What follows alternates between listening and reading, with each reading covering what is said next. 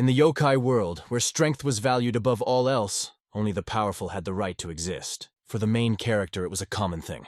Surviving here was not a problem. He was born a great yokai, the strongest of his kind, and that determined his place. Again, stopping in front of the enemy, he repeated to him for the third time, so that he realized the threat. Standing with his foot in the face of the tiger enemy, Ho ordered them not to threaten the foxes with their fangs. Ho considered him a criminal without honor, someone who betrays his own promises, and he saw no reason why this enemy should remain alive. But suddenly the tiger turned on a huge angry beast with burning red eyes. Ho only saw this giant body as a huge pile of meat. He hit the enemy in the face with just one accurate blow. Throwing his hand forward, Ho sent a powerful energy charge that tore the tiger apart. He was Yin-ho's elder, wise among yokai, leader of the yokai foxes and king of the demonic realm. However, he never aspired to become king. It was not his goal. Over the course of 500 years, he defeated many of the strong who pursued his fox clan. Later, he was elected king, although he did not aspire to this role. For the king, there were many worries. Everything had to be solved, a complete nightmare. He always came to these matters with a displeased expression on his face. One day, a Buddhist monk who followed the path of Dharma and righteousness appeared before him. He came with the conviction that foxes cause great harm to sentient beings. The line between the human and demonic worlds was so blurred that some yokai entered the human world and wreaked havoc there. However, it would be wrong to call Yin-ho irresponsible. Such matters did not bother him much. He remained indifferent. The monk was physically strong and fast like a monster. Yin-ho remained completely calm and coolly met all the attacks. This martial art used by the monk seemed to be nothing more than a trick. Realizing this, Ho took each blow and fought them off with ease. In the human world, this might have been an outstanding skill, but to him, they were just toys. Lightly touching the monk's chest, he pushed him far into the sky. It was difficult to hit so that he would remain alive. Servant Ho approached the monk, saw that he was unconscious, and asked his master if he should be killed. Ho remarked that there was no need to crush an ant that was scurrying underfoot. He left the monk alive, generously giving him the opportunity to return home. But this fool seems to have gone mad because he came back after 15 days. And this time, he brought a friend and classmate named Tang Sampan, who proposed to attack the demon with yin-yang harmony. Their martial arts did not impress Ho, and he easily parried all of their attacks. At the same time, Ho thought that the monk would return with an even larger army if he was left alive. Not intending to allow this, he crushed the monk's neck with one of his tails. He did the same to his friend who came with him. Only the cracking of bones and screams filled the space. Perhaps they should study the enemy better before contacting them. Laughing at their corpses, Ho turned and walked in the other direction. But behind him he heard a woman's voice saying the word, "Brother." He turned his head to see who was there. A girl was sitting in front of him over one of the corpses, calling him brother and asking how she could continue living alone. Ho had always thought of himself as a rather cold-blooded yokai. Tears continued to flow from his sister's eyes like an inexhaustible stream. Ho wondered what had broken her heart so deeply. A whole week had already passed, and she was still sitting without eating or drinking a drop of water. Ho asked his servants if they had found out why she was not returning to the human world. One of the servants explained that they were gathering rumors that the girl was dependent on her brother, who had many enemies in the human world. It became clear that this girl would die as soon as she returned to the human world. But it will also be difficult for her to survive in the demonic world, the servant added. Ho thought that she was more likely to starve to death than fall victim to others. Her face was incredibly innocent and radiated kindness towards people. In front of her was the human food that Ho had brought. He explained that her brother's soul would find peace in the underworld if she ate well and took care of herself. He decided to keep this child by his side for the rest of her life. After all, it would be difficult for her to survive in another place. Fortunately, the girl understood his intentions and accepted the situation. Perhaps it was for this reason that she accepted his proposal without resistance and remained living in the demonic world. She got used to life among yokai more and more quickly, adapting to the new world every day. Ho felt helpless and confused as he looked at this child, although she allowed him to get close. One look at her was enough to make him feel a peace he had never felt before in his life as a yokai. But suddenly a terrible picture appeared before his eyes. The girl was hanging with a noose around her neck. She was tied to a giant pillar. Her body was covered in blood, and Ho watched this horrible scene with pain in his chest. His servant was kneeling before him, asking for forgiveness for the sin he had committed. He apologized for not being considerate enough of the yokai who came to honor Ho. He believed that it was his safety that caused this misfortune to the young lady. The girl was lying dead, and she had no more chances to save herself. With pain in his chest, Ho looked at her, because he really loved this child. Later, a rat appeared, which also apologized for not fulfilling the order. As soon as he started to say that he had nothing to do with it, Ho instantly dealt with him, the one who knew everything but closed his eyes to it, one who participated without really understanding anything. Without a shadow of fear, the big man stood before Ho, declaring that he could not be king by taking the girl into the Fox clan. But his life ended at the same moment. Everyone who had anything to do with the child's death, even those who were close to Ho, could not escape his wrath. The fresh blood from their bodies flooded the entire demonic world. However, the pain in the chest did not disappear. Killing all those yokai brought Ho only a little bit of comfort. He returned home with a wounded heart and bitter pain. But he no longer wanted such a life. And so, in the middle of the pool of blood, something began to shine. This caught Ho's attention. The bright beam of light grew larger and larger. A beautiful flower began to grow in this place. At the same moment, a lotus blossomed in the pool of blood. Only celestials can perform such divine actions. Ho did not understand whether it was Liu Dongbin or Nata, the deities worshipped in Taoism. He turned to the flower, saying that he was too late to play his part, for he no longer wished to shed other people's blood. And he asked the flower to disappear from his eyes. That flower only became bigger and brighter. In a moment, the glow became so strong that nothing could be seen around but this bright light. Unfamiliar, strange sounds filled the space. Suddenly, a celestial appeared to help Yin-ho. He was in despair, having lost all will to live. This creature was the one who helped all beings not to get lost in the web of fate. It was the Tathagata who approached Ho with a proposal to give up his yokai essence and start living as a human. At first, Yin-ho thought it was some kind of nonsense, but after thinking about it, he realized that he had no reason to refuse the chance for a new life, far from the world of yokai. He was going to kill himself anyway, so he decided it would be better to try to live as a human, and proudly said to the Tathagata, "Turn me into a human!" It wasn't free. He would only be able to gain human life by accumulating merit over 1,000 years. He realized that he must live for 1,000 years as a servant of the Celestials. But he agreed to this offer without hesitation and accepted it. Since yokai were immortal, time seemed to them to be nothing more than a cloud floating across the sky. However, when he thought about it after a year of service, 1,000 years seemed too long and unattainable to him. The thought of giving up had crossed his mind so many times that Ho began to doubt it. Is it worth doing this for millennia to become a creature with such a short life? But reflecting on the treaty with the Tathagata as his pride, he was able to survive all difficulties, overcome doubts, and accumulate the necessary merit. The Tathagata saw how much merit he had accumulated so far. The time had come. Now he had to give up what was not necessary to human nature, and the Tathagata would allow him to live a human life. The Tathagata stretched out a giant hand 10 times his own size. A blue layer of light began to light up in Ho's stomach. This layer slowly moved to his chest, and later it rose to the neck, radiating warmth inside. In an instant, it came out of Ho's mouth like a radiant energy. It was a bald bead that contained all of his spiritual power accumulated over millennia of training. Of course, it was a pity to part with her, but there was no other way. The Tathagata once again asked him if he regretted his choice. "Do I look like someone who regrets something?" he answered proudly. After these words, Ho smiled, and the Tathagata said, "Yes, may the immeasurable light of the Buddha be with us." Yin-ho's life as a yokai weighed on him every moment, but now he felt light and happy, leaving this life behind. The lotus petal that grew in the pool of blood slowly descended to the ground. He was falling in an amazing place. A petal fell right next to an incredibly beautiful house. Then he flew inside and went down to the boy who was lying unconscious. The petal came closer and closer to his head, and in a moment he touched his soft black hair. With the help of the Tathagata, Yin-ho became a human and will now live as a human. His story is just beginning.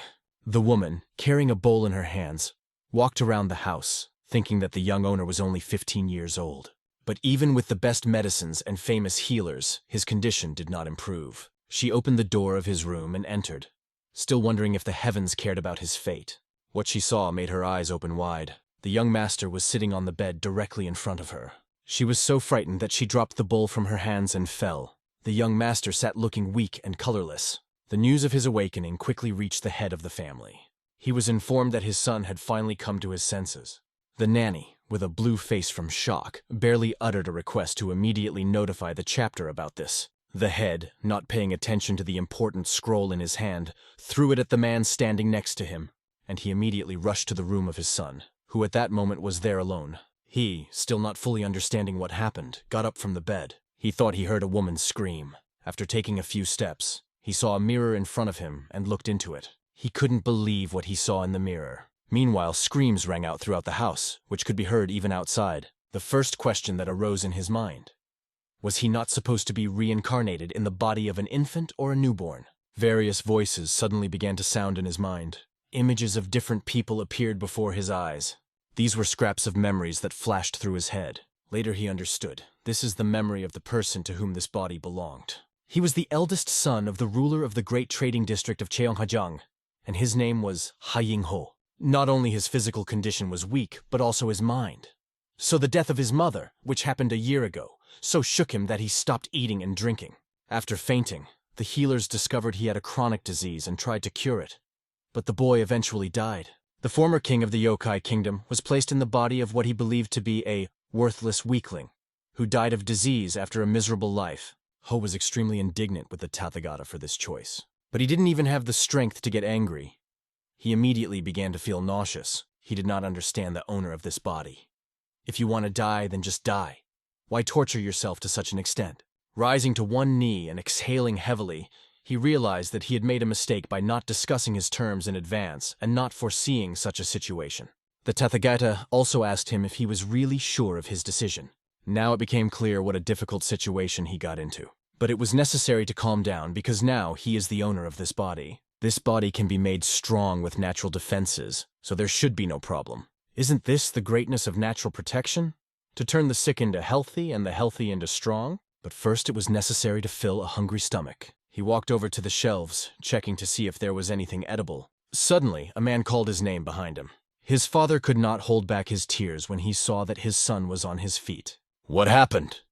Did you get over the disease?" asked his father excitedly, coming closer and taking his hands. Ho tried to remember who the man was, trying to make sense of it all. In the fragments of his memory, he saw this man telling him, "Even if it seems like it's too late, it's important to keep moving forward, Yin-ho."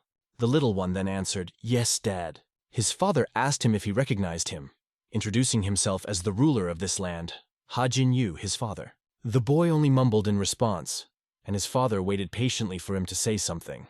Jean asked the nanny to go and get his son something to eat. Meanwhile, people gathered outside their house, waiting for news. Nanny quickly brought the food and put it on the table. Jean asked his son to take his time and eat slowly. Ho stared at the food, wondering if it was a good idea to try it. When he was a yokai, he tasted human food a few times out of curiosity, but it tasted terribly bitter. He carefully brought the spoon to his mouth, thinking that he was human now and would have to get used to it. He licked the spoon as he took his first sip. His eyes almost fell out of their sockets. He opened them so wide. "Maybe he's sick again?" panicked father, looking at his expression.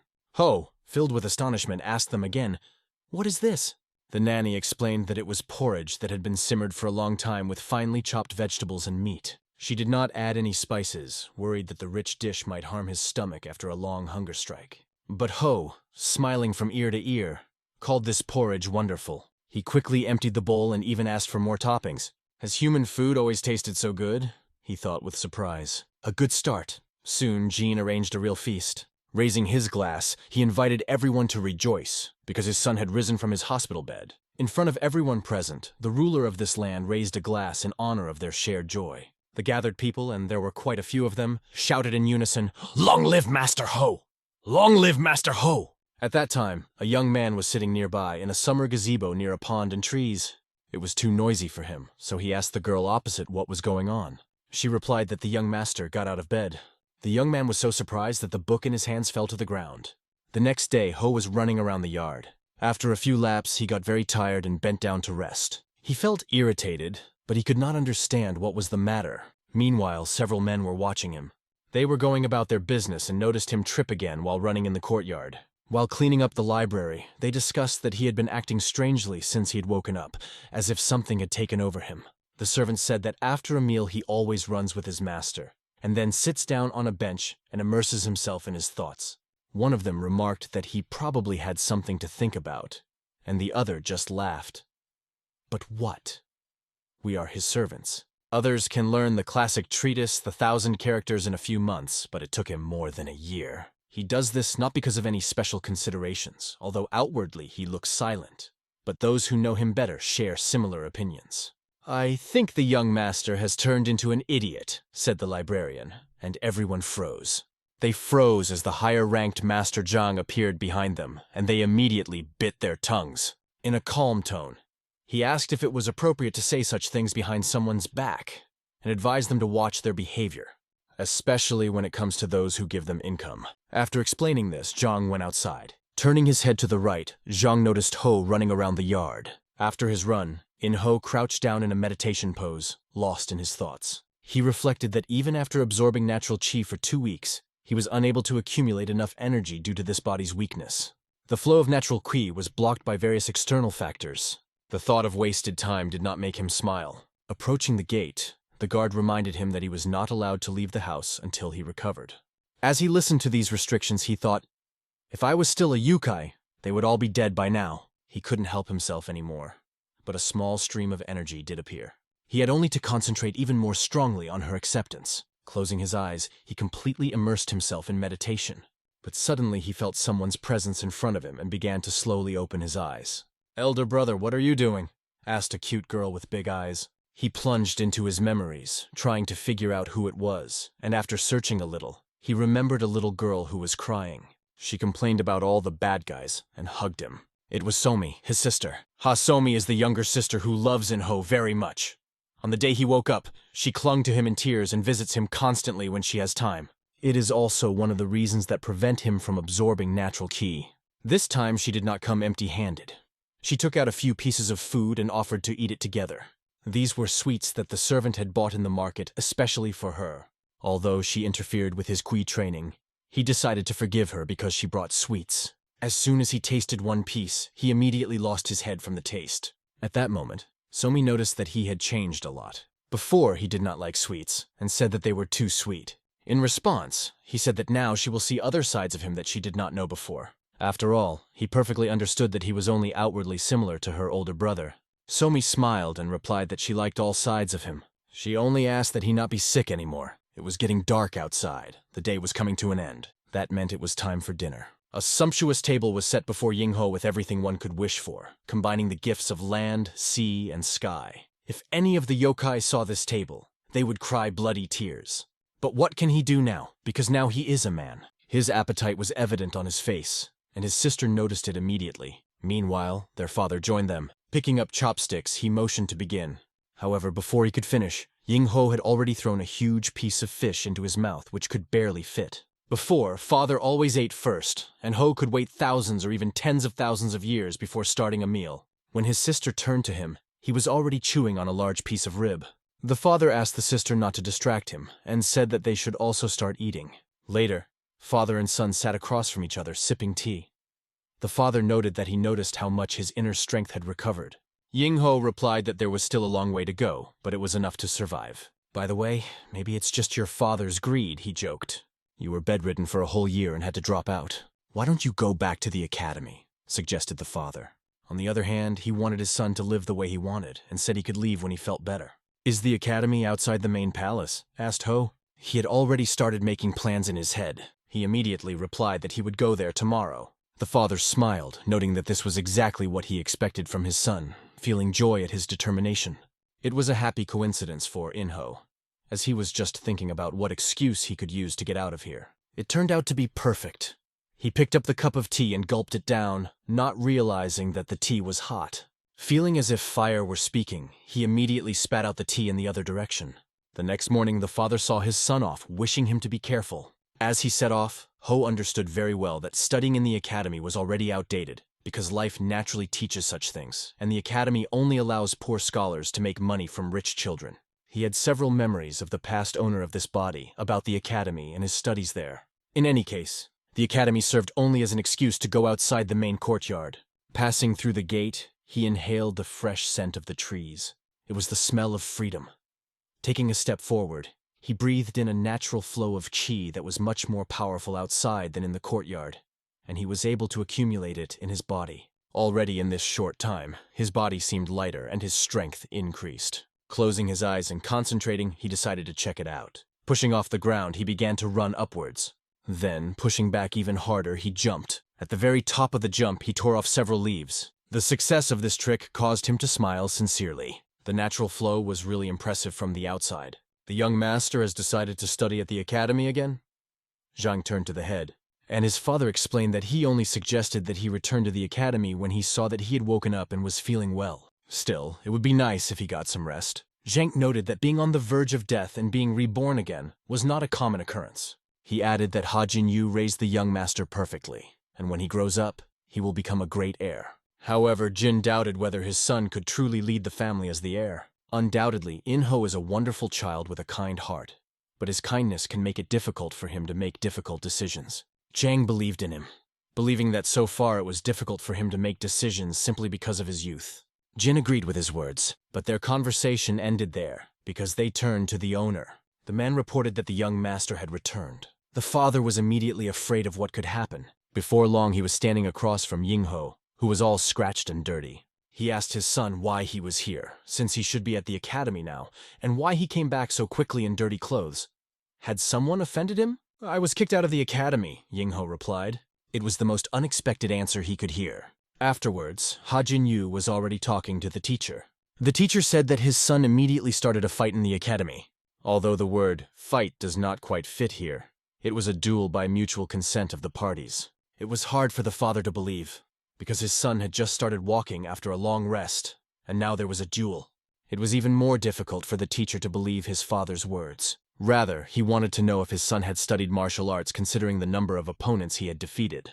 Ying-ho meanwhile just sat and listened to their conversation. His father asked him if the teacher was telling the truth. Yes, that's true, Ho answered, not wanting to lie. He explained that he was harassed and bullied for wanting to do well in school, but at first he ignored it. At first he held back so as not to cause trouble because he had just returned. But when they insulted his late mother and father, he couldn't take it anymore. He also mentioned that not only today but also in the past, these guys show no respect for his family and make fun of them. Turning to the teacher, he said that he was sure. He knew about it, but did nothing. Everyone's patience has a limit, no doubt. But patience in this body has already ended. Ha Jinyu looked at the teacher with a displeased expression. The teacher just lowered his head, unable to find anything to answer. Suddenly, Ho's father burst out laughing. Afterwards, he walked next to his son, explaining to him what happened. The teacher admitted his mistake.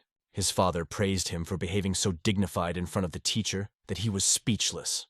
And he added, "True knowledge does not necessarily live only in four walls."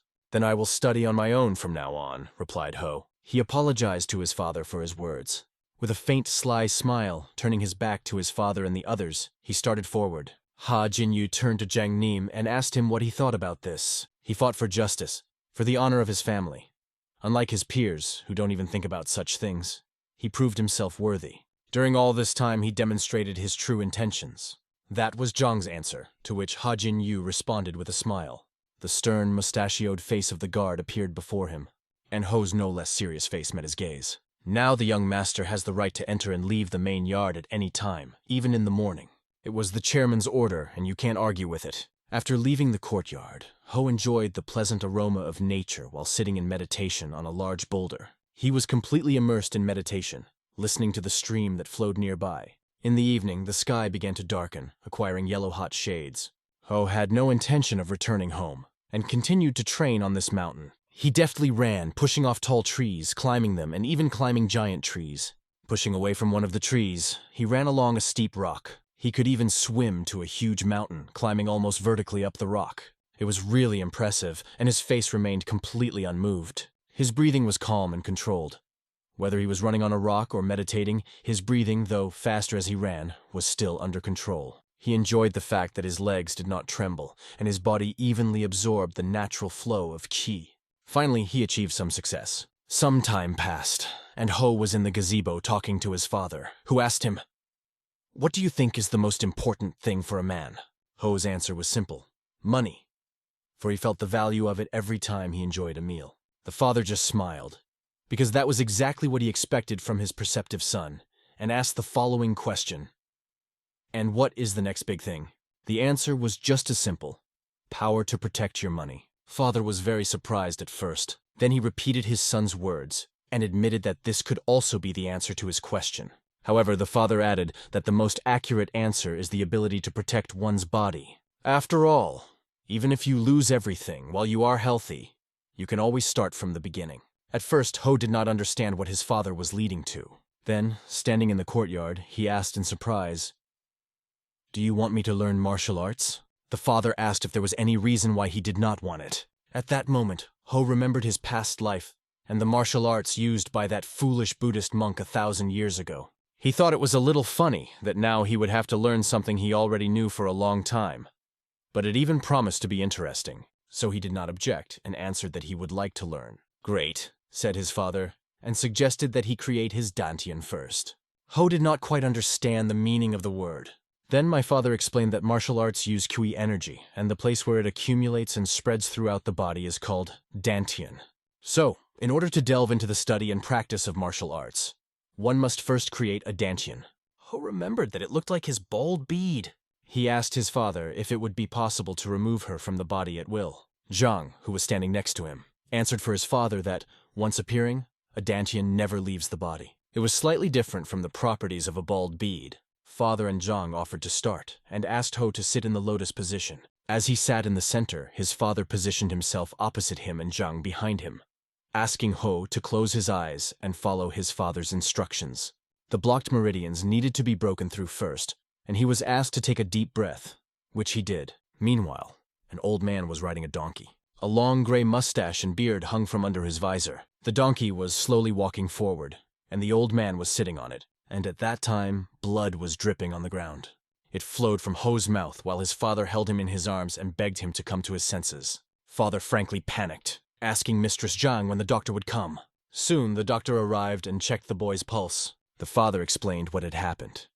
His son's body became hot, like a ball of fire, after which he vomited blood and he fainted. Father was sure that he did not make a mistake, so he did not understand what went wrong. The doctor examined Ho, analyzing the situation. After the examination, he said that no injuries were found. In fact, you can say that it is in excellent condition. Father did not understand what the doctor meant by excellent condition. The doctor explained that he had already encountered a similar effect when a large amount of internal qi accumulates in the dantian. It sounded strange to Jin, because his son had never studied the technique of developing inner qi. And how could he cultivate qi if he didn't have a dantian? The doctor pointed out that the cultivation technique could be performed even without the dantian. But in that case, the energy would accumulate in the veins throughout the body, not in the dantian.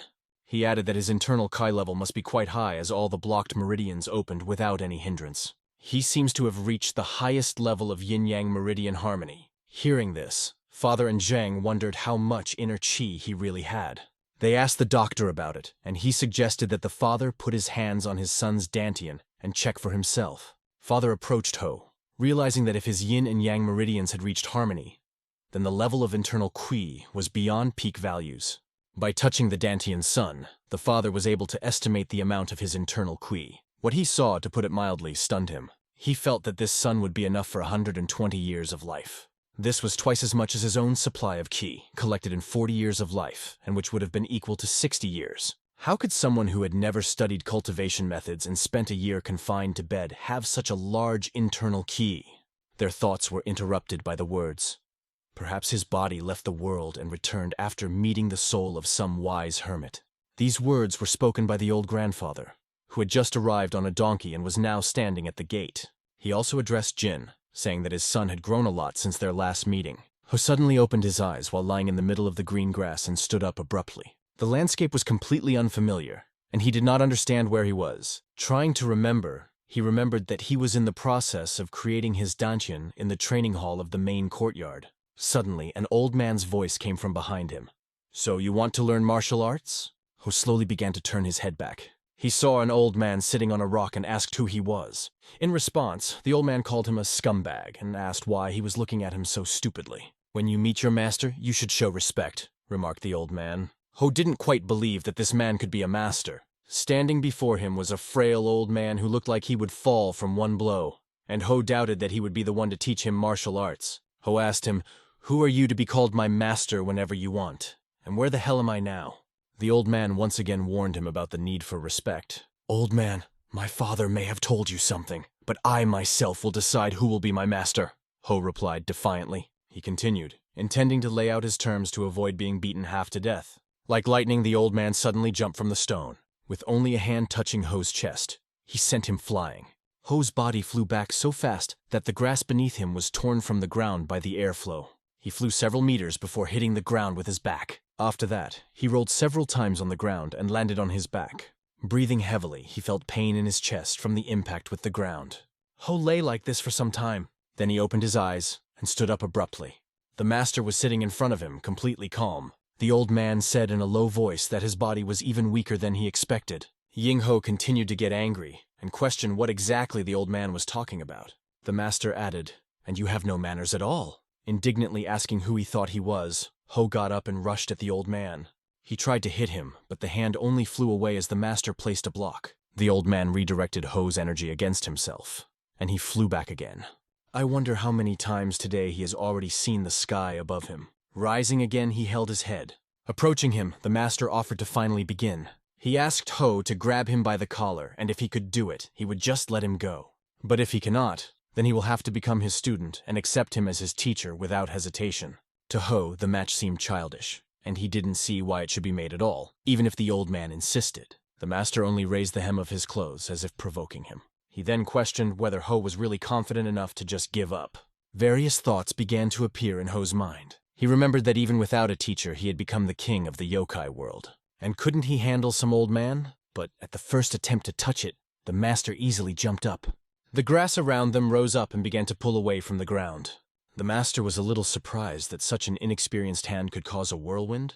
In Ho's eyes, the old man looked like a rabbit trying to escape. He wasn't about to back down and sprung into action, trying to grab him by the collar, determined to flay him. With all his strength, he hit the stone on which the master was standing, shattering it into small fragments. The master easily jumped aside. He was pleased to observe how even with age his skin remained as firm, though rough and dry. She was as hard as the rock Ho picked up. And now he prepared to throw this stone at the master. The master easily dodged the stone thrown by Ho. But looking to the side, he noticed that the boy was already standing right next to him. Just look at this kid, thought the master. With a smooth but lightning-quick movement, he stepped aside. Ho began to look at him quite differently. He realized that this opponent required a more serious approach and more effort. He increased his speed, which did not go unnoticed by the master. And so finally there was a clash between Ho and the master. Ho's hand touched the old man's chest. A wide and sly smile appeared on the boy's face. The master just gritted his teeth. At first he was silent, and then he just laughed. He called Ho an interesting little one. But immediately after that, he decided to teach the boy one more time and simply hit him. While flying in the air, Ho thought again, "Who the hell is this old man?" As the evening shadow began to cover the land, the master came to Ho's father's house. The father wanted to know if his son had the potential to become a martial artist. It was with this request that he used to turn to the old man. After spending time with Ho, the master could now describe him with complete confidence. "He is a bit stubborn and rude, but your son was born with the spirit of a warrior. Even my younger brother, who was considered a natural-born warrior, is not as talented as Ying-ho." After hearing this, Ha Jin-yu froze, trying to understand the truth of what he heard, because he knew very well who his younger brother was. The former head of the Namgong family and leader of the Murim Alliance, he proudly bore the name of the 24 martial arts masters, Sword Lord Namgong Jin. He couldn't hold back and asked the master if he was really sure of what he said about Ho. "You, more than anyone else, should know that I speak sincerely," replied the master. He then offered an unexpected suggestion. "Maybe it's just the old man's greed, but I want to raise Ying-ho as an outstanding warrior with my own hands and show him to the world." Ha Jin-yu couldn't deny the master's wishes if he wanted to personally teach his son martial arts. However, the master had something else he wanted to say. He remembered that Ho had surprised him. At this time, Ho was sitting in his room on the bed. Ho could not sleep. The same thoughts were running through his head. He firmly decided to go outside. In the yard, Jin escorted the master, who said, "A man should guard every promise as carefully as 1,000 gold pieces." Jin also asked the master to take his son as an apprentice. Suddenly, the master froze. He stopped because he saw Ho standing at the gate. Ho's face was bruised and he looked far from his best. His father turned to him with a question. "Why are you here?" But Ho only answered with his why. He asked the master why his whirlwind punch didn't work. Then he immediately asked the master to teach him. His knees hit the ground with a thud. He repeated his request, addressing the master. He begged him once more to teach him. He asked to be taught martial arts with his head down and just waited for an answer. "Now I like you," said the old man. That same day, Ying-ho went to Zhang and asked about Master Namgong Chong. Zhang explained that this old man was a great martial artist. He has vast knowledge, much wider than others. Although he does not always stand out among the great masters, as he often leaves the Namgong family due to his passion for travel, the other masters recognize that he has reached the highest level of skill worthy of a place among the 24 great masters, alongside his younger brother, the former leader of the alliance. It was a great honor for Zhang that Namgong Jung took Ho as his apprentice. But what is honor for Ho? He boldly met even the Tathagata, so he considered it rather a great honor for the old man to have him as his disciple. And he asked himself why he bowed so big to this old man. He reasoned that he would become a laughingstock among the yokai if this news reached the monster world. But does he have the right to worry about it now? Ho realized that he only bowed to the master because he wanted to become stronger, that was all. Time passed quickly, and 2 years have already passed. It was winter outside, but the clanking of swords was heard among the trees. Master and Ho practiced by jumping trees and deflecting each other's blows in the air. They trained for a long time without knowing fatigue. Their shots were crisp and polished. In this duel, they gave their all. Sometimes a sword alone was not enough. Both began to use the technique simultaneously, gathering energy in their hand. In an instant, they put their hands on each other's chests. An explosion rang out, and they were thrown in different directions. The snow scattered around. The blows were so strong that they left traces even in the snowy forest. Both understood that only after passing the thorny path can one become a master of martial arts. "Are you out of your mind? Try not to kill your master. I said enough," said the old man. In response, Ho reminded him of his words that the teacher was ready to go to the end and be the first. The master showed his hand, asking to look at it, because it had a protective shield on it. He admitted that he couldn't compete with Ho now, but put it down to just getting old. To rest and have an important conversation, they sat down by the fire. Beside the master lay an object wrapped in a red cloth, and he told Hos that his desire to give the gift had now diminished. However, not caring about it, he threw the scroll straight into Ho's hands. Ho began to unfold it and saw that a sword was wrapped in the cloth. The old man explained that, in a strange way, this sword always fell into his hands, as if wanting to meet its true master. Ho examined the sword and asked the old man if he could return it if he was not going to use it. The master replied that in that case, he could just throw it away. Ho decided to unsheath his sword. He lifted it up, holding it firmly in his hand. Then he made several sharp movements, cutting the air. The master carefully watched these movements. He had the idea that when he reached his peak, Ho would be able to form even more powerful ki by concentrating it inside the blade, surpassing the power of the sword itself. He continued to watch as the snow rose into the air with each swing of Ho's sword. The master remembered that he only gained the sword's true power when his hair turned gray, but Ho achieved this just 2 years after taking up the sword. With a sharp swing of his sword, Ho cut down a huge boulder. This testing of the sword made him say, "Pretty good sword." At that moment, the master turned to him. He said, "I know how strong you are." Then he added, "You reached your peak by learning from me, and I learned from Namgong, the best swordsman clan. This is not just skill. It is the technique of the boundless heaven sword. Now you are strong enough to easily defeat the elders of the great clans." All of Master Ho's serious words were answered with only a short "understood." The master threw wood into the fire and continued his explanation. Suddenly, Ho said that he did not want to become stronger in this way. He explained that he did not want to be limited by any technique. Namgong clan's fencing technique is undoubtedly one of the strongest, and it is because of it that he has become stronger. But the Namgong clan's sword art, which he thought was exceptional, at a certain point began to feel like a limitation to him, preventing him from using his power to the fullest extent.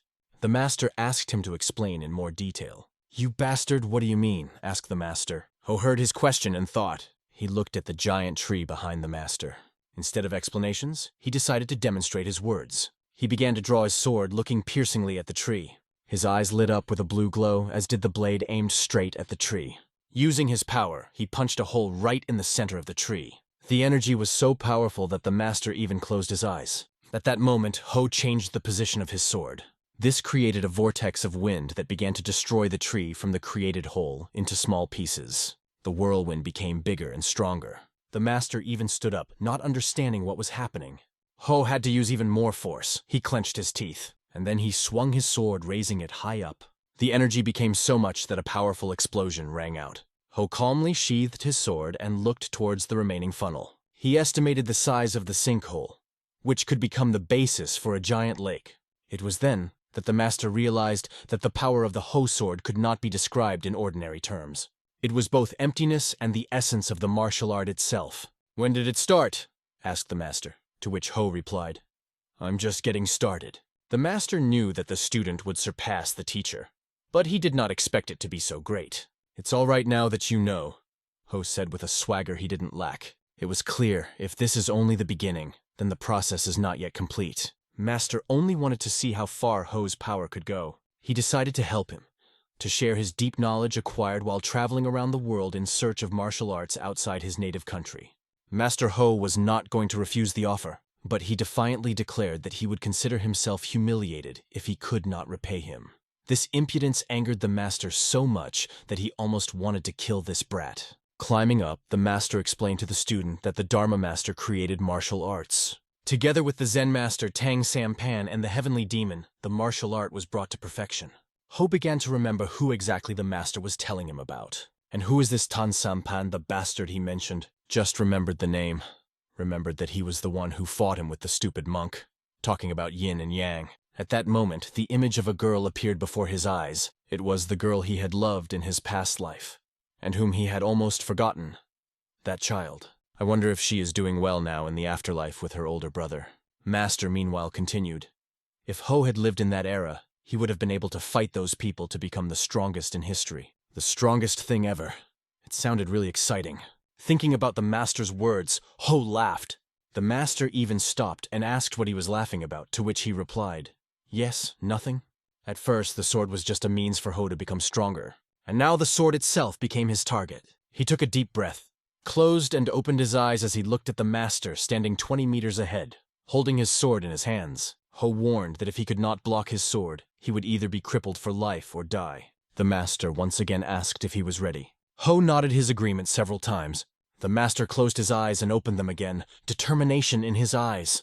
He pushed himself off the ground and lunged forward, his eyes shining and his sword tightly clenched in his hand. Now he needed to use all the strength he had accumulated during his life. He put all that power into one blow. The sword flew straight towards Ho's head, and 2 blue dots glowed from under Ho's eyebrows, his eyes. This radiance gave rise to incredible power. With this power, he smashed the master's sword into small fragments. The blue glow spread in all directions. The master swooped past, the shards of the sword hanging in the air. Ho exhaled and steam came out of his mouth. Behind him stood the master, laughing quietly. He looked at the part of the sword that remained in his hand. The fusion of the body and the sword, the power of the sword, everything he thought was important in his life now seemed useless. Returning to the student, the master said that this was the end of the training. Ho was unhappy that his sword didn't even have a name. Although he exists on Earth, his pride is so great that it even reaches the heavens. This sword can compete with the heavens, making them tremble in fear. That is why the master gave his blade the name, Destroyer of Heavens. A sword capable of shattering the heavens. The master called him that after sensing his true power. And Ho liked this sword name immensely. 5 years have passed since he met his master and picked up the sword. Now, his blade has become the strongest in history, the breaker of heaven. After completing his studies, Ho went home. He walked across the palace yard, stretching. He was on his way to his father, having just woken up. He explained that he had overslept because he had been repeating everything his teacher had taught him until late at night. Anyway, the father was glad that Ho had come and asked him to go to school to pick up his sister. Ho considered it a task for Mr. Zhang, but his father asked to replace him as he would be gone for several days due to his mother's deteriorating condition. Ho tried to find an excuse not to go and begged someone else to be sent, but his father insisted. He asked Ho to leave when told. Ho shrugged and reluctantly agreed. On the way to see his sister, he admitted that he was indeed so busy training that he hardly saw Somi, but something still infuriated him. Since when did he start obeying his father's orders and taking care of someone? It felt as if he had truly become Yin-ho. He reminded himself, "I am Yin-ho, not the late Ha-In-ho," and ran forward. Soon he was already standing under the gate with the inscription, Academy of the Golden Teachings. He leaned against a tree and began to watch. Looking at the carriages that came to collect the students, Ho thought that only talented children from rich families attended this academy. Just look at how they throw money even at the carriages. All for show. He was even ashamed to think that Mr. Zhang was taking Somi away in such a carriage. A man was standing next to the horse, waiting. The man noticed the boy under the tree and asked where he was staring. He addressed Hayingho directly. Seeing that Ho ignored him, the man became even more angry. He lunged at him, asking if Ho was looking for trouble, and asking if he knew who the crew belonged to. Ho reached for his sword first. He did this because the man was also reaching for his sword. However, Ho decided to do otherwise. He held the token right in front of the man's face. It was a golden token engraved with the character Heaven against a background of clouds. The man realized that in front of him was someone from a prestigious family living in the capital city of Cheonghajin. Ho, looking at his frightened face, calmly asked him to tell whose crew it was. The girl with a beaming smile on her face quickly ran straight to him, filling the space around with joy. Seeing him, she couldn't hold back. She jumped into his arms, hugging him tightly, as if she missed every cell. "You're already 16? When will you stop hitting on me, will you see?" he asked jokingly. In response, she only smiled and said that she was doing this because she loved him very much. She laughed merrily, and he thought that perhaps her sincere demeanor reminded her of her late mother.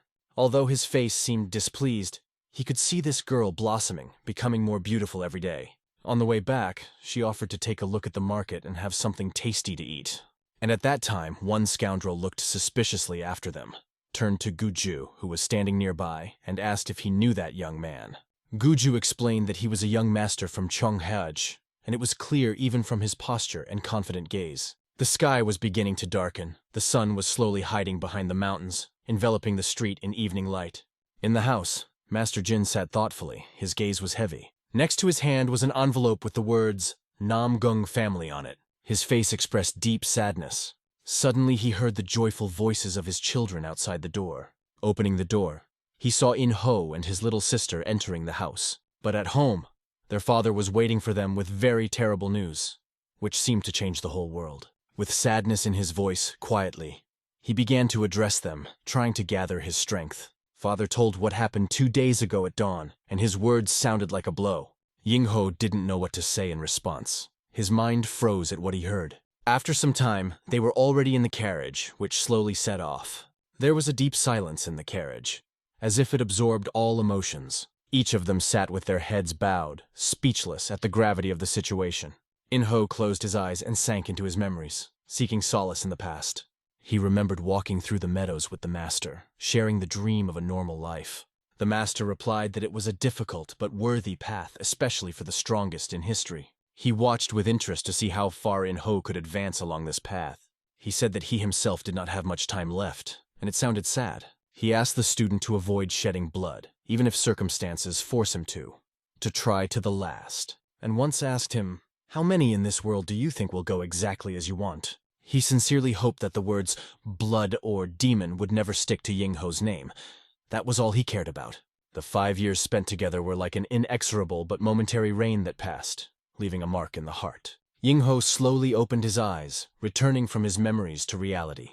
He thought that death was not the end, but rather a real beginning, and he reassured himself with that. They drove all night, and by morning they were already approaching the majestic gate. On the gate was an inscription, Namgong family. A lot of people gathered at the entrance, eagerly waiting for the arrivals. When the people turned around, they saw 2 carriages surrounded by numerous guards. They immediately recognized this guard as Cheonghajin's heavenly guard. The guards were known as the best defenders of Cheonghajan, each of them worthy of praise. One of the guards hurried over, called his name, and announced that the heavenly leader and his children had arrived.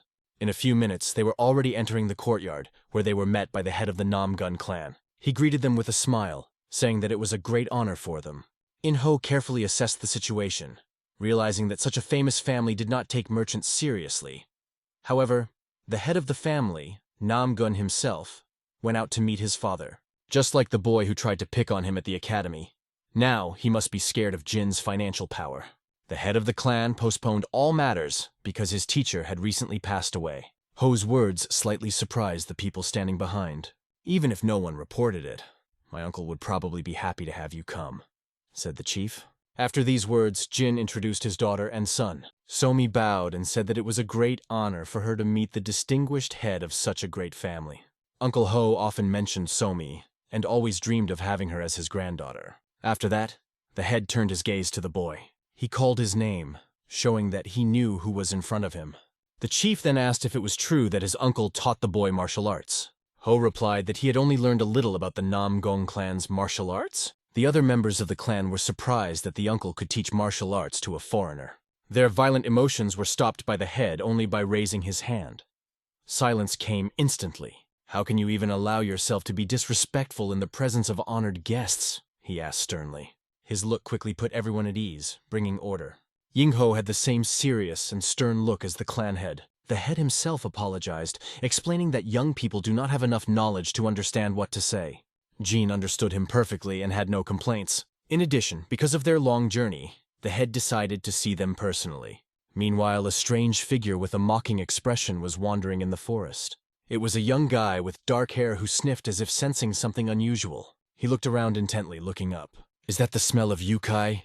he whispered to himself, warily surveying the surroundings. His gaze was directed forward to where the grand palace of the Namgong family could be seen. Yin-ho, immersed in the memories of the master, looked at his photo framed by a black ribbon. Sadness came over him as he contemplated the fact that such a person was no more. He thought it would be quiet here, but the place was surprisingly crowded. Not only representatives of 9 factions and 5 great clans came, but also people from other currents and sects. All this information was reported by a sister who had repeatedly seen many of these people at father's meetings. Her knowledge impressed Ying-ho, and he was interested to listen to his sister. They approached the father, who asked them to go get something to eat, because he needed to talk to those present. Yin-ho decided to go out for some fresh air, asking his sister to leave him more meat. A strong hand placed a small cup of tea on the table. "I must be going crazy," he said to himself. He was disgusted by these boring and gloomy funerals. The tablemates pointed to the 4th empty seat that the girl was supposed to occupy, after which the atmosphere would perhaps be a little better. One of them pointed to the little girl at the table. He looked at that girl and realized that it was In-ho's little sister, Somi. She calmly went about her business at the table. He smiled broadly and told his friends that the matter had already been resolved. Suddenly, there were loud screams of a fragile girl. Somi begged to let go of her hand, which he gripped tightly, causing pain. She did not understand at all what was wrong with this boy. "Why are you so prickly?" "All I want is for you to sit next to me and share the sadness of the passing of the deceased," he said. "Please don't make me a bad boy," he continued with feigned sincerity. But despite his words, her hand was already red and she was writhing in pain.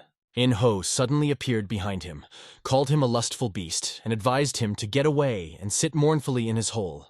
The girl exclaimed in alarm, "Brother Ying-ho!" when she saw him. Hearing the name, the big man asked if this was really the owner of the Heavenly Blade. Ying-ho had no desire to answer that question. He only warned him that he was inviting trouble when he asked such questions. Those around them have already begun to pay attention, because they were creating a real commotion.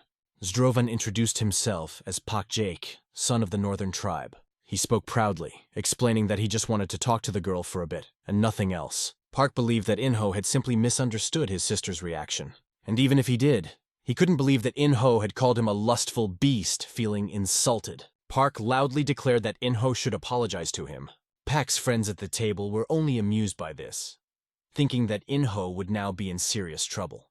But Ying-ho himself did not think so at all. He warned the big man that if he did not want to humiliate himself in front of everyone present, he should calmly and politely apologize to his sister. "Just look at him. A simple merchant with money in his pocket thinks he's untouchable," Puck said mockingly. In response, In-ho threw, "And you just look at this angry beast!" After these words, Puck couldn't stand it and decided to take a swing, intending, if not to kill, at least to seriously hit him. Sister Somi closed her eyes, not wanting to see this horror. But without taking a single step, Ying-ho deftly dodged the huge hand that flew straight for his head. "Well, you can do something," Puck admitted. But he didn't need to talk, because In-ho unexpectedly kicked him. Puck fell on the tile so hard that it vibrated. In-ho decided to show something else and grabbed his ankle, showing off his strength. One movement of the hand base, and his ligaments are torn. Pain permeates the whole body. There is such a loud scream that the ears of those around are covered. Park grabbed his ankle, crawling on the ground and calling In-ho a crazy bastard. At that moment, the sister was very worried about her brother. Behind him, 2 brats pounced, trying to grab Ying-ho.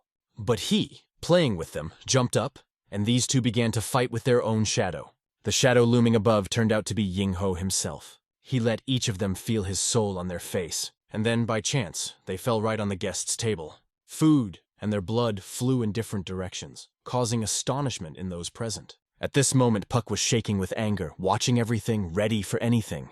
But suddenly he felt a pressure on the back of his head. In-ho's foot pressed his face into the ground.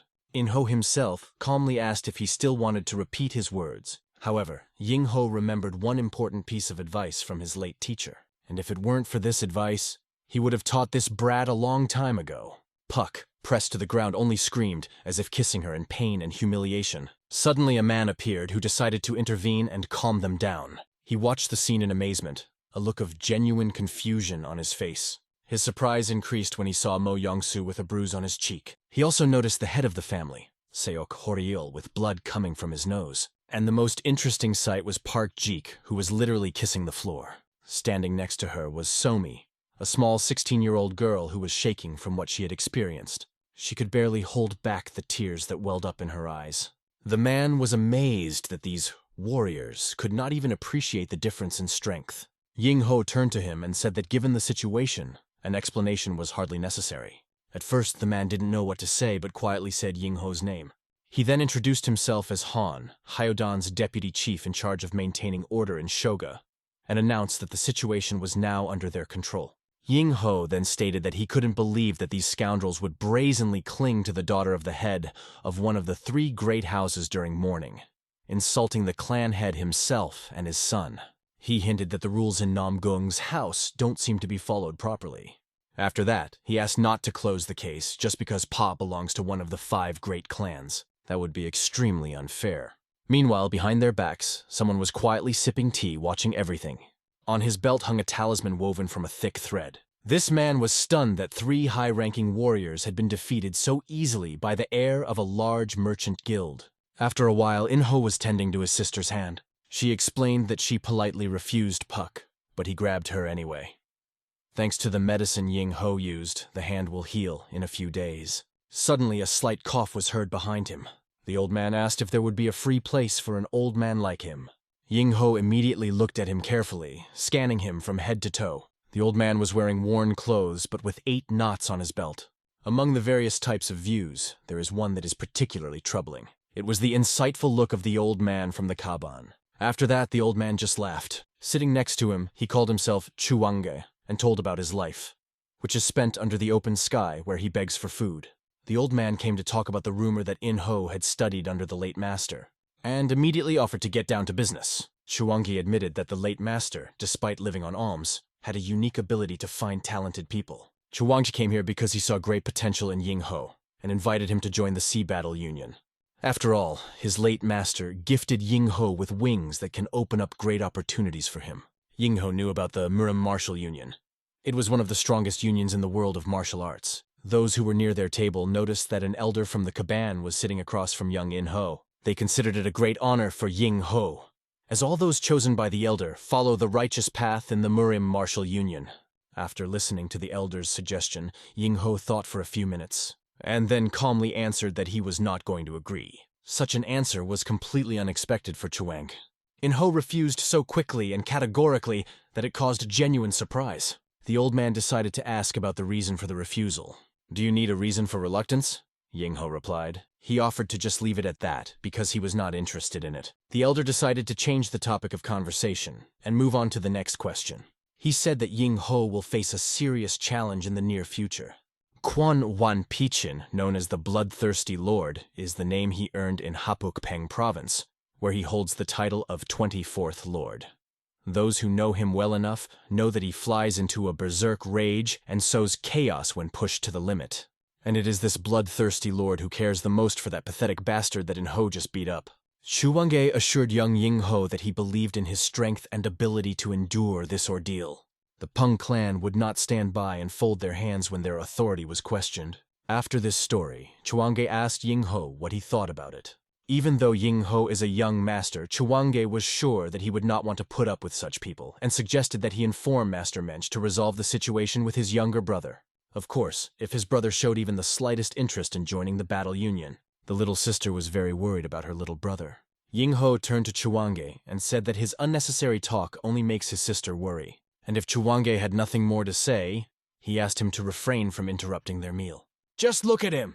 flashed through the old man's thoughts. Rising from his chair, he left them, saying that he was sure of their meeting soon. The sister asked her brother if it was normal to drive him away like that, but In-ho asked her not to worry, assuring her that nothing bad would happen. Chuwange thought as he walked away that even if In-ho didn't know anything about him, How can he remain so calm in front of Elder Kiban? Besides, when he heard about the threat, there was not a drop of fear in his eyes. He asked himself if he had seen anyone like that among his students lately. It was definitely not blind faith in others, but true confidence in one's own abilities. This annoyed him beyond belief, igniting anger in his soul. After a while, 2 guards stood by the high stairs. It was a cold room with cells where the punished were kept. A man approached one of the cells and said, "I warned you to watch your tongue and act carefully, but you didn't listen." A voice begged from behind the bars, "Please forgive me." Next to the man stood Hyun, who explained that he was acting in accordance with the disciplinary regulations. However, the man warned that if Lord Hapukpenga found out about this, he would not just let it go. Taehyun emphasized once again that no one in the Namgong clan was above the clan's rules, and the man had to accept his words. A voice filled with fury rang out in this huge house. Kwon Won-pichin was outraged to hear that his son was now imprisoned in a dungeon. The man explained that he tried to free him, but the elders were too stubborn. Kwon Won-pichin crushed the iron bowl in his hand, indignant at these haughty people. He immediately turned to his best warrior. He ordered him to go and break both legs of this merchant's son. Hopyong asked if it was Lord Cheonhajan's son. Another man explained that Cheonhajan's master had been conducting a mutually beneficial trade with them for generations, and if the situation escalated, it would jeopardize future relations. The heavy iron bowl fell to the floor with a thud from Kwon's anger. He explained to his men that as a father, he was not going to stand by and watch his son be humiliated and thrown into prison. Seeing their reaction, he said that he was ready to go himself and wring the neck of this brat. Warrior Hopyeon tried to stop the master, asking him to hold back. He offered to go alone like a warrior and stayed with the other man, discussing that there was nothing they could do about Kwon Won-pichin valuing this scoundrel so much. The bearded man promised to approach the situation carefully and asked the warrior to do the same. Everything had to happen quietly, so that no one would find out tonight. It was already night in Namgong's courtyard. One of Namgong's family members approached Yin-ho to inform him that his father had asked to convey that the negotiations might go late into the night. He recommended that Yin-ho go back to the guest suite and rest. Yin-ho agreed to go with his sister as they wanted something to eat, and he was getting tired of the constant stares directed at them. He offered to accompany them to the room. Meanwhile, a warrior sent by Kwon Won-pichin appeared on one of the rooftops. The warrior watched them and wondered in his mind. He was instructed to worry about fighting a child who did not pose a serious threat, and all this is just for the sake of earning a living. Yin-ho asked his sister to go inside first and rest. He himself decided to take a walk since he had eaten a lot, and it was simply necessary. "You're out of breath," the sister joked. She also asked him not to stay outside for long and to come back soon, but the desire to go for a walk was not due to overeating. He felt the presence of an uninvited guest. Even someone thrown overboard in the middle of the ocean would feel that hard look from miles away. Ying-ho walked down the street, occasionally looking back. He carefully examined different sides, trying to find something. Ying-ho noticed that piercing gaze peeking out from somewhere in the darkness. Then he simply asked aloud how much longer the warrior would wait, choosing the right moment. "It would be polite to at least show up before getting into trouble," he added. The warrior was very surprised as he had completely erased all traces of his presence using the turtle breath technique to perfection. However, even being about 20 meters away from Ying-ho, he could hear Ying-ho's confused breathing.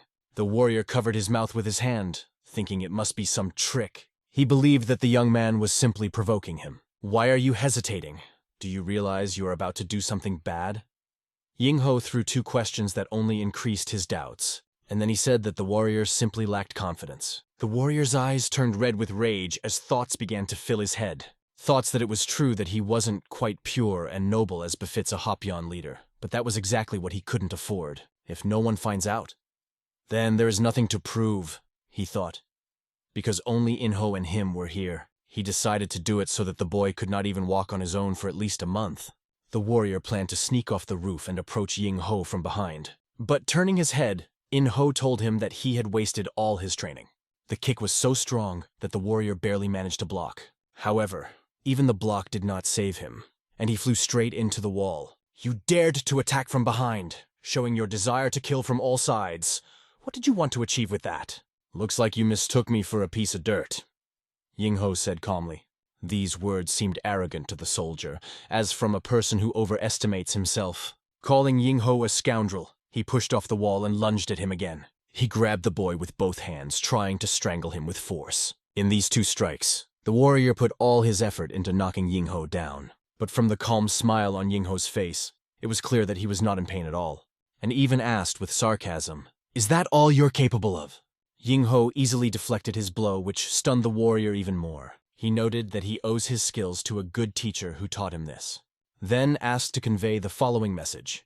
"Next time, send someone stronger, if you don't plan to stay here." He asked to convey this message to the father of that lustful scoundrel. The warrior became even more angry, shouting, "Shut up!" and with indignation uttered, "How dare you, the son of an ordinary merchant!" There was no continuation. The attack from Yin-ho silenced him. For a few more minutes, he would certainly not be able to utter a single word. Ying-ho didn't attack him physically, but he pointed his hand out and released a stream of energy that was enough to put the scoundrel in his place. He stood quietly, listening to the warrior cough as he recovered from the blow. Then there was the sound of an old man who seemed to be nearby and watching everything by chance. It was Chuange who asked if Yin-ho was okay. "Not even a hair has fallen," Ying-ho replied calmly. Despite this, the old man continued to express doubt in his words. Suddenly he turned his head to the side, looking intently. He looked at the warrior who seemed to be experienced and asked, "So is he?" Approaching, Chuanga realized who was standing before him. But now this state clearly did not resemble the ordinary warrior Hopyong Tanju. Chuangi asked Ying-ho if he knew him, standing behind him. Yin-ho replied that he was one of the exceptional martial artists and the head of the Pakpeng clan's elite division. After hearing this, Ying-ho just calmly said, "Well, okay." Calling Ying-ho a younger brother, the old man explained that this was not a situation to be taken lightly. The very fact that the head of the Penga clan had sent this warrior to him meant that he had no intention of simply leaving the situation. "Well, you already talked about it during the day," Ying-ho reminded him. Although the old man had only guesses, and a bit of exaggeration then. But if the head of the Penga clan finds out that even his warrior was unable to eliminate you, he will definitely pay close attention to you and come personally. Because of this, Chuangi asked Ying-ho to listen carefully to his advice. Yin-ho pretended not to notice, but the old man insisted, explaining that he was really worried this time. "If Clan Chief Penga himself intervenes, even the ruler of Cheonghajan will not be able to protect you," Chuange continued. He spoke these words after Yin-ho, who was walking with his fingers covering his ears, not listening to the old man at all. In fact, Ying-ho acted far beyond Chuange's expectations, and it would even be possible that it is the head of the Penga clan who will have coals burning under his feet, hinting at his inevitable failure. As Ying-ho walked away, Chuange approached the wounded warrior and asked if he was all right. Meanwhile, at Quan Wanpie Chin's house, late at night, the soldier was found unconscious at the entrance to the main headquarters and immediately brought here. There were no serious injuries, but he was still unconscious. The bearded man regarded this situation as a complete failure. In the same house, but already in the morning, the warrior felt the weight of a hand on his neck. It was the hand of Quan Wanpie, who was very angry. "I sent you to break his legs, but instead you returned to me defeated." The warrior excused himself by explaining that Ying-ho could see right through him despite the shadow techniques and even used a protective shield. He tried to explain that Yin-ho is a very unusual guy, but Quan just threw him against the wall. He believed that the warrior had simply underestimated Ying-ho and approached him safely, and now he was making up an excuse. Quan then stated that he would have to see this young man himself. But the bearded warrior apologized and reported that everyone had just been informed of the ruler's imminent arrival. Quan Wanpie breathed through his teeth silently, holding back his anger. Namgong Jin stood in front of his warriors. They were burly men, armed and disciplined.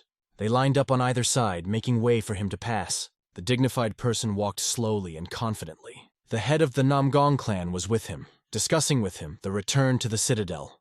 They had hoped that he would stay until the funeral, but Namgong Jin begged to understand that as the leader, he had many matters that needed to be dealt with immediately. Namgong Jin explained that he didn't have free time to mourn his brother like the other members of the Namgong clan. Walking down the street, he commanded respect from everyone. People bowed before him and shouted in chorus, "Glory to the Lord!" Standing behind these people was Ying-ho, who could clearly feel the energy emanating from the Lord. He remembered the teacher's words and admitted that he was right. His majesty was astounding. He easily suppressed the auras of others with just a slight smile. Sword King Namgong Jin is a true lord who fought with the leader of the demonic sect for supremacy. At that moment, Yin-ho said, "I want to fight him one day." He was overcome with emotion, and even his sister noticed it, asking what happened. However, as soon as she asked the question, Yin-ho noticed another person of interest. He was a stocky man with 2 scythes who stood out from the crowd. It was Quan Wanpie himself. Ying-ho guessed that before him was the same scoundrel from Peng, Lord Hapuk of Peng. In appearance, Quan reminded him of a small but extremely strong bear. Might be worth trying to fight him as well. Chairman Namgong met the head of the Peng clan and asked why he was causing such inconvenience. Considering that their distinguished guests were preparing for a long journey, he emphasized once again that everything that happens in their clan's territory must be decided according to the clan's laws, without any exceptions. Quan turned to head Namgong and sarcastically asked if he was going to disappoint him until the very end. The clan head emphasized once again that according to the rules, their misdeeds should have been publicly announced and punished in front of everyone, considering the honor and dignity of the trio. He personally carried out the punishment and sent them to prison. In response, he only said, "What a shame." He started to get angry and said whatever he wanted. Beside him stood a smiling old man, Chuange. Quan Wanpiajan, exasperated, shouted at him, demanding that he say something instead of just being silent. But the old man replied that if they were punished according to the rules, he had nothing to add. Zdrovan called him absolutely useless. Others advised him to keep his cool, reminding him that there are things you can do and things you can't. This is when Namgun Jin intervened, asking that even if Quan apologized, what made him think they would be accepted? After all, the eldest son of the head of the Penga clan attacked his daughter and left bruises on her tender body. Also, it was Jin who was able to extinguish the conflict, while Quan reignites it, adding fuel to the fire. He asked Quan not to underestimate the merchant. If the situation escalated, Jin was ready to show him what he was capable of using all the resources of the Cheongajang clan. The tension between them grew with each passing moment. They looked at each other, wanting to say more, but the presence of the others made them hold back. Standing outside, Yin-ho was talking to his sister, just discussing Quan. "All he's capable of is fighting, while our father was unbeatable," Ying-ho remarked. Suddenly there was the sound of a broken door, and through it, Quan Wanpiachen ran out into the street. He stood directly in front of Yin-ho, who instinctively shielded his sister by covering her with his hand. Quan was so gigantic that even the massive door behind him seemed tiny. As he breathed in and out, steam rose from his nose like an animal preparing for battle. He slowly took a few steps forward. After walking a little further than necessary, he stopped behind Yin-ho. "Consider yourself lucky I didn't break your neck right now," he said quietly. A slight smile appeared on Ying-ho's lips. He then sneered at Quan. "Hey, you stubborn little bear!" Quan froze, not realizing what had just happened. Slowly, very slowly, he turned his head back, even asked twice what exactly Yin-ho said. "I thought you had a bad hearing, since you have such a hard time understanding words, but it seems you heard everything perfectly." "Yes, I called you a stubborn little teddy bear. That's what you look like in my eyes." Yin-ho's words made Quan pant like an angry demon, and every muscle on his face tensed up with anger. At this time, clan head Namgun and Jin were walking down the street, discussing the situation. Hajin was expressing his gratitude that the head had handled the matter so wisely. Suddenly Jin noticed that his daughter was standing all alone. She turned to the side and noticed her father. Approaching her, he asked where her brother was and why she was here alone. Looking at the gigantic silhouette in front of him, Yin-ho thought that Quan should be called the unruly monster, one who always put battles first and crushed his opponents with his fierce rage. He was already fed up with this and decided to stay for a few days to teach him a lesson in obedience. Unfortunately, it looks like this guy has grown up a bit and become less hot-tempered. Looking at this giant, Ying-ho remembered his past life and found it rather amusing. Glancing at Quan, the name Unruly Bear immediately came to his mind. But how many times will it be necessary to beat this stubborn beast so that he finally wises up? He wondered if he should start with a few cuts, though it seemed like it would be too boring. They were already standing on the battlefield, and Quan Wanpiajan thought his arrogance was so great that even Cheonhajang meant nothing to him. In response, Yin-ho just laughed out loud, calling him a stubborn little teddy bear again.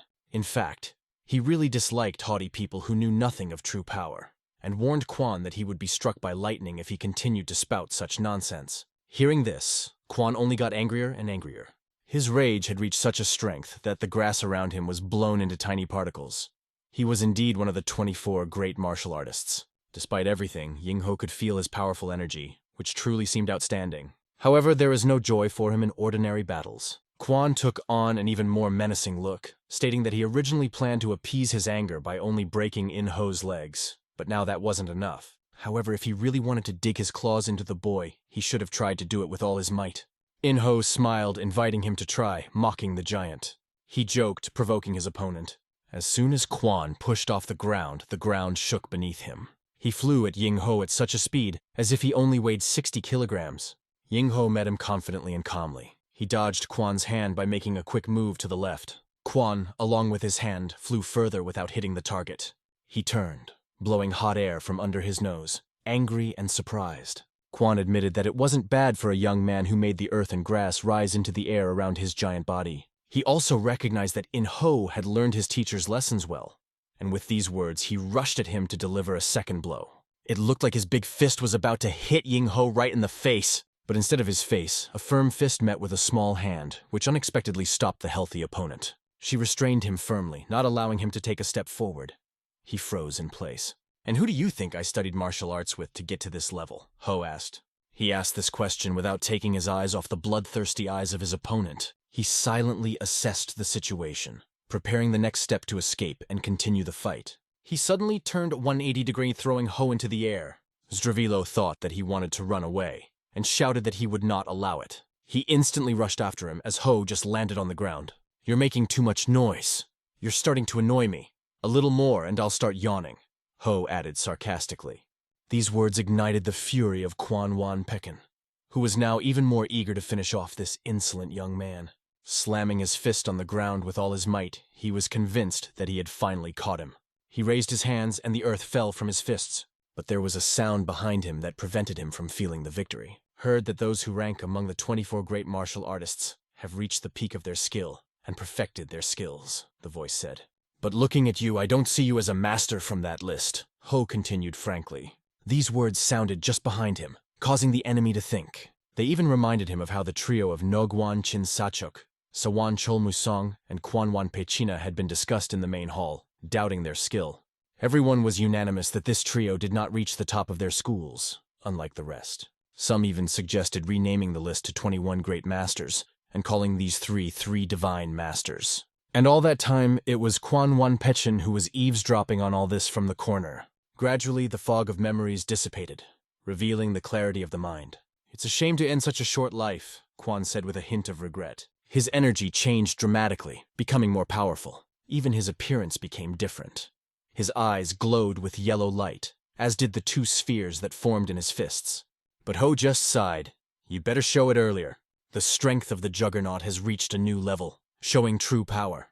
He decided to resort to unshakable determination. His next strike, known as the Harmony Pillar, fired dozens of golden orbs towards the boy.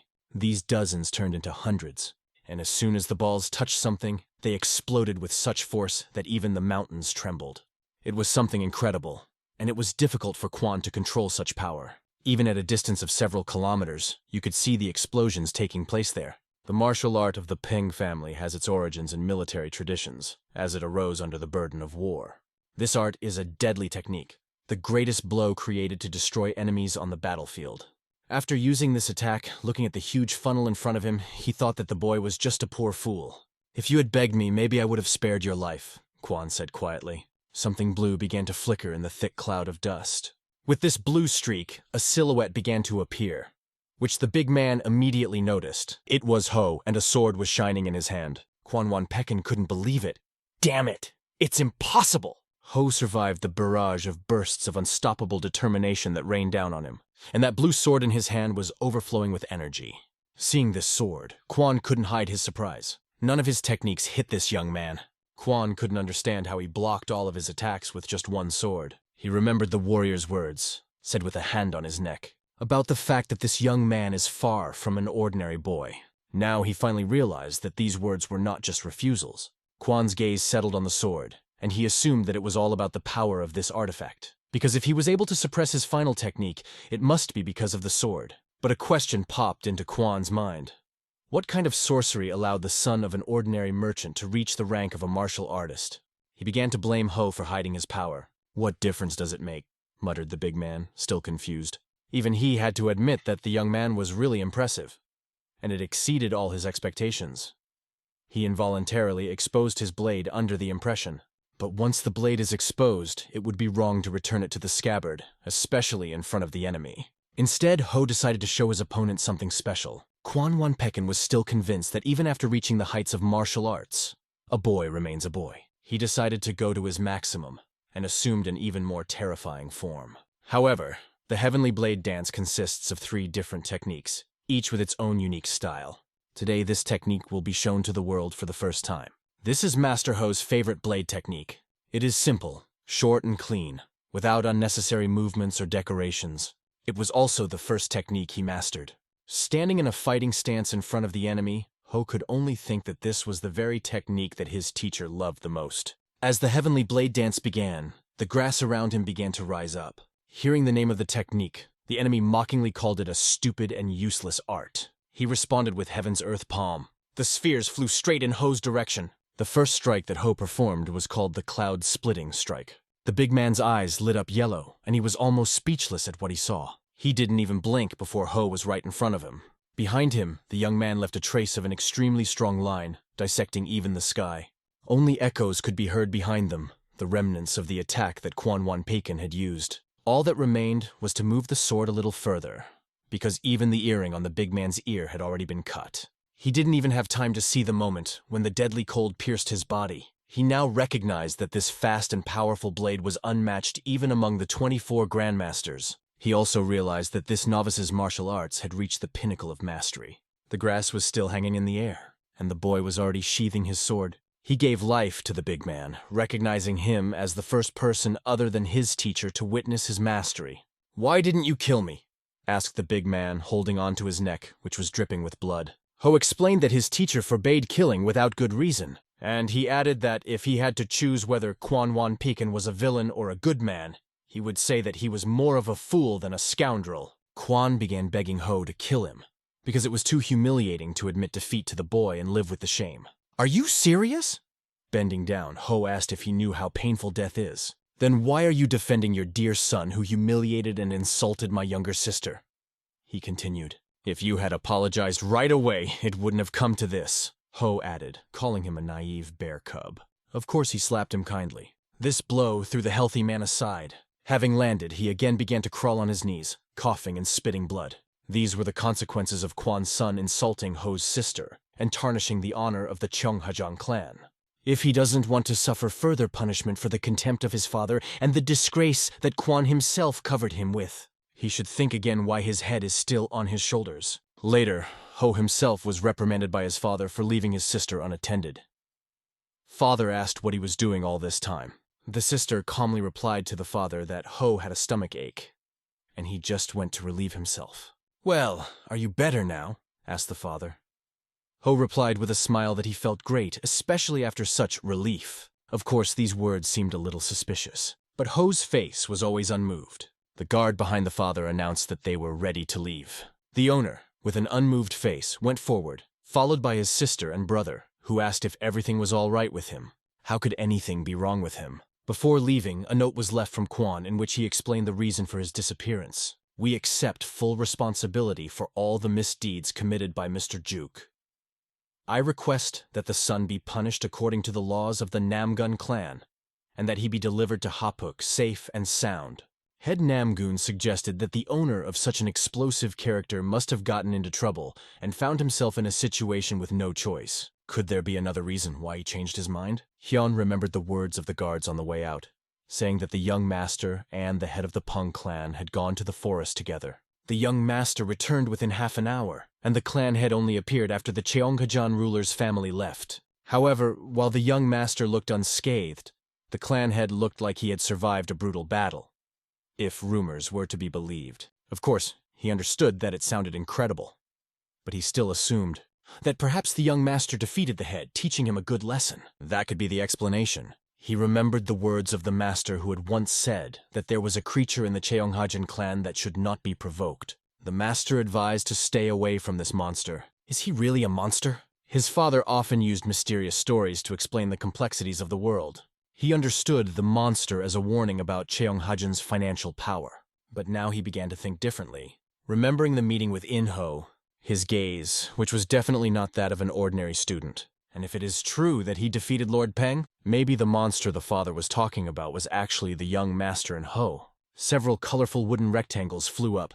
Then they fell on the red cloth, and on each of them were painted hieroglyphs. The child who threw them said quietly, "You can go crazy. If I trip and fall, I'll break my nose and cut my hands. Even silk leaves deep scars." After that, he plucked a leaf hanging from a tree and said, "Let this letter take away all my failures for today." Amitabha. He blew on the leaf and released it into the air. Let him fly to where he finds peace, he thought. But suddenly something went wrong. The leaf fell directly on his hair. He realized that even just breathing could lead to a very dangerous path. Meanwhile, in the Cheonghajan clan, holding in his hands a fragment of an earring worn by the big man, Ho pointed it at the sunbeam. The reflections looked surprisingly beautiful. He thought about cutting off his ear, but for some reason he doubted it. It was a thought that wouldn't even have crossed his mind if he had remained a yukai. What a mercy, I would just tear him in half, he thought to himself. He couldn't believe that he had shown mercy, and it made him think that he was finally turning into a human. The quietly spoken words about the transformation were heard by Zhang, who questioned who he had become. Ho asked to be ignored and threw a piece of gold earring to Zhang, asking her to accept it as part of the payment for his mother's treatment. He caught her on the fly, although he did not understand what it was. Ho calmly explained that it was a gold earring that once adorned the ear of the head of the Penga clan of Hapuk. There were many people on the street, each busy with his own business. Ho found himself in the market, where he went to have a bite to eat.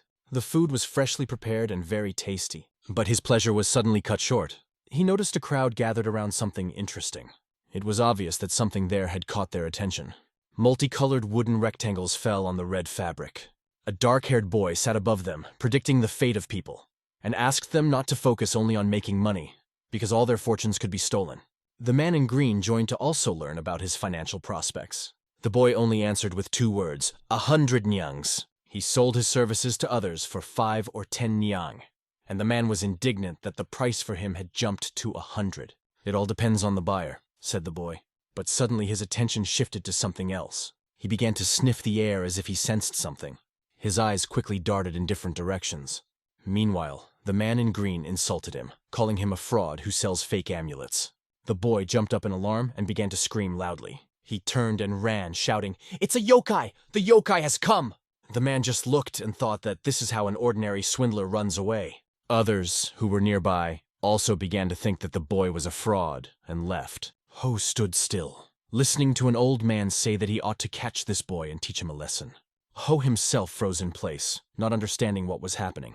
He only asked himself what just happened. He realized that this boy had definitely noticed him and called him a yokai. Meanwhile, the black-haired man was already running through the forest, muttering under his breath that he knew this would definitely happen. He was certain that the scent he smelled belonged to a yukai, and today he encountered one which only made things worse. Run so fast, saying that yukai should hide high in the mountains when the harbinger appears, but there was a stick flying in his direction. Stopped him, hitting him right between the legs. He tripped and fell face down on the ground. Ho was approaching him from behind, asking if he was tired of running. "I've been looking for you, little snotty herald." Hearing these words, he began to wave his hands, not knowing what to do. He pointed his red staff at Ho and asked how a yukai dared to walk the human world without fear. Then he took out a piece of paper with hieroglyphs drawn on it. He threw it into the air, and the paper flew extremely fast, eventually attaching itself to Ho's clothing. "Is this a talisman?" Ho asked in surprise, looking down at the piece of paper. "Does this jerk really think I'm a yukai?" At this point, the boy exclaimed, "Well, I told you, you dirty yukai. You should have been petrified. Now you can't move, can you?" But Ho's hand just went up and he calmly continued to move. In an instant, dozens of talismans flew at him. They even stuck to his face. Ho shook them off his body, calling it a futile attempt. After that, he approached the little one, lifting him by the collar. And the boy still continued to call Ho a dirty yokai. "Let's sit down and talk," Ho suggested. He met the Tathagata, and the Celestial allowed him to live a human life, shedding his yokai essence. He is now a human, not a yukai. But how did it happen? This stubborn soothsayer sees him as a yukai, not a human. It is impossible for the Tathagata to be mistaken. Placing the black-haired man on the edge of the cliff, Ho asked him why he stubbornly saw him as a yukai instead of a human. "Because you're a yokai. It doesn't matter which way I look at it. You can fool people, but you won't fool me," the boy answered confidently. And immediately after these words, the talisman stuck on his head again. It looked pretty funny from the side.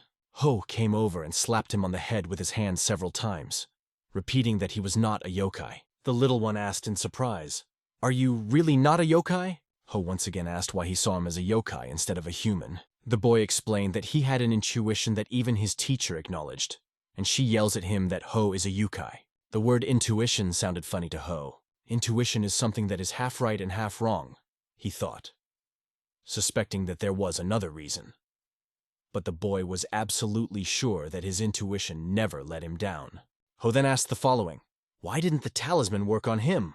The black-haired boy couldn't find the words to answer. He tried several times to explain, but to no avail. It seems that Ho managed to prove that he is not a yukai. The guy sat down on the ground, started gathering his things, and said that he understood. He called himself ill-mannered, said goodbye, and started jumping off the cliff. But Ho grabbed him by the collar. Picking it up, he asked, how dare he accuse an ordinary man of being a yukai and then try to run away? You say you can see the heavenly spirit? Said Ho unexpectedly, which greatly surprised the boy, and asked him how he knew that the heavenly spirit could see. Without waiting for an answer, Ho threw him to the ground. Tired of holding his hand, Ho simply let go. Then he answered, calling it his intuition. He called his name and waited for the boy to answer. He turned around with a displeased expression on his face. Scratching the back of his head, the boy called himself Li Rian. After that, Ho asked him to follow him. Li didn't understand why he needed to follow Ho. He only offered Ho something to eat, guessing that he was hungry after escaping. The kid held his breath, finding no reason to refuse. They soon left for Cheonkajang. Li raised his head, staring in admiration at the incredibly beautiful sign above the entrance. He had no idea why Ho had brought him here, thinking that they should have gone to a restaurant or tavern if the purpose was to feed him. A man met them at the entrance, calling Ho the young master. Ho then turned to him and asked why he was standing there. The guard asked who Li was, and Ho replied that he was a traveling soothsayer. Li immediately realized that his companion was the young master of Cheonghajan. When they entered the house, the table was already covered with a variety of delicious food.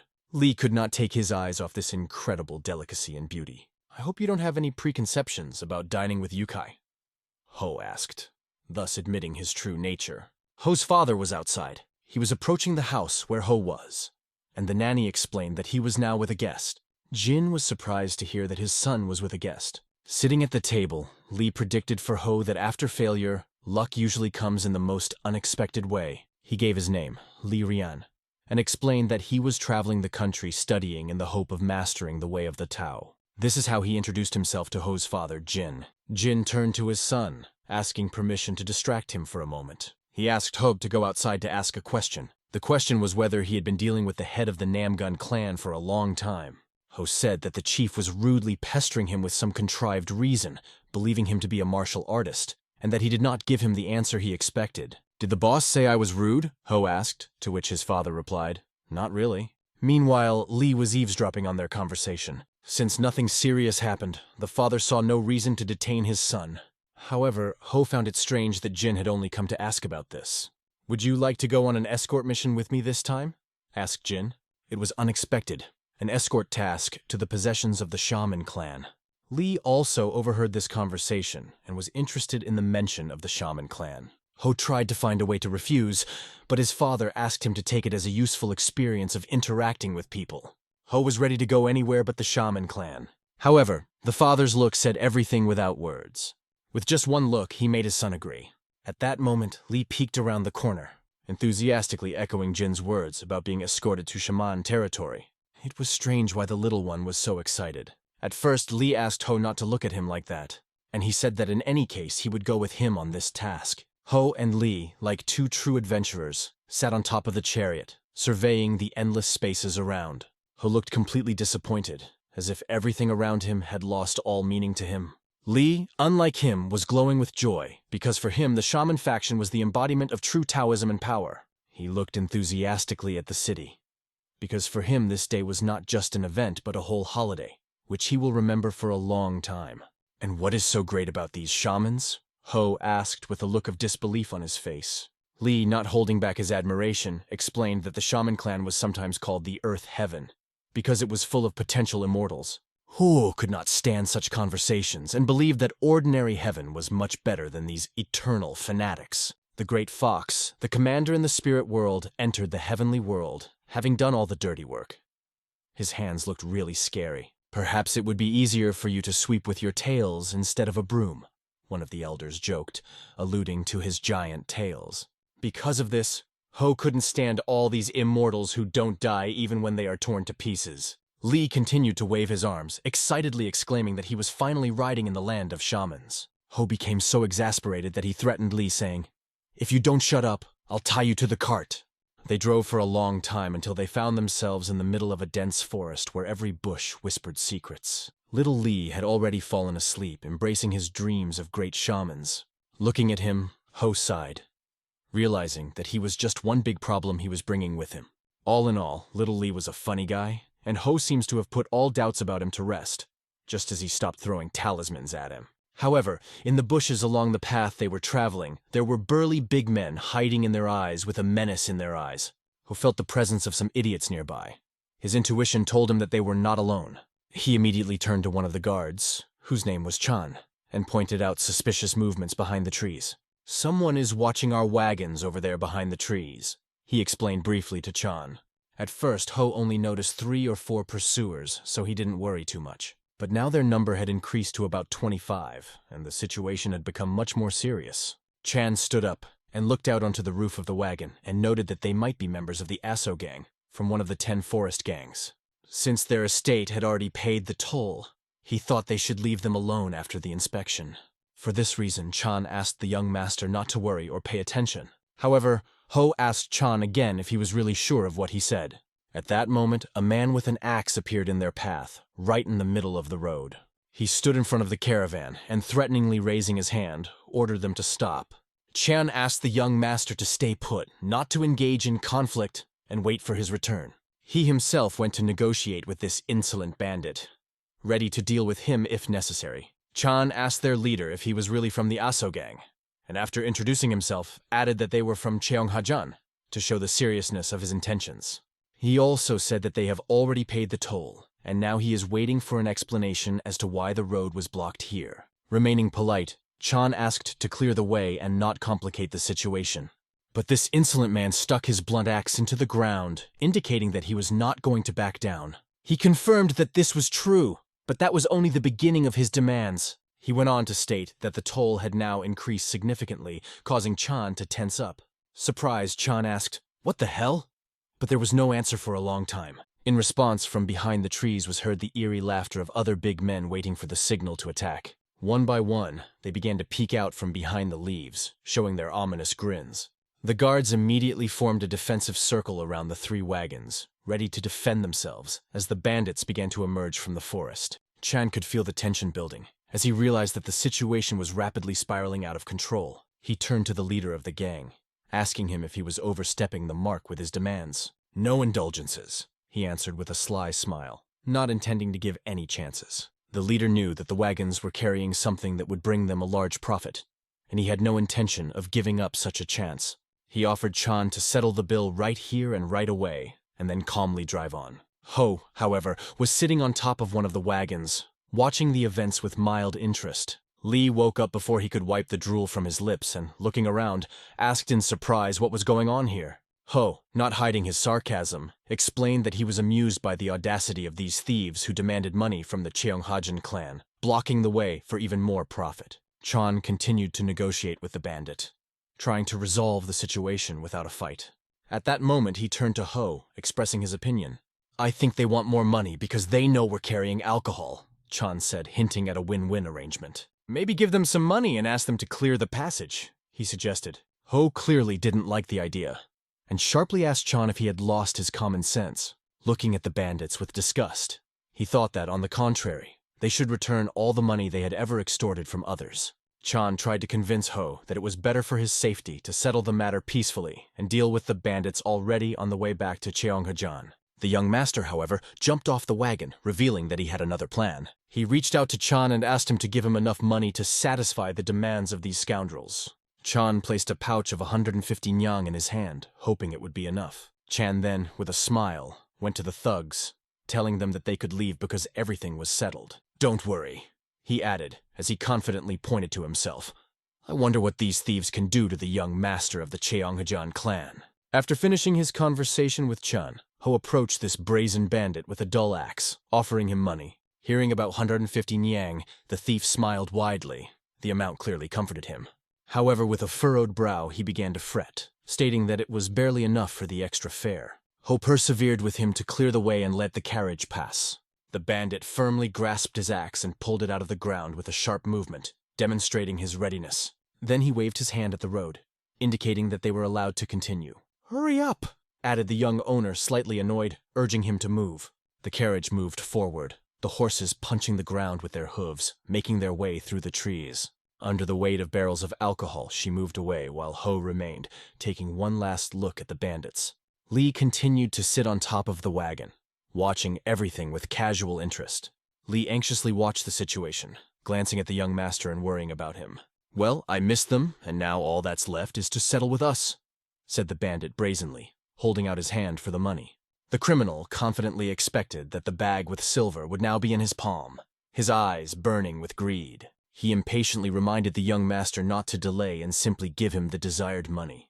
Behind them, the thugs were talking among themselves, discussing how much booze they could buy, with those 150 nyang grinning sinisterly. Their laughter was laced with mockery. They were already celebrating their victory. But Ho, tossing the bag of money in his hand up and down, looked at them from under his forehead, a sly smile curving his lips. "I've changed my mind and I won't give you a penny," he said defiantly, causing a wave of indignation in the bandits. At first, the bandit did not even understand what the boy in front of him meant. He asked again, as if he could not believe his ears. When he made sure that he was not heard, he decided that this young man would only bring them extra trouble. He began to threaten that if Ho did not pay the money now, he would never be able to use this road again. Such a situation will not only create problems in the future, but also violate existing agreements, which will lead to losses hundreds or even thousands of times more than this amount. Having given all his arguments, the bandit extended his hand again, confident of his victory. "Be smart and give us that money soon," he insisted, prompting Ho to react. "There's no point in holding on to them," added the bandit with feigned politeness. Ho listened to him in silence, and then remarked with a sarcastic smile that the bandit's tongue was no doubt well hung. "The reason I won't give you the money is very simple," he began, looking his opponent confidently in the eye. "If I give you the money and you pretend you didn't get it, we'll both be in trouble." So Ho asked the bandit to take him to his camp. He wanted to personally hand over the money to the leader of the Aso gang himself to avoid misunderstandings. After finishing, he calmly waited for the answer from this brat, smiling defiantly. Ho decided to deal with it now and return all the money they are demanding from the Cheongajiang clan, using this passage as an excuse. But this bandit did not expect such a turn of events. He put the axe to the other side, leaning on its blade, and lowered the handle to the ground, showing his confidence. "Unfortunately, our head has gone to town for a short while on business and won't be back for a few days," he explained with a sly smile. "The money can stay with me. I'll keep it like the apple of my eye until he comes back," he added, trying to sound reliable. But the young owner just tossed the bag of money from hand to hand, smiling under his breath. The bandit even offered him to stay for a few days in their company, assuring him that it would be interesting. Ho refused, and opening the bag, thought about what to do next. "I don't think any of you will get even 5 nyang out of those 150, he said with cold calm. Picking up one coin, he tossed it into the air, showing it to everyone around him, and then sharply threw her forward. The thugs just stared in amazement, not understanding what he had just done. At that moment, the coin hit the bandit's axe with tremendous force, knocking it out from under his hand with a loud clang. Out of surprise, the bandit lost his balance and almost fell, trying to stay on his feet. He looked back in confusion, then forward, not understanding what had happened. Glancing at his axe, he saw that the coin was stuck right in the blade, halfway into the metal like a sharp blade. From a distance, blue smoke rose from the city, which created an even greater atmosphere of mystery. How this guy managed to knock down the axe with a coin was a real mystery to everyone present. Ho only jokingly said, "Oops, I think I gave it to the wrong person." He pulled out another coin, explaining with a smile that this time it would go to the right recipient. The next coin, cutting the air with a whistle, flew at an incredible speed. She hit the thug right in the ear, slicing him in half and leaving him in agony. "Oh my God, you couldn't catch her again." Ho smirked as he watched the bandit writhe in pain. Finally, the others realized that something dangerous was in front of them, and anxiety began to overtake them. The leader ordered everyone to attack, and they, raising their weapons, rushed from the bushes directly at Ho. In the hands of the young master were 6 coins that glittered like deadly weapons. But for some reason, the attackers began to stop, looking at Ho in confusion. Their faces expressed a mixture of panic and fear as they sensed the unknown. And it was clear why. Is this young man seriously offering them this money? Each of them could simply come up and take their share, just get close. But now the question is different. Will they want this money, knowing that their ear can become a place for a new earring from such a dangerous coin? Watching the young master, the leader of the bandits pondered. How did the coin, like a small dagger, pierce the steel and get stuck in the axe? What kind of monster is in front of him? Realizing all the danger, the bandit chose the most optimal option: to run away. As he walked away, he threatened that the day would come when the young master would regret this day. But Ho only disdainfully listened to his words, which were already coming from behind the bushes. He even got a little upset, because he wanted to continue the fun and have fun a little longer. A coin was left lying on the ground, half covered in blood, a silent witness of the battle. Suddenly, a small hand lifted her up, suddenly appearing in the field of vision. It was Lee who turned around, picked up the coin, and saw that there was blood on it. The young master looked at Lee in surprise. Why did he come back and make such a fuss? Lee ran up, waving his arms and loudly shouting the word, "Brother!" He came over and asked Ho why the coin was covered in blood and if he was all right. "Can't you see that everything is fine?" Ho replied, then added, "Who asked about me? I'm more interested in what happened to the Aso gang." Despite their rudeness, Lee sincerely believed that even their lives had value. But Ho remembered Lee himself, throwing talismans at living people. So he sarcastically remarked that he was not the one to talk about it. "There are a lot of people in this world who would do better dead," he explained calmly, describing his position. After that, Ho moved forward in the direction where he was to meet with the leader of the Aso gang, preparing for another conversation. Meanwhile, the wounded bandit screamed loudly in pain, clutching his severed ear. Another bandit tried to bandage his wound and, a little annoyed, asked him to calm down. They began to discuss among themselves what had happened, placing the blame on each other. Each of them tried to find the culprit, exchanging accusations in this unpleasant situation. Behind the tree stood Ho, listening to their argument in silence, watching them from the shadows. He was amused by their screams that carried far in the forest. Idiots are idiots, wherever they are, he thought. Lee sat behind the stone and pondered Ho's words, stubbornly sticking to his opinion that any death, regardless of the circumstances, was a sad and useless loss. Ho explained that sometimes avoiding unnecessary deaths is nothing more than a calculation to achieve a greater goal. "Do you know why snakes die in the heat?" Ho asked, and answered himself. "Not because they are engulfed in flames, but because they are too dumb to find shade." It was already evening on the street, and a gang of thugs, beaten and irritated, was returning to its hideout. The guards at the entrance asked them, "How the hell did you leave so early and come back so late empty-handed too?" They noticed a wound on the ear of one of the bandits, but they only grumbled nervously and asked to shut up. Behind them, like a shadow, the young master approached their base. The base of the bandits was modest, hiding in the mountains, trying not to attract too much attention. The guards noticed the boy approaching them, with a determined expression on his face. It was rare to meet a stranger in these mountain heights, especially since this guy didn't look lost.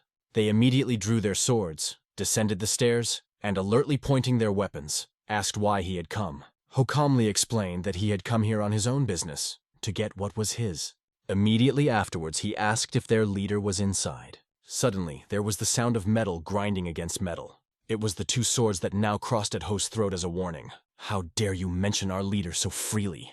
What is he, your subordinate? Should I cut off your tongue to kill your pride?" one of the guards asked aggressively. But these words only amused Ho, and he did not hide his pleasure. And why hide if after a moment these guards became corpses on the ground? The flames of the bonfire smoldered, firewood crackled, filling everything around with a warm, almost cozy atmosphere. However, by this fire sat a man whose face expressed nothing more than dislike and displeasure. He was annoyed by the loud noises outside that seemed to disturb his peace. One of the servants carefully approached from behind and, apologizing for the trouble, turned to his master. He explained that some guy from Cheonghajan had snuck in and was demanding a meeting. The host listened in silence, only repeating the word Cheonghajan as if considering it.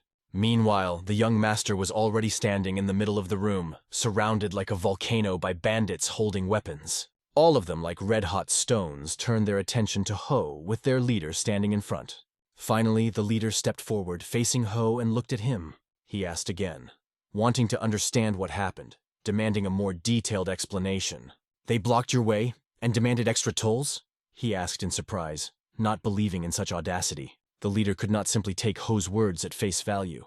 There were always petty thieves lurking around, cloaked in feigned honesty. Then Ho decided to provide evidence and, describing the leader, noted that he looked like a frog, holding an axe shield in his hands. His name was if memory serves me right, and that coward was trembling with fear behind the fence when I addressed him. Ho also added that he had pierced his ear with a coin, and if the leader summoned he would see the same mark on his ear, an indisputable proof of the truth of his words. The leader immediately ordered to bring Un, without wasting a second. In less than a minute, Un was standing in front of him, his ear pierced, holding an axe and trying to look confident. He stated that there was not a single coin there, trying to dispel suspicion. The leader took the axe in his hand and immediately saw a dent that clearly corresponded to the size of the coin. Of course, he asked Un if he had anything to say in his defense. Un began to explain that it was just an innocent joke, but it sounded so ridiculous that the leader couldn't stand it and hit him on the cheek with the butt of the axe. Un's jaw was clearly cracked by the impact, and Ho watched the scene silently.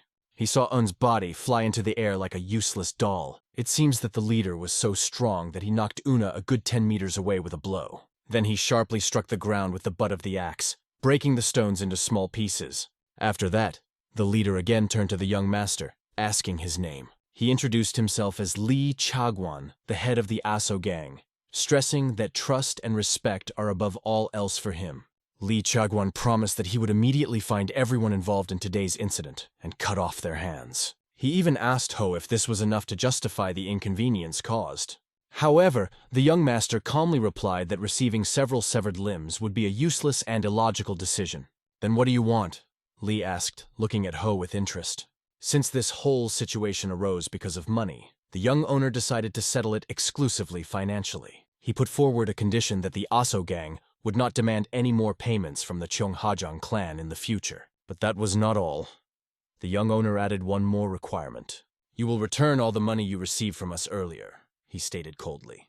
The bandits burst out laughing when they heard this. The demand seemed absurd and even insulting to them. They took it as a bold statement that humiliated their clan and its allies. Lee Chagwan was of the same sentiment, questioning whether Ho even understood that it was only because of their efforts to stop other gangs and thieves that he was able to travel safely. He explained that Ho had gone too far and probably didn't understand that Fi was a tradition that had been preserved for decades in the warrior world, and was the basic law of the wildlands. Lee Chagwan said he could only allow a refund of 3 months' fees and no more. Lee Chagwan felt that offering 3 months' compensation was a fair solution, and that was all he could offer. However, the young master had something to say in response, pointing out that Lee underestimated the Cheonghajang clan.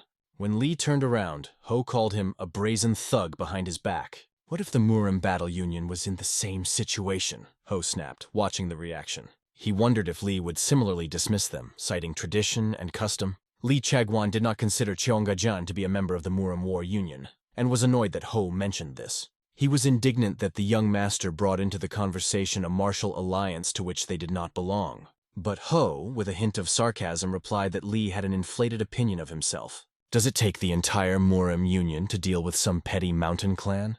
he added, defiant in words. These words of the young master struck Lee Chagwan like a dagger, going straight through his pride. The black-haired youth hoped that no accidents would happen. He held his staff tightly, praying that no lives would be lost. But suddenly there was a loud explosion in the distance. The black-haired man saw the energy bubbling in that direction and knew something was wrong.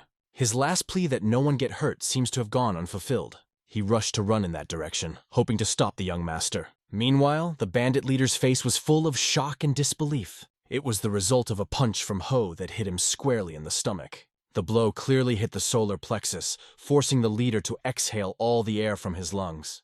This was a real disappointment for Ho, because he thought that the leader would be a worthy opponent. Lee Chagwan could not fathom how this young man, unrelated to Murim, was capable of such a thing. With these thoughts, the leader fell to the ground, making a dull sound. Ho stood over his body, his head raised and his gaze fixed downwards. Now it was time to collect the money that belonged to the Cheonghajang clan. But at that moment, little Lee's voice rang out, which unexpectedly caught his attention. Lee entered the dilapidated gate, shouting loudly as he saw a multitude of people scattered before him. He froze, surveying this mountain of losers just lying on the ground. At that moment, his words sounded, "Even a stupid snake that somehow escaped the fire can be saved in the rain." Ho reassured Lee by saying that all these people were unconscious but alive. They'll have a lot to worry about when they wake up. And those less affected will help those less fortunate, he added. Lee finally calmed down a bit, realizing that the situation was not so dire. "And I heard someone's cursing voice somewhere nearby," Ho joked, glancing at Lee. Lee, apologizing, assured that he would never have dared to say such a thing. Some time passed, and they began to look for money that belonged to the clan. Lee couldn't understand how these thugs had no understanding of conservation. Even the poorest people on the streets are better off. They spent every penny on food and drink, leaving nothing for a rainy day, and there's not even furniture, dishes, or clothes that they would buy with money, Lee exclaimed, looking around in frustration. He had already given up hope, deciding that further search was just a waste of time, and suggested leaving the place. But Ho, sensing something strange, suddenly focused his gaze on one point. Lee asked in surprise what had caught his attention, but the young master continued to watch in silence, never taking his eyes off that mysterious point. A shimmering golden glow appeared in Ho's eyes, as if he had seen something amazing. He told Lee that there was probably something hidden under the floor. Ho went to the floor and began to beat the tile with his fist, breaking it into small pieces. The tiles flew apart, and eventually he got to what he was looking for. Under the tile was a small but very interesting chest, sealed and apparently hidden. It was a hiding place, and Ho seemed to sense its energy before finding it. Lee found it funny that Ho felt the energy, but he couldn't help but be impressed. In addition, he saw the talisman that blocked the energy inside the box, which was why he doubted Ho's words at first. However, this only confirmed that there was something important inside. Ho picked up the box and was surprised to find it surprisingly light. Lee continued to wonder, because even with his sensitivity, he couldn't feel anything specific through the talisman. How can elder brother feel this? He thought. Meanwhile, Ho carefully began to open the box, taking care not to damage its contents. And so, as soon as it opened, a golden glow spread throughout the room. In the center lay a small ball of golden color that radiated a life-giving aura. Just one look at this shining object seemed to remove all the fatigue accumulated after a long climb up the mountains. Lee, intrigued, reached out to take a closer look at the glowing orb. But Ho quickly snatched the precious object from his small hand. Ho must have thought that the little one might accidentally swallow this jewel in one sitting. Already at sunset, as they walked through the dark forest, Ho contemplated returning the orb as compensation for the payment demanded from Cheonghajang. In other words, it was now the property of the Cheonghajang clan. Lee was more interested in how they planned to catch up with the caravan. He noted that if they go too fast, they may not make it to sunset, and even if they go all night, it will be difficult to reach them by morning. Ho told him that a single acceleration would be quite enough to make up the distance. "If it wasn't for you, I would have gotten over it sooner, a long time ago," he added, hinting at the delay. But with this, Ho made it clear to Lee that his return was not mandatory at all. At the same moment, Ho grabbed Lee's arm, causing him to be surprised and a little scared. What was he going to do now? Ho only warned him, "If you don't want to shake like sticky wood, you better sit still and don't twitch." A powerful energy began to appear around Ho's feet, sparkling like fire. With the help of this force, he sharply pushed himself off the ground and flew up into the air. The speed was such that Lee felt like the skin was about to move from his face to the back of his head. A precipice loomed ahead, and Lee repeatedly shouted to Ho about the danger. Ho calmly asked him to calm down and explained that he could jump over him without any problem. Lee, having calmed down a little, asked several more times to find a detour. To this, Ho replied with only one word: "Why?" After making a jump, they flew high above the ground, and Ho even managed to note how beautiful the stars looked among the torn clouds. Lee, however, was too frightened to admire the beauty and paid no attention to the night sky. The cart moved further and further forward, and Chan sat calmly on it. Suddenly, Ho flew up to him, making a spectacular appearance in the air. With a light kick of his foot, Ho gave Lee a kick to the back of the head, waking him up from his slumber. The black-haired little one, as it turned out, loved to sleep, even on the go. Lee immediately asked what happened as he was confused, but when he saw the sight before him, he opened his eyes even wider. In front of them stood a majestic mountain that seemed like a real giant. It was Mount Mudan, and finally they had reached their goal. In Ho's mind, it just flashed, "And here I am again. Here it is, Grandpa." At that time, Lee could not contain his joy, jumping on the roof of the wagon with excitement. Arriving at their destination, they began unloading their cargo.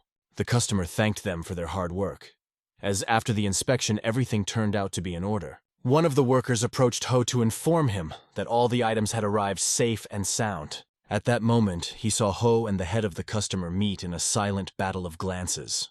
The head's face was so serious that it could have been sculpted, and Ho's face did not lose its seriousness, radiating determination and confidence. The man asked the young owner in surprise, "What did you just say?" Ho repeated, "These are the sacred lands of Mount Mudan." But he was outraged that the man demanded to immediately surrender all weapons, since climbing the mountain with a sword was forbidden. The young master did not like such rules, because he himself was used to deciding where to leave his sword.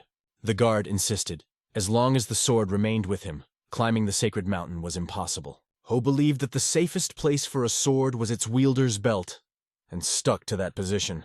His interlocutor, however, was convinced that if the owner was a walking problem in itself, then the sword would also become a threat. Lee asked his elder brother to go a little further and agree to the demands. In the end, Ho drew his sword, albeit reluctantly. He warned that if even one scratch appeared on the sword, he would burn their precious mountain with his own hands. Handing over the weapon, he shot a displeased look at the guard who accepted it.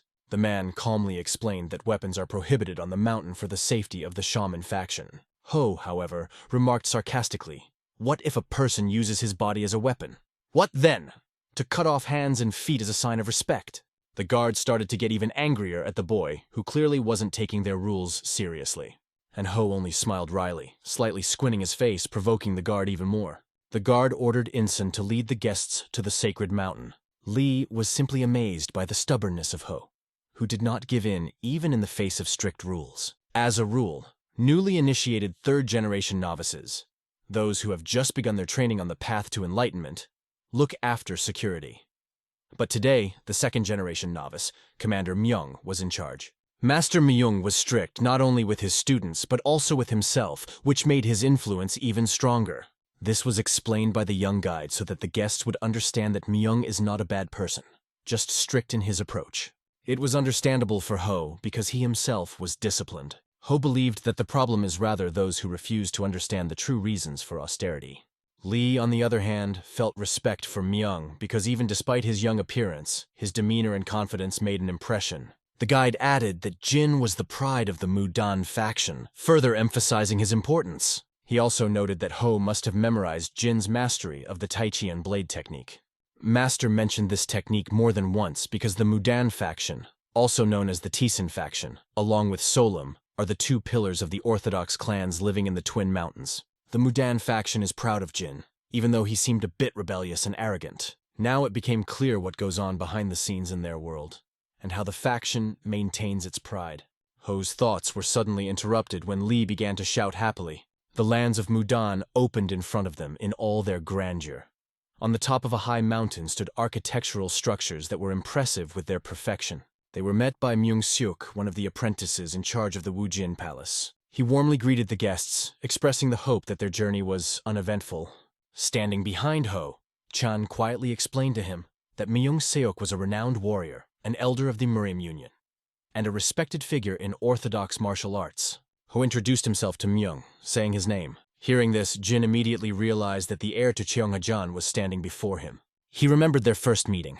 Ho then introduced himself without even giving his name, simply stating that he was from Cheonghajan. Jin was convinced that this boy thought he was special and was acting too cocky. He could not tolerate such people because they were born in rich families and never knew real work. Seok moved closer to Ho and expressed his gratitude to the Cheonghajang clan. He inquired about Ho's father since it had been a long time since they last met. Sok tried to remember the last time they had spoken during the Heavenly Pact. His conversation stretched and seemed too long.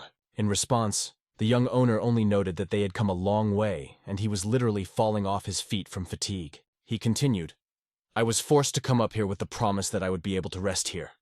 But when do you do that if you're talking all the time?" Hearing such insolence, Jin couldn't take it anymore, and pointed out to Ho that his teacher hadn't finished his speech yet. Ho replied that it was difficult to catch the teacher's point when he talked for too long. This only made Jin angrier, and he felt his anger rising.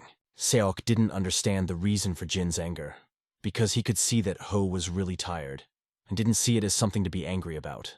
Apologizing again, Sok pointed out that he may have gone too far with the conversation. He apologized to Ho for his verbosity, trying to smooth things over. Afterwards, Jin ordered places to rest and food to be prepared so that the guests could regain their strength. He, lowering his head a little, resigned himself to this decision, although in his heart he remained irritated.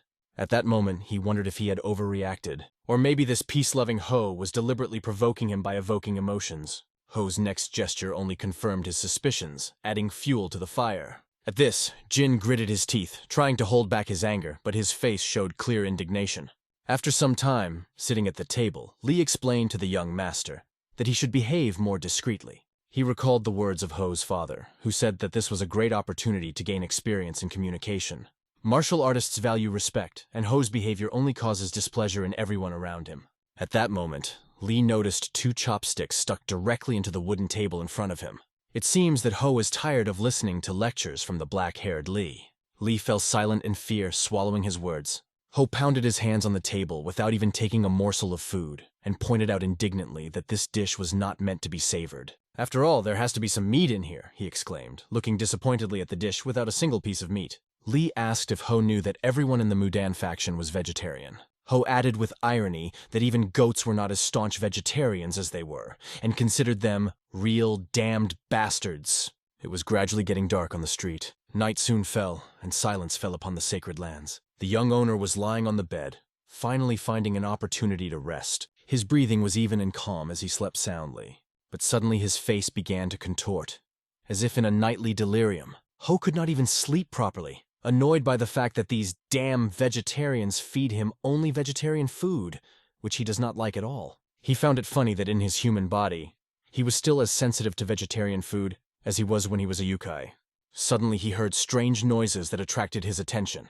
He became alert, turned his head towards the door, trying to understand where the noise was coming from. Something seemed to be going on in the next room. Probably someone was making noise. He entered the room only to find it empty, no sign of Lee. Ho didn't even say a word, just stared in surprise, wondering where he could have gone. Meanwhile, Lee was already outside. He walked, talking to someone in the semi-darkness. It was an old man who had come to discuss important matters with him. The old man first asked the black-haired man how his teacher was doing.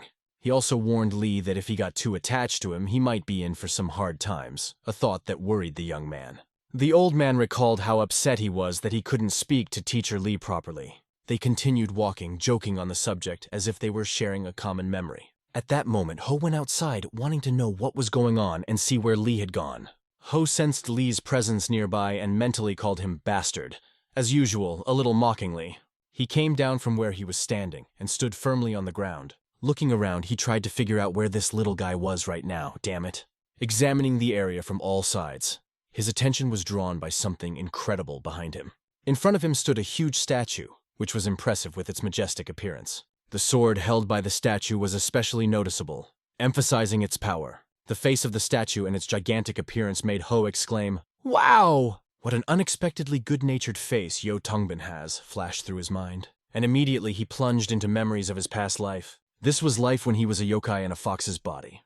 He remembered standing on a piece of rock flying through the air, facing this man who called him an evil and sinful fox, asking how he could ignore his calls and run away for decades. Ho replied indifferently, "You see, I was busy accumulating merit."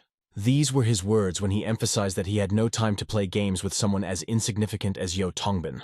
Yo Tongbin started to get angry as he slowly drew out his sword, and after a sharp "shut up!" he flew up like lightning, ready to attack. As fast as lightning, Yo Tongbin was right in front of Ho, swinging his sword. He was outraged at how a yokai would dare to disrespect the divine mountain fox's authority. Gathering all his strength, he struck with a sword of such power that the space around him began to disperse in waves of energy. But Ho calmly restrained this blow, stopping the sword with his hand. He reiterated that he was busy accumulating merit and asked Yo to express his claims with words and not with the blade, "or I might be tempted and just beat you to death," he added with a hint of menace. Yo listened to his words and finally retreated. He stuck his sword into the ground and crouched down to speak, announcing that there was something important that Ho needed to do. Roughly speaking, this conversation was about correcting past mistakes. Ho was even a little worried, thinking that he would have to remember all his wrongdoings and make up for them. Yo snapped his fingers, expressing the seriousness of his intent. A book flew into Ho's hands. "Is this book for reading?" he thought. Yo explained that the book was effectively considered lost when his sister buried it, not knowing that it belonged to her late brother. It was a secret book containing the essence of supreme wisdom, written by Chang Sambon himself. When Ho heard the name, his expression changed, and he was clearly interested in the contents of the book. However, Ho still did not understand who this Chang Sambon was, and asked for an explanation. "I mean Chang Sambon, the one who almost broke your neck and almost sent you to the world of the dead," Yo clarified. After this explanation, Ho finally began to understand who it was. He looked down at the book in his hands, scrutinizing it once more.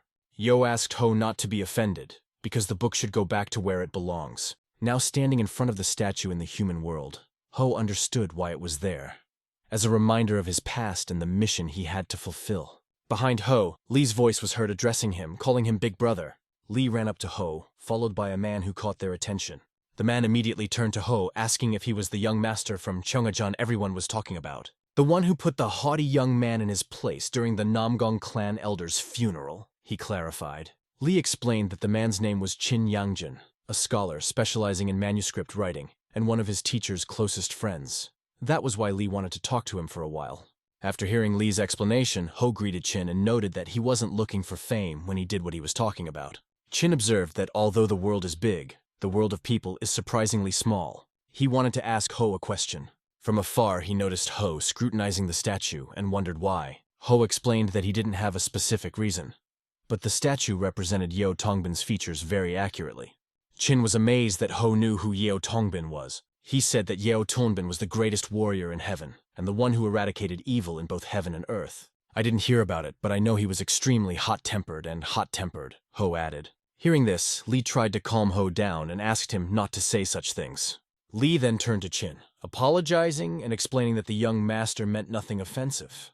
Chin just laughed, narrowing his eyes in pleasure. He asked the young master how he knew Yeo Tongbin so well. Chin noted that many funny stories from ancient manuscripts about Yeo Tongbin's strong personality had come down to their time. Even those who study Taoism in detail often assume different things and know little in reality. The precise remark of the young master showed that he is knowledgeable not only in martial arts, but also has a deep understanding of literature. That's how it looked in Chin's eyes. Ho didn't really know how he was portrayed in the manuscripts, but he was sure he knew more than what was written. Chin noted that the daytime views of Mount Mudan are impressive, but suggested continuing the conversation where you can enjoy the night views. Going down the stairs, Chin met a group of young people. He immediately asked them why they were wandering around the neighborhood so late. The youth explained that they were returning from the temple after making offerings, but Chin ordered them to run back to their beds, for even divine spirits sleep at night. With a smile, he called them little bastards, and they immediately ran. Lee took note of the phrase Chin had mentioned, which was divine spirit. Chin turned to both young men, engaging them with his story. He asked if they would believe him if he said there was an altar dedicated to a worthy yokai. Hearing these words, Lee felt a chill run through his body, sending him into awe. Chin, realizing that this may be difficult to understand, nevertheless, continued his story for the young men. It didn't seem difficult to the young master, and he didn't understand why others perceived it as difficult to understand. Lee then explained that he was a Taoist from the Dorim faction. Ho felt something familiar in those words, as if he had heard about it before. At this point, the old man began to explain that a long time ago, when the line between the human and spirit worlds was blurred, the Dorim faction was founded by shamans who banished the yokai. Even now, the Dorim faction keeps a watchful eye on the border between the spirit world and the human world, although the border has effectively disappeared. This is explained by the fact that no one knows when the spirits may invade again, and therefore their caution cannot be condemned. But the construction of an altar for these spirits from the point of view of the Dorim is something completely unthinkable. Lee openly believed that yokai were an evil to be fought and banished. No one protected humanity from the yokai more than shamans. Lee was shocked that a respected shaman could be involved in something so controversial. Chin explained that this particular yokai was very different from the others. Ho recalled that sometimes there were those who renounced cannibalism and sought friendship with humans. But getting the shamans who were fighting the yokai to build an altar for worship was truly something out of the ordinary. Ho wondered who could do it. They got closer, and what Ho saw shocked him. He stood in silence for several minutes, looking at the image. It can't be. It's me, he thought, because the picture was of him in his past life. Chin explained that Samban left behind a priceless treasure for generations of shamans that contains the essence of everything in the universe. Chin continued the story. The day Chang Sambon disappeared, the priceless treasure also disappeared with him. And their ancestors did not know what to do, so they had to go through difficult times of confusion. It was the yokai who found and returned the treasure to them in those days of darkness. He revealed that he was a yokai fox who ascended to the human world to retrieve the treasure. After that, he left Mount Mudan without even giving their ancestors a chance to thank him. Since then, he was considered a benefactor who found the treasure and allowed the shamans to survive in those dark times. The ancestors decided to honor him as the deity of the spirit, who takes care of all the treasures of the world, and built this altar as a sign of gratitude. Ho listened to all this and could not believe that this story was actually about him. The most interesting thing is that the ban on eating meat and commitment to vegetarianism became a tribute to this divine spirit. Lee also finally began to understand. He believed that all yokai were pests to humanity and deserved to be banished. However, after learning of this generous spirit that allowed the legacy of shamans to continue to exist, he decided to accept it. Lee thanked Chin for the great story. He then turned to Ho, asking his opinion of what he had heard. Ho just smiled and pointed out that all these events happened due to pure chance. He plunged back into his memories. At least, if his memory did not fail him, he remembered how, as a fox, he had come down to Earth and seen the shaman's altar for the first time. The boy, not suspecting anything, was sweeping the yard on the mountain, immersed in his thoughts. Suddenly, a stranger turns to him. His look was disturbing, as if fear itself in human form. The stranger radiated danger, as if he were the embodiment of fear, and his gaze sent shivers down his spine. The boy retreated in fear, realizing that a demon, a real ikai, was standing in front of him. But where did he come from on this mountain? This question seemed mysterious and frightened even more. The stranger slyly suggested that he take the mysterious technique of Chang Senfeng from an ancient book. His eyes glinted with cunning, beckoning the boy to come closer and touch the book. The boy felt fear enter his heart. This demon was not friendly at all. Seeing the demonic figure, the boy screamed in horror. An echo swept over the mountain. The stranger, trying to look friendly, asks the boy to take the book, tempting him with its power. The whole clan wanted to kill him as if he were their worst enemy. But one insolent youth said something that made him clash with their swords. As a protective shield, it curled into a metal circle that protected it from blows. His defenses were so strong that no sword could even scratch him. He was just waiting for his opponents to get tired of hitting his iron armor. Yin-ho decided to wait until all these guys were completely exhausted and try to start a dialogue. But they were not going to give up, although he tried to do only good deeds, meeting them as if they were enemies. Realizing that there will be no dialogue, he forcefully scatters everyone around, turning into a powerful beast. People around saw the incredible power he released like a wild beast. With a roar full of superiority, Yin-ho warns everyone around them to treat him with respect. Otherwise, he will tear them to pieces and turn their lives into a bloody meat grinder without leaving a trace. He hoped that if he scared them a little, people would start listening to him carefully. But these desperate men were not going to back down, even if it meant death. And their leader ordered them to muster all their courage. With renewed fury, they rushed at Yin-ho, determined to fight to the last. Yin-ho began to lose his balance, his eyes blazing with demonic power. A sphere of incredible power erupted from his mouth, which began to incinerate them, reminding him of past battles. He remembered that unnecessary killings would do him no good as he sought enlightenment. He wondered if the Mudan clan would be destroyed for such senseless malice. When 200 people were lying on the ground, one of them approached and asked why he had come here. Yin-ho realized that the little youth he met earlier had never told them the truth as he had asked him to. After learning that he had been misunderstood, he finally revealed the secret technique to them. Although it would have been better to explain everything in advance, he did not have time. They immediately drew their swords and charged. Despite this, the master thanked him for revealing the secret technique, the treasure of the clan. However, he didn't understand why the Ikai would decide to do this to humans. The Ikai's face was impenetrable, a hideous smile shining on his lips, and he only noted that he was just about to leave. Yekai did not go into details. He said that he was running away and doing what he wanted. A divine creature, he is a noble forest Ikai, and likes to pretend and play on the feelings of others. Because of his words, the clan turned into vegetarians who gave up meat. And all this because of his wise words and Chang Senfeng technique. The story reached the ears of this boy, leaving a deep mark on him. In his thoughts, he understood that he, in fact, did not care about the consequences. He knew that it didn't matter who to blame. It was his fault after all. And maybe even the death of that young man was also his mistake. He was aware that this was his personal responsibility. The spirit he conjured was popular among the students, and the boy, standing aside, asked him to keep quiet. Lee Ryan enthusiastically exclaimed that this was the real truth. He turned to his older brother, not understanding what had happened to him. He noted that their teacher, a true connoisseur of culture and history, might be able to tell more about this area. However, the old teacher had no idea what kind of field it was. The boy exhaled with indifference in his eyes, looking at those around him. He held out his hand, where a mysterious light layer was shining. The old man, seeing the light layer in the boy's hand, reacted with sincere surprise. It was obvious that he recognized this artifact, because he knew what it was. It was one of the treasures of the Mudan clan, the Azure Orb of Life, which had been stolen a few months ago while traveling through the neighboring lands, causing quite a commotion. The old man confirmed that it was a jewel, however, he did not really know what the significance of this artifact was. He asked the boy with an indifferent look where he found this rare lair. After a while, we see a man making some kind of sacrifice, trying to get the spirit's attention. He prayed fervently, hoping that a great spirit would appear to him in a dream, giving him strength.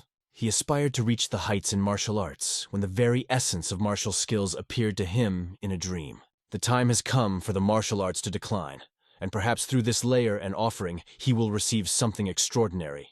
If he wants to become stronger, he is ready to risk everything except self-belief and thirst for new discoveries in the world of martial arts. A man approaches the temple gate, ready to take an important step. He carries a casket to make an offering to his teacher. However, he soon sees a light coming from the depths of the temple, and it catches his attention.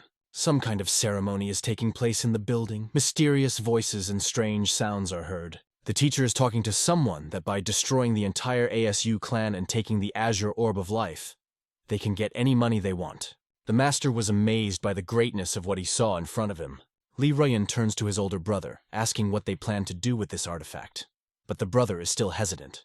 Li Ruyan knows that the Azure Life Orb belonged to the Mudan clan from the beginning, and he feels that it would be better not to return it. Yin-ho thinks this idea is ridiculous. Li Rin continues to insist that returning Sharu would be the right thing to do, and in the end, it would keep him from being sold or considered stolen. Yin-ho understood that this was complete madness, and he had better keep his mouth shut. The master was sure that if the boy was not ready to make such a decision, he was not obliged to return the artifact. They had long since given up hope of its return. However, of course, if he chooses to do so, then his noble deed will become another legend that will be passed down from generation to generation in their clan. Yin-ho had already experienced that being immortalized in history was not that exciting, and he didn't want to be misunderstood. However, he felt no obligation to return this life orb. He chose to absorb its power. If his older brother hadn't intervened, Yin-ho wouldn't have stopped. The master who came to the temple heard meaningless conversations around. He couldn't believe that the head of the Aso clan, known even in Marima as a martial artist, could fall into the hands of such a prodigy. They seemed to master a layer of tricks, laughing behind this master's back. Eventually, the lair was taken from them again.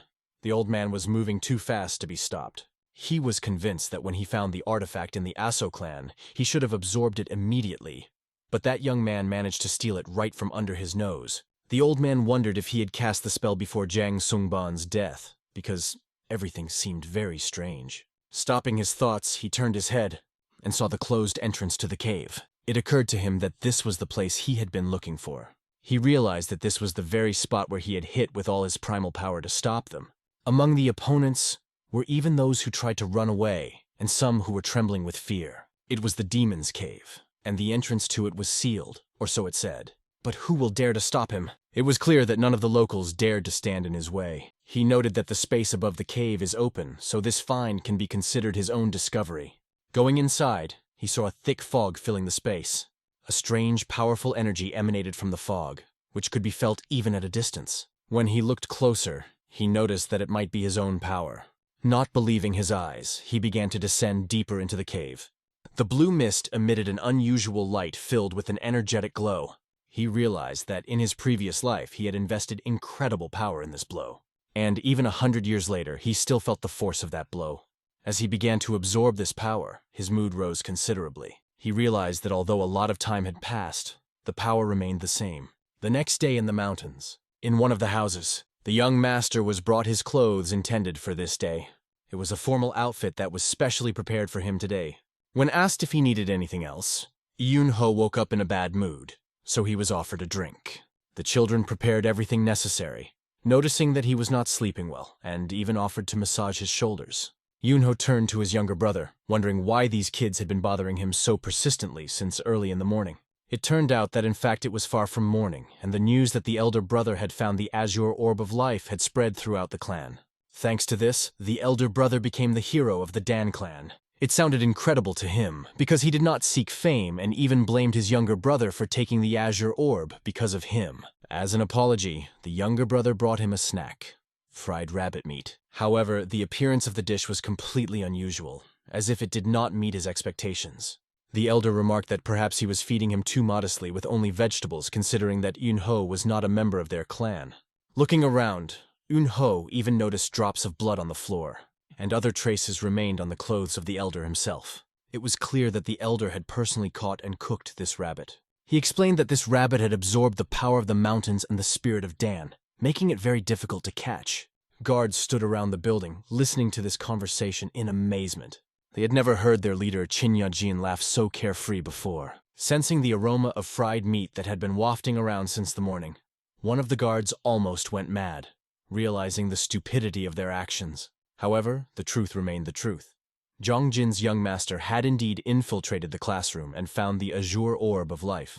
Nevertheless, he did not believe the rumors and decided to personally check everything. The master told the boy that he could visit them anytime he was around, and he added that there is no need to communicate with old people. It is better to go and enjoy life. Yin-ho looked at all this with a slight doubt in his eyes. The guards were ordered to escort Qin Yajin.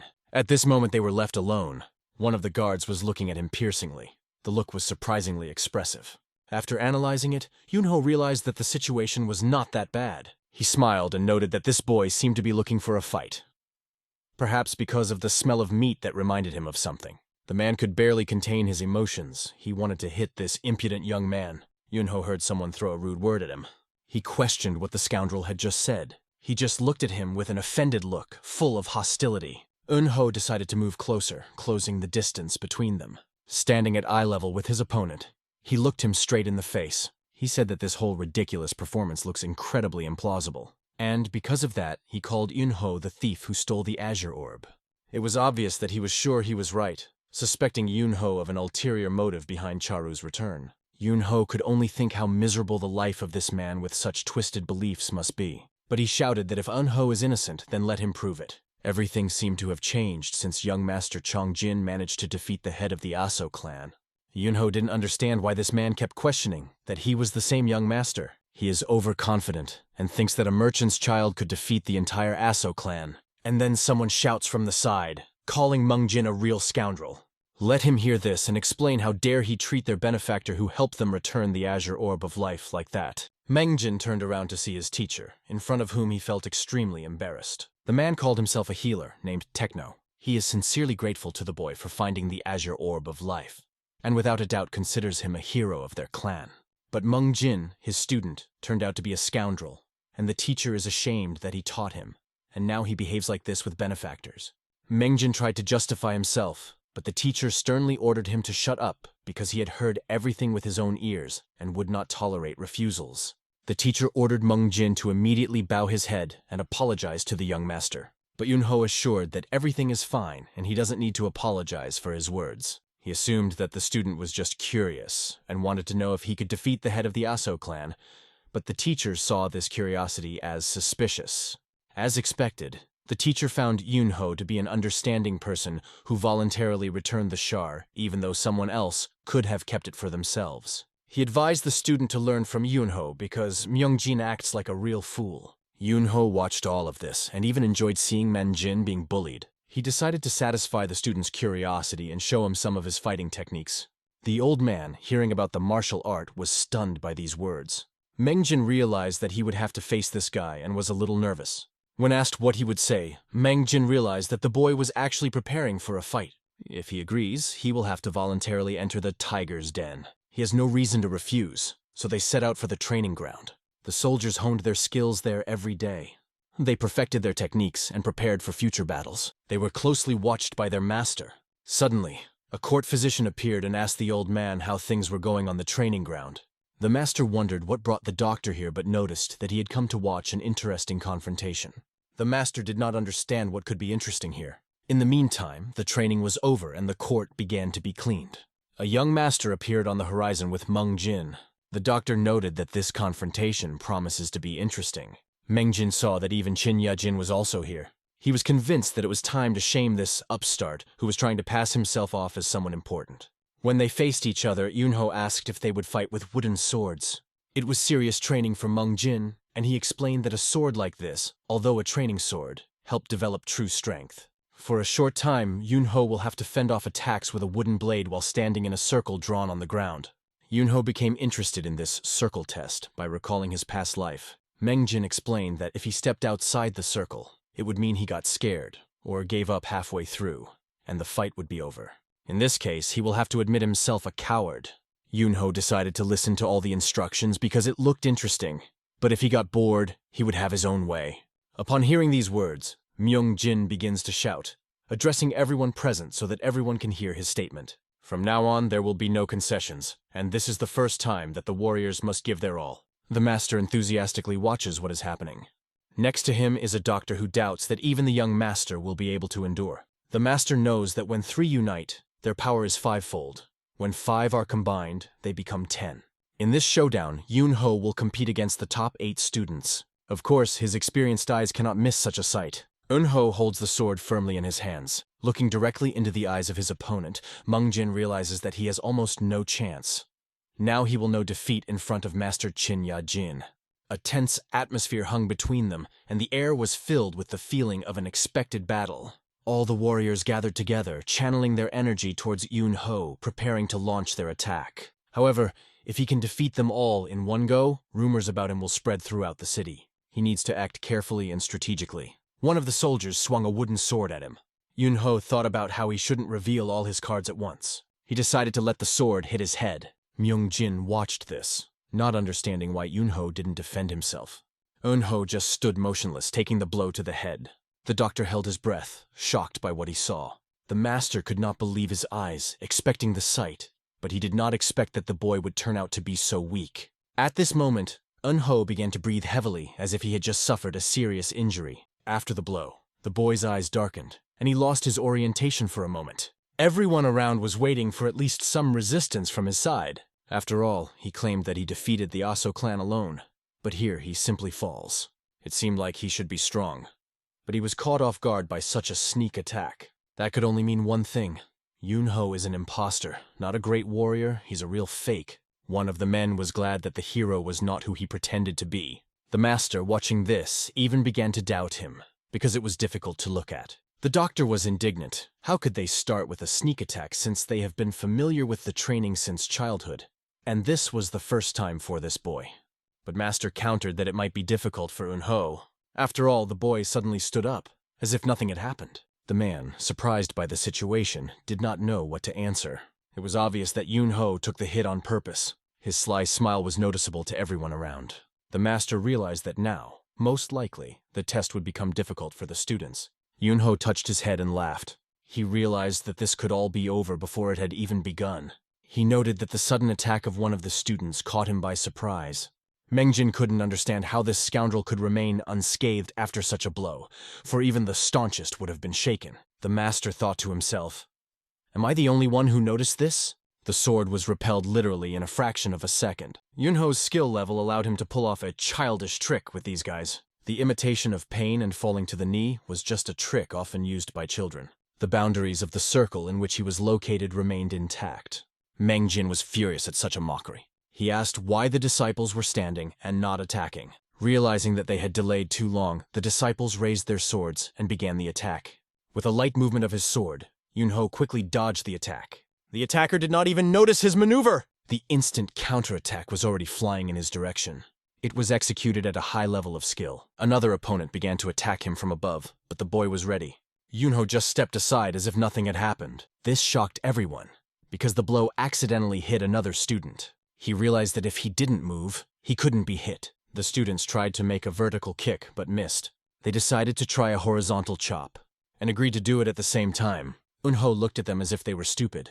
He noted that they used their heads not only for chewing. Suddenly, he was attacked by 3, simultaneously targeting him with 3 blows. He skillfully jumps, rising above them as if in the air. But he understands that the opponents are not simpletons either. He notices that there are already 8 of them, and they even began to surround him right in the air. Mengjin looked on in awe, confident that they had finally caught him.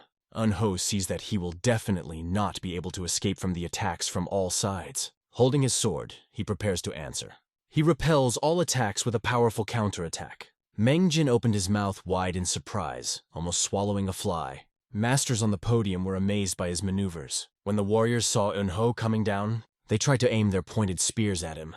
But all their attempts fail. Yin-ho fights back and shows them his superiority. The students flew in different directions from his blow, like dolls. He mercilessly showed them where the crayfish spend the winter and shut their mouths. It was simply unbelievable what was happening here. The soldiers did not understand. In a moment, his sword glowed with amazing energy. The doctor wanted to make sure he didn't give up, but everyone clearly saw how the wooden sword flashed like lightning. At the same time, the line remained intact. An incredibly powerful energy emanated from Yin-ho. Looking at them as if they were fools, Yin-ho declares that from now on he will start hitting himself. Meng-jin swallowed hard from the rising tension. The students felt that they were already cornered, even though Yin-ho hadn't even left the circle. The elder brother always claimed that all the stories about his heroic deeds were lies. But now the younger brother is beginning to have doubts. Mang-jin tries to prove that it's all fiction, but sees more and more confirmations of the truth. If the tide of battle does not change, sword techniques may soon become useless. If they fail to control the situation, the consequences will be significant. However, Mang-jin is convinced that this is just the beginning of the battle. An-ho waits with a smile for the pride of the Mudan clan to make his move. Myung-jin, understanding Yun-ho's persistence, wants to curb his self-confidence. Pushing off the ground, he goes on the attack, trying to break his pride. Using his technique, burning with white energy, he demonstrates every bit of his skill. Yun-ho, seeing him rush towards him, eagerly waits for the moment to humiliate Man-jin in a way that he will remember for the rest of his life. As he flew at his opponent, Mung-jin felt anger and contempt for him, seeing him as an arrogant rich man born in luxury and ignorant of hardship. Every day he fought for survival, worked until exhaustion because he was born in a poor family. He wanted to break his pride and make him kneel down in front of everyone. But instead he was faced with Yun-ho's incredible endurance, which stunned him. He could not accept that this scoundrel had encroached on his reputation. It is difficult for him to accept that this opponent is stronger than him. How could someone like him have such power? Their swords cross and Yun-ho deflects his attack with ease. In his eyes you can see the thirst for victory, filled with unshakable confidence. Meng-jin realizes that he can't stand up to this guy. He's too strong. And after a moment, everything goes dark before his eyes. Then he wakes up in the hospital, terrified, as if after a nightmare. He opens his eyes and begins to suffocate. In front of him, he sees one of the doctors who monitored his condition. The doctor asks what's wrong with him and how he feels. But Myung-jin doesn't understand what happened. The doctor explains that Mang-jin took a serious beating from the young master and that is why he is here. It was obvious that the blow to the head was serious, so Mang-jin doesn't remember anything. He remembers the time when he furiously attacked him. But Un-ho easily parried his blows with a smile similar to that of the Jade Emperor. And then, in a split second, he transformed into the embodiment of the King of the Pit himself, the God of Death, and dealt Mang-jin powerful blows. That's all he remembers. He knows he was hit, but he can't remember exactly how it happened. The doctor, considering his condition, said that Mang-jin was on the verge of life and death, and it was not even clear where he would be sent to heaven or hell. When asked by Mang-jin about what Chin Ya-jin said when he saw this, the doctor replied that the master did not say a word, and did not even show his face. The doctor told him to just lie down, assuring him that there was no need to rush. Feeling humiliated in front of Chin Ya-jin, Mang-jin couldn't rest easy. It was just training.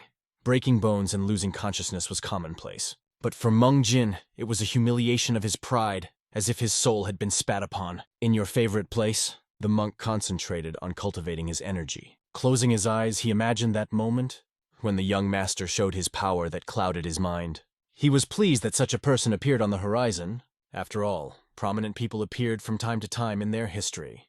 And it is possible that this young man was born into the family of Cheon Kandaj, perhaps as the founder of the Mudan clan, Chang Sen-feng, who defeated Yakai Suryun in his youth, or even as a heavenly demon capable of destroying an enemy with a single blow.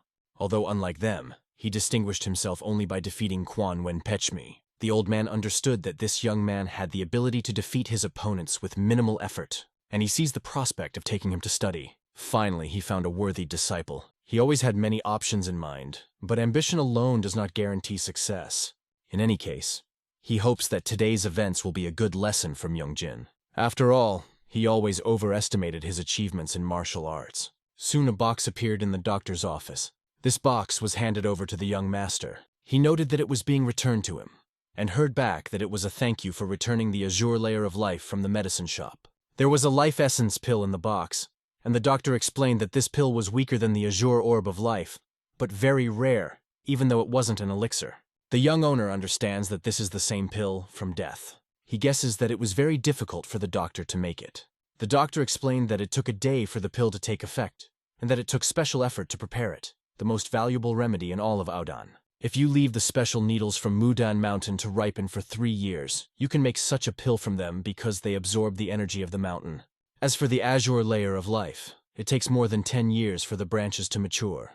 It sounds easier than it actually is, and only by heavenly luck can one produce at least one such layer. That is why this pill is an invaluable treasure of the clan. Not only because of its healing and fighting qualities. Yin-ho knows that to fully experience her power requires patience and trusting her senses. The doctor agreed with this and advised to take the pill, listening to your intuition. The young owner realized that he had no other choice. If these pills absorb energy naturally, what will happen if the conditions in which they are matured are changed? What if, instead of natural energy, they begin to absorb another force?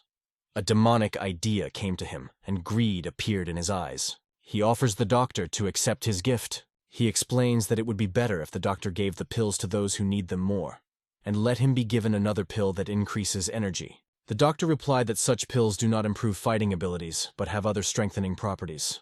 However, even so, it will be better help than any service, even if he is a great doctor. If he really wants it, he can get as much as he needs, because the doctor can make these pills on an unlimited scale. Yin-ho smiles slyly, realizing that he can get an unlimited supply of these pills. And in a moment, all the pills disappear. The doctor was stunned because he didn't think that Yin-ho would take them all. The boy simply collected them in a large box, threw them on his shoulder, and carried them with him. Holding a pillbox, he laughed like a real demon. He headed straight for the Akaya cave, which was closed to ordinary people. The boy decided to use the entire collection of elixirs to achieve his goals, and now he could not come up with such a solution if it were not for the doctor's advice. The doctor said to just wait, and then the pills would start absorbing the energy. If he allowed these pills to absorb the energy left in this place once upon a time, they would turn into a miraculous remedy that would even surpass the azure orb of life. Greed fills his soul, and emptiness demands what he craves. He can't wait for the pills to kick in, feeling the power they can give him. After leaving the cave, the young master did not expect to see this guy. Mengjin stood with his head bandaged and looked straight into our hero's eyes. He was analyzing it carefully, and the expression on his face was far from satisfied. Yin-ho wanted to understand what was going on. He noticed that Myung-jin was standing there as if he had been waiting for him for a long time, and he suspected that he had been following him from the beginning. But how could he not feel his presence? Perhaps the young master was too carefree and engrossed in the thoughts of creating a new magical power. Mengjin was outraged when he noticed that Eun-ho had dared to enter the sacred cave, ignoring the no-entry sign. Yun-ho smiled and tried to make an excuse, saying that he had heard of a mysterious place called the Yaekaya Cave and was wondering what was inside. He explained that as soon as he walked in, he felt uneasy and only took a few steps before quickly turning back. The boy thought that such places always cause horror and anxiety, and yet Yun-ho mentions that he and Myung-jin made it up. Why would he torture himself again by coming back here, maybe wanting to experience the thrill again? Without stopping or calming down, Myung-jin asks the boy who he really is. Yun-ho didn't know if he was joking or if he might have actually bitten him. The master's words appear in his memories. If you hit hard enough, then it is possible to cause a partial loss of short-term memory. Yun-ho remembered how he once, while eating, even forgot that he had recently eaten because he was hit on the head. The master then laughed, remarking how he had forgotten that he had already eaten. They had a conversation shortly before he lost his memory. Eun-ho did not understand what was being discussed, and the master simply asked him to forget and listen. Soon, Myung-jin's words came out with a certain firmness. Who are you? Yun-ho realizes that in this situation it would be silly to say that he is just human, but to continue to pretend that he doesn't understand anything would also be strange. How to stop this guy who constantly gets into his business? He remembered how hard he had hit him last time and knew that he should prepare himself in case of another attack. Yun-ho asked him why he was making such shaking sounds like a dog gnawing on a bone. Mengjin looked him straight in the eye sternly. Suddenly he took and threw the stick from his hand. The guy reacted quickly. He caught the wooden sword with his hand. But the question remained, why was it thrown at him? What the hell is Myung-jin up to? Thought Yun-ho. Mengjin began to say that of all the people he had fought, the young master was the worst morally. But Myung-jin also noticed a very important detail. As a warrior, Yun-ho actually deserves respect. In the training arena, he couldn't properly appreciate its strength because he was caught up in emotions. And now he wanted to see it in battle. He stood before the young master, bowing to him and begged to teach him something. Yun-ho looked at this simpleton and did not understand what he wanted from him. He suspected that there was definitely some ruse involved. However, looking at him, he still did not understand what had happened to him. His expression was very different from the cautious and uncertain one he had during the battle in the training arena. Now his eyes glowed with curiosity, like a child's. It was obvious that Meng Jin had not come for battle, but with genuine interest like a child. Well, the slipper made it, Yin-ho thought to himself, deciding that maybe he shouldn't worry about this boy's interest in his cave secrets. He just smiled and asked if Meng Jin really wanted to learn. After all, he had previously accused him of theft and had no evidence. But now he seemed genuinely interested. The young master noted that at the moment no one is watching them, as in the arena, and in a fit of anger he can easily turn it into a bloody mess. But it didn't matter to Meng Jin. Threats that the battle could put his life on the line made Meng Jin think for a moment. However, he quickly made up his mind, raised his wooden sword and said, "I don't care." Yin-ho only thought that this brat was showing off, as if he wanted to bask in the rays of glory as a member of the Mudan clan. He smiled, anticipating that this training battle would be interesting. Yin-ho said he won't repeat it twice. If Myung Jin agrees, then let him act. Meng Jin completely agreed and understood everything perfectly. He weighed all the circumstances once more. His achievements seemed mediocre to him, and he felt strong psychological pressure due to the fact that such an absurd person appeared in his path. But he realized that he had prepared seriously, and it would be foolish to give up everything just because of this. By this point, he was on his way to his own altar, as he believed. But when he stopped and looked at his god, something changed in his perception. He remembered the words of the teacher, who believed that meeting the young master was part of his education. It was an important lesson for him, and there is nothing to be ashamed of. Perhaps his teacher heard his prayers and sent him to this trial as an answer. If this is the case, it would be foolish to doubt that his life is at stake. Myung Jin did not take his eyes off Yin-ho even for a split second, as focused and attentive as possible. The young master watched his opponent and was ready for the next move. If his opponent was ready, then it's time to start the battle. Yin-ho rushed forward as if levitating. It was an obvious trick for Meng Jin. However, his devotion to martial arts touched Yin-ho's heart. Yin-ho even felt a little bit of that devotion, feeling the weight that this fight had on his opponent. And now this moment has come.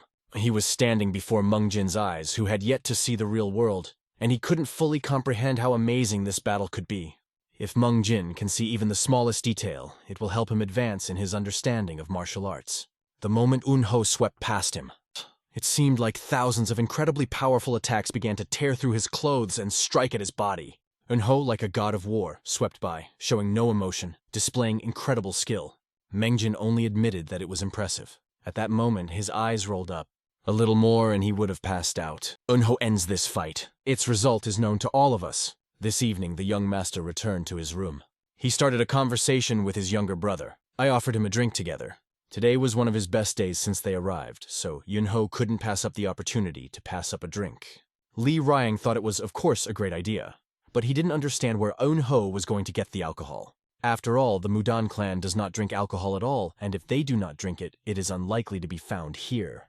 In other words, the younger brother was sure that Yin-ho was not going to drink, but just dream about drinking.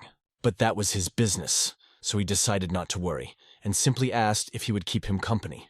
Li Rying thought for a while, but agreed because why not, if it was already like this. Let's move on to a person who is tired of life, and has just received a scratch.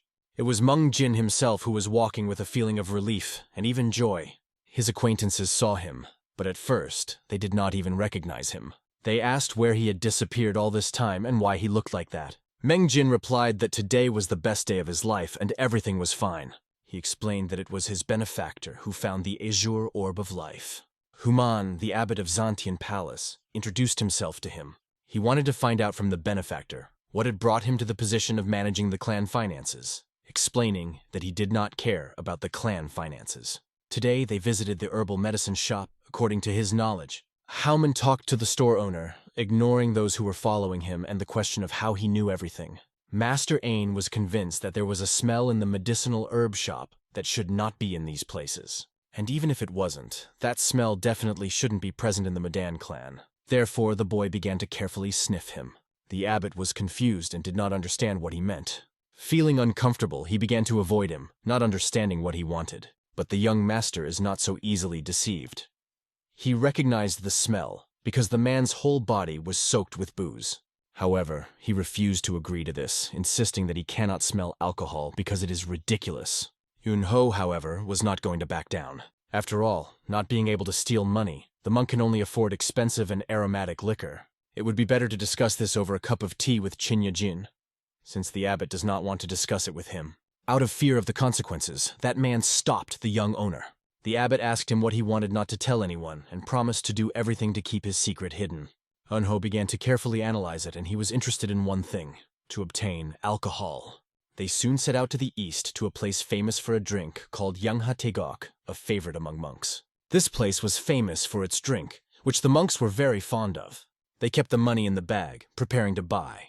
Yin-ho's brother was amazed that he had not only played a prank on the boy, but had also extorted money from him, a payment for his silence. It turned out that this abbot was responsible for the clan's finances and bought booze with stolen money. It turns out that the monk not only drinks, but also spends stolen funds. Yin-ho, with a smile, noted that he had indeed found a worthy monk, and now they were going to drink with his money. Li Rian explained that he, unlike a monk, is a martial artist because his background is related to martial arts. So he is closer to warriors than monks. Yin-ho asked him not to make excuses, reminding him that when they first met, Li Rian tried to show off his clumsy skills, which was unbecoming of a warrior. Hearing these words, Li Rian couldn't accept being called clumsy, as he was certain that his skill was no worse than the level of the Chai-Galseg clan. Maybe the older brother is just too critical to appreciate him properly. The young master realized that Li Rian's techniques seemed rude, only because he was in a hurry, and he was generally quite skilled. It was only after his true skill was revealed that Yin-ho realized that he had fallen right into his trap. Later, they will have a chance to show their skills properly, and then the young master will be surprised. Yin-ho knows that Li Rian is easy to tease, and it amuses him quite a bit. After some time, they reached the tavern.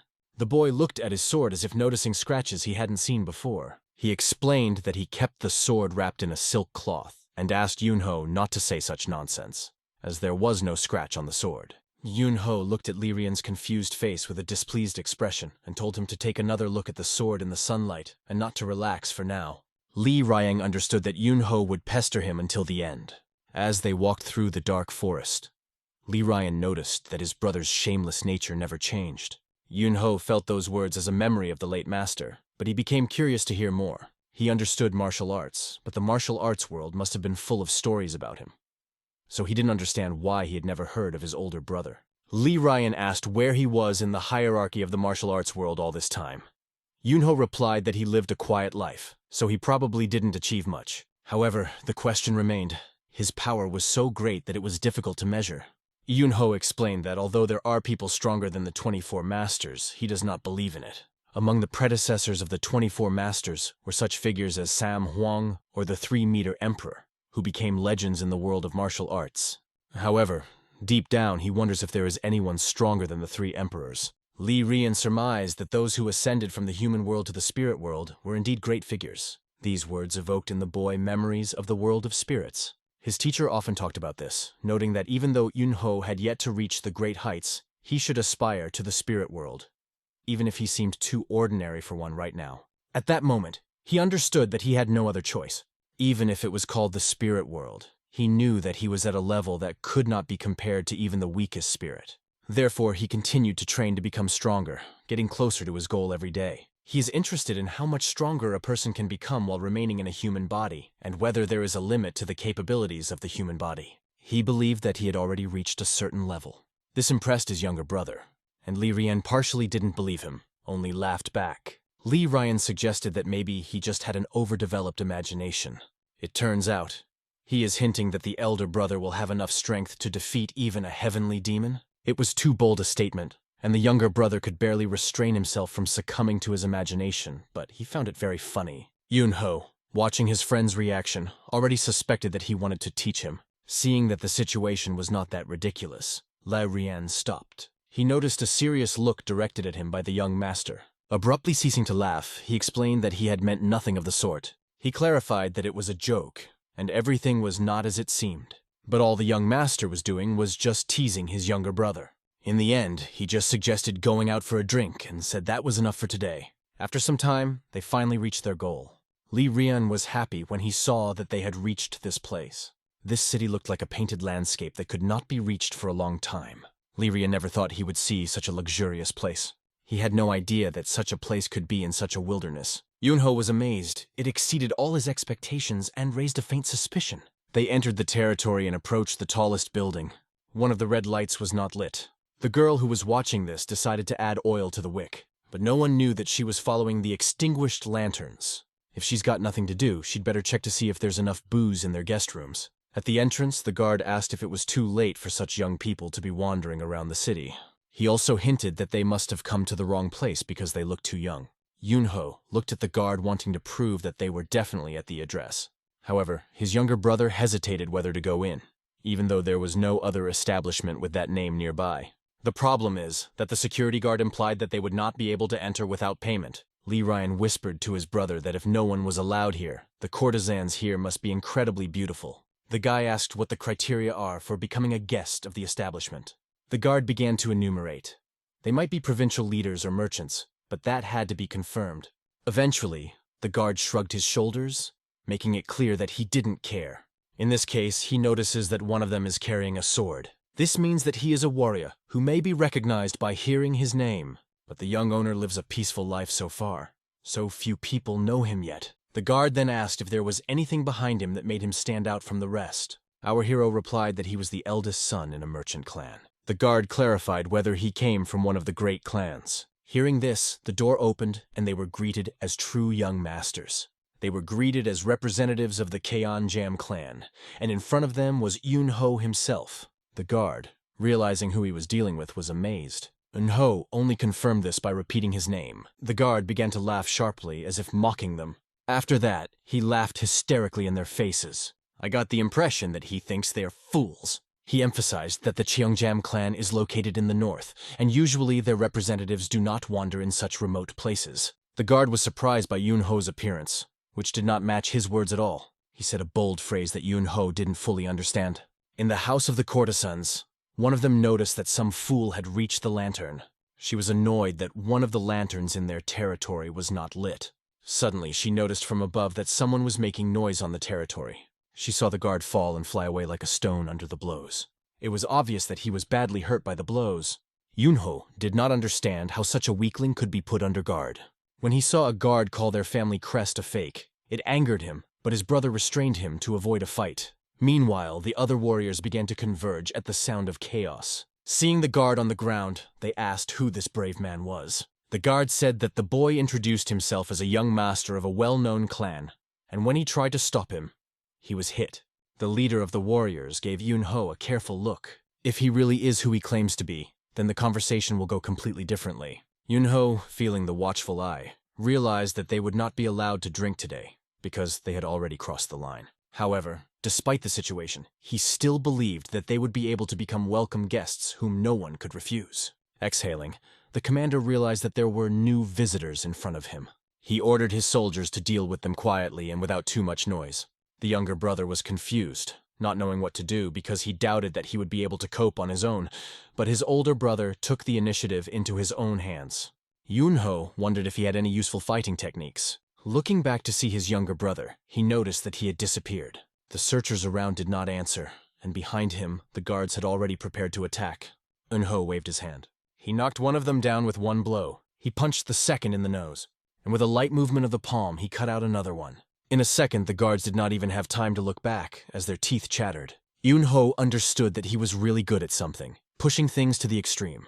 One of the soldiers tried to punch him. However, the fist of the young master turned out to be much stronger. From a high building, one of the girls watched the noise that arose due to restless guests. She wondered who had dared to appear before them. Rumors spread that one of the guests introduced himself as a host from the Jam clan. However, the old man said that there is no confirmation of this information yet. Lately, there have been rumors that merchants have been visiting the Mudan clan, but the girl saw that the chaos was gaining momentum and understood that it could be important. She gritted her teeth, realizing that if this was true, the situation was extremely serious. Shuren was aware of all possible consequences of this incident. She quickly went to solve the problem, because this is no joke. It seemed incredible to her that even the best warriors of the Moram Union would recognize his skill. She almost thought it was impossible for anyone to single-handedly destroy the Aso clan class. But a rumor popped into his head that the culprit could be none other than a young master from the Jam clan. And although these rumors are unverified, In the Murim Union itself, they are inclined to a different opinion. They began to believe that this very boy who had recently visited Mudan and had a skirmish there might be the same young master. To the question of his maid about the name given by the young man, the answer was quite popular and well known nowadays. Yin-ho is the very name that makes the blood run cold. Our hero has already warmed up well. He continued to beat these scoundrels mercilessly. It seemed that he had not come here for courtesans, but to fight. After some time, the soldiers began to fly in different directions. His blows reverberated from arms to legs. The soldiers' teeth literally flew out from the force of the blows. Mistress Shurin appeared and saw with her own eyes everything that was happening. She watched as their strong defenders fell to the ground, powerless and out of breath. Horror and surprise penetrated her to the bone. She couldn't believe that one person was able to defeat so many experienced masters. After all, the skill of these warriors has been honed for years. Every movement is hard and well calibrated. The commander assured the hostess that she could not worry.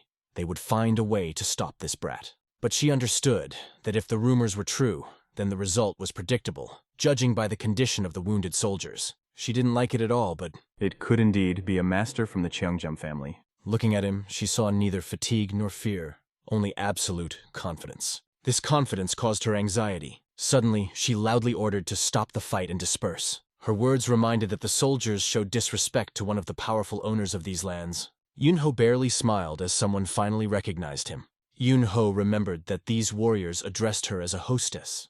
She must be the one running the place. She, however, did not show much joy. She felt his confidence, and analyzing it, she understood. Even the best disciples of the clan would not stand a chance against him. It became obvious to her that the young master did not need additional proof of his strength. Then she quickly changes her facial expression, putting on a kind smile. She introduces herself as the owner of this place, Shurin. Shurin greets Yin-ho's young master upon his arrival.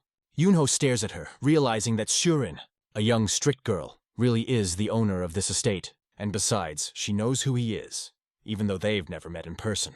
Shurin assumed that everything went awry because her subordinates did not show proper respect for a boy who had come such a long way, based on only superficial judgments. Yin-ho just wanted to drink, but since he was not believed, he had no choice but to show his influence in the world of martial arts. He's sure that if that's not enough, he can show them something else.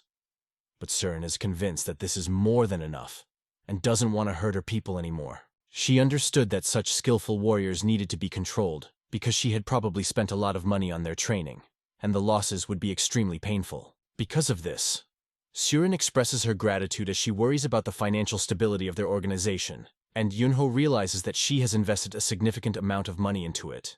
Therefore, if the guy wants to raise their income or otherwise offset the expenses, she would be very grateful. Yin-ho looked at her and realized that he was now ready to be received as an honored guest. Shurin considers it an honor to serve him personally. A sly smile appeared on his face. Everything suits him, including new acquaintances.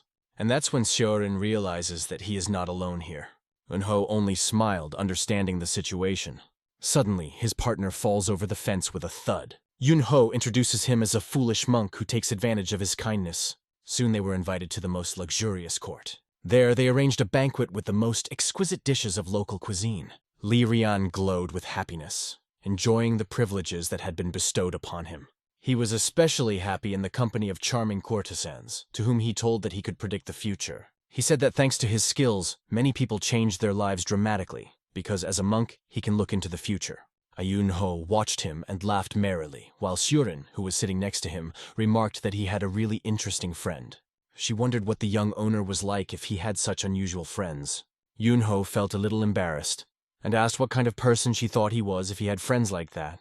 It seemed to her that this is a person who does what he likes and calmly accepts it. There was something pleasant for him in her words. He drained his glass with a slight embarrassment at her look.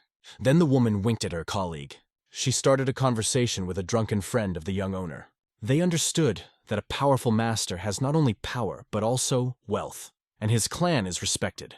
Although their acquaintance did not begin as they would have liked, the commander reminded them that they are not rivals and should behave carefully. If these girls can win their hearts, it will greatly help them in the future. The leader Syorin ordered the courtesans to try to win their hearts at any cost, and the girls were doing just that all evening. One of them waited for the young master to drink and decided to tell him something important. She wanted him to let her get to know him better. Yin-ho didn't know how to answer such a question. She begged him to let her do it. Taking the glass, he wondered if he would let her. Will she be able to handle it? His drunken eyes silently asked this question. But the main thing is not to forget that spirits have their own charms, and when a person falls into their trap, whether it is a mortal or even a divine being, their heart is enchanted and they become fools.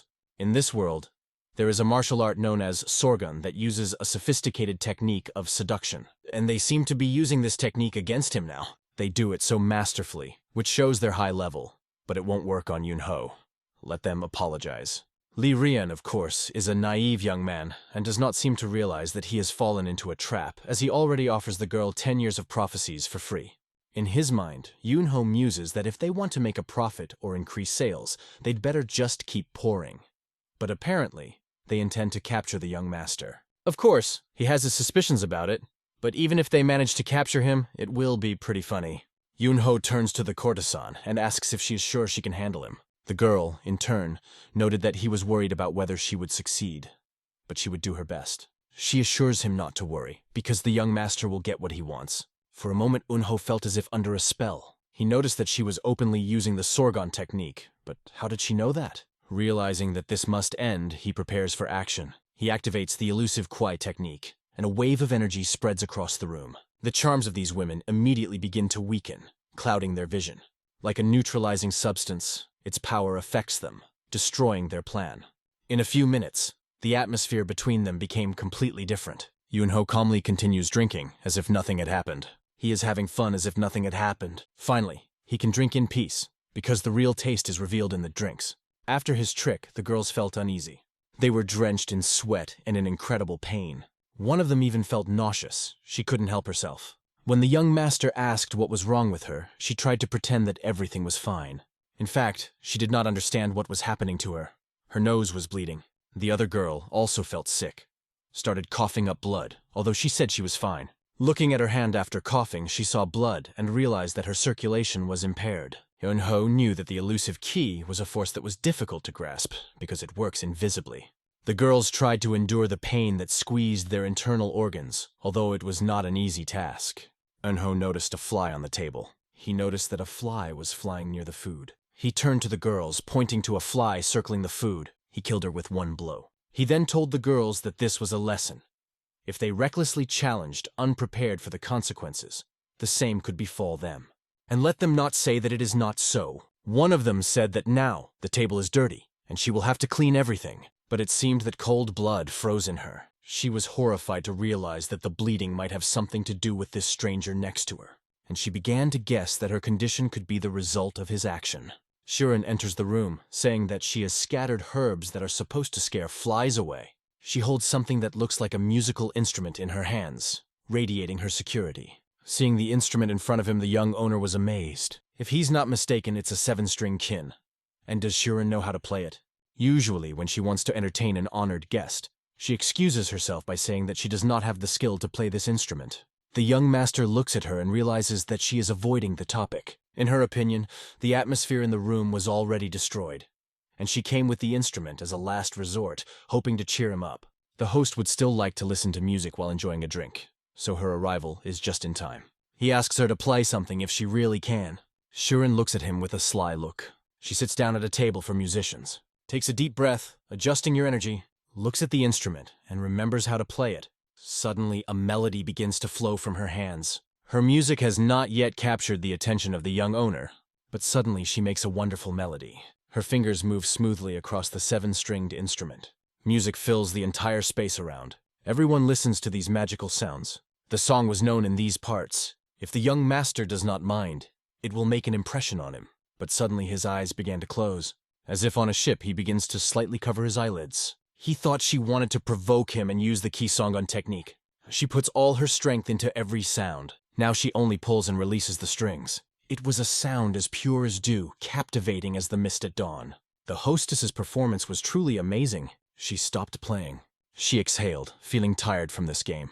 She asked the young owner how he liked her performance because she had spent a lot of time on it. In response, the young master said that he did not hear anything special, but he considers it an extremely polite gesture on her part. He admitted that he did not even know how to thank her for this performance. However, Shuren did not play for the sake of gratitude. If her performance was not exciting enough, then the reward for it does not make sense. Even if he did grant her one wish, it would still be inappropriate. It seems like an overly generous reward for an average performance that didn't really matter. Surin found his words audacious, and she asked if he had any idea what she wanted. He replied that he did not know for sure, but he had some guesses. It seems to him that her true desire is undoubtedly power. The eyes of the girls who were around were shining anxiously. They felt that the boy might have gone over the legal limit. Even Mistress Surin held her breath. The watchful gaze of the young master fell upon them, straining the atmosphere. Tension filled the air, as if before a storm. However, the young master felt quite confident, as if the situation was under control. His younger brother, unsuspecting, was just enjoying the moment as if nothing was happening. But suddenly Li Rian felt that something was going on, and it caused alarm. And it was then that Surin turned to the young man. Her gaze was alert. Many guests, who are usually looking for the best kiss to entertain them, did not have one here, and this young man does not want to speak even in front of her. Extremely unusual. Yin-ho smirks, saying that she's just a bit better looking than the others. He hints that mercenaries who are paid for protection are unlikely to sacrifice themselves. Their own skin is more valuable to them. Besides, he didn't inform the Mudan clan of his visit, so how did Surin know he belonged to Hongjian? She might have been able to guess this, as he had recently visited the clan to teach them a lesson, and she wanted to verify if the rumors were true by gathering more information. Yin-ho was sure that only 2 cities in this martial world could possess this level of knowledge. Surin interrupted him, not understanding what he was making up now. But Yin-ho continued, noting that there was another place in Murim that taught the martial art of Kaizen, which included sensing and memory techniques. Now it seems that these girls are ready to take out a hidden weapon and attack him, hiding it under their dresses. Looking at one of the courtesans, Yin-ho advises her to take her time and not move if she values her life. The girls turned their eyes to Mistress Surin, not knowing what to do next. Yin-ho smiles. After all this, they will also accuse the young master, teaming up to silence him. Mistress Surin was silent at this moment. She understood that before her was a cunning opponent, a real unpleasant type. Meanwhile, Li Ryan, quite drunk, was lying there muttering something. While Yin-ho was talking to Surin about minor things, all the girls quietly left the hall. She was surprised to note that the boy was full of surprises. He talked a lot, but did not show any emotions. But Surin knows how much strength he needs for this. But he obviously doesn't need to know that. It was fun for him to watch them try to clean him up, a moment that could increase their power when she asked the girls to cast a spell on the young master. And now he understands why she chooses her guests so carefully. All for this. The choice of guests here depends on whether a person represents any value. This is his only way to survive among the powerful. Yin-ho noticed this immediately, comparing them to rats. For Murim's warriors, such a comparison is harsh, and since he has shown his true colors, they no longer want to see him as a guest. The young owner noted that her attitude was very interesting. Surin couldn't hold back and hit the table with hatred. She couldn't believe that this scoundrel had the audacity to say such a thing. It was obvious that the boy was just playing with her, and it was driving her crazy. Surin notes that his words make her doubt whether he really intends to support them, even though she took his jokes at face value. But Surin warned him not to relax. Rats also have teeth, and if provoked, they will definitely bite. He had better not turn her reflection into his personal amusement.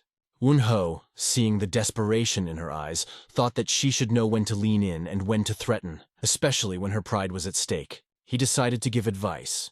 If she continued, let her prepare for the fact that he would break her neck without hesitation. Surin could hardly stand the insolence of this bastard and threatened that he would not get out of here unscathed either. She reminded him of the legendary blacksmith, the famous master Goyaju, and that this room was filled with his brutal creations. Regardless of his skill, he will not be able to avoid the thousands of traps that will attack from all sides. Yin-ho now understood what she meant, and wasn't even going to ask any further. Surin hoped that her words would tone down his arrogant arrogance a little. Suddenly, a drunk Illyrian appeared, not wanting to spoil their mood, but accidentally activated all the traps. He, a little worried, began to turn them off, fearing that they might work. It sounded like pure madness, and Surin didn't believe there was any way to turn them off. Returning to the room, she realized she needed to check at least one trap just to be sure. She knew that if she did not use the traps, she would die. But if she tried, she would also risk her life. There was no choice left. Surin pressed a hidden lever beside her. Time passed, but nothing happened. Li Rian repeated what he said again. All the traps have already been turned off. Surin was stunned. She had spent a fortune on these traps, and these guys just took them and turned them off with ease. The young master warned her not to drink anything, but she did not listen. Now she realized that she had signed her own death sentence. He does not have an iota of fear. If she dares to attack, she will be defeated. At that moment, she felt cornered by a rat. When the young owner left the room, he threw coins on the table. He apologized, explaining that it was not their fault that they drank so much alcohol. Although the cashier pointed out that 70 nyang were still missing, Surin was willing to forgive everything, if only they would already leave. She angrily replied that she would find a way to get the missing funds, even if she had to use her warriors to do so. The young owner only smiled, noting that she was full of life, even after all these events. Li Rian cheerfully waved her goodbye, even though the young master was in a hurry to take him away from her. When the servant asked if they could just let these guys go, Surin replied that there was nothing you could do here. They couldn't be held any longer. They knew who these people were, but had no way of attaching even a tracking amulet to them. All further decisions will be discussed with Lord Amon. Sure, Surin was upset, but what else could they do? That's not the problem.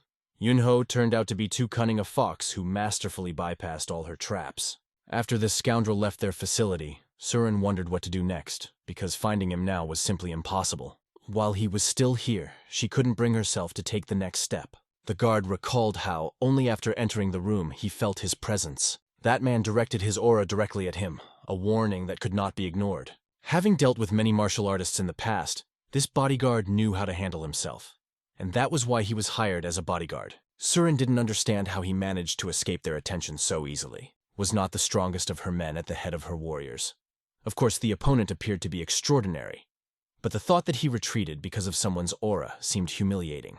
However, the reason for his indecision was something else. He used an invisible energy to suppress his will, a level of skill he wouldn't even dare come close to.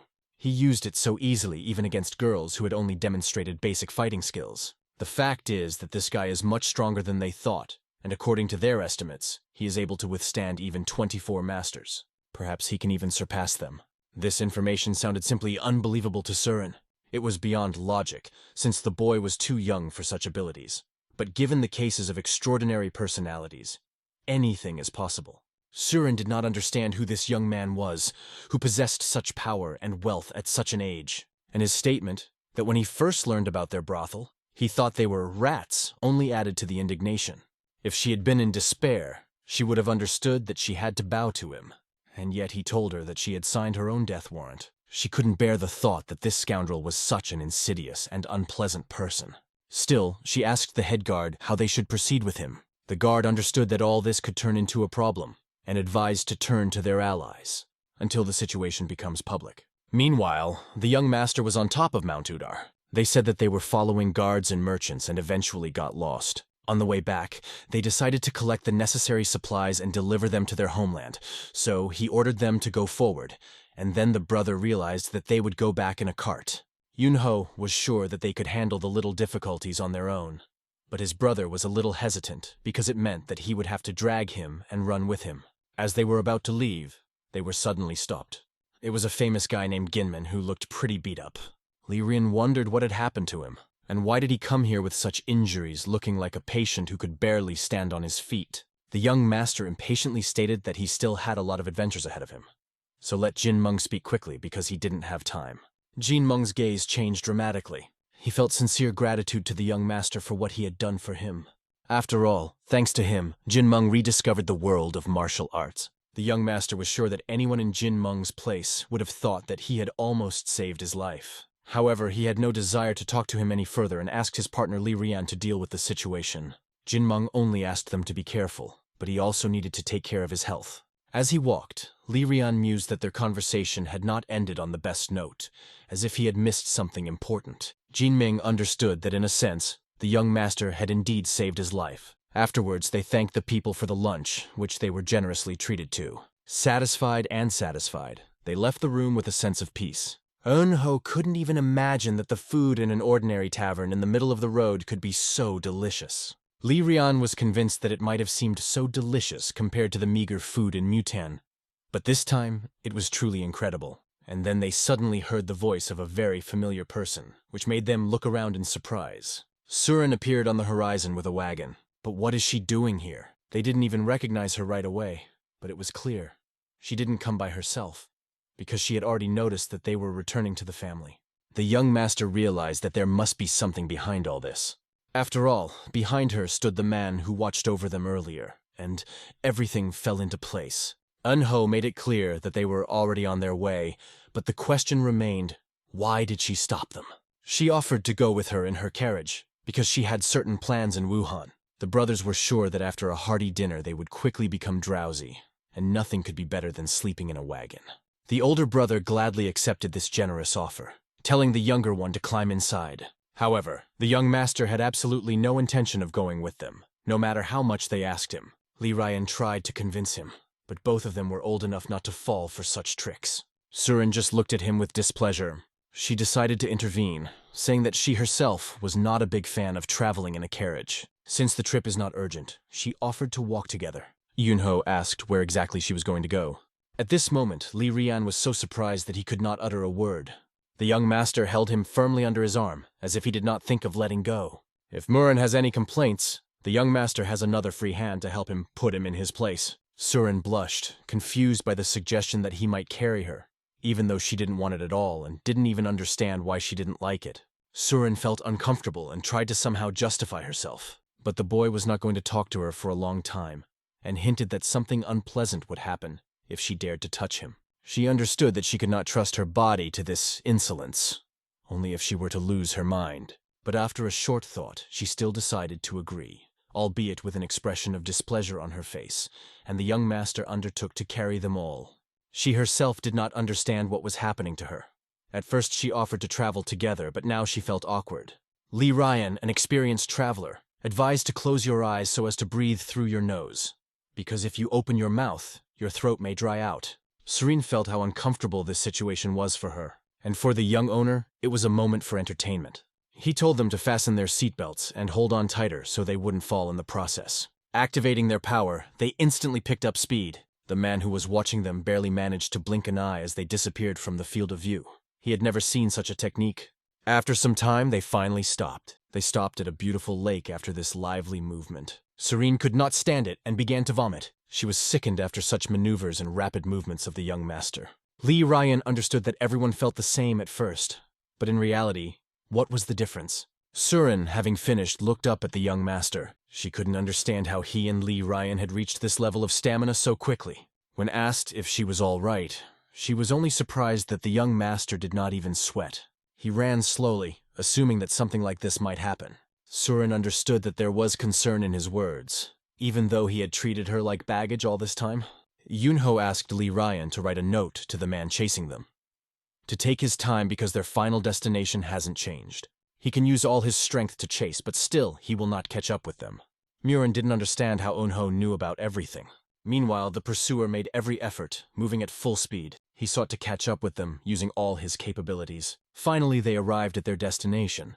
The large and lively city was full of energy and life. They entered the family estate. Their grandfather welcomed them as dear guests. He just wondered how it was that no matter where Yin-ho went, he always came back with someone new. Surin was happy to meet new people. She introduced herself and bowed in respect. The father of the young owner happily noted that this time at least a girl came with his son. He was also pleased to meet her. It was Hajin Yu. He was the lord of the manor, known and respected in this world. The lord ordered to prepare everything for a treat, and Surin immediately felt that she was in front of an important and noble person. But his son seemed simply unbearable and impudent to her. But she decided not to think about it just yet and concentrated on the treat. The head of the family asked how they met his son. Yin-ho said that it happened by chance, just like with Ryan when they met on the street. They talked about various small things, and the woman remembered that she had business in Wuhan, so she joined their company. The head realized that Surin was probably looking for a place to stay, but she admitted that she didn't know for sure yet. The lord then offered her to stay at their estate if it would not cause them any inconvenience. She happily agreed. The lord added that his son's guests were his guests, and if it was all right they could stay until they had finished their business. Surin thanked Lord Jinyu for his hospitality. All this time she tried to think of a reason to stay, but she did not expect that everything would happen so quickly and easily. Despite their warm attitude and willingness to receive her, she was surprised at how easily she earned the lord's trust. And suddenly a man burst into the room. It was obvious that he was very panicked. He brought the lord news of serious trouble. The man who entered noticed that the head was not alone because there were guests sitting at the table. The head assured that everything was fine, as they were his son's guests, but asked what had happened. The man said in a low voice that 3 people from the Yan's branch in Honam had been found dead. The head realized that those scum finally crossed all limits. Yin-ho ate calmly, realizing that the situation with Yang's branch in Honam could have serious consequences. Surin decided to interject and suggested that it might be related to the Forest King from Henson, but everyone wondered how she knew such details. The girl explained that she had heard about the recent intervention of the King of the Forest in the city's affairs. She suggested that it was probably a conflict of interest between the estate and the Forest King's lands that led to these complications. Surin asked if the head had tried to negotiate with him, adding that the King of the Forest was unlikely to come to an easy understanding.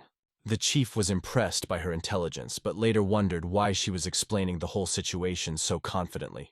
One of the people said they tried to negotiate, but all their offers were rejected. Surin realized that this was predictable, as trying to negotiate in the beginning could really damage their reputations. Ever since they were rejected, even just negotiating with the King of the Forest had become difficult. They took measures to make his lands and mountains impassable to them. Surin realized that they were probably using a special formation if her guess was correct. The head confirmed that they had resorted to a cunning method to block all communication with the king, forcing them to leave Honam. If this is indeed the formation, then maybe young Master Li Ryan can help them. He was ready to use all his powers to help, but the head hesitated, remembering that Li Ryan had said that he was traveling to study and gain experience, so how could he help in such a situation? However, Li Xing could vouch for his skills in this matter. Li Ryan witnessed him turning the high-class Goyaja formation into dust, and looked at Surin as he remembered that moment. When they first heard about the Goyaja formation, their impressions were unforgettable. The hostess was a little offended, feeling that it was about her. Li Ryan explained that thanks to them, he would be able to meet the shaman he had wanted to see for a long time, so he was willing to help. Although he is a skilled craftsman who trains daily, he will be useful as much as he can. Surin asked how they felt about luring the King of the Forest. She was sure that it would make the negotiations much easier. The chapter considered this possibility, and Surin proposed several methods for implementation. The chief was impressed by her willingness to provide so much help. Yin-ho wondered if it would be too much of a burden for Surin to help the estate. If they make a wrong move, who will be responsible for the consequences? Probably she is. But Surin was thinking more about the future and assured that the support would not be a burden for her. Yin-ho gave her an indifferent but interested look, trying to understand what she meant by the future. Surin asked if he understood it wrong. Later, the events are transferred to another place. A faithful friend and servant goes through the swamp, spending all his strength on this path. Day after day, he continues to chase them, but in no way can catch up with them, feeling almost like a loser. That night in the chief's office, they discussed that these people were going beyond their patience. They can't figure out if they are using force to intimidate. But this time, it's ordinary people who are hurt. It was absolutely unacceptable for the leader. It seemed that the moment was ripe for the next step and a possible dialogue. It was about what his son had done with the Aso group. The advisor fully agreed, noting that the Aso faction was responsible for the events of the day. But they did not represent the entire Green Forest. It seems that Jin saw his son's attempt to change the traditions as a big problem. Maybe it really is time to do something about it. However, all this seemed too difficult for the leader to believe. Someone who was bedridden and started learning martial arts just 5 years ago is now capable of such things. It's incredible. There's no need to pretend the leader doesn't know. If he ever has to discuss this with a young master, now is the time to talk. He is excited and worried at the same time. Should I move on or be more careful with this dangerous stranger from the forest? Yin-ho stayed up all night because something was bothering him and kept him awake. He thought about what might happen because of that incident. The next morning, everything went on as usual. As usual, he went to his morning training. In the morning, he began to meditate. Focusing his energy, he devoted himself fully to the practice. And at a certain moment, he felt strange sounds begin to appear around him. Concrete blocks, lined up in a row, stood in front of him. There were about 5 of them. He focused on them, wanting to make them crash. Focusing his meditation on his breath, he began to release energy from within. After a while, the blocks began to shake. They shuddered as if dancing, and trembled more and more. At that moment, Yin-ho directed a powerful burst of energy at them. Like an arrow, this energy shot out of him. Hitting one of the blocks, she sent it flying to the side. He continued to send out energy punches. Blocks under their influence began to fly in all directions. With a wave of the hand, he began to swirl the air around him. Soon all the blocks flew in different directions. Opening his eyes, the boy glanced at his result. He was pleased with himself for reaching this level of skill. While on your territory, he felt at home, the best place for training and rest. Here he could relax, eat when he was hungry, and sleep when he was tired without fear of having to fight someone. When he first became aware of himself in this body, he was a little confused and even wanted to avoid this fate. But in the end, it was a great choice. Lee Ryan was thinking about the planning all this time. He noticed that the structure had a weak point, vulnerable to external attacks, and suggested using this to their advantage. When they invade an enemy lair, strategy can be employed to prevent escape. The whole situation resembled a well-planned trap, and the question arose, what were they going to do from this place? Suddenly, a young owner appeared behind them and asked permission to look. Lee Ryan had been strategizing for the Supreme Coalition all this time, but he was surprised that his friend was interested in it. Yin-ho must not have heard the latest news yet, and really he had no idea. It turned out that a mysterious thief appeared, who was already nicknamed Divine. Surin added that he should not be underestimated, because this time, he even robbed the Samshi Association. The only question is it really possible? When they arrived here, Serene behaved so strangely, as if she had already become a member of their family, forever getting into all kinds of trouble. Yin-ho even began to think that this girl was planning to stay here. Serene and the head didn't believe that even transcendent level masters could handle it on their own, and doubted that the thief was working alone. Yin-ho looked at Serene suspiciously. Even his little sister started to circle around her, and this kindness made him wonder if she must be up to something. The head explained that the Samhui Association is one of the 4 great associations of the Central Plains, and they are dependent on the Moi family. It was strange that such an incident happened. Serene was sure that the Moi family and the Muramu alliance would probably lose their reputation because of this incident. They must be panicking right now. In the near future, they may ask for the cooperation of the Trade Association in the case of the Divine Thief. The chapter received a letter from the Alliance this morning saying they would be sending an investigator here. Yin-ho wondered why the head asked Lee Ryan to check the building's security in case a thief decided to break into them. The head was sure that after what had happened in Samhui's association, this thief was a serious threat. They are one of those through whom huge sums of money pass. Serene was convinced that the reason the Alliance had sent the investigator was because they believed the appearance of a thief in the Supreme Coalition was likely. The head confirmed that the master of the Supreme Coalition had consulted with the Emperor on this matter. Suddenly, Yin-ho burst out laughing.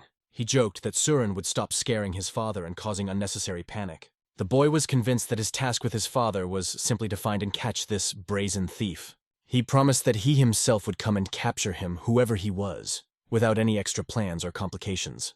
During a walk with her sister, she said how glad she was that Surin lives with them. My sister said that for her, Serene is like Rina. She knows so much and is so kind.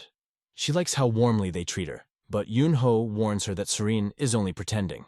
He warned that his sister does not know how cold and calculating Surin really is. If that's the case, why did she come here?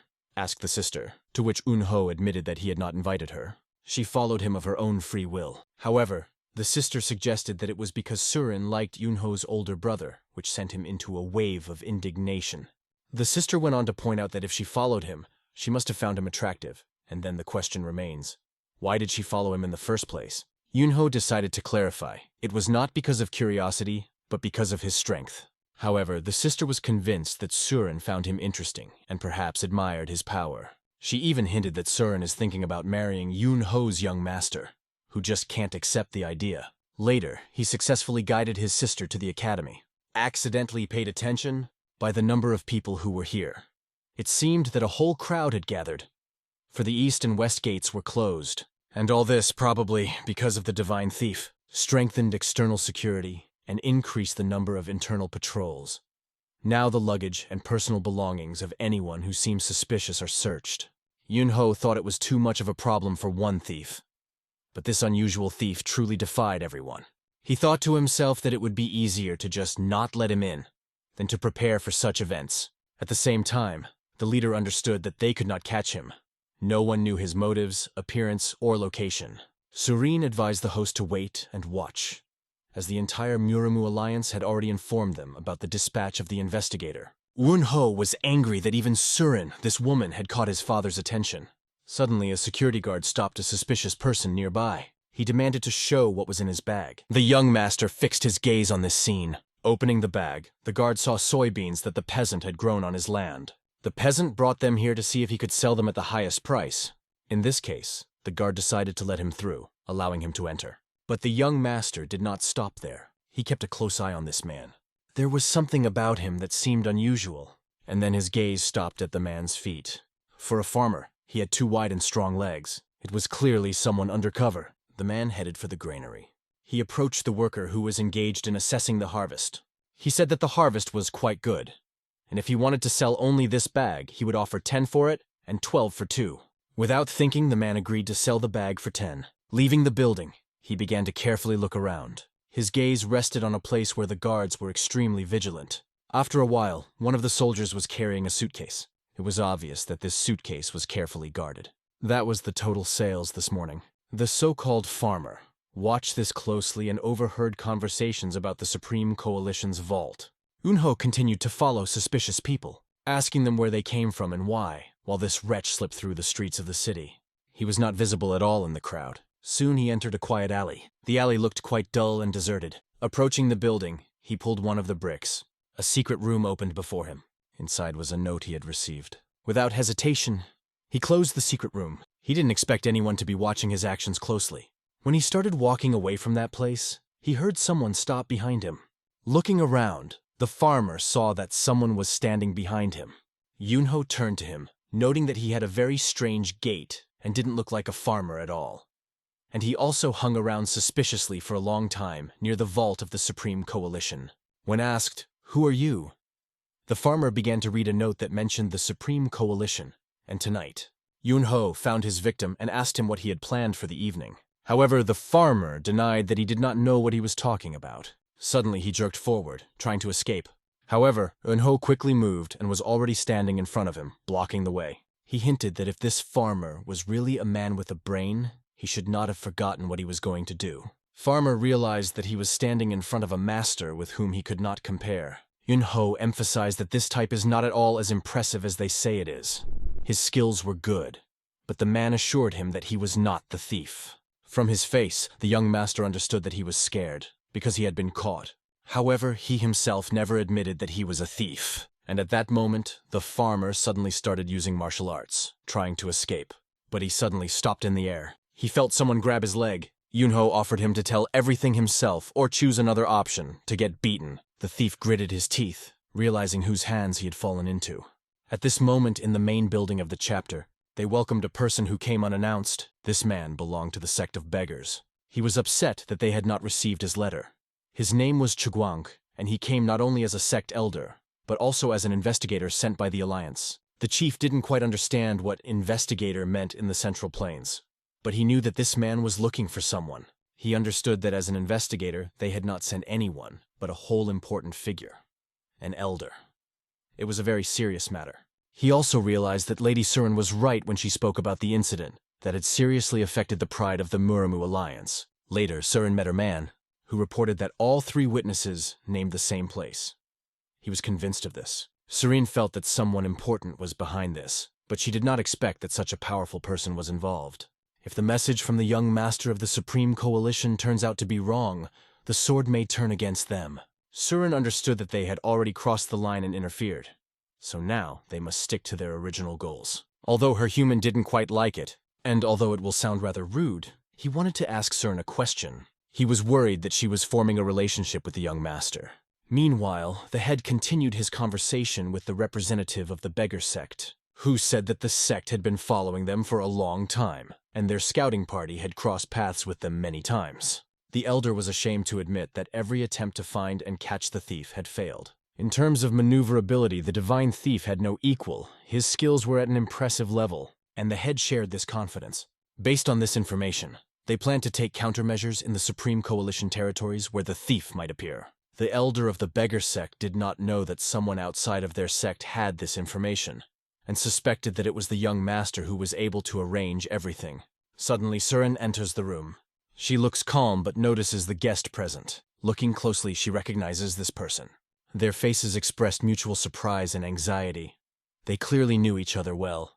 The elder asked Master Ha if this rat told about the connection with the witnesses and the divine thief. Surin realized that the Alliance had sent this old assassin here. He even asked the head to expel this woman.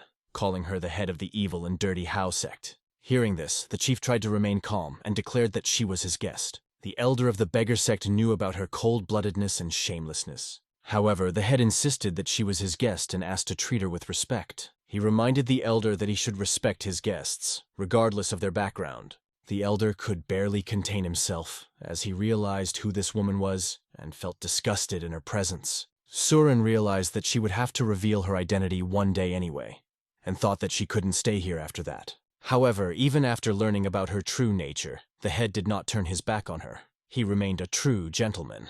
If she had such a father-in-law, she might even think about marriage. The elder of the beggars still did not understand how this had happened, although they had prepared carefully. Even with increased security measures, new loopholes could appear. They decided to invite several martial arts masters to help. Surin interjected, saying that she had heard that the experts from the Samhui Association did not help during the theft, and that there was no point in wasting effort on such unnecessary activities. The Supreme Coalition has masters who are not inferior in combat skills to people from the Alliance. And if they also possess strategic thinking, there are 2 more people who are excellent at both. Surin hinted that maybe they don't need help from the outside at all. They will manage on their own. The chief looked at her, listening to the words, but did not understand who she meant by 2. The girl apologized for not telling earlier, and the head asked with interest who these 2 were. Surin then revealed that one of them was a young master, and the other was a shadow squad master under her command, Gu Hoi. The chief did not believe that she was referring to his son as a capable master. The elder of the beggar sect was convinced that the young master could not match the great master of the shadow sect due to his lack of experience, and was quick to express his doubts. But Surin believed that they did not yet know what the young master was really capable of. The elder did not want to devalue his abilities and apologized. However, he assured that Surin does not realize the full importance of the information he is transmitting. He hinted that the divine thief's goal might not have been money. Surin asked what he meant because he doesn't even do it for fame, because no one knows about him. The elder explained that if they thought carefully, they would be able to understand who was behind it. The head pushed him to continue if he had any guesses. The elder explained that during the robbery of the Samhui Association, a very small amount of valuables was stolen. Gossip only inflated the situation and rumors spread quickly. This caused panic among the investors as their funds were invested in the association and they started withdrawing their money. The elder suggested that the real goal of the thief was to undermine the confidence of investors. This cunning maneuver forced them to withdraw their investment from the association and invest it elsewhere, which undermined people's confidence. It is still unknown who is behind this case, but the beggar sect has some guesses. Once investors start putting their money elsewhere, they will find out who is behind it. Surin noted that if the elder decided to just wait, it looked like he was hoping the thief would reveal himself. But the elder warned that taking it lightly is a mistake, because it is not known who is behind it. Although the Hao clan has the best intelligence in the world, unlike the beggar sect, they are only newbies here. These words sounded quite categorically in relation to the hostess. Recently, there was a secret meeting of the unorthodox factions and representatives of Nanman at the Hao clan tavern. But Serene did not know the details yet. The conversation was about the leader of the unorthodox faction, Mu Song, and she was trying to prove that she was sure a divine thief was behind it. Hearing about the unorthodox faction, the head of the Ha clan was shocked, and the elder of the beggar sect was no less surprised. The thief's bright red ear indicated that the young owner had caught him well. He admitted that he was dealing with an unorthodox faction led by Mu Song and that everything he was doing was on their orders and plan. Yin-ho couldn't understand why they were robbing the Supreme Coalition then, if she had nothing to do with it. With pain and screams, the thief began to tell him everything. But soon fear overtook him and he turned green. He fell breathless. Something unknown happened, and he did not have time to tell everything. Yin-ho thought that maybe he scared him so much because it was obvious that this guy was dying. But suddenly, masked people appeared behind him, and their leader declared that he had given the servant the poison, knowing that he would not keep his mouth shut. Did this guy think he could reveal their secrets and stay alive? In his hands, the leader held something that looked like a transmitter. Betrayed and trapped, the boy died before he could tell everything. Yin-ho glared at this killer and knew he would have to have a good word with him. But he wasn't alone here. Yin-ho once heard about the Yadgu poison that helps warriors dominate others. This poison is considered extremely deadly, and it is very difficult to obtain it. Such a poison acts in pairs like a female and a male. When one of the carriers feels pain, the other also feels it. Yadga is used to control a person by introducing one parasite into the body and destroying another. Just imagine the excruciating pain the victim feels from the parasite moving inside. This horror cannot be described in words. While studying with his master, Yin-ho remembered that the rice had a wet taste, and although it seemed strange to discuss such things during meals, the master seemed to enjoy such conversations. Yin-ho remembered that anyone who swallowed yadgu would either die in excruciating agony or commit suicide, thus being exploited to the hilt, followed by a miserable death. This man clearly would not take such poison voluntarily, knowing that he would die. Yin-ho suggested that in such a situation, it could be assumed that this man was working for them against his will. It remained to be seen whether this was true, but in any case, it seemed that he did come across the main criminals. He noticed that the conversation with this dead boy was much more interesting and pleasant than with them. Yin-ho even felt a little sympathy for him considering his suffering as he was about to die. The masked people looked at him as if he were crazy. They, however, understood that their master had been exposed.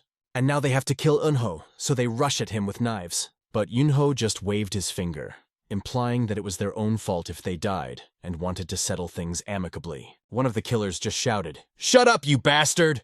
The young master easily dodged the dagger. He noticed that this guy was targeting the acupuncture points on his neck, which distinguished the methods of the criminals from the righteous factions. But it didn't bother him. He just smiled. Yin-ho lightly touched the assassin's forehead with his finger. As a result, he fell down, as if from the impact of a projectile, and remained lying breathless. The colleague of the murdered man, seeing that Yin-ho put his friend down with a light movement of his finger, swung his sword and almost touched the young master's face. However, Yin-ho's aura was so powerful that the sword began to melt from her power. The killer's face showed shock. He had never seen anything like it before, and the boy seemed to enjoy the moment. A quiet town perked up as the assassin flew away from Yin-ho's aura and began to slowly fall from the roof. Falling to the ground, he looked like an ordinary loser. Yin-ho turned to the survivor and asked him to give him the item. Soon, he felt a blow on his head, but now the poison control item was in his hands.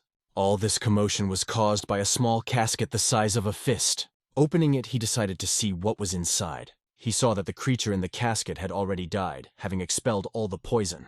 Yin-ho turned to the enemy, asking if he was still alive, writhing in pain.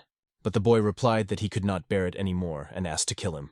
Yin-ho decided to help him, reassuring him that if he couldn't do it himself, he would still die. "So just shut up and bear it," Yin-ho told him. He realized that nothing could be done with the poison that had already been released.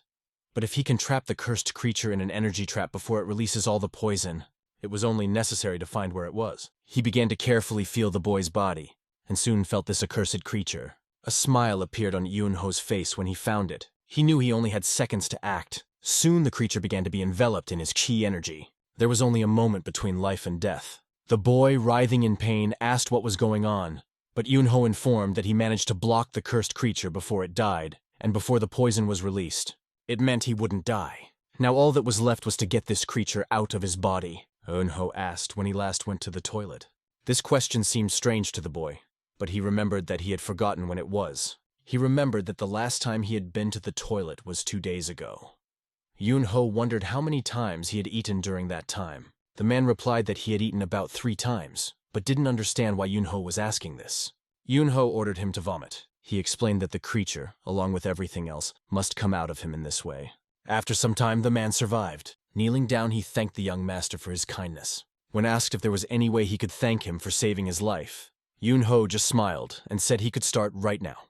The boy asked him to explain the reason for the robbery of the Supreme Coalition. The man admitted that he did not know the real reason at all. He really doesn't know anything, even about the previous robbery of the association. He was only following orders. Yin-ho was a little disappointed, because he turned out to be just a tool that was used and then abandoned. Eventually, the man remembered that he knew the location of Chol Musong's hideout. Yin-ho decided to take advantage of this and said, "Since you know that, take me there." He doesn't care why they attack the Supreme Coalition. They will answer to him for their actions. A simple peasant did not understand that the boy was seriously going to rush into hell itself. But Yin-ho asked, "Are you afraid of death?" In part, the man was no longer afraid of anything, although he thought that the boy was crazy because his enemy was one of the 24 strongest, King Monson. He didn't understand why Yin-ho was so confident that he could handle him on his own.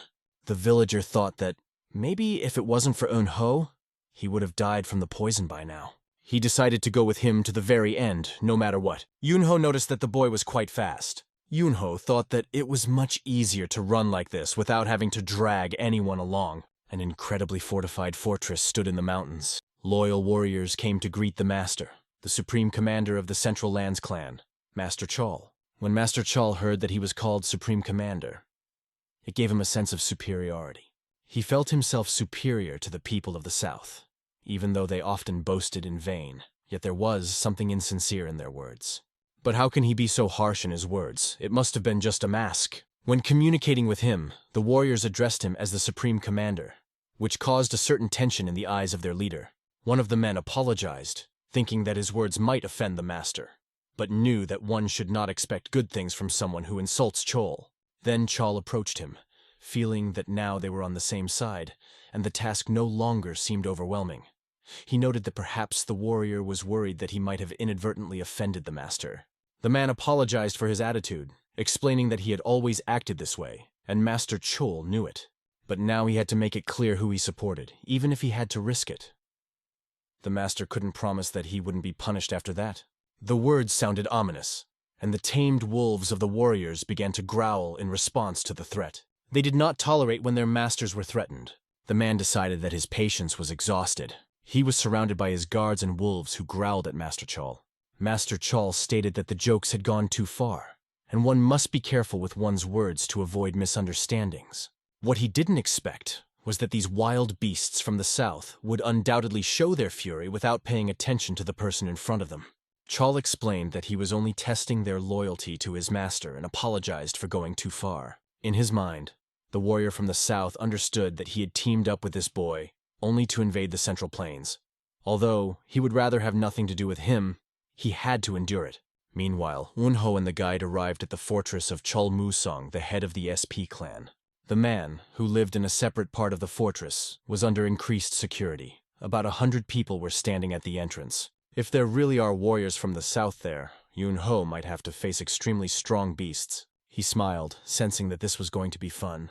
The guide was startled by his words and froze in fear, but the young master asked, "Aren't you coming with me?" Of course, he refused, because this trip looked like a real suicide. The guide was convinced that the boy was simply crazy, because even thinking about it seemed terrifying to him. Meanwhile, Master Chol thought things were going pretty smoothly. If Ajin can complete the errand, more people will rush to collect their money. Even if they take their funds, their anxiety will not go away, and there will be no one to catch them. And when peace comes, the faith in the Big Four associations will be shaken even more. Then they will be able to create their own organization, as they planned. And then they will hang Yanzin's head on the city gate. This will be the only hope for the association, which even managed to catch the divine thief. The faithful people from the south will stand on the protection of this place. They will show that their beasts are of great importance to the protection of the association, and then people will rush to invest in their organization. Master Chol often said that the wild beasts from the south were far stronger than any other. Everyone was waiting for the results, because time was limited. The era of the 4 major associations was coming to an end, and this marked the beginning of the era of Chol Monsoon. A loud crack echoed throughout the room. Chol turned his attention to the sound from outside. He ordered one of the soldiers to go and find out what was happening. The gate shuddered as if someone huge was trying to break in. The warriors heard something gigantic ram their gate, and after a moment, the young owner almost destroyed the protective barrier. The giant castle was falling apart before our eyes. No matter how hard Yin-ho beat, the gate still held, although the warriors couldn't understand how he would even break it with his own hand. Yin-ho nonchalantly bangs on the door, muttering that it could be lighter or just open it for him. And here, their powerful fortress gates crumble in front of the soldiers. They retreat, not knowing what army to expect. But instead of an army, only one figure appears before them. A cocky Yin-ho walks in and asks why the door to the thieves' lair is so strong. The guide watches from afar with admiration, realizing that the boy possesses strength on another level. Yin-ho notices that the conductor looks quite funny. Then he emphatically declares that all these people are just thieves. One of the soldiers holding a sword asks him who the hell he is. Yin-ho calmly pats him on the head, saying that he's just an ordinary guy. He passes by as if nothing happened. The warriors are horrified by the insolence of some boy who dared to disturb them. They decide that this scoundrel must be destroyed. Yin-ho lights up like a ghost. Turning to the soldiers, his eyes begin to shine like lasers and burn everything in their path. Smiling, he says that if someone is lucky enough to survive, then it is worth living the next life with dignity. Chewul, hearing that some guy broke into their fortress and created chaos, becomes furious. He orders to deal with him quickly without unnecessary delay. No one should be merciful. He seethed with indignation that because of this impudence, his reputation might be tarnished in the eyes of the guests. He orders to capture the boy before the feast begins. Otherwise, he promises to kill everyone. One of the warrior guests declares that he will go after this brat. He promises to return to the banquet hall only after bringing his head. The guide observes the consequences of the battle that the young master arranged. There are piles of bodies lying around, and the boy didn't even use a sword. He looked around, seeing complete chaos. This young man could deal with all the enemies on his own. He was a really crazy scoundrel. Every time a warrior tried to attack him, Yin-ho caught their swords with his bare hands and threw them far away, many meters, with a powerful blow. He calmly accepted 1-on-3 challenges and was not even embarrassed. No sword could even scratch his skin. Yin-ho told them more than once that it was all completely painless, and over time, the soldiers began to believe it. The warriors did not know what to do with this horror, because its QE energy did not penetrate their swords. The young master only stated that it was because they were too weak. Yin-ho expertly showed them where the crayfish spend the winter. He was too strong, and it was extremely difficult for them to hold him back. Even though he didn't even draw his sword, he just wanted these bastards out of the way. Directing his powerful energy at them, he made them pant like beaten dogs. Some invisible force began to scatter them in different directions. The soldiers could not believe it. It seemed impossible.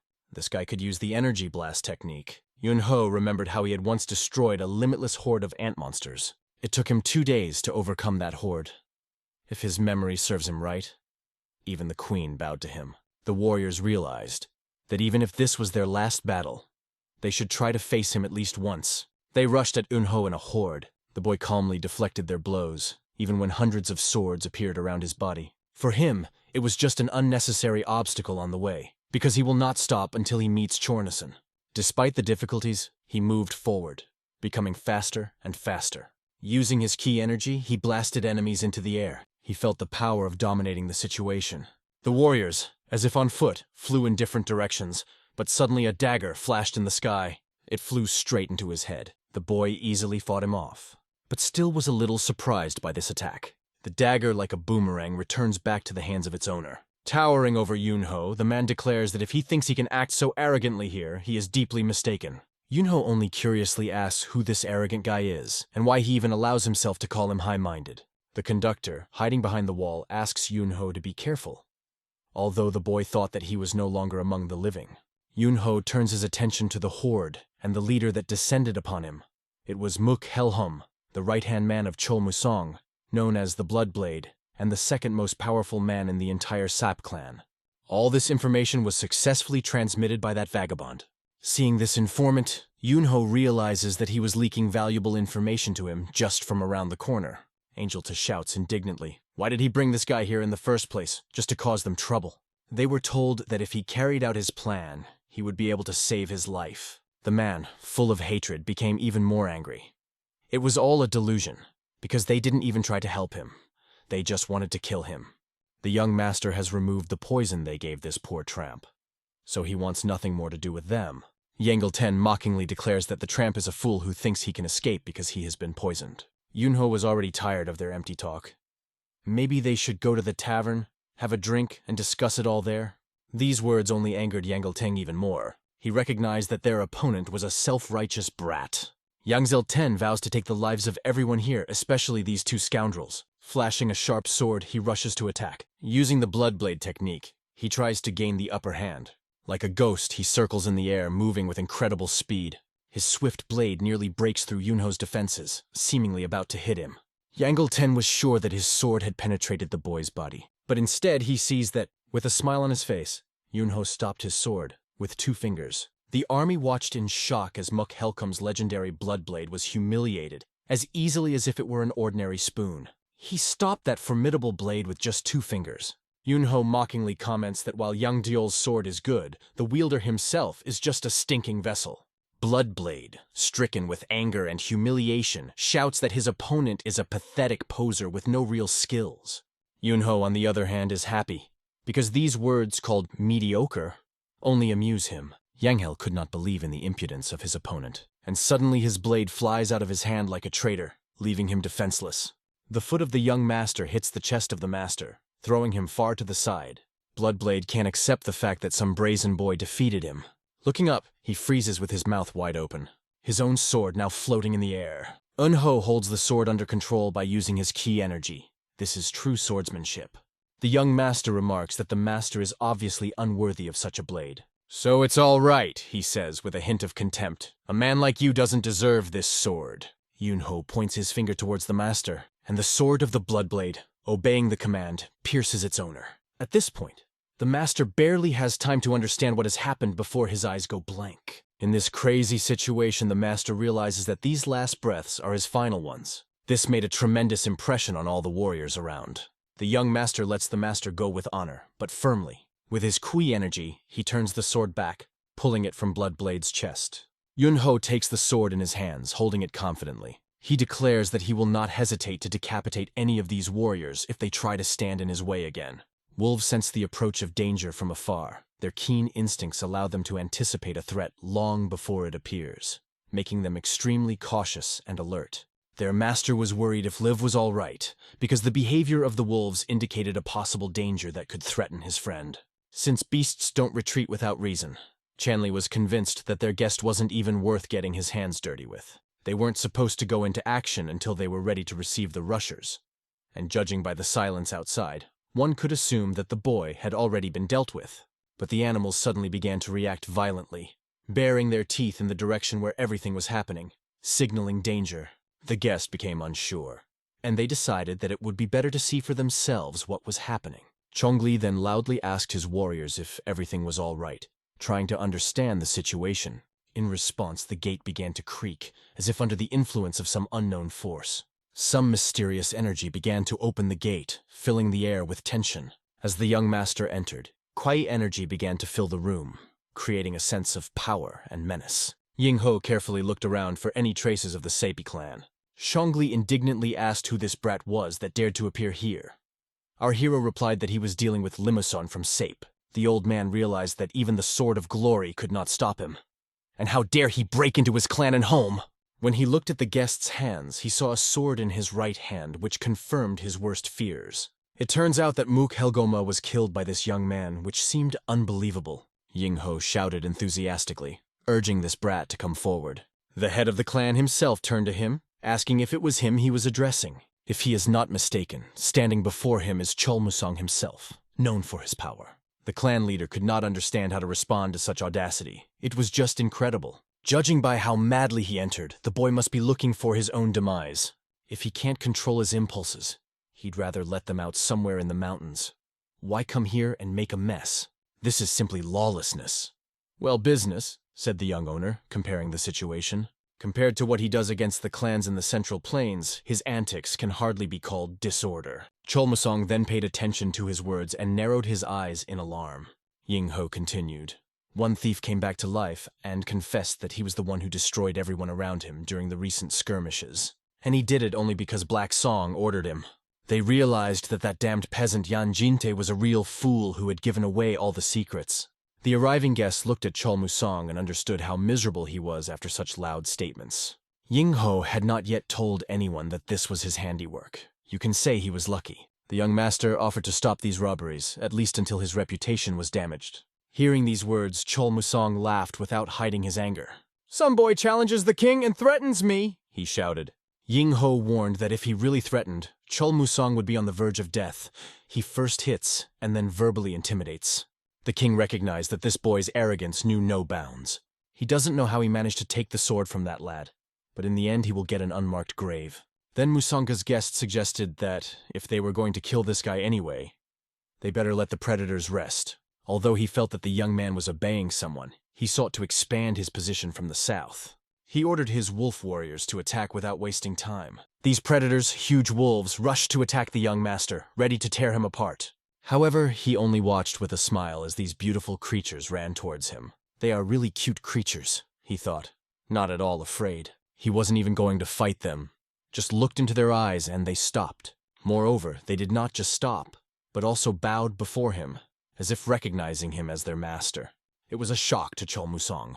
Who is this man before whom his own wolves obey? He could not believe that these loyal beasts, who had always fearlessly rushed at their enemies, were now standing in front of him with their tails biting. Hayingho noted that the wolves were smarter than their owners. They realized that before them was an enemy that should not be exposed. Enraged, Chol Musong drew his sword, unable to contain his hatred. His patience was exhausted. These events pushed him to the extreme. Hayingho warned that this was his last chance to save his reputation, but Chol Musong knew that the only way to save his honor was to cut this guy to pieces. He possessed a martial art that was second to none, and he was confident of his victory. From the Kui energy coming from him, the warriors were forced to close their eyes from the blinding power. They understood, here it is, the power of one of the 24 great masters. Hayingho looked at him and saw an ugly face distorted with anger. His strength did not seem so powerful. He definitely gave him a chance, but if so, then you can't do anything. He activated his power, filling the space with Kui energy. The entire room was filled with this powerful energy, creating an atmosphere of tension. At that moment, this energy began to literally destroy ordinary people with its power. Chol Musong could not believe that such an incredible force was against him. They seemed to be almost equal in strength, but something was wrong. Their chi energies collided, coming into direct contact. Suddenly, when they came together, there was an explosion. But the fact is that the energy of the young master overshadowed the power of Chol Musong. He felt his power suppressed and could not accept it. This boy surpassed him in strength, which was unbelievable. Hayingho watched this with excitement in his eyes, enjoying the moment. He was burning with chi energy. He adored this feeling of superiority, and he was ready to prove his strength to this opponent. Musong was still trying to resist this powerful energy, concentrating all his strength not to succumb to its pressure. However, he felt this chakra pressing heavily on him, causing him to lose control and balance. With each step as the young master approached him, the pressure became unbearable. His confidence began to waver, the understanding of his own weakness seeping into his consciousness. He was thrown back by the force of this opponent who was relentlessly advancing. Hayingho noticed that Musong seemed to be about to cut him down. But where had his initiative gone? After all, his name was on the list of 24 great masters of martial arts. But the fear of the young master constrained him more and more. Musong's face contorted in mortal terror as he realized the power of this pro-light standing right in front of him. Hayingho emphasized that if Musong wanted to keep even an iota of his honor, he would have to kill himself. But, judging by everything, it will be extremely difficult for him. Zhongli Musong stared at this brat. Until now, he had never met an opponent he couldn't defeat with his true blade. Holding the sword in his hands, he asked if he would be able to defeat his opponent again, or if maybe this time things would be different. At that moment, rage filled his heart and he swung his blade with all his might. Hayingho watched him and thought how ridiculous he was in his futile attempt. After their collision, their auras merged into a single powerful field. There was a large-scale explosion that shook everything around. He destroyed the entire building, turning it into ruins. After some time, the consequences of this battle were visible even from afar. The castle was destroyed, and the central building of the main leader was completely destroyed. A young master stood on the remains and ashes of this building, holding his sword. Nothing happened to him at all. He was unharmed. The same vagabond approached him and asked if everything was okay with him, amazed that the young man had been here all this time. The tramp wondered what had happened to Chol Musong, but when he looked around, everything became clear. "That scoundrel took it and ran away," he said with contempt. "It looks like this. First, it wants to kill you, fights like a madman, and then suddenly disappears behind a crumbling building." The tramp repeated that they must not let this crafty rascal live. It should be found and destroyed immediately. Hayingho remarked that chasing someone sounded rather dull and too boring for him. The fact is that the young master understood. Zhong Musong will suffer from the thought of his defeat, and when he cannot bear it, he will appear himself to finally perish. Then they will deal with him. And now one of his guests climbed out of the rubble somewhere nearby. It turned out that these were warriors from the south. The only question remained, what to do with them next? Hayingho knew that the wild beasts of the south were tamed by cruel and abusive methods.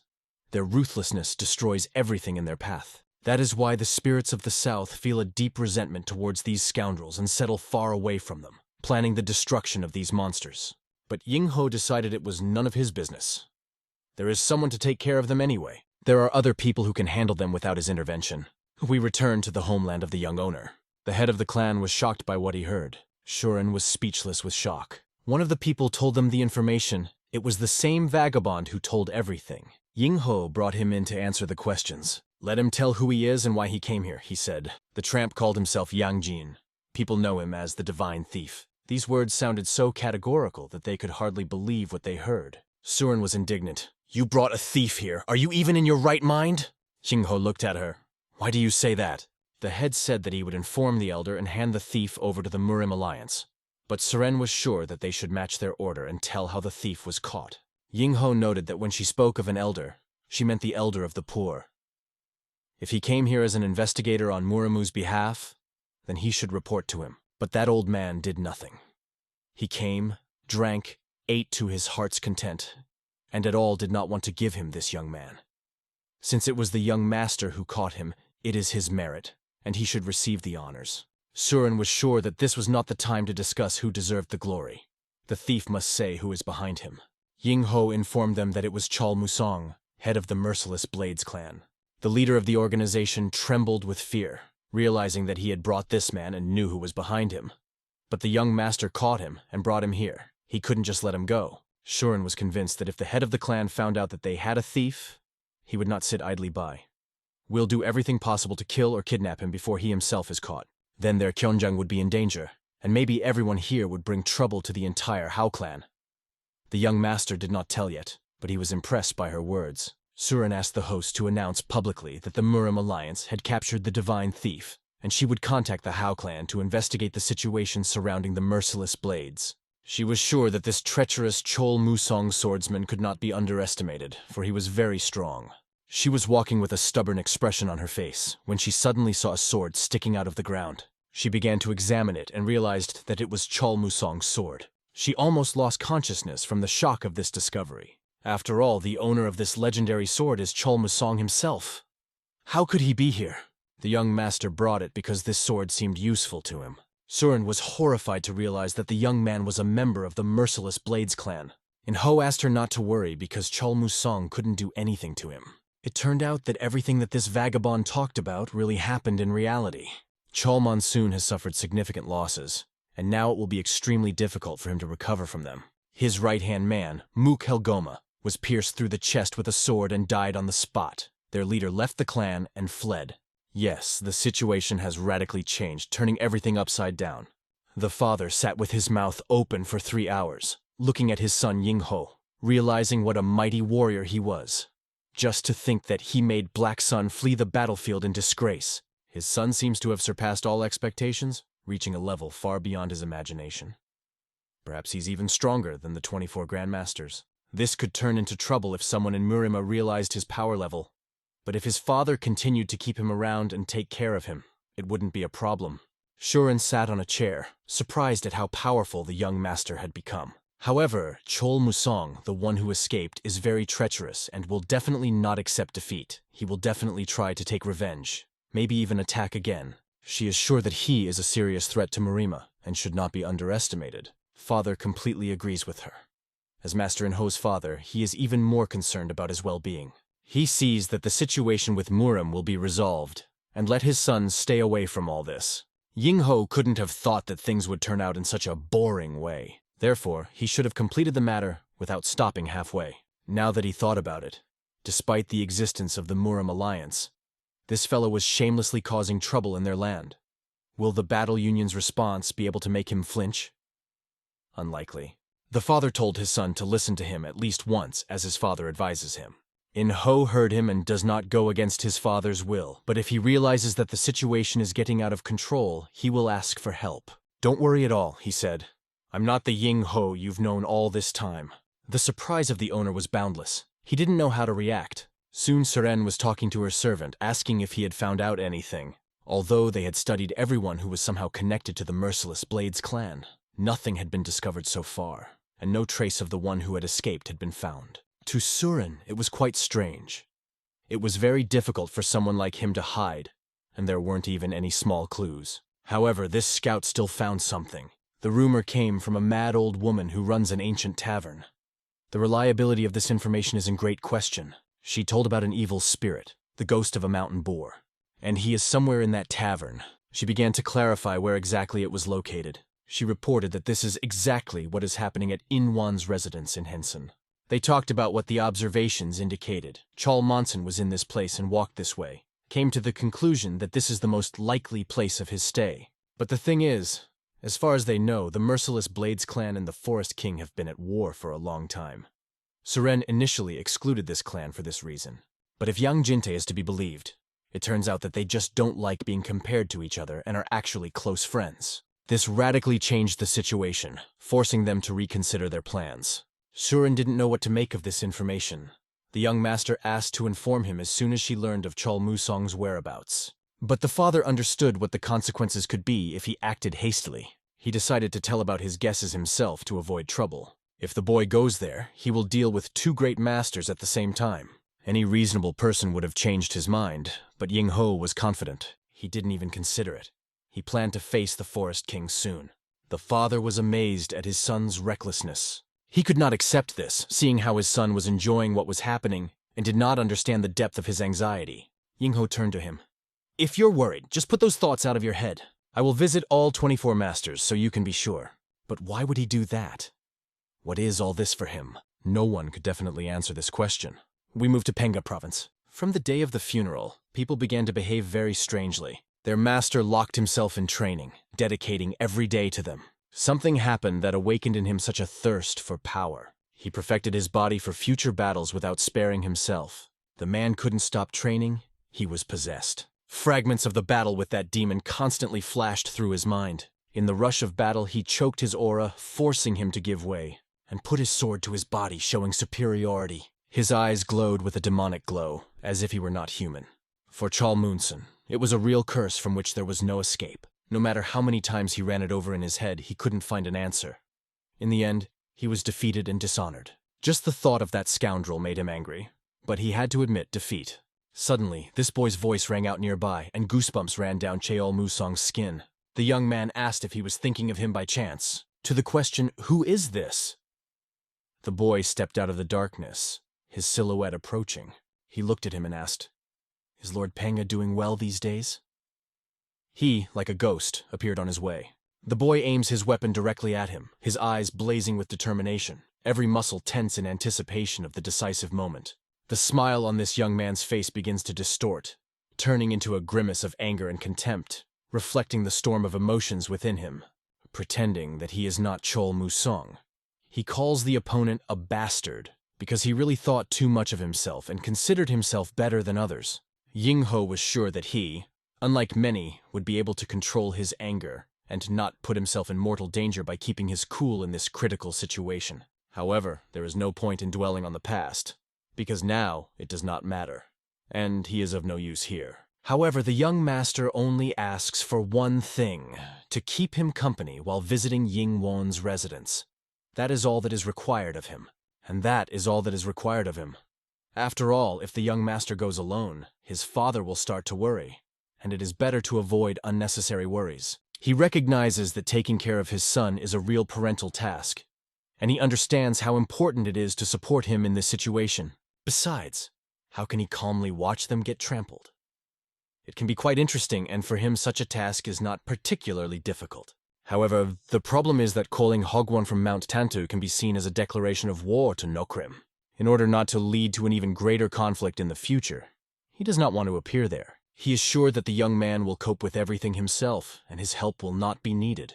Yin-ho, noticing all this, tells the man that he has a bad breath, and suggests that he wring his neck first, and then deal with matters. Suddenly, the man changes his mind and asks when they are leaving, as they have received confirmation that Cheol Muson is in the palace. "So, we have some free time," he says, hinting at the opportunity to prepare. As payment for fulfilling his request, the man asks for help in one important matter. Soon they find themselves in a huge castle, the grandeur of which amazes the imagination and makes you hold your breath. The young man reacts with fear to the appearance of this demon.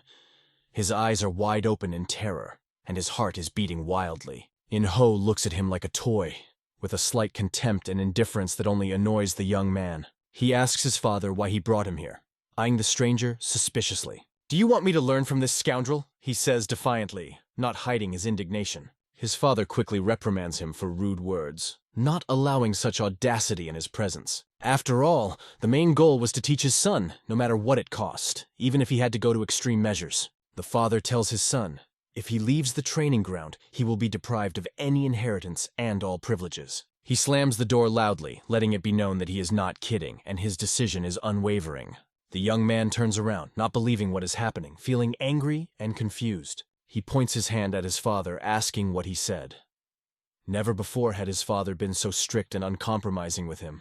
Yin-ho suggests that maybe it's because he didn't get a proper lesson last time, but he's still a jerk. And now, at your father's request, I am your teacher. So to begin with, show respect, Yin-ho declares with cold determination. The young man is not going to show respect at all, and defiantly waves his hand at him, hoping to impress. Yin-ho easily dodges the new moon's punch, as if it were a small thing, showing off his skill. He realizes in his mind that his own teacher must have felt the same way when he first met him. He does not intend to babysit this young man for long. It is time to act decisively. And in a moment, the boy is already lying on the ground, not having time to understand what happened and how quickly he was defeated. Apparently, he didn't understand anything because he looks defiantly at Yin-ho again, ready for another attack. "It is indecent to lie in front of your teacher," he remarks ironically, emphasizing the young man's powerlessness. He grabs the boy's leg and starts twirling him around like he's just a toy. Untwisting it, he launches it like a stone right into the massive door, demonstrating his strength. The father even blocked the door with a stone, preventing his son from escaping. Although he was hurt and sorry for his son, he knew that this was necessary for his good and development. He must understand that his father sincerely wants him to become stronger and be able to defend himself. Soon evening came, and dusk enveloped the castle, adding mystery to the surrounding world. It was necessary to finish training, but there was still a lot of work ahead, and no one was going to back down. The warriors patrolled the area, not noticing that someone was watching them from the darkness, hidden from view. One of the spies was lurking on the roof, carefully watching everything that was happening below. After the recent arrest of the divine thief, all security measures were restored to their previous level, and this spy never came close to his target. Among all the big markets, the security here is the strictest, and it is extremely difficult to get inside even for an experienced spy. However, Ms. Surin had recently ordered him to find that scoundrel. If only he could have known about it in advance, he would have avoided many problems. There wouldn't be all this extra worry if he didn't have to storm right into the building, risking exposure. He runs quickly, leaping over the fence like a shadow, moving silently and cautiously. Quickly rushes through the yards to check what is happening, and if there is anything worth his attention. "What's going on here?" he thinks as he descends, feeling growing anxiety. Horror pierces him to the bones, making his heart beat faster, because something is wrong here. He passes the same place again and again. It seems to him that he has already crossed it several times, as if he had fallen into a trap. But when he looked up, he realized that it was a cunning trap from which there was no way out. He, like a cornered rat, had no chance of escape, sensing the hopelessness of the situation. And then he heard Lyrian's voice, "Come out, evil spirit!" An authoritative command sounded, which made him shudder, as if everything around began to turn red, creating an atmosphere of danger and fear. Devilish eyes appeared above him, and a question rang out, "How dare you shamelessly break into the walls of Chongjiang?" In terror, the spy looks around, looking for a way to escape, but realizes that there is no way out. Lyrian calmly asks, "Who are you?" His voice is cold and emotionless. "Are you a thief or a murderer? What's wrong with you?" Lyrian continues, piercing him with a look. "Answer immediately. Otherwise you will quickly get what you deserve," he warns in a stern voice, leaving no room for hesitation. Nevertheless, Lyrian's work gave a significant result, and the truth began to surface. After some time, he found out who this man really was and what his true intentions were. He warned Surin that next time such things should be communicated in advance to avoid misunderstandings. The spy apologizes. "Never before in my life have I encountered such a complex formation and terrible magic, but Surin is to blame for not warning about it. In any case, it is rather unusual that he appeared here for no reason."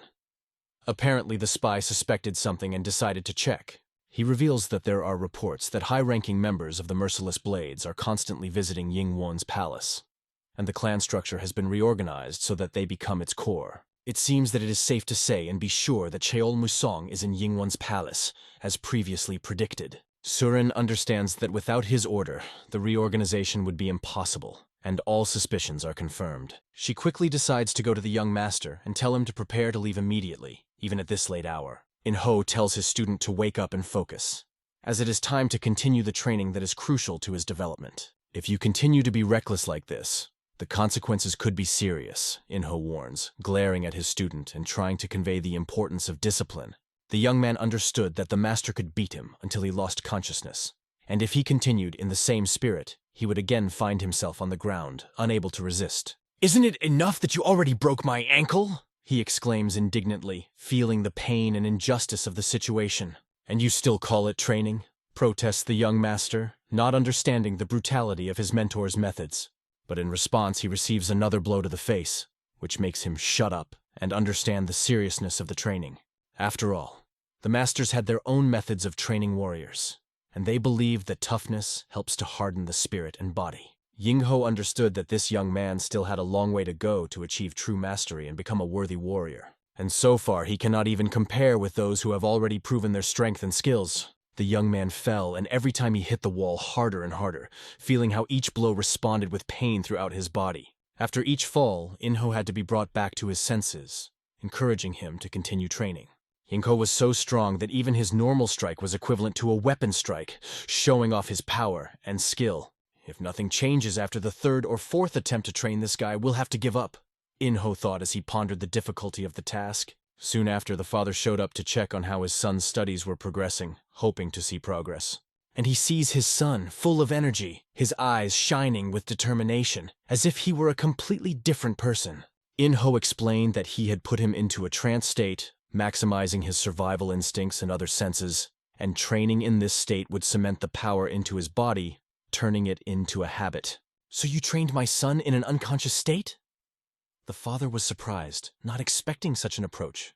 When asked by his father about the results, Yin-ho replied that his son was now 30% stronger than before. Given his character, it was not easy, but we made significant progress in a few days. The father could not contain his joy, because this is exactly what he expected from his son. Suddenly they were interrupted. People came and asked if the master was here, bringing news with him. It turned out that visitors from the Supreme Coalition had arrived, and their visit required immediate attention. The young master immediately realized that Suren must have come, and that his son's training was over. "Make sure that after he wakes up, he rests well and eats. That's my order," the father added, taking care of his son's recovery. Suren reported that Mr. Lyrian had already left for Henson to develop a plan to break into the residence. However, one important nuance appeared. The barbarian king Penjil joined, and it was interesting how the young man managed to convince such an influential and difficult personality to go with him. Suren doubted whether he would be able to calmly follow the young master, given his complex nature. Hayingho explained that he didn't persuade anyone. He just offered once, and the man enthusiastically accepted after learning that he would be fighting the King of Death and the King of the Forest. Suren was aware that the Peng family of Hebei had a huge influence in Murima, and in such a situation one had to be careful. She couldn't understand how the head of the Peng clan decided to follow this young man, as he was just finishing up all his business. Hayingho admitted that it would probably be more dangerous to hurt his feelings or get involved in a political conflict. After all, recently he caused him trouble, and the situation could become even more difficult. Suren understood that if the young master defeated even the barbarian King Penjil, then he was simply incredibly strong or even insane. El met a person quite familiar to him, which aroused his curiosity. He called him a coachman, but he admitted that he was not a coachman. He felt overwhelmed next to one of the 24 strongest warriors, but he didn't expect him to be so powerful. Hayingho urges Penjil to move faster and talk less, to which the Peng clan leader takes offense. "Can I say a few words? But if you keep talking like that, we can seat you next to the coachman," Hayingho joked. It seemed incredible. The young man was talking to the barbarian King Penjil as casually as if he were a simple servant, and Suren set off with Mr. Coachman, accepting the situation as it was. However, this man understood that he was not a coachman, but he had no choice, and had to play this role. The carriage was cramped, but if anyone didn't like it, as Yin-ho joked, they could walk. After some time, they found themselves in a dark valley, where the atmosphere became gloomy and mysterious. It was quite cold and scary. The wind pierced the bones and the shadows seemed alive. The tracks led them to this very place and broke off, as if disappearing into thin air. The soldiers had to carefully inspect everything. They searched everything, but found nothing, and he admitted that the enemy had disappeared right under their noses. The red-cloaked warriors noticed someone riding a carriage through their territory, which raised suspicion, and rude words came from the carriage, which added to the ambiguity of the situation. The soldiers were surprised that someone dared to appear on their territory without permission. The carriage moved confidently, as if the passengers were not at all afraid of possible dangers. The head of the Peng clan acted like an offended child, expressing his displeasure at the situation. He understood that it was necessary to hire a professional coachman, because this inexperienced coachman does not know how to manage a carriage. And that man was aware that he was not a coachman at all, but Wang Gunwei, the former killer of the Salmon family and the captain of the Dark Squad. But he was forced to endure it and pretend. Suddenly, people in red blocked their way, stopping their movement. Suddenly, they stopped, feeling that something was wrong.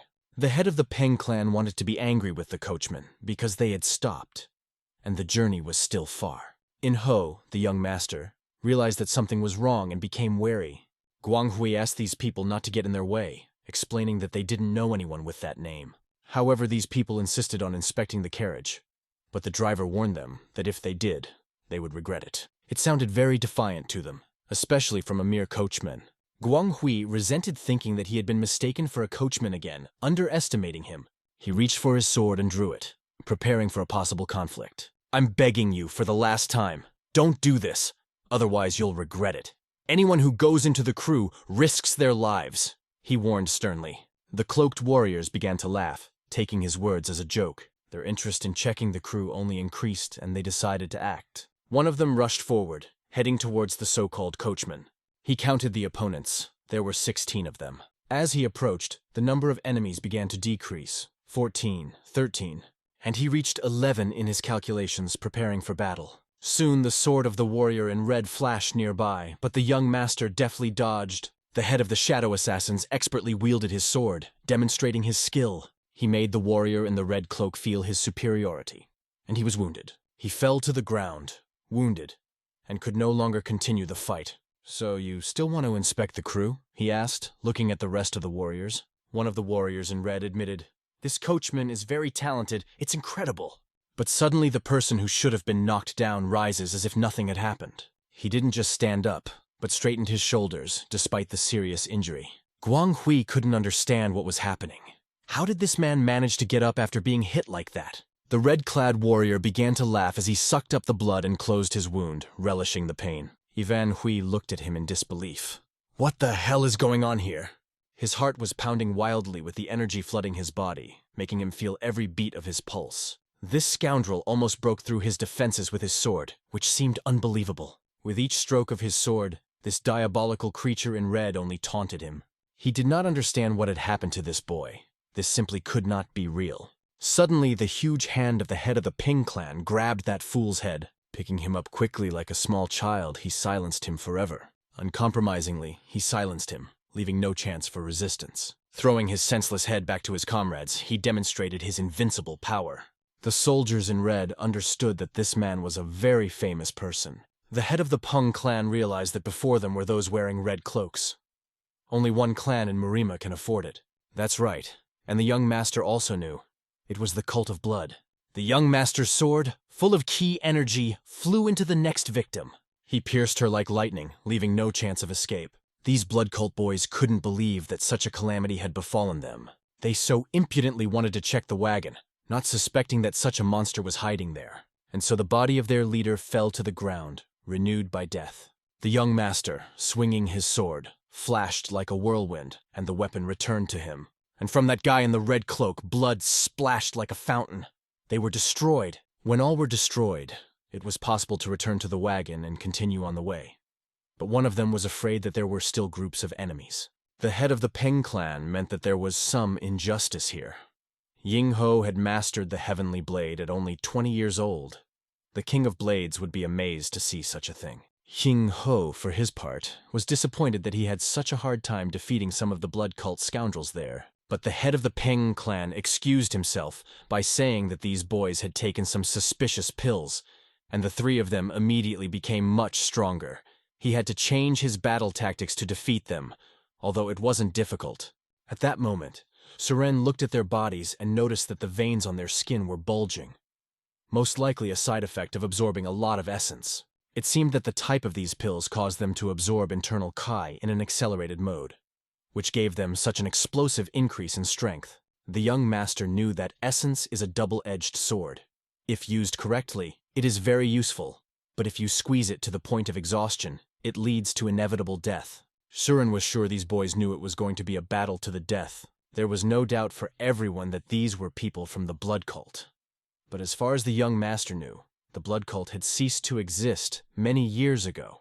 And so it was. The destruction of the cult of blood is described in Murim's stories about 5 times. They always, no matter what, appeared at the most unexpected moment and caused a lot of trouble. Surin understood that they should bring this case to the Murimu Battle Union. If they can fight like this, then their strength and numbers have been restored. Ying-ho wasn't going to do anything right now just yet, although they wanted to report all this. But if there is a small settlement nearby, they decided to go to some small village nearby. There should be at least someone from the Murim Union there. They will stop, tell everything, and take one of the corpses for illustration. But the question remained for the head of the Peng clan. Who would drive the wagon if that boy was sent with a message? Ying-ho looked at the head of the Peng clan, as if hinting that he would be the one to do it. And no matter how hard he tried to deny it and how angry he was about it, there was no choice. This healthy man took to driving the cart against his will. He did not know how to manage it because he had never done it before. The next day, they headed even closer to the city, getting closer to their goal. Lyran was just planning all possible options for breaking into the building. He calculated everything down to the smallest detail, leaving no room for error, and still decided to try, even if it was risky. After all, he had reached a certain level of skill and was ready to act. He began to draw some mysterious pattern on the rock, concentrating on the process. No one bothered him, but one day, our brigade appeared on the horizon, unexpectedly breaking his solitude. Lyran had no idea who was standing behind him and watching. Soon he came to the right option and was so enthusiastic about the work. That drew a rather familiar pentagram, not noticing anything around. Ying-ho noticed that Lyran was not wasting his time. He asked to be more careful and not to spoil his work, because this formation is calculated to the smallest detail and must be depicted without a single error. It turns out that all they need is to make a hole through which they can get inside. You shouldn't be so fussy. But Lyran was sure that it wasn't that easy to enter, because the palace was huge and very complicated, and another 30 points had to be destroyed at the same time. The head of the Peng clan felt that they just had to break into the palace. There was nothing complicated about it. Lyran saw that everything before them was a mirage. The mountains that everyone sees are not real. It's just an illusion. If they just go to him, they will get lost and wander in circles for eternity. And if they are not lucky at all, they will encounter another group that can seriously injure or even kill them. However, Loren was sure that everything is not as simple as it seems. And then he saw that someone huge was traveling with the young master. The head of the Peng clan recognized this boy as a monk who is not particularly concerned with worldly affairs, but when it comes to him, he is bloodthirsty. He was interrupted by Yin-ho, introducing him by name to avoid misunderstandings. It turns out that the mirage can be dispelled, although this was the first such encounter for Lyran.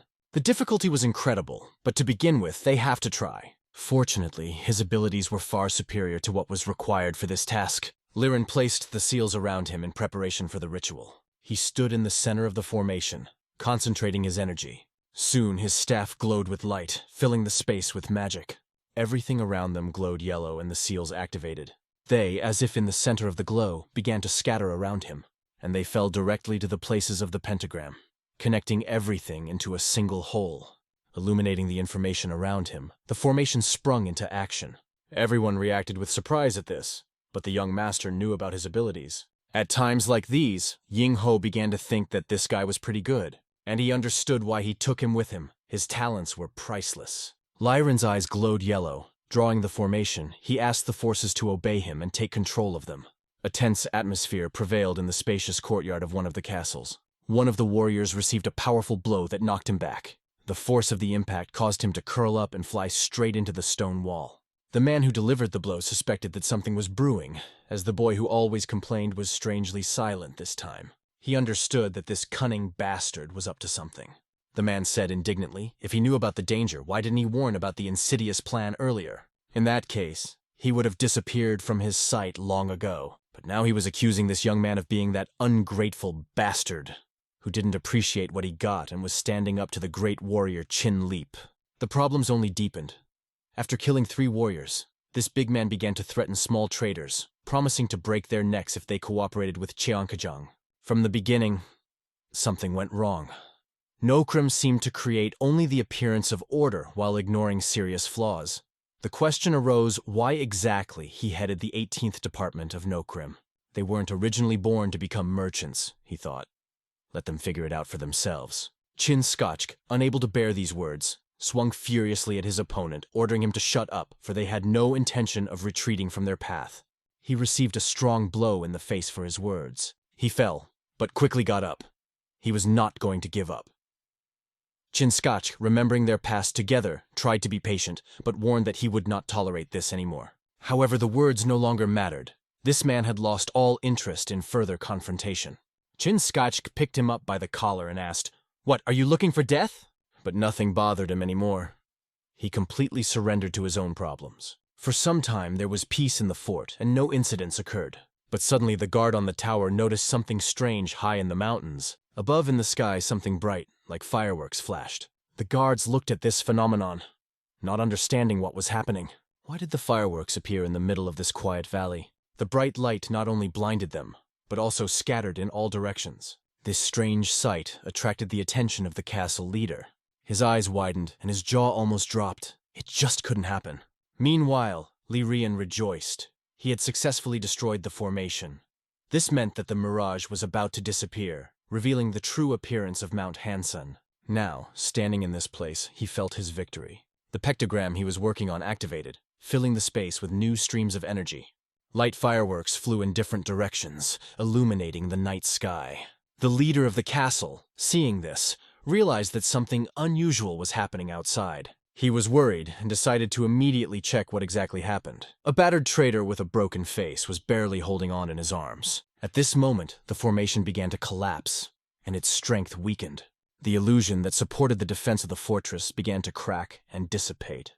Li Rian successfully completed the task, finally dispelling the illusion. He looked back at his friends, wanting to brag about how he was able to destroy 13 formations at once. But turning back, I saw only serious faces. The boys had already rushed forward, not paying attention to him.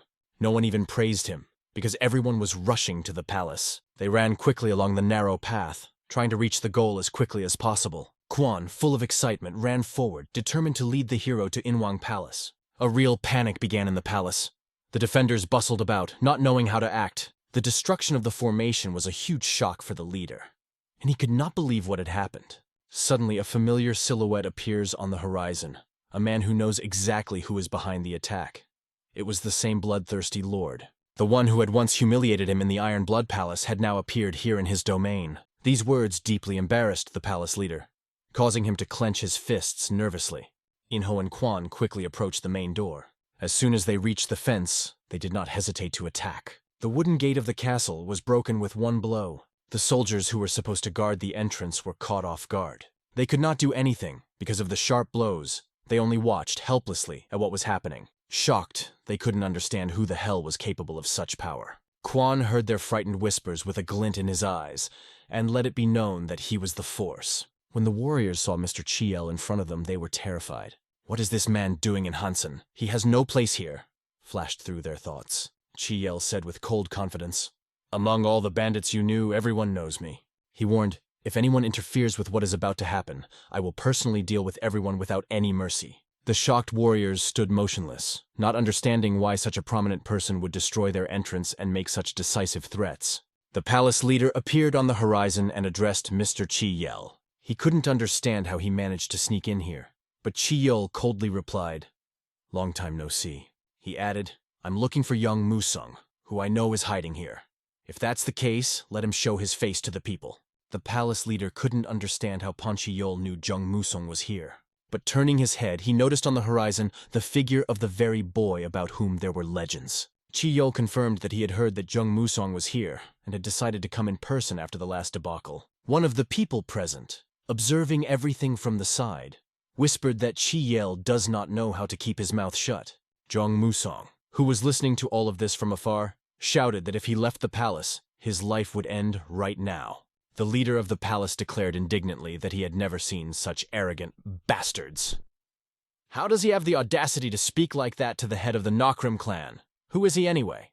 Yin-ho coldly looked at the leader of the Nokrim clan and replied that Song didn't even mention him, because he was probably ashamed to admit that he had been beaten by much younger warriors. He proudly stated, "I am Hayingho of Cheongdam, and it is because of me that you will meet your ancestors much sooner than you ever planned." At first, this guy didn't recognize the legendary monster everyone was talking about. Young Musung stared in shock at the brazen bastard who came after his head. He understood that this impudent stranger was the son of a cursed merchant.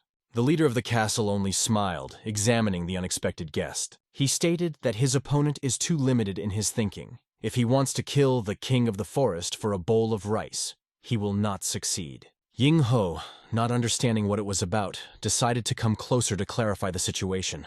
Jumping confidently, he flew past all the soldiers who stood in his way. He landed right in front of the king of the forest, ready to talk. Yin-ho wanted to explain that human lives are more precious than any bowl of rice, and his efforts to make the trading district prosperous are years without rest. But the king of the forest defiantly insulted Yin-ho's father right in front of him, and now the hero had enough reason to kill him. One of the warriors tried to attack Yin-ho, considering him a brat who doubted the master's greatness. But the warrior was instantly destroyed by the leader of the Pet clan, proving his superiority. He looked sternly at the other warriors, asking who allowed them to interfere, causing everyone to freeze in place. A whisper began among the guards. "What kind of wild bear is here?" If this was their ultimate goal, the king of the forest had no other choice. He decided that he had to make Yin-ho regret showing up here. Yin-ho calmly looked at the king of the forest, wondering who would really regret it. Meanwhile, in the distance, Li Ryan and Surin were left to watch the events. They were sure that the young master would destroy the king of the forest, without a doubt. Surin turned to Li Ryan and asked, "If you are a monk, why didn't you stop the young master?" Li Ryan only smiled. "Although I am a monk, I am also a formation master." Surin, knowing that even formation masters value human life no less than monks, was surprised by his inaction. But Li Ryan admitted that he wanted to stop the young master hundreds of times. Although he values human life, he understood that not all problems can be solved with words. During their journey, he saw the suffering that befell the local traders. Therefore, Li Ryan felt that the sacrifice being made now was justified. Surin nodded, realizing exactly what he meant. Li Ryan added that words of wisdom are often a monk's best weapon, but the main reason for his calmness is his love for a good drink. Meanwhile, the king of the forest looked at the young brat who dared to stand in his way. With fierce determination, he swung his heavy battle axe, ready to destroy his opponent. Swinging, he aimed the axe directly at the young master's head. However, the hero deftly dodged, leaving the blow in the air. The force of the blow was such that it crushed the stone stairs on which they were standing. The leader of the Peck clan watched this and understood that the axe was an extremely powerful weapon. The king of the forest himself was not only the strongest warrior, but also a master of combat equipment. He brought the art of wielding an axe to an almost incredible dexterity. His strength was enough to destroy even the most dangerous enemy. He was confident that he would be able to overcome this young brat. Swinging once more, he attacked, thinking he had wounded the young man, for he looked as if he had been struck. But the hero blocked the attack of the axe with his sword. His blade began to destroy the hatchet in front of his surprised opponent. The king of the forest was shocked.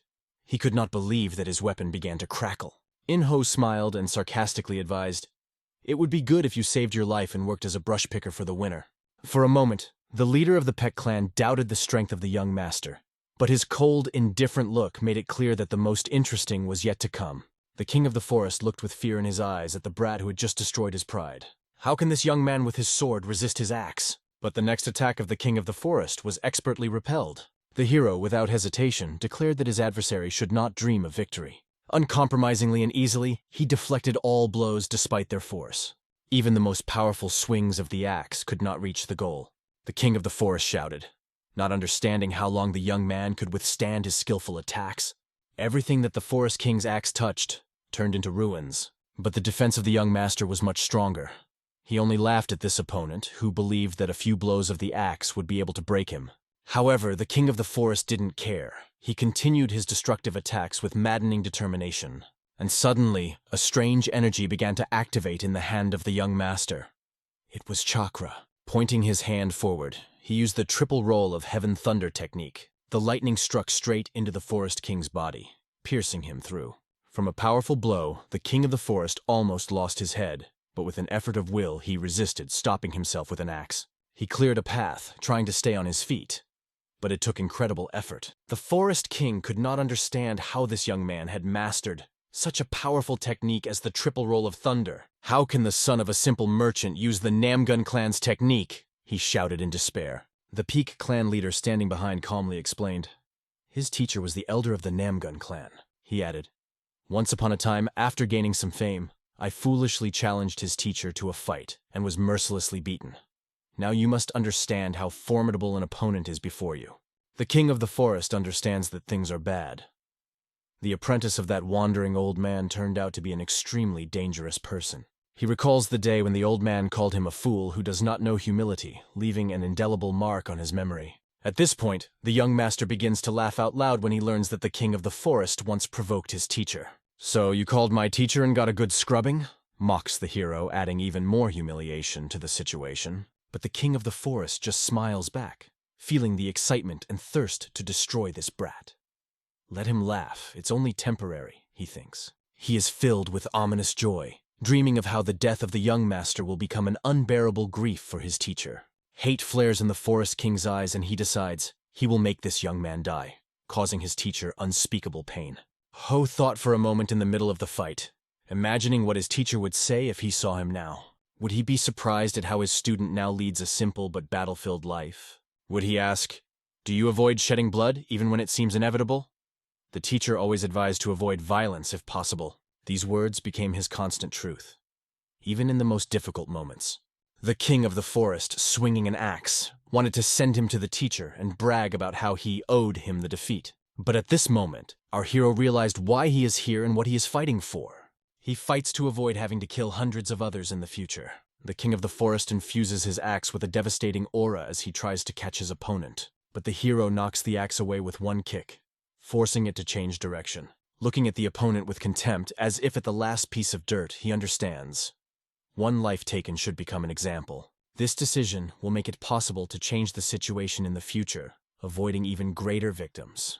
Zhong Musong saw the king of the forest fly away from the young master's punch. He felt that a danger loomed over him from which it was impossible to escape. His hands began to shake. He gasped in fear, not knowing what would happen next. At that moment, a mysterious person came out of the darkness, looking around. He saw the king of the forest, the one who called himself all-powerful, lose control. His body shattered the wooden beams as he was sent flying backwards from the impact. The stranger watched, not recognizing the king of the forest as the self-confident warrior he had been before. The king of the forest, having received a serious injury, could not accept the fact that some young man humiliated him. The king of the forest vows to destroy the hero at any cost and directs wooden beams and debris at him. These block-like projectiles fly straight at Yin-ho, trying to catch him off guard. But this does not become a problem for the hero.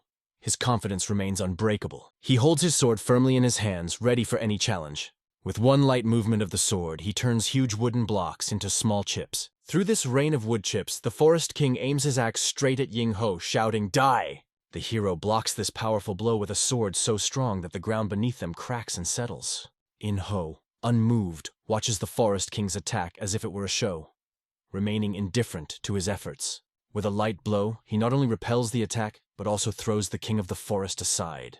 In this chaos, Yin-ho tastes an undisputed victory. The Forest King's warriors look at their once invincible leader now sprawled on the ground. They don't understand how it happened. Even when he was fighting at full strength, this young man managed to overcome him. For them, the nightmare had become a reality, and now this nightmare had the name of a young hero. The atmosphere had changed. Now all eyes, filled with despair, were directed at their beaten leader. These looks, filled with fear and disappointment, showed that their hopes for the king of the forest were dashed. Despite his wounds, the king of the forest finds the strength to rise from the ground. He cannot come to terms with the thought of defeat because he considers himself the indomitable Chin Sanok. "No one could knock me down, let alone make me die!" he shouts, clenching his teeth in pain. But suddenly, blood starts flowing from his mouth, and the axe falls out of his hands and flies to the side. The leader of the Peck clan, watching this, realizes that even the famous criminal, seemingly invincible, has received such severe wounds that he is no longer able to continue the fight. Looking at the amount of blood the Forest King spat out with each breath, it was obvious that his wounds were deep and he could no longer fight. The young owner understood that it was time to end this bloody spectacle. The king of the forest, clutching his axe, tried to show everyone his indomitability, his readiness to fight to the last. Despite his condition, he demonstrated that death is the only thing that can make him give up. Even at the edge of life, he did not want to simply accept defeat, but it didn't matter how much will was left in him. His body already refused to obey. The young master's sword flashed through his body like an arrow, leaving a fatal wound. The last spark of madness flashed in the Forest King's eyes, full of anger and pain. The blade of the sword delivered a precise blow that became fatal. The king of the forest opened his mouth and screamed in excruciating pain, bleeding. At that moment, the bright energy of his true power lit up in the young master's eyes. The sword blades, full of invisible power, formed an invisible curtain around the opponent, which began to tear his body from all sides. It seemed that every particle of the enemy was disintegrating under the onslaught of this terrible force. Like a boomerang, the sword returned to its owner's hand, sparkling with flawless precision. His form, as if created to cut the sky itself, was perfect in the hands of the hero. The hero felt the mysterious power of the sword, which filled him with confidence and triumph. The union of the blade and the shards created a perfect harmony focused on destroying the enemy. This huge flow of power was directed at the king of the forest, who could no longer resist. Even with the axe in his hand, he resigned himself to the inevitable. But for a moment, a last spark of determination flashed in his eyes, as if he was trying to accept his last challenge. But not for long. With one lightning strike of his sword, the hero cut off the absurd existence of the king of the forest. It was incredible. Chin Sanak of Nokrim, who was thought to be invincible, was defeated by a young man. Clan leader Peck stood in shock, unable to believe his eyes. The hero's sword not only pierced the scoundrel, but also destroyed everything around, leaving behind ruins. The streets, flooded with blood and filled with echoes of despair, seemed to speak of fear and defeat. Now no one from Nokrim will be able to stand against the hero's blade. He understands this, and a sly, confident smile appears on his face. Step by step, the unknown runs away, as if from something or someone inexorable. The mysterious figure hides his face from prying eyes, not allowing anyone to recognize him. She ran as hard as she could without stopping even for a moment, but soon she ran into the man in red. The very man she was trying to escape from. It was a representative of the elite class who was hunting her. He looked at her, immediately suspecting something unusual, but did not dare to act yet. However, his companions did not seem to notice her, explaining that there were only wild animals around. They did not understand how the woman could disappear so quickly, but after a while they received a message from another group that had found tracks. One thing was clear to them. Returning to the Bloodlord without a girl was not an option. They feared his wrath. The leader ordered to quickly go to the marked points and be sure to find her. Using her cloaking skills, she hid herself and followed her pursuers' every move. One of them, the commander, thought of his subordinates as a bunch of hopeless fools. Suddenly he felt someone's presence. Something strong and ominous. His eyes lit up with Blood Clan energy, but the place where the woman was had already emptied. She disappeared, leaving only a feeling of coldness and anxiety that engulfed her pursuers. One of them fell to the ground, feeling the cold running through his body. It's been a long time since Suren faced such strange situations, even while managing her inn. They couldn't even imagine that they would see the King of Death, Zhong Musong, tied up like a common criminal. Yin-ho, noticing this, asked him not to worry. He would take care of him. The King of Death regained consciousness on the way to Mirim's compound. Suren wanted to avoid trouble with the Blood Clan and planned to shift all the responsibility to the Mirim units that were nearby. But the hero, unmoved, did not pay attention to this. Lirian only made sure that the King of the Forest was painlessly dispatched from this world. The hero made the King of the Forest fall to his knees in exhaustion after he tried in vain to block all the blows with his axe. Then he cut it in half with one stroke of his sword. This picture was seen by the leader of the Peck clan, who watched as blood gushed from the wound in a fountain, and then fell to the ground like rain from the heavens. Seeing this, Li Ryan almost lost control but held back. As a monk, he believed that the young master could give the opponent an easy death, and he did not understand why he had to act so cruelly. It's not an animal. You could handle it humanely, he thought. However, the head of the Peck clan replied that if the entire Green Forest fortress rebelled, the young master would have to kill hundreds or even thousands of enemies with his sword. He explained that such a demonstrative death was needed to intimidate, so that no one would ask unnecessary questions in the future. And it worked. The bandits of the Green Forest fortress were so frightened that they seemed to forget how to hold a sword in their hands, and some even almost wet themselves. If that was the goal, then there is nothing to argue about, because there will always be a few idiots wherever you go. After all, the young owner was standing on the roadside and saw a figure in the distance. Looking closely, he realized that it was a familiar face. His old acquaintance was standing before him. He knelt down, as if expressing his respect. The young master did not immediately understand what was happening. He asked if he was asking to take him under his wing. It was a surprise for him. The man declared that he was no longer part of the Green Forest Fortress. He warned the king of the forest that greed would destroy him, but for that he was banished and branded a traitor. The young owner suggested, "Why should I take you? You are now homeless." But the man replied that he was not a beggar. He added that he realized how great Master Ying was as soon as he saw him. Now he is finally convinced of this. The man swore allegiance, assuring that the young master was much more cold-blooded and merciful than many others. Master Ying did not see what benefit there could be from the loyalty of a bandit who had previously engaged in robbery and extortion. In his opinion, it was a useless risk. The man identified himself as Li Jigangua. He said that he used to be a soldier and a fairly competent general until he fled the imperial court because he could not put up with the venality of his commanders. Even so, Ying wasn't sure if he would find a use for it, and furthermore had no intention of using his skills. The head of the Peck clan irritated the young master a little, saying that this man could make a good driver since he had served in the army, but added, "How long will he be a thread?" Despite the remarks of In's master, the head of the Peck clan insisted on accepting him, explaining that it is extremely difficult for a man to bend his knees voluntarily. In response, the young master unexpectedly offered the head of the clan to accept this man into his family. "He will fit in perfectly with your family after serving in the army," added the hero with subtle irony. But the man it was addressed to had already decided he didn't want to be part of Peck's clan, despite the compliments. To the head of the clan, it looked like a show of loyalty, but to the young master, it was just a damn bear. Suddenly, there was a cracking of branches in the forest. At the same moment, a strange light flashed, making everyone alert. The young owner, thinking about how to avoid annoying conversations, suddenly felt something unusual. His eyes opened wide and his face changed, scaring the head of the Peck clan. The head of the clan stepped back in confusion, noticing the unexpected reaction of the hero. The hero felt a familiar and disturbing feeling that was impossible to ignore. Nearby, he felt the presence of Blood Clan representatives who activated their chi energy. They were chasing someone they finally found in this forest. This man, realizing that he was in danger, ran, trying to throw his pursuers off his tail before reinforcements arrived. But suddenly, the fist of one of the killers appeared in front of her, heading straight for her face. She blocked the blow with her hands, but it embarrassed her greatly. Losing her balance, she fell to the ground, losing control of the situation. The assassin from the Blood Clan, eager to capture her, began to mount. She jumped back to the nearest tree, but that only strengthened their advantage. They finally surrounded her, and she had nowhere to go. Fear was evident in her eyes and felt in every movement. The girl understood that she would not run away anymore. She was already saying goodbye to life, knowing that her chances of salvation were slim. The soldiers looked at the girl, not understanding how she managed to escape. However, looking at it from the other side, it seemed that she was not running away but pretending to trick them.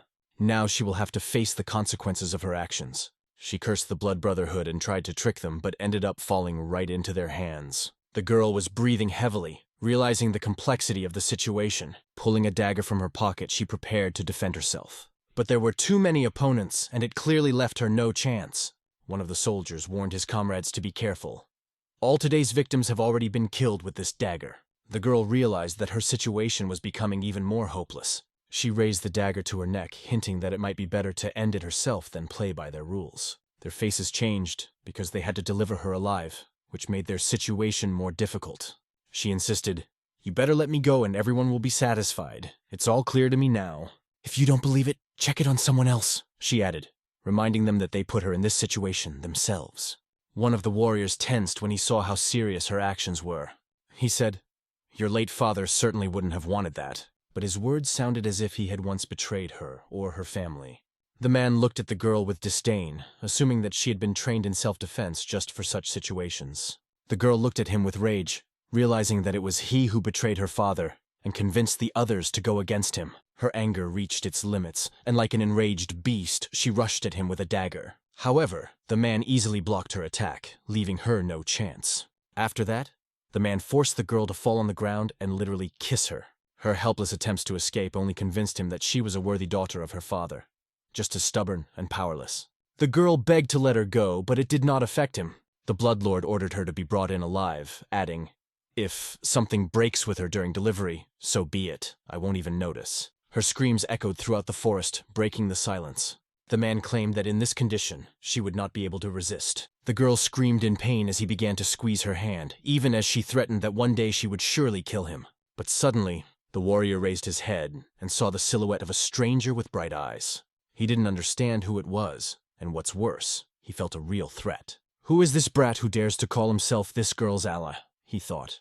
Our hero seemed to exhale cold air along with his anger and coldly asked, "You really didn't understand who I am?" He ordered the girl to be released, and at that moment, an incredible aura spread throughout the forest, forcing the enemy to retreat. As if under the influence of an invisible force, the man threw the girl aside and flew aside like a fragile doll. His body crashed into a tree from acceleration, breaking it in half.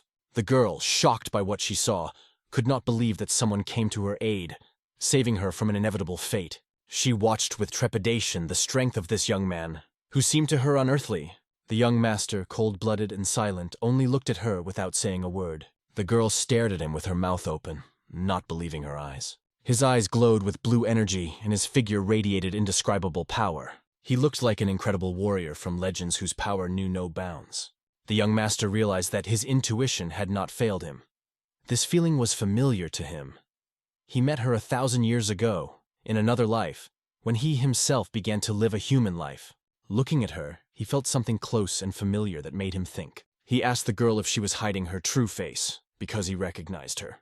"You are the one who has the blood cult chasing you," he said. The girl looked at him in confusion, not understanding what he was talking about. But in a moment, she realized that the familiar Yin-ho was standing in front of her. He confirmed that he was Yin-ho, a legendary warrior she may have heard of in the past. "If you remember me from that past life, tell me what is your name now?"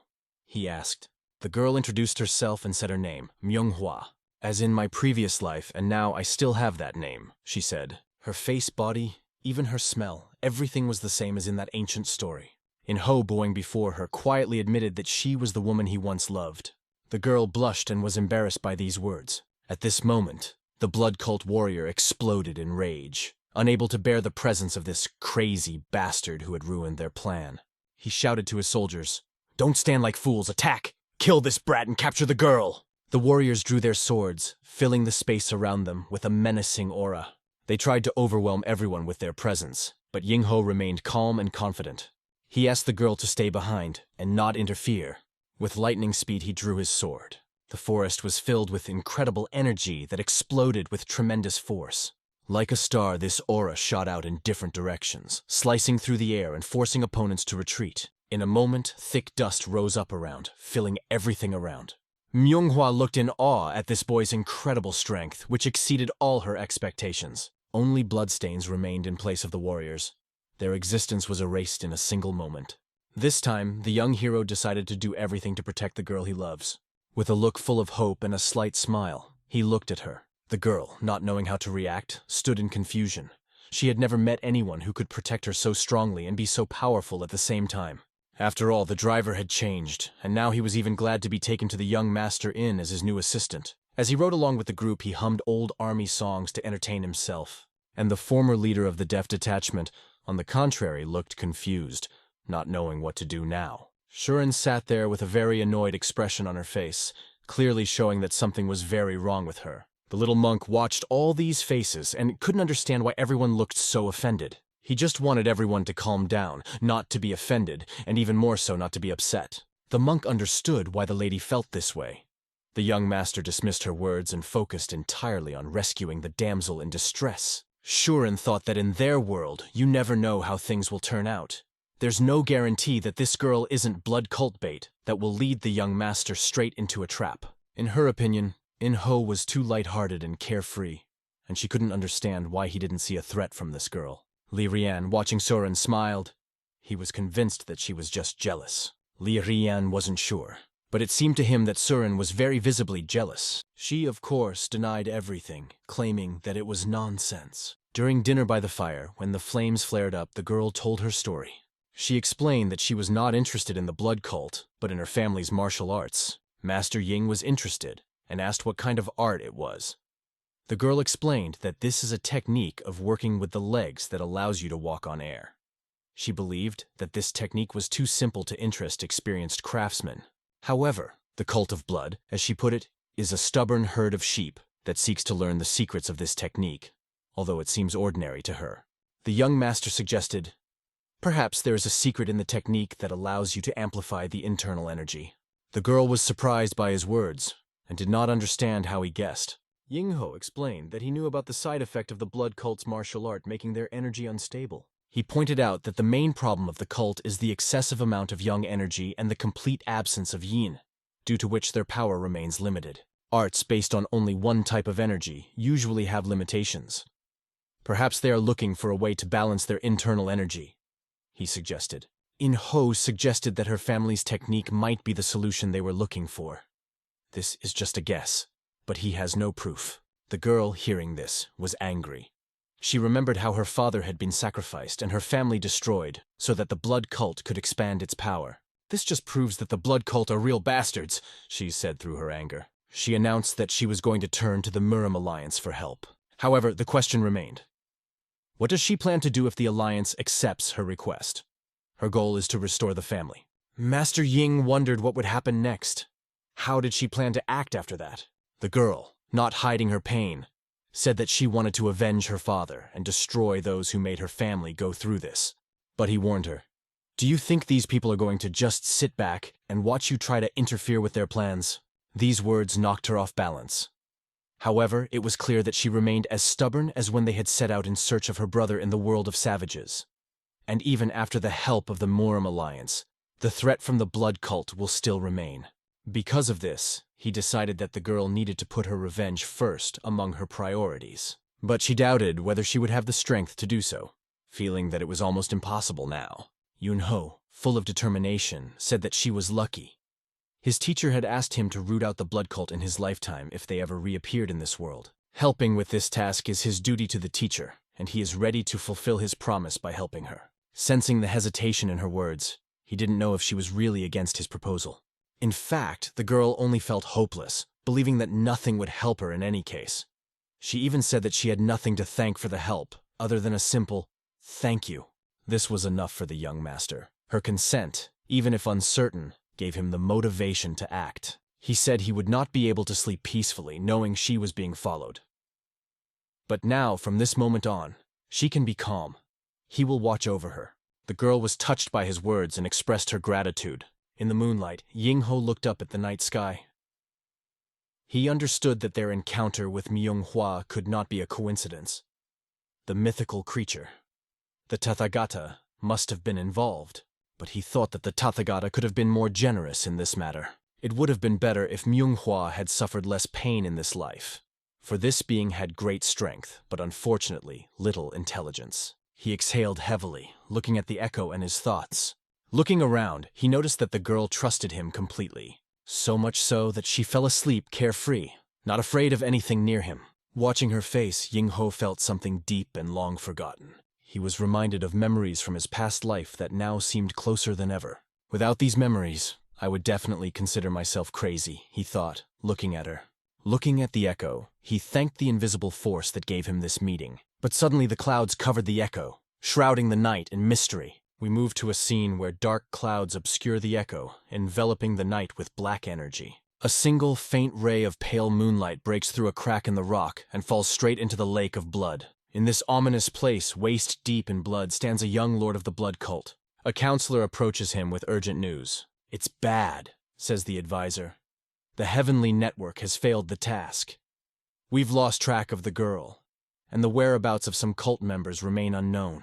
In a second, the Lord places his hand on the advisor's head. We'll catch her eventually, he replies, and the counselor dares to ask him to stop these bloody methods. The Bloodlord just smiles, baring his decayed teeth. You dare to doubt me? A blood demon does not forgive failure, he says. At this point, the advisor's veins begin to swell, swelling throughout his body under the influence of the sinister force. He begged to spare him, but the Bloodlord would not stop. For bringing bad news, the advisor was brutally destroyed. His cold body fell to the ground, and the Lord made his head hit the stone floor until it split. The Bloodlord, absorbing his life force, transformed his emaciated form into something resembling a human form. He felt reborn, realizing that he was now rising as a lord capable of capturing even the heavens. Looking up at the night sky, he saw the endless possibilities that now opened before him. The next day, under the sunlight, there was an amazing atmosphere in the mountains. One of the inhabitants of the mountain was sitting on the top, sensing something unusual in the air. The faint smell of blood seeped into the atmosphere, causing alarm. Turning to the other, he said, "I feel that something has changed, and I don't think it's for the better." He believed that the appearance of a blood demon could destroy the balance, and this feeling was inevitable. If the blood demon starts to move, it will cause panic and tension that could turn into big problems for the whole world.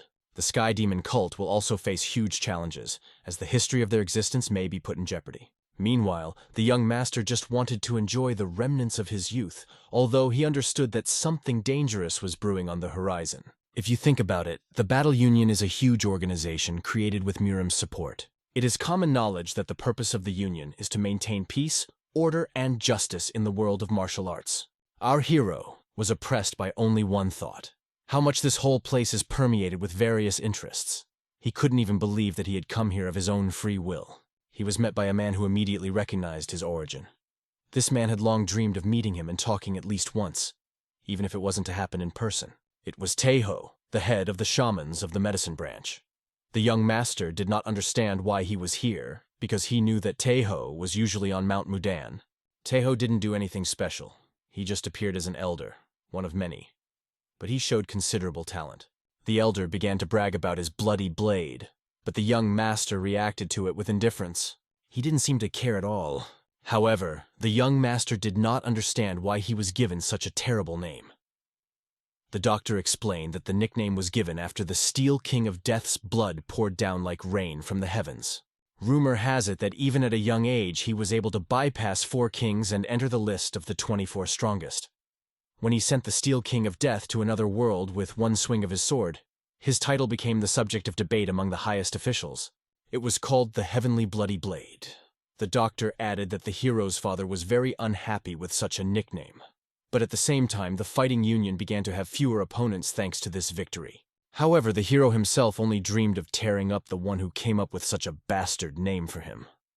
The doctor asked who this girl was who was next to him. The girl enthusiastically introduced herself as Sol Huan. It was a great honor for her to meet the elder. Teko jokingly suggested that the girl must be in love with the young master. But he immediately interrupted him and began to tell about a bloody lord who killed several people. He remembered that this incident had happened a long way from the Forest King's domain, and that was why he had come here to share information about the blood cult.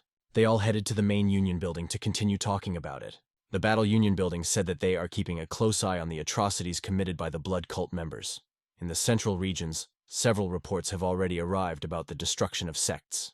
One of the victims was a family of warriors who were attacked by a blood cult. The elder was amazed that the girl was able to survive and keep hope for the future of her clan. He promised to support them and witness her struggle. However, the question remained, what exactly the elder wanted to ask the young master. He reached into his pocket for something and pulled out a small gift. It was Mirima's Battle Union token, which he asked the young master to accept. The hero initially refused, saying that he was not interested in joining the Union. But the elder insisted, explaining that these were the times when a token might be needed to gain access to the Imperial Palace. He said that the Imperial Palace had issued a decree concerning the blood cult. The Emperor's decree obliged the Battle Union to provide comprehensive assistance in the destruction of the blood cult. The hero was surprised why the Emperor decided to engage in nonsense because he himself is able to cope without their help. However, he realized that he could make money from this and receive a certain reward from the Emperor. The girl asked if he was really ready to agree to this just for the sake of money. The hero replied that if she wanted to restore her clan, they would need a lot of money. He added that it is better to take advantage of the opportunity to make money than to do everything for free, because they will act together. The girl agreed, admitting that the hero is right. The first step to restoring the clan is earning. The hero accepted the elder's proposal and went with the girl to the Imperial Palace. While talking with Huan, he didn't notice how they had already reached the palace. The palace looked exactly the same as it had on his last visit, but this time the hero came as a man, not as a ruler. In the past, as Lord Ye Kane, he had no difficulty leaping over walls and entering the Emperor's presence. Now, with the Battle Union token, he was able to pass through the gate because such a token is not given to everyone.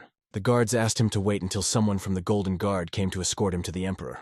The hero recalled the past times when he was greeted with due respect, even offered drinks. And now he had to wait, because he came in the form of a common man. Meanwhile, a guard appeared and began to list the rules of behavior in the Imperial Palace, in particular, what is not allowed during an audience. There seemed to be too many rituals and checks to go through. The hero could barely contain himself. He wanted to return to his essence of Yakain and simply destroy everything around him. Finally, he reached the palace, where he was told to wait. Just the word wait made him want to kill all these bureaucrats. However, he held on because he wondered who this emperor everyone was talking about was. Soon, he was brought to the throne. The emperor, sitting on the throne, noted with a smile that apparently the way here was not easy. But in front of the hero sat a child who thanked the combat union for the quick response to his call. Looking at this emperor, similar to a rat in size and appearance, the hero could barely contain his laughter and even felt the desire to give him a bream. Looking around, he felt that they were staring at him, and realized that one day this bastard would definitely get it. In his thoughts, the hero convinced himself that he would be able to control his anger, but he became more and more annoyed. The emperor said that a man who called himself the head of the Blood Clan came to him recently. This man declared that he was the emperor's elder brother, chosen by heaven, and that the emperor must bow to him and surrender the throne. Many people cover their ambitions with the will of heaven, the hero added sarcastically. He remarked that beating the spirit out of such brazen pseudo-immortals was one of his favorite pastimes. The emperor, on the other hand, noted that the martial union had recently overcome the consequences of the blood cult's actions and decided to send the hero here because of his experience. The emperor asked the hero's opinion on how to solve the problem with the Blood Clan. The hero replied that there was no point in chasing after every member of the cult. They were just dogs being poisoned. It is much more effective to set up a trap and use the emperor himself as bait. He emphasized that it will not be so difficult. At that moment, one of the guards drew a sword and brought it to the hero's neck, outraged by his words. He demanded an explanation, accusing the hero of contempt for the emperor. The hero, with a displeased face, made it clear that he was simply expressing his opinion. But the guard threatened to cut off his tongue if he continued such delusion. The young owner, without changing his facial expression, looked directly into the eyes of the guard. At that moment, the guard felt his heart nearly stop in fear under the weight of that cold gaze. The fact is that Master Ying did not plan to kill the guard, but his gaze was supposed to make him tremble and not even move an eye. This invisible force scared the guard to the core. The hero stood silently, while the guard counted to 3 in his head, deciding whether to attack. But the emperor intervenes and orders the general to put away the sword. The sobs of the innocent people who are suffering because of the blood cult are getting louder and louder. The safety of this body is not so important if it can bring peace to the people, the emperor said. The young master was surprised by the words of this child emperor, which sounded like the words of a saint. The emperor added that the only way to get rid of the blood cult was to give Mistress Inu a chance to carry out her plan. But he asked, "Will Master Ying be able to kill the head of the blood cult, the blood demon?" Hearing this, the hero just smiled. After meeting with the emperor, he assembled a team of elite soldiers dressed in Imperial Guard uniforms, led by masters and commanders who represented the Murim Alliance. He presented his plan to the Alliance and the emperor, which involved using the emperor as bait. The reaction was expectedly negative. Many spoke against it. However, thanks to the rumors about the heavenly blood sword that were spreading, it was possible to partially calm the opponents. They, albeit reluctantly, began to trust his decision. The hero warned them to watch their words, because anyone who called him the wrong name would meet him on the training ground. He shared the strategic techniques his teacher had taught him to fight the blood cult members. The main ways: pierce the neck or heart with one blow or cut off the head, so that the enemy definitely does not survive. The hero made sure that all techniques were understood and remembered by the soldiers, and that the most important thing in the battle would be to strengthen the defense. These preparatory measures became the basis for the confidence that their level is sufficient for a successful fight. Now all that remained was to implement the plan. At this time, in the Blood Demon's hideout, his warriors reported that the young emperor was now often hunting far from the palace. This caused indignation and suspicion. How can he move around so openly after being ordered to abdicate? Maybe it's a trap or a reckless risk, one of them said. But it didn't matter to the blood demon. "Trap or not, no one will stop me after I have achieved perfection and greatness," he declared. He ordered his soldiers to prepare the young emperor's head as a trophy for the imperial palace. However, Master In's real plan was not to protect the emperor, but to hunt the bloodthirsty cult warriors. He arranged everything to make them come right into the trap. The battle was incredibly brutal. The blood cult faced powerful imperial resistance. All the power of the cult was aimed at destroying the opponents, but they were met by the warriors of the empire, ready for anything. When the blood demon appeared on the battlefield, he announced that the heavens had appointed him emperor, and those who disobeyed would be destroyed. "Poor nothings, I will eat you all," he announced. But as his warriors marched forward to attack the Imperials, the bright light of the young master's sword reduced them to rubble. The impact scattered them in different directions, leaving the battlefield clear. The young master was ready for this moment. He looked at the blood demon, confident in his victory. And while the emperor temporarily left, the hero decided to finish the battle before his return. The blood demon, seeing Master In on his way, did not show the slightest fear. "Those who ignore the will of heaven will be severely punished," said the demon. His words were accompanied by the threat of quick and inevitable death for all opponents. With a swing of his sword, he released a stream of red demonic energy, directing it at the hero. The energy exploded in a huge wave, but the hero deftly dodging the attack. In response, he used his heaven-shattering sword and charged towards the enemy. It was his second sword, and this battle was getting more and more intense. The impact was so strong that the moon in the sky seemed to tremble. Ina's sword collided with the demonic blade, slicing through the air and channeling its divine energy straight at the blood demon's head. The hero delivered a super powerful blow, which the demon tried to stop, but the force was too great. Their swords clashed, each representing completely different powers, one evil, the other righteous. The first demon sword was created to tear apart the clouds and destroy everything around. The hero's second sword could cut even the moon. At that moment, the demon saw his blade begin to crack, and the bright light of Master In's sword engulfed everything around him. The incredible strength of the young hero did the impossible. With cold-bloodedness and ruthlessness, he destroyed the blood demon without leaving a trace. This was the end of the illusions and miserable existence of this creature, the demon of blood. Some time after the battle, the emperor met Lord In and asked to look at his sword. The emperor was holding a sword, which, as it turned out, had been given to our hero by his late master. In immediately felt that this sword looked familiar to him. He was sure that it was the legendary Danlu. Apparently, his master had never told him about the origin of this sword. The emperor noted that he had seen this sword in the book where the treasures of the imperial family were recorded, which caused the hero real surprise. The emperor explained that the sword was to be given to Gongzhen because he was a benefactor of the dynasty. The sword was forged by order of Grandmaster Gu. The hero could not believe that this sword had such a significant history. As it turned out, this sword had previously belonged to its master, and it was a legendary artifact that could choose its owner. The elder who wielded the sword was known as Guiji. The emperor emphasized that such swords are considered family heirlooms and are passed down from generation to generation. Perhaps the master gave it to his student out of strong affection. Thanks to this, the sword returned to the palace to carry out great deeds. The emperor was amazed at such a coincidence, and did not even believe that it had happened. The young master looked at the sword and was stunned by these revelations. The emperor expressed his hope that Master In would come to him from time to drink tea and talk about martial arts. The emperor also offered to teach the master one of the martial arts techniques if he had time. As a sign of gratitude for the destruction of the blood cult, the emperor built a large mansion for him in Wuhan, where the best martial arts masters lived. This palace was named after the Huang sect. What a beauty, thought the hero, looking at the building. Even the top of the coalition recognized his merits, and it was truly impressive.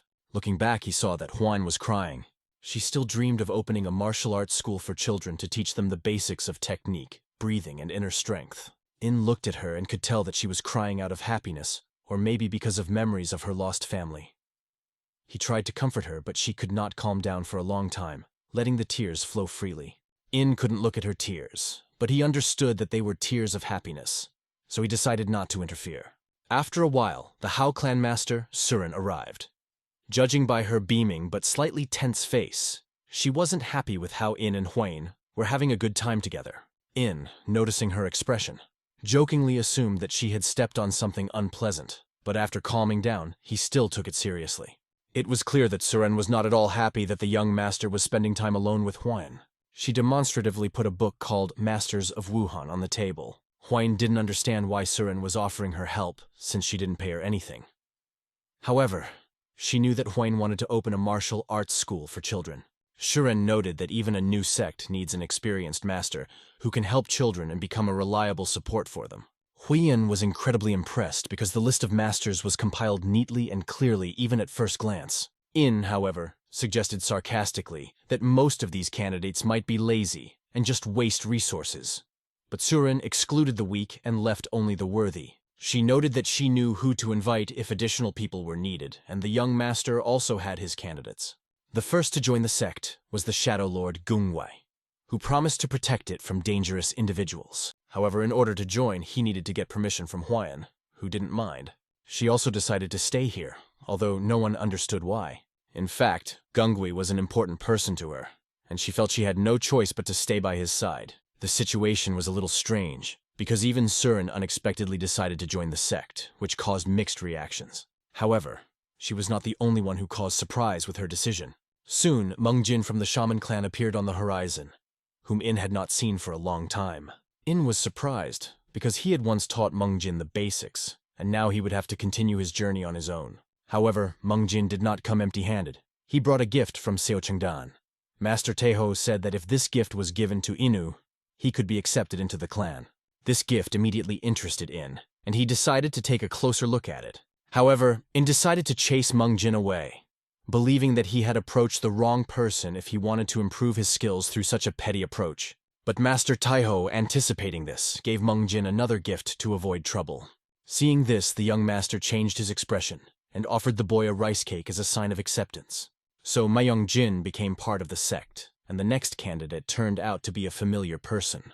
In at once wanted to drive the man away, but the man, though he did not mind going, said that his father had promised to tear him to pieces if he did not stay. The hero pointed out that Meng Jin brought him 2 gifts from Seo Chengdan and begged for acceptance. But he looked like a fool to show up empty-handed. In truth, In did not want to accept a member of the Pain clan, but he understood that it could have its advantages. After all, with these resources, they could cover the food and labor costs of many people for 10 years and still have money left over. Later, a new candidate appeared, a robber. "It's a real stubborn bastard," In said. He emphasized that even after he shaved off his beard, nothing much had changed. The man declared that he was ready to live and die here if he was accepted. Huiyan insisted on accepting the robber into the sect, seeing potential in him. In reluctantly agreed, but wanted to see how capable the man was of working. They entered a spacious room that was used as a hangar. In gave him 5 days to completely fill the hangar with firewood. But seeing that the man could barely stay on his feet, the hero reduced the deadline to 3 days. Even Li Jiango, the former leader of the Aso group, joined them, adding even more power to the sect. Stepping outside and looking up at the clouds, In felt something special. The smell, the presence of people, and life in the previously empty place. Now he felt that people really lived here, and this filled him with inspiration. In understood that Lyrian needed to be brought in to set a protective spell, as there were now many important things that needed to be protected. However, something had been bothering him lately, although he couldn't figure out what exactly. After he killed the blood demon, something changed. As he hacked the demon to pieces, the stored energy was released and scattered in different directions. In sensed something foreign in her, completely unlike human energy. It was some kind of mysterious energy, but what was it doing here? Where did it come from, a blood demon? Maybe it's the remnants of other Yeikais that still exist in the human world, he mused. But maybe the reason was completely different. Meanwhile, Huan wondered if Meng Jin and Zhao always trained so hard. They explained that they had no other choice, as the Supreme Dragon Tournament organized by the Alliance was about to take place. Masters of the modern generation meet there and compete with each other. But their strength is still insufficient. They are forced to train to the point of exhaustion, even though Huan thought they were quite skilled. Little did she know that they would soon find her worthless, as her martial arts would surpass their abilities. "Maybe I changed your training methods because you lack experience," In said. However, the real reason was that her family's exclusive martial art that she studied was called the Silver Moon Heart Sword Technique. He wanted her to become the Sword Empress. The girl was amazed. She didn't understand why he would take such a step, but In explained that he wanted to make her strong, so she could defend herself as long as possible. In his mind, he recalled the nightmares of the past, when he had lost so much and was unable to do anything. He didn't want to go through that again. Huayan pointed out that she is not a genius, and no amount of training will make her one, but In emphasized that she has already become stronger thanks to their training together, even if she doesn't notice it herself. He speculated that the shattering of the demon energy might have accidentally released the remnants of Yeikai's power still existing in the world. But in order not to burden himself with these thoughts, he switched to Huayan. "If you don't believe me, prove it at the competition," he said. In his mind, Yin understood that the affairs of Yeikai's world no longer concern him, because now he lives as an ordinary person. However, he decided that they would participate in the Supreme Dragon competition, and the sect would definitely take a worthy place. He knew that it was not necessary to win or take first place, but among the participants there will be many geniuses, and the question was how to beat them all. Mr. In was determined. He didn't just want to defeat his opponents, he wanted to smash them to dust. "If you don't take the prizes, you will be kicked out of the Hao sect," he said. It was more than an ultimatum. Their future hung in the balance. Intensive training began. At that moment, Master In activated his incredible chakra, and mysterious circles appeared around him. This was the void control art. Huayan looked at it with admiration. She felt inside herself the desire to become stronger. The young master's eyes were burning with excitement. He decided to start training with full force, and without delay, he began to pump up his fellow clansmen, forcing them to fight to the limit of their capabilities, so that they would not relax even for a second. After some time, Lyrian did appear, following the order of the young master. Only one thought caused his irritation. These guys were having fun in the Alliance and the Imperial Palace, and now that they need me, they decided to call me. With his sarcasm and offended look, Lyrian thought that he was not a servant here, and they paid him nothing. They didn't even buy him new clothes, a real disappointment. When he approached a room, he saw a crowd of people. One of the men explained to the people that although everyone wanted to participate, they should listen carefully and not make him repeat himself. The exam will consist of 5 stages, and only those who pass all will be accepted. The entrance fee is 1 yang. If someone wants to go for free, they have to sign a disclaimer if they die during the trials. This caused outrage among people. Pay money or sign documents that no one cares about their death. It looked like a trap for the poor. Lyrian remarked sarcastically that wherever the young master appeared, there would always be chaos. He watched it and was surprised that the tournament got so much attention. The Shadow Team commander knew that not all of them would even make it to the prize seats. The costs of the exam are already low, but at least 70% of participants are eliminated already at the first stages. In any case, even those who paid are unlikely to make it to the end, as this is a martial arts school, not a charity event. Although it may not be necessary, but just in case, it was decided that the 4 stages would be conducted by Supreme Master Deji. Django, for example, should take the first stage, the second, Halibni, and the third and fourth will be distributed among others. The hero explained that the competition between them divided the places like this. Myung-jin took first place, Huayan took second place, and he himself took third place. It seemed to Lyran that this was what caused the indignation. He should have worked harder than everyone else, but instead he seemed to be idle. However, he still accepted that the first stage would be behind him. Zhao took the second stage, and according to the plan, everyone would have a chance. However, it was to be not just training, but a real test. The hero emphasized that these are not games. They should take it seriously and not let anyone go through the stages without a real test. At that moment, he heard someone address him with the words, "Elder brother." Lyrian, looking insulted, finally appeared on the horizon, clearly displeased at being summoned. He had something to say to Master In about his actions, but he seemed to have a hard time starting a conversation. "Everything is finished with the formations of the Supreme Coalition. The defense is ready. Now no one will be able to destroy it," Lyrian said, a little haughtily. In, however, asked him to do one more favor and assured him that he would pay as much as he asked. Lyrian, already expecting this, remarked sarcastically, "But you said I had no talent for formations. Why don't you find someone else?" At that moment, Huayan approached In with a proposal to spend the evening together and have some drinks. However, the master refused, saying that they could leave today if they wanted. Lyrian, surprised at this change of plans, asked where he had gone after summoning him. And he even jokingly suggested that perhaps this lousy Shaolin monk is also going with them. The direction turned out to be really unusual. The Temple of the Polar Star, known as the center of justice in the world of martial arts. It is a place where those who decided to leave the worldly life went to the Buddha to find peace, or left their past and became monks. The Shaolin Temple was not only a place of faith, but also a true collection of mysterious stories. The young master hated the Tathagata, who was worshipped by the monks of this temple. Lyrian noticed that In was visibly uncomfortable in this place, which only added to his sarcasm. Huang asked to inform the abbot in Myungye that they had arrived with a representative of the Huang sect. The monk, having waited for them for a long time, politely greeted the guests and offered to take them to the abbot. He reminded them to behave quietly and peacefully in the holy place. In clearly could not find a place for himself in the silence that reigned in the temple. Soon, a book titled Sword Technique appeared on the table in front of them. The monk noted that Father Huayan was more worried about the fate of this secret book and what might happen to his daughter. It would be better if Huayan could visit her father earlier with the young master, but unfortunately she realized that this was no longer possible. In was convinced that Silver Moon's Heart Sword Technique would help them in their future battles. The Huayan family was killed by the blood cult for trying to get hold of this secret book that contained the knowledge of the inner energy technique. The hero pondered how strange this chain of events seemed. It seemed to him that the blood demon had found a kind of solution to the problem in his martial art, although it was not necessarily a technique of internal energy balance. He wondered why that demon who already had the power to absorb energy was so eager to master this technique. Suddenly, a guest arrived to our hero. He was an old man with a look that radiated strength and wisdom. Lyrian felt an incredible aura in him, but he could not understand who it was. The man was clearly a high-ranking person. It was the Sword King, the head of the Namgunjin Alliance. But what brought him here? He had hardly come all this way just to meet Master In. Perhaps he pretended not to know the hero, although they had already met in a past life. Just like in the blood cult story, it is unclear why Sun was unaware of the unpleasant incident in the Supreme Coalition, or only found out after James Knox's death. However, the head of the Alliance admitted that they owed a lot to Lord Innu.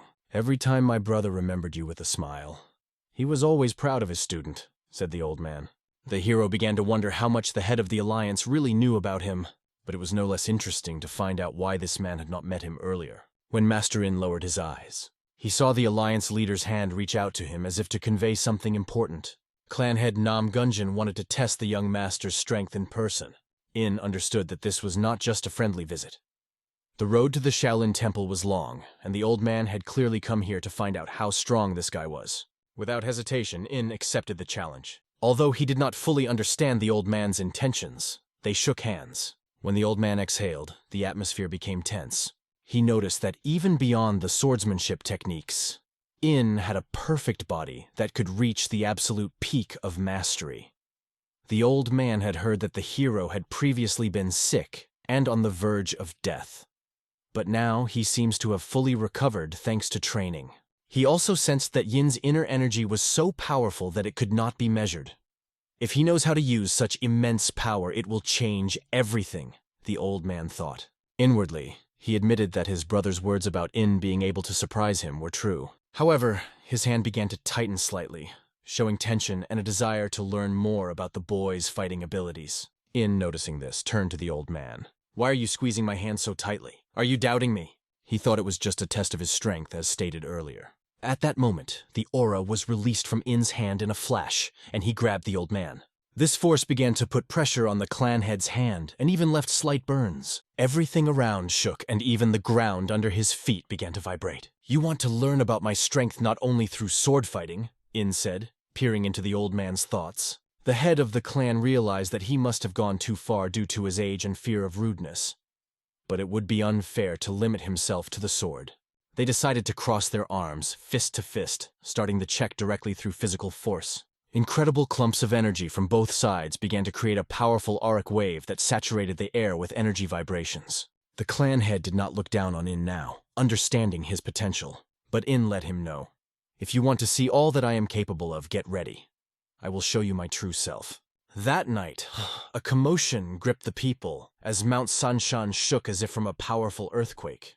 The young monarchs hid with fear in the clothes of adults and cried loudly. It was difficult to calm them down. Clan head Namgong apologized for the inconvenience caused, stressing that it was not intentional. However, he thanked the master who had caused it all, because it was thanks to him that this memorable meeting took place, even if it attracted unwanted attention. One of the monks asked the clan head, "So your brother really trained this young man as a child?" but a smile appeared on his face. However, when he saw the old man's hand, he was stunned. The hand was completely disfigured, burned and crushed as if it had been attacked by a rabid animal. The head of the clan realized that the words of his late brother turned out to be true. This young master is not just stronger than me, he is even superior to Master Zhao Sanfeng, he thought with a mixture of admiration and sadness. Maybe this young man will reach bodhisattva level and then become the strongest martial artist in history. At this moment, their confrontation reached its peak. The old man was tense to the limit, feeling the incredible strength of his opponent. Yin didn't just surprise him, she dispelled all his doubts and destroyed them completely. Looking into the young man's eyes, the head of the clan decided to stop, because he understood that he had reached his limit and further risked serious injury. But the old man stubbornly insisted. "Don't worry, I will endure." As soon as he said this, blood began to flow from his hand. He put almost everything he had achieved in his life into this shot. There was no point in even crossing swords. Everything was already clear. He could only imagine what would have happened if the young man had not stopped his technique.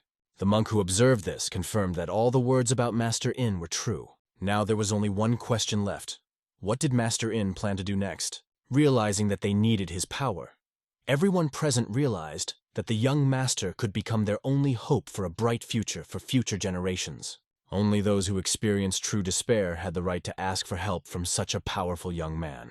However, it was important not to blame themselves for the choices they had made earlier, even if they seemed wrong.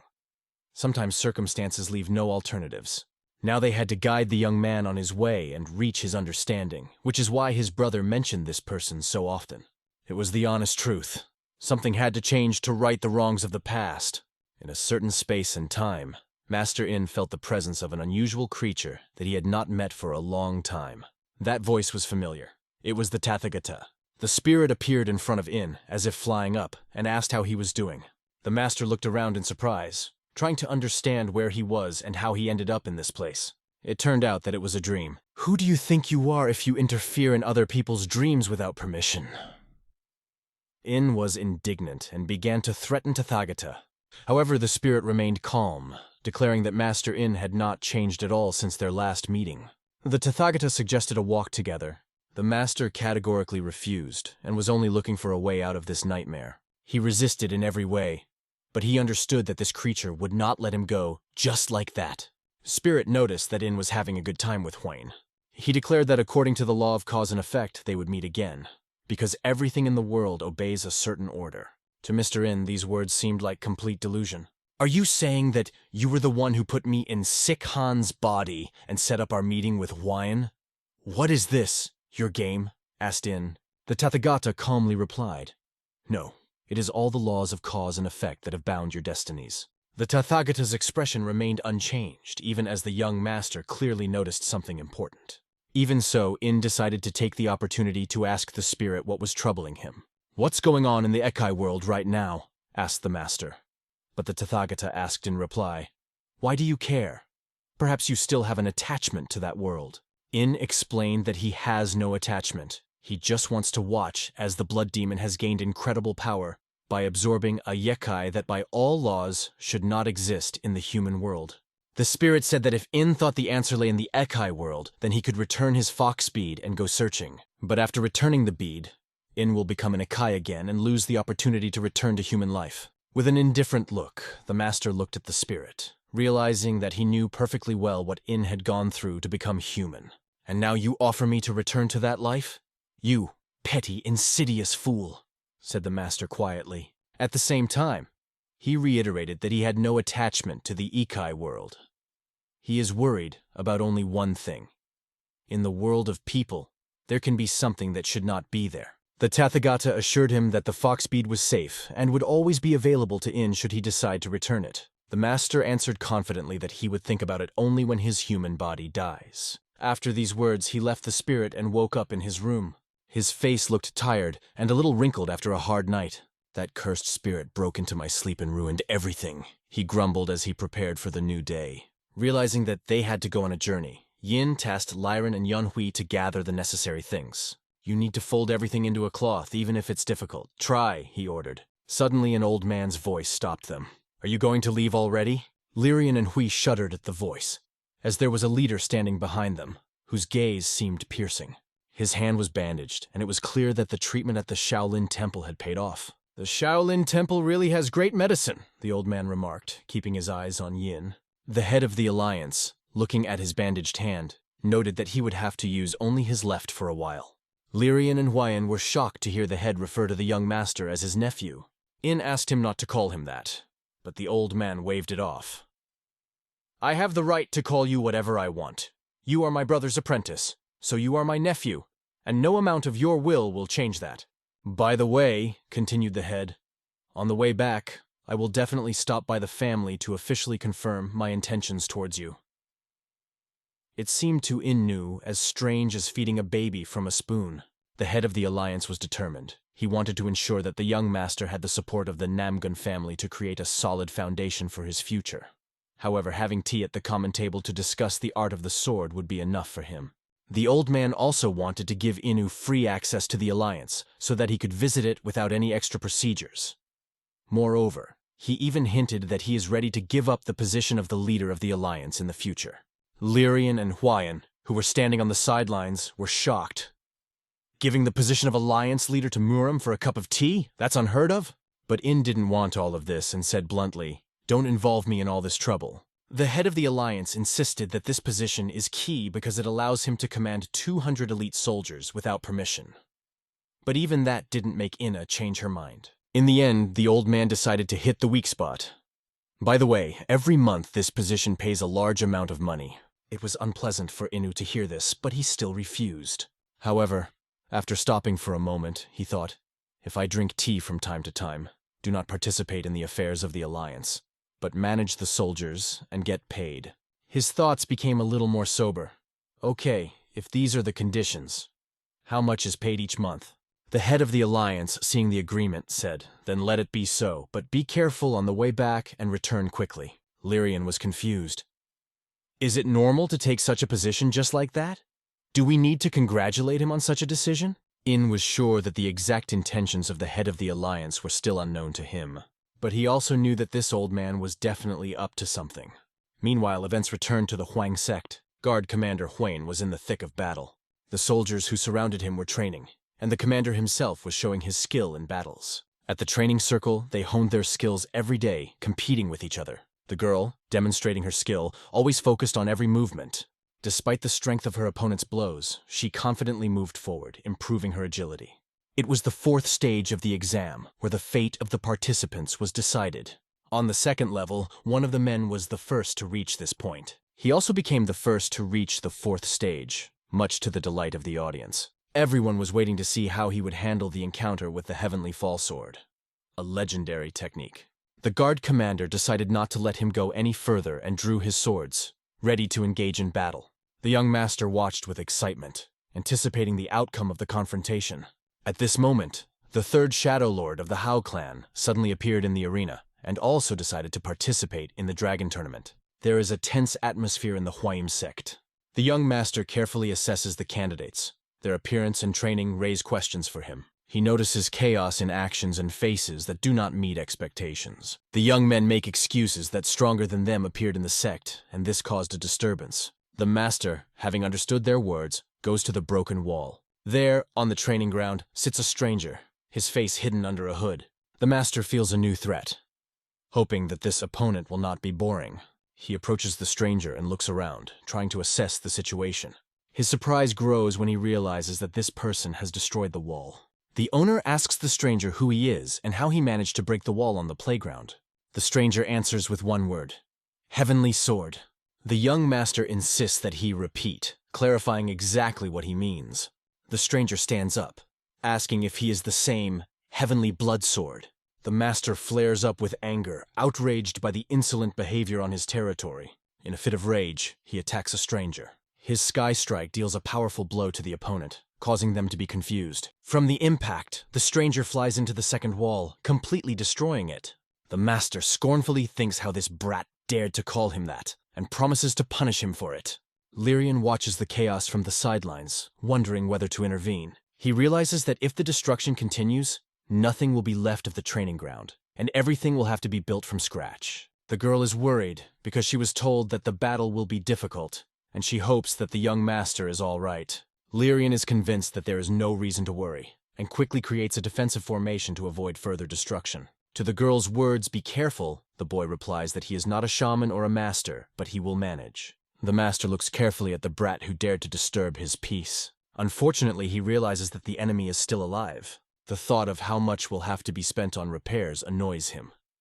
Regardless of whether the stranger has money, he will extract everything from him to the last coin. Suddenly, the stranger rises to his feet.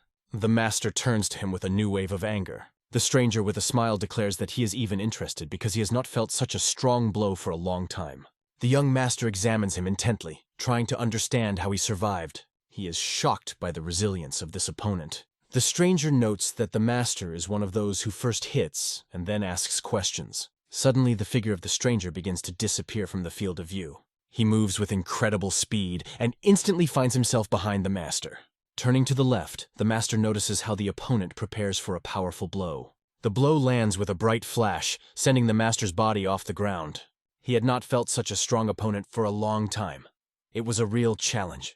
The master realizes that his eyes simply could not keep up with this lightning speed. In addition, the opponent's technique is far superior to even the best techniques of the Peng family, and his explosive fist leaves many questions. The stranger cannot believe that even such a great warrior could not resist his heavenly demon's destructive fist.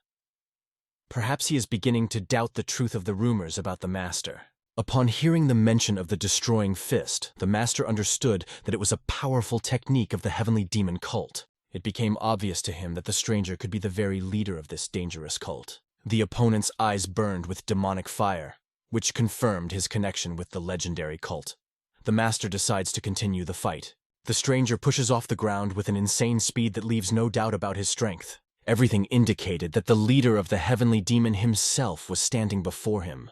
In a fierce confrontation, the master successfully blocks the first blow. But the speed and skill of the opponent forces him to stay alert. The master recalls the words of his master, who warned him about the danger of such treacherous opponents. The only question that torments him is, if this demon is here, what does it want? Dodging strong blows, Hospodin begins to build tactics. He quickly analyzes the opponent's actions, trying to find a weak point. The demon defiantly declares that his fist is unstoppable.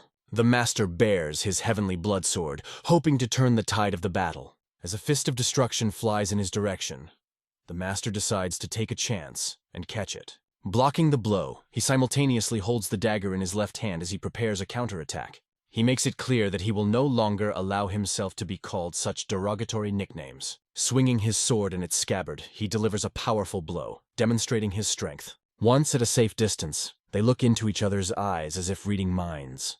The heavenly demon is surprised why the master has not drawn his sword yet. He begins to understand that the master is worried, because one stroke of the sword capable of destroying the blood demon could involve all the factions in a large-scale war between the cult and the alliance. For our hero, the war with the Sky Demon cult could be a fun challenge. He wants to hear what reason would make him draw his sword, not wanting to do so without good reason.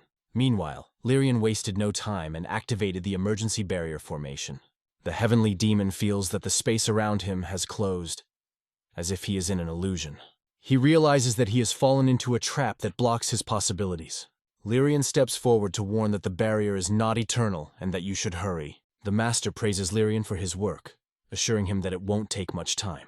Realizing that the barrier prevents destruction of the estate, the master decides to act decisively. He drops his scabbard to the ground, his sword glowing with heavenly energy. The heavenly demon self-confidently believes that the master is afraid of him, so he did not take out his sword. In reality, it was different, but the demon just laughs, calling him a funny boy. The master explains that he did not draw his sword in the battle with the cult leader in order not to destroy the estate. Lyrian, standing nearby, hears these words and watches the situation in surprise. The master notices Lyrian's reaction, but does not attach importance to it. The sky demon sees the anxiety in his eyes, but only for a moment. Soon the demon begins to destroy the barrier, showing its power. The master, tired of small talk, demands to stop idle talk and fight seriously. If the heavenly demon came here, let him show his true power. There are those in the estate he must protect, and the master will not allow them to be harmed. The power of the master's aura is so impressive that the heavenly demon sees the barrier crumble right in front of him. One swing of the sword, and the heavenly demon felt a powerful impulse pass through his body. The demon's hands begin to tremble, and its heart quickens its rhythm. The answer to his question, which had been bothering him for a long time, was now in front of him. Finally, a warrior who has reached the mythic realm has appeared, and he is standing right here. The master warns that if the heavenly demon dies, his path will end right now. After all, in his hands is a sword capable of shattering the heavens. The heavenly demon feels the thrill of battle, wondering what this heaven-shattering sword means. Its name is so majestic that the demon is ready to accept death from it with honor, filling the body with energy. The two forces glow with different auras as they prepare for a decisive clash. The heavenly demon's hot breath rushes forward to attack. The master's cold breath blows over the arena, preparing to punish the enemy. They circle in a battle dance, teetering on the edge of exploding. The demon uses his fist of destruction, aiming it directly at the master. In response, the master uses a moon-killing strike with his second sword. A space-shattering explosion reverberates throughout the empire. A flash of light blinds everything around, leaving behind chaos and destruction.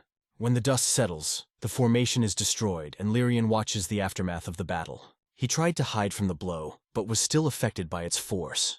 Looking at the scene of the collision, Lyrian cannot understand what happened and whether his older brother is alive. The young master calling assures that everything is fine with him. The young master confirms that he has not received a single wound, as can be seen by everyone around. But the main question remains: what happened to the leader of the heavenly demon cult? Did he die? Looking around, the master notices that the demon is still standing. He froze in a motionless position. He is said to be the only one of the strong 12 who can compete even with the Sword King Namgong Jin. Not even a blood demon could stand against his sword. However, this opponent turned out to be extremely strong and durable. Although he has lost consciousness, his body continues to stand as if not admitting defeat. After a while, the heavenly demon found himself in the room, forced to rest after a hard fight. His body needed restoration because he was exhausted to the limit. Having lost consciousness in battle, he looked pitiful for a leader. When it became clear that this was the leader of the heavenly demon cult, everyone was shocked. The young master declared that he had something to say about this person. If this is indeed a cult leader, why did he appear in the Central Plains? This happened extremely rarely even in the past, which raised many questions. Shuren guessed that Master Ying must know him well if he was able to win. She asks if this man is really who he says he is, or if he is just pretending. But if his strength is so great, then this is the minimum level of an alliance leader, and he cannot be a simple master. If Master Ying fought a cult leader, that adds weight to his words, and he should be trusted. Comparing the fighting skills of the leader of the Alliance and the leader of the Heavenly Demon Cult is not an easy task. How strong is Master Ying? His friends only guess about it. Soon, the Heavenly Demon woke up and realized that he had lost the battle. As soon as he regained consciousness, the Master made him responsible for the destruction caused, even though the demon only had one Nyang left. The cult leader warned that soon his guards would come and promised that all problems would be solved. Exhausted and hungry, the demon collapsed on the stairs, begging for something to eat. But our heroes did not care about his hunger, because it was important for them to understand why he appeared here. He had no compelling reason, other than wanting to verify the legend that surrounded Master Yin. Rumors are usually exaggerated, but this time, they turned out to be true. The heavenly demon did not think that anyone would reach the mythical realm and be able to overcome its wall. Master Ying remarks that the heavenly demon should be ashamed. Even with his clan's martial arts, he is not up to his level. However, the demon unexpectedly declares that he is satisfied, because now he has a new goal for training. After some time, his servants arrived at the place. They did not hesitate to bow their knees to their leader. These are the heavenly demon guards who welcomed him as a cult leader. All doubts about his identity disappeared instantly. The leader ordered his guards to change clothes and stay here to work. The guards changed their clothes and got to work, diligently working with hammers. Their task is to restore the destroyed training ground. They worked hard, trying to do the best they could. Although Master Ying only ordered the wall to be rebuilt, they decided to remake the playground, making it 10 times better. The demon worries even about such small things as dust or cobblestones, because he plans to use this place for training. Mr. Ying wonders what he means and if he is just trying to test his patience. At this moment, unexpected news arrives. A very important guest arrived at the estate. This is the head of the Supreme Coalition, who was left alone with the situation. The head of the coalition notes that the construction of the training ground has not yet been completed. Mr. Ying can't figure out what they're up to, and Jin warns that things are getting tense. Despite any friendly relations with the leader of the Alliance, he will definitely not be happy to learn that the leader of the Heavenly Demon Cult is here. Master Ying asks Jin to do his best to keep the Heavenly Demon at the training ground and not arouse suspicion. Mr. Ying decides to deal with Alliance leader Murima himself. They go to a room where an Alliance elder addresses his nephew. explaining the conditions for becoming a leader, which have remained the same. The boy wonders why the leader came in person when he could have just sent someone else to convey his position. The elder replies that he did not want to send someone in his place because this matter requires a personal presence. Mr. Ying haughtily asks the head of the alliance to leave immediately, stressing that he is not even going to have tea with him. Suddenly a sky demon appears on the horizon, addressing the head of the alliance, calling him ignorant. Mr. Ying realizes that the situation is getting out of control, and thinks about how to keep everything within limits. The sky demon notes that the head of the alliance has aged, remembering their last meeting when both were just starting to turn gray. It's clear from their dialogue that they've met before, but the alliance leader is clearly not happy to see the sky demon here. The demon continues, stating that if the head of the alliance wants to invite Master into his place, it's already too late. He adds that Master Ying passed his test and agreed to become the next leader of the heavenly demon cult. These words shock even Master Yin himself, who did not accept anything like that. Ying instructs the elder to step aside to avoid further chaos. Instantly, the stool shatters into pieces, hitting the heavenly demon in the head. Mr. Ying refuses to get involved in their problems and says that if the demon wants to drink tea, he should just sit down and not talk nonsense. The heavenly demon, feeling the stool, calmly says that it was only a joke. As night falls, the atmosphere calms down. Some warriors decide to drink some alcohol to relieve the tension. One of them is surprised that his usual partner suddenly refuses to drink. He explains that he is abstaining from alcohol only for this day, because tomorrow he will be able to get drunk without any restrictions. The boy wonders how he will be able to continue his studies if there is so much shame around him, without even achieving anything important. One of the warriors admits that he is ready to beat this guy right now, but his father's orders hold him back. Jin, with a smile, mentions the woman who once placed the sword in the Supreme Demon's training, and hints at her relationship with the merchant's son. However, it becomes unclear why he is interested in the son of the head of the Peck clan. Jin cannot forget this woman, known as Murim Flower, because she is beautiful and attractive to all men. He cheekily says that he would be happy to teach her everything she needed if she wasn't in a relationship. The son of the head of the Peck clan strictly warns Jin not to approach this girl because she is closely watched. However, being drunk, Jin loses control and hurls some rude words at her. Others look at him like a fool, but there is nothing they can do. Alcohol is alcohol. The next day, the master's father appears in the warrior sect. He notices that his son looks rather strange. The young master, exhausted, says that his father arrived just in time. He takes his father's hand and explains that if he had not come, he could have made a serious mistake. The master asks his father to mediate, but he doesn't understand what he is talking about. The fact is that the leader of the alliance and the heavenly demon are currently visiting him. They sit and glare at each other, while the demon sarcastically notes that the alliance leader clearly has too much free time. The master realizes that this is better than involving the heavenly demon in restoring the training ground. The demon expresses disbelief that such a person can lead the alliance, implying that anyone can become a cult leader after mastering the heavenly demon martial arts. Their argument continues, and it seems that they are completely unable to agree, wasting time in endless debates. Huane reports that the sect has run out of alcohol, and this is causing quite a stir. She's sure everyone likes to enjoy a drink without training, except for Master Manjin. The woman suggests buying some alcohol from a brewery near the market that has a good reputation, or if needed, ask Surin for it. However, in the morning, Surin left for the Supreme Coalition, as the Lord was looking for her. Considering the situation, Huine decides to go get alcohol with the woman. Although she has lived here for a long time, the area remains unfamiliar to her. Meanwhile, we return to the training ground. Warriors hone their skills at the updated training ground, restored with the support of the Sky Demon.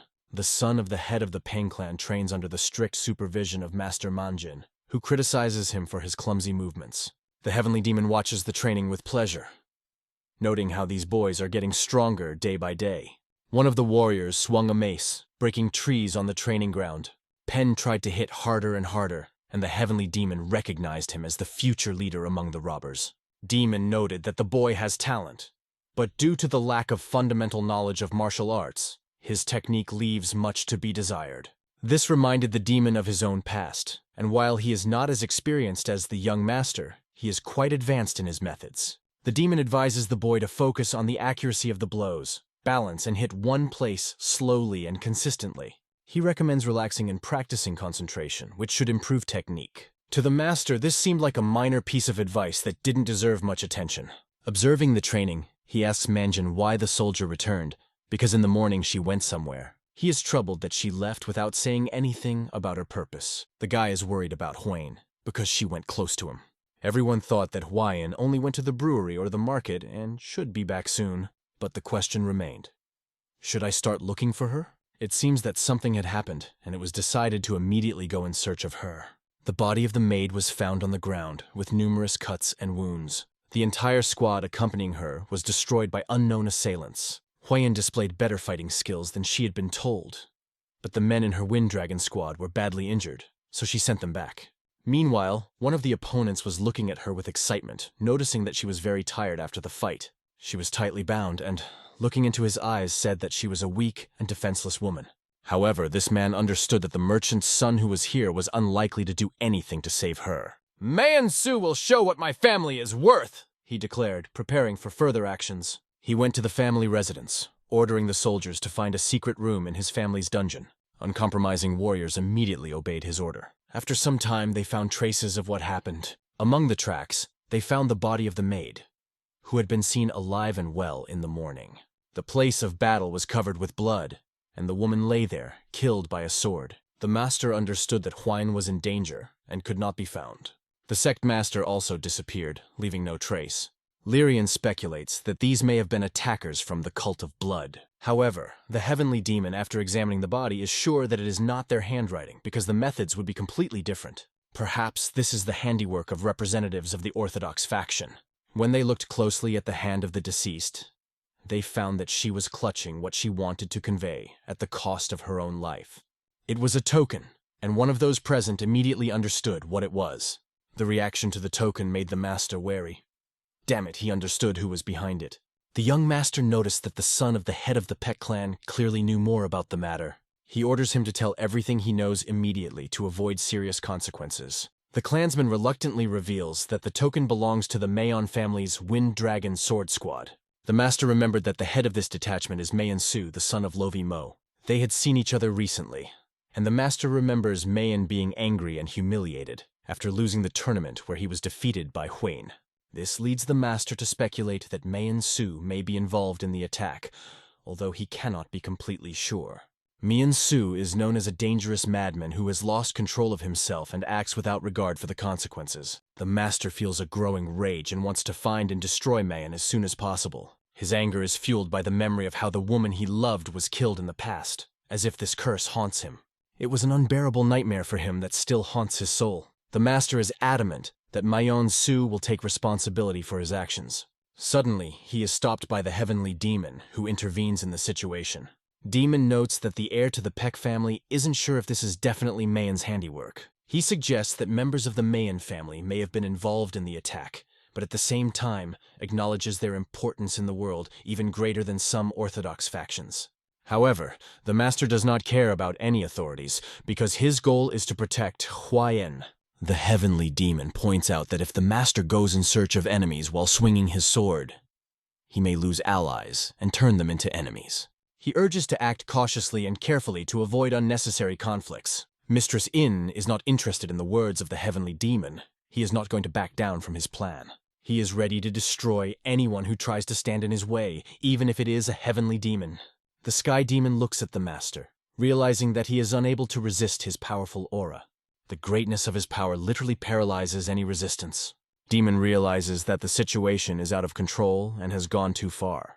It was obvious that Master Ying was willing to turn the whole world upside down to punish Man-Su for his actions. Meanwhile, news of his son's outrageous actions reaches the leader of the Mayan clan. He is told that his son has done something completely stupid, getting the clan into trouble. The guard explains that he was following his son's orders because he threatened to attack Huyen if they didn't help him. The clan leader is furious. How dare his son discredit the family like that? He understands that this can affect the reputation of the clan, especially under the influence of the emperor and the leader of the alliance. After the failed tournament, his son had already disgraced himself, and if the public found out about it, then his heir could no longer be relied upon. The leader decides to fix the situation in any way. He learns that his son is hiding in a secret room and considers a plan of action. The leader orders the guard to silence his son by any means necessary to cover up the incident. The guard takes responsibility for this and adds that Huyen can be returned to the sect if she is found. But the leader gives a shocking order to kill Huyen and dismember her body so no one can find it. His thoughts are interrupted by an unexpected blow. Master Su, holding a dagger, suddenly appears, and at that moment something extraordinary happens. The ground shakes as if from a strong earthquake, and the master looks at the lady, realizing that the situation is getting even more confusing. Mr. Su doesn't understand what's going on because he has just started to execute his plan. He can't believe that his long-awaited meeting with Huayan was so defiantly interrupted, because she was the sweet morsel he had been dreaming of for so long. It was a dark night outside when it all began, creating an atmosphere of tension and uncertainty. The three men ran forward, having no idea what lay ahead of them. Dozens more followed behind them, obeying the order to run to the main gate. One of the men began to guess that this commotion had a hidden meaning. It was only known that the main gate was broken. Each of the fighters clutched the ball tightly in their hands, as if it were something vitally important. They finally reached the gate, which was already lying in ruins, showing the strength of the attacker. In front of them, behind the entrance, only a vague silhouette of a person could be seen, like ghosts in the dark. Sensing danger, they pointed their weapons at the stranger and demanded an explanation. Who he was and how he dared to do this. The stranger, full of confidence, was only collecting the remnants of Wei-yin energy around him. Everything became clear. The culprit of all this mess was someone from this group. The fighters only asked the stranger not to break in here and not to insult the eldest son of the head of the family. But his warning remained unspoken. The stranger instantly dealt with him, cutting him into small pieces. He was moving so fast that no one even had time to blink when this horror happened. Frightened and shocked, they took a few steps back when they saw a boy with a weapon in his hands. The boy sternly warned everyone he is here to return the girl who was kidnapped by Moyon. He declared that he was ready to shed their blood with pleasure if anyone dared to stand in his way. One of the men who was their master immediately recognized it. It was the Heavenly Blood Sword. His warning sounded harsh. Better follow orders, otherwise things will end even worse. At this moment, another man ran up to them, realizing that the Heavenly Blood Sword was about to destroy them.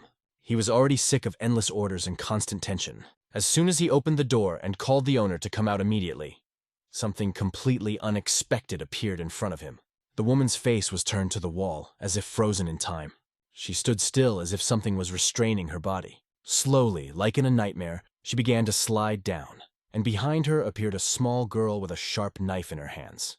The girl looked frightened as after a terrible deed committed by her own hands. She was completely shocked. She could not understand what she had just done. The man, seeing this, immediately began to insult her, calling her crazy and accusing her of the tragedy. But his screams stopped instantly.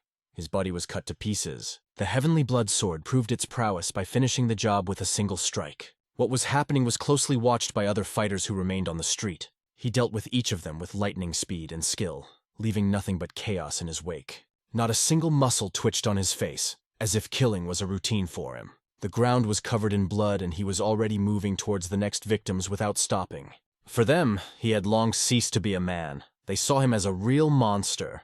Most decided to run away, but one man stopped them, appearing from the walls. This man urged them not to retreat, reminding them that they were warriors of the Moyon family. The blood sword emphasized that their actions would only lead to more casualties, and they understood that well. He asked if the owner was ready to sacrifice everything for his son and called him a real bastard. These words forced the man to admit that the young man is surprisingly smart and can spot weak spots. But he did not back down, calling the boy's words nonsense that should not be listened to. He claimed that the girl the Heavenly Blood Sword was looking for was not here and accused him of cruelty. But these words sounded like useless muttering to the hero. They did not affect him at all. However, the same man admitted that the sharpness of the boy's words was not inferior to his sword, which made him even more dangerous. Realizing the threat, he decided to deal with him alone, believing that such an enemy should not remain alive. As a member of the Moyon family, Rebel Sword was one of the 24 strongest fighters, known for his unique abilities that set him apart even from the Four Kings.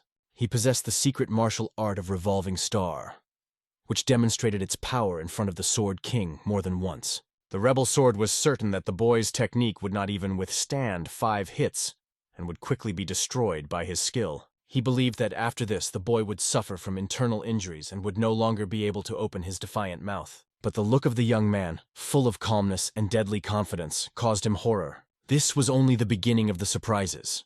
The boy's attack cut everything in its path. His words, calling the Rebel Sword's technique pitiful and worthless, tore apart the opponent's fighting spirit. The speed of the young man's movements was so striking that the elder warrior did not even have time to react. and realized this boy surpasses even the Sword King. This was his last awareness in life, after which he fell to the ground, silenced forever.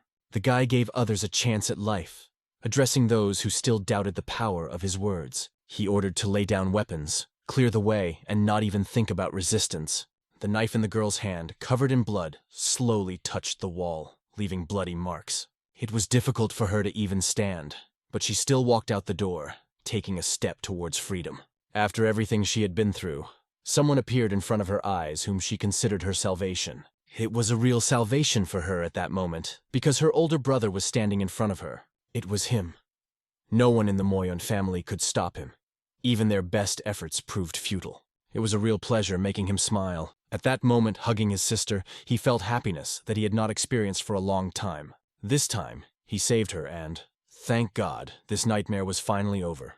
Night gave way to dawn and the sky turned blue, marking a new day. Everyone was talking about the shining Moonblade, which became a legend overnight. He was given this nickname because his sword shone brighter than the moonlight. When they began to count the number of victims, everyone was stunned by the terrible losses.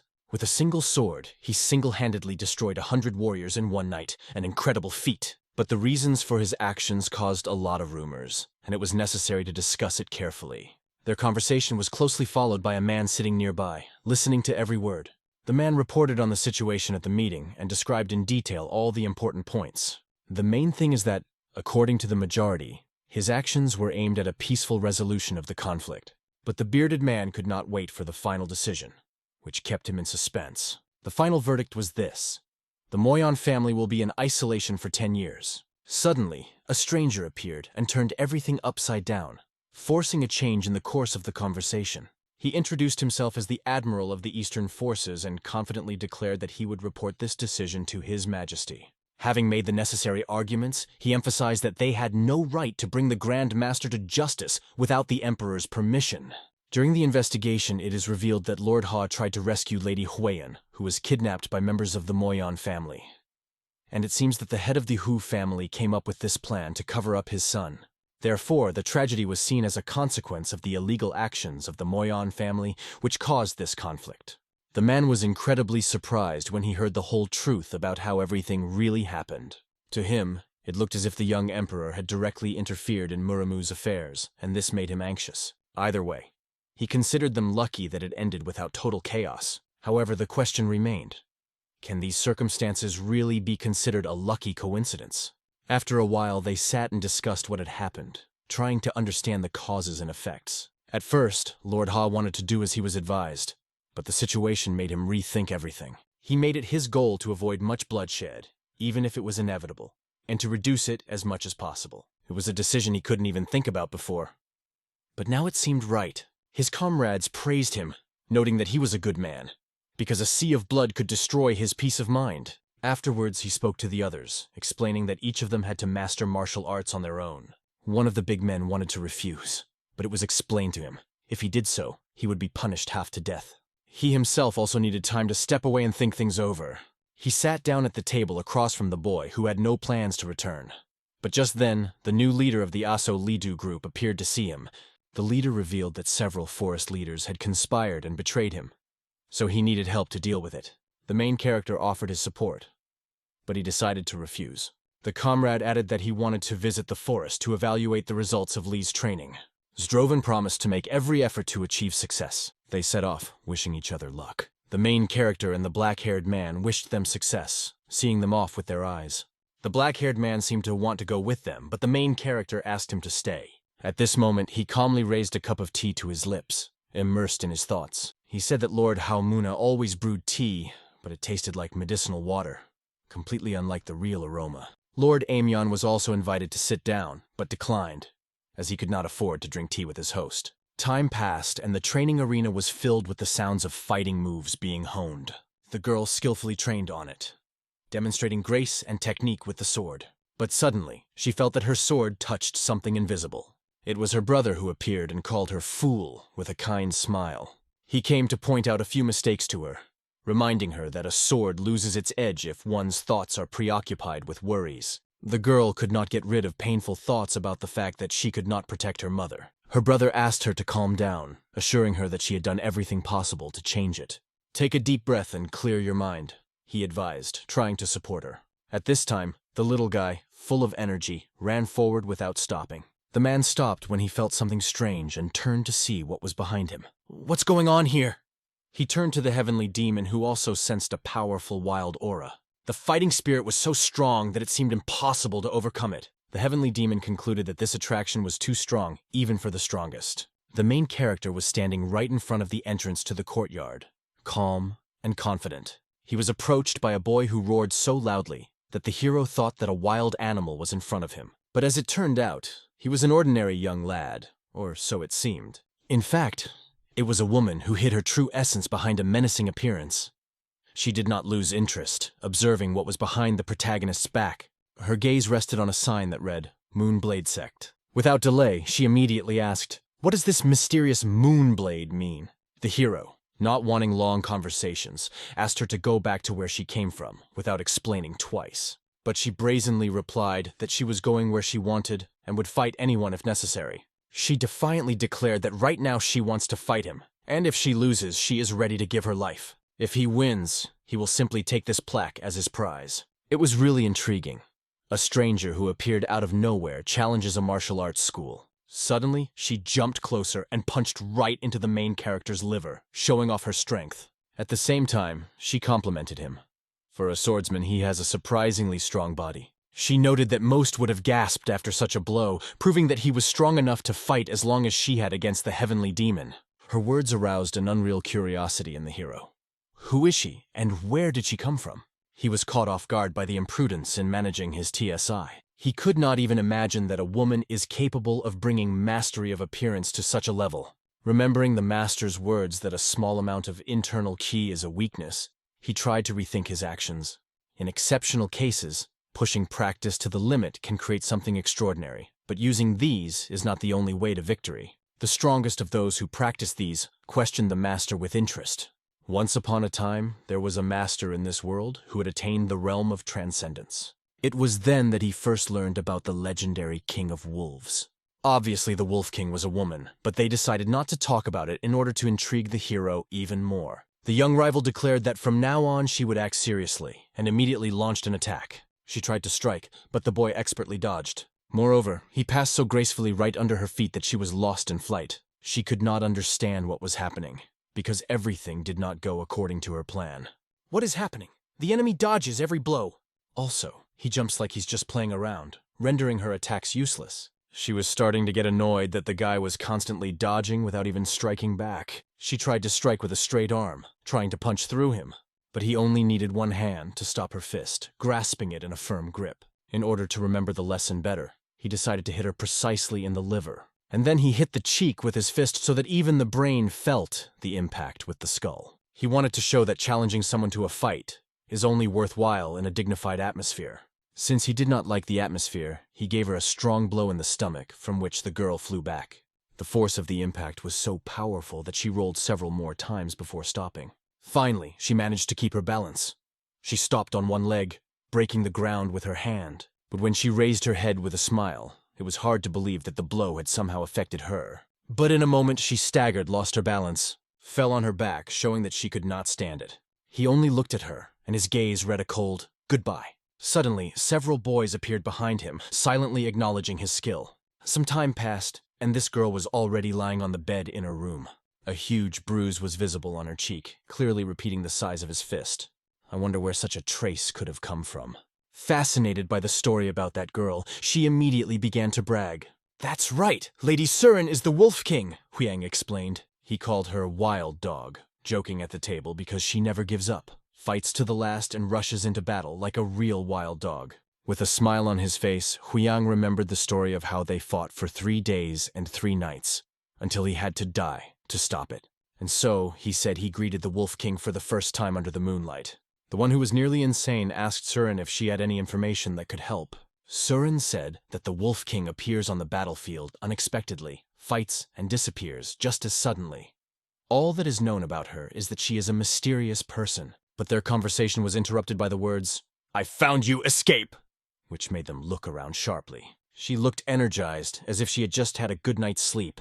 As soon as she entered, she began to tell them everything. But suddenly, she was very surprised. Her surprise was caused by seeing an old sky demon. She was happy to meet him, but at the moment, she had no time for him. She was more interested in the battle with the Moonblade. After some time, the girl made several rapid turns on the ground. She went outside to continue the fight with him, but the result was the same as last time. An observer who saw all this sincerely exclaimed, "Wow." For her, this battle seemed so magnificent that it could go down in the history of martial arts. However, the boy was annoyed by this, and he warned her, "If you try again, I will cut you open with an ice blade." Huyang added humorously, "Killing her now would be a waste." He didn't mind Huyang's words, but thought it best to grant her request a few times, and then stop. Fighting the weak is boring. They either fear or die, and it eventually bores you to death. But fighting with the strong is another matter. You can fight for a long time, and victory gives euphoria. Even losing sometimes brings pleasure. The black-haired girl at the table expressed her point of view. The protagonist asked her, "Have you made up your mind? Will you attack me again like a madwoman and die, losing the chance of the future battle? Or you can ask politely, and maybe I'll agree." It surprised her to think that if she asked politely, he might agree, and then she could enjoy the fight. She agreed, but put forward a condition. "There are 2 masters in the Huayan sect strong enough to kill me," she said, "and I'm not going to lose this opportunity no matter what. That's why I'm staying here." Hearing this, the main character decided to explain to her that this is not a hotel where you can just eat and sleep.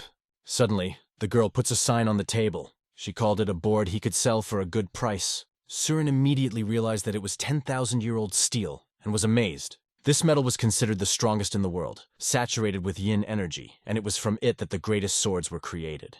The protagonist was more interested in how much money he would get for this treasure. Huyang, standing behind him, explained, "This money is enough to buy 5 estates the size of the Huyang sect." The round-faced girl did not understand what they were talking about, and asked again, "Is this enough? Do you need anything else?" Some time passed, and the battle started again on the training ground. This time, she confronted the old man, telling him that he had weakened greatly. However, he looked at her like the sassy wild dog she always was. She was angered by this nickname, and she rushed into battle again. Their match was watched by Ho, judging their skills. However, Ho himself seemed completely indifferent to what was happening. At that moment, Lirian approached him. He announced that a visitor from the Imperial Palace had arrived and was ready to wait until the battle was over, but his demeanor indicated that the matter was urgent. What kind of message could this be from the Imperial Palace? Yin-ho approached the Admiral after a long separation. They had not seen each other for a very long time. After greetings, they went to a secluded place to discuss important matters. The Admiral admitted that he had traveled an incredibly long way to communicate the urgent situation. He noted that matters of the imperial family are usually decided in narrow circles, but this time, the case is too important. The missing princess is His Majesty's only sister. That day, she left the palace to visit her people, and was accompanied by twice as many soldiers as usual. However, the time when she was supposed to return had long passed, and only her horse and 1 soldier returned. The soldiers said they were driving near the town of Yichang in Hubei province when the princess spotted a child running into the forest. Concerned that something had happened to the child, she left her horse and led the soldiers after the child into the forest. She did not return for a long time, and the rest of the soldiers followed her, but also disappeared. After hearing this, a detachment of 1,000 soldiers was sent to search for the princess. However, after some time they found only a mountain of corpses. Ying-ho was scared because he thought that the princess and everyone else who had fallen had died, but it seemed very strange to the Admiral. To find out what happened, they went to the nearby village of Jingmun, which is near the forest and Ghost Mountain. Local residents said that every year those who go to this mountain go missing. All the soldiers are dead, the princess is missing, and Ghost Mountain has long been known for its terrifying legends of disappearing women. After hearing this story, Ying-ho couldn't think of the disappearance as an ordinary incident. That's why they turned to him for help. If the princess is alive, that's great. But if she died, in this case, it is necessary to find the cause and culprit of her death. After the conversation, Ho looked at the full moon. Today was the first full moon of the year. The sight of the moon awakened in him memories of the past. Back then, many yokai caused a lot of trouble. Little Lee was looking intently in front of him while writing something with a brush in his notes. His watchful gaze was explained by the fact that he heard the word yokai from Ho. They tried to figure out the reason for the princess's disappearance. If it wasn't a maniac, then maybe a yokai was to blame. "Have you heard of cannibals?" Ho asked. Lee was well aware that there were yokai who craved human flesh, others who craved souls, and some who craved both and were called cannibals. So far, this was only Ho's guess, but if it was true, there was a chance that the princess was still alive. Ho could not put up with someone eating people in his presence. All this seemed more like pages from the books of shamans. Since the yokai realized that eating people would be punished by heaven, they began imprisoning people and eating them during a solar eclipse. This conversation even made Lee interested. He got up and asked Ho to wait a little. Lee went after the precious book that his teacher had given him, the Chunjin Almanac. Thanks to this book, Ho could learn when solar eclipses occurred in the past and when they will occur in the future. Lee opened the book and began to read carefully, looking for the information he needed. It turned out to be not so easy, but he began to add dates on his fingers, doing calculations. After a few moments of thought, he announced that the next eclipse would be in 4 days between 1 and 3 o'clock in the afternoon. Even with the margin of error, Lee was confident that the eclipse would occur in exactly 4 days. After hearing this, Ho decided where they should go and asked Lee to prepare for tomorrow, as he was also to accompany him. While talking to Lee, Ho noticed his agitation and decided to ask again. "The best Marima exorcist is standing before you," Lee said confidently. After these words, it could be assumed that everything had already been agreed. Ho himself went to see how things looked on the spot. Time was running out, and he thought that using the girl as bait would be a good idea to expose the yokai. In front of him rose a huge mountain, to which he was steadily approaching. Ho approached a cave above which hung a sign that read, "Demon's Cave. Do not enter." A red cloth with yellow ribbons was stretched in front of the entrance. It was an unmistakable no-entry sign.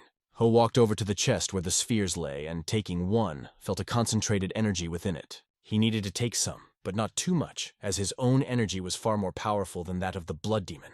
In addition, he did not convert the yokai's energy into his own internal chi, but rather mixed it with his own. He wasn't sure what would happen when the yokai energy entered his human body. To do this, he needs to find a way to turn her into a human inner ki. Taking the 3 spheres, Ho moved on. A view of the training arena opened before him. A man with a sword practiced his blows on it, demonstrating his skill. He had been training since the morning, and Ho had been watching him from the mountain. He was a man who was eager to prove himself as the best student in order to become a leading martial artist. Learning and practice are his main principles, even if they don't talk about it. He must have a good heart, Ho thought as he watched him. But suddenly the trainee, sensing someone's gaze, looked up, noticing that he was being watched. He glanced up at the mountain, but there was no one there. It seemed strange, because it seemed to him that someone was standing there. Seeing the empty mountain, he thought that it seemed to him, but in reality it was not so. The next day, Ho was standing in front of the entrance to the Moonblade sect. The girl standing in front of him questioned whether he should really go there. She couldn't help but worry, because it could be a yokai. The 3 boys had already gathered and ran out enthusiastically, ready to help Ho catch the yokai. The Sky Demon and the Wolf King also went with him, eager to see what the yokai looked like and engage him in battle. Well, we'll still need a decoy if we're going to make a quick escape, Ho thought. Meanwhile, Gui Ho asked to look after the sect while he was gone. Lady Cern was displeased with his departure but asked for guards to be posted around the estate. Finally, she added a request to protect herself. Ho's outstretched hand was Lee's signal that it was time to go. Taking his arm, they headed forward in search of the yokai. The Admiral looked uneasy because he was worried that there would be little time left, and he would have to deliver bad news to the Emperor. His assistants believed that the princess would soon be found, because the soldiers were looking for her day and night. At that moment, Ho runs up to them with his companions and informs them that the princess is still alive. "If my guess is correct," he began without finishing the thought. The appearance of the young master made the Admiral incredibly happy, and he was happy to hear it.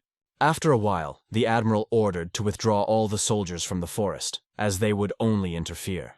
Ho explained that they would climb the mountain when the moon was high in the sky. He explained the reason simply. Going to the mountain now is a waste of time. The Admiral agreed with every word, understanding that under any circumstances, the girl must be alive. The soldiers were ordered to remain alert in the barracks. He also ordered to stop any climbs to the mountain.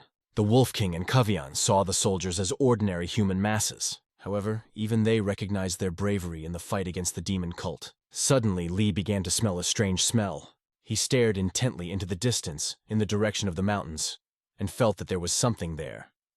But it was definitely not a person. Some time passed, and an almost full moon appeared in the sky. The group had to make their way through thick thickets of thickets. But the main character found a solution. His sword, which he used to cut branches on his way. However, this thorny bush at the entrance to the mountain remained untouched, which seemed strange, because the soldiers had definitely passed through here. Lee took these thickets as a warning that the mountain should not be climbed. But Ho only got annoyed. "What other warning? It's nonsense!" Angry at the thorns that kept scratching him, he decided to use his sword to get through faster. After releasing enough energy, he caused the surrounding thickets to simply burn, opening a path forward. Under the moonlight, the atmosphere was special, at the same time magical and scary. The four of them had been climbing the mountains for several hours. The Wolf King felt something strange about her ears and turned to the heavenly demon.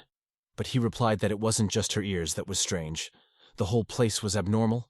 As soon as they set foot on the mountain, all the sounds, the wind, the insects, began to fade away, leaving an eerie silence. "He's somewhere close," Ho said, staring intently into the darkness ahead. "It seems he doesn't want to show himself, maybe because of the recent harassment of the soldiers," he added. The heavenly demon had made this long journey to see Yukai, having only read about them in books before.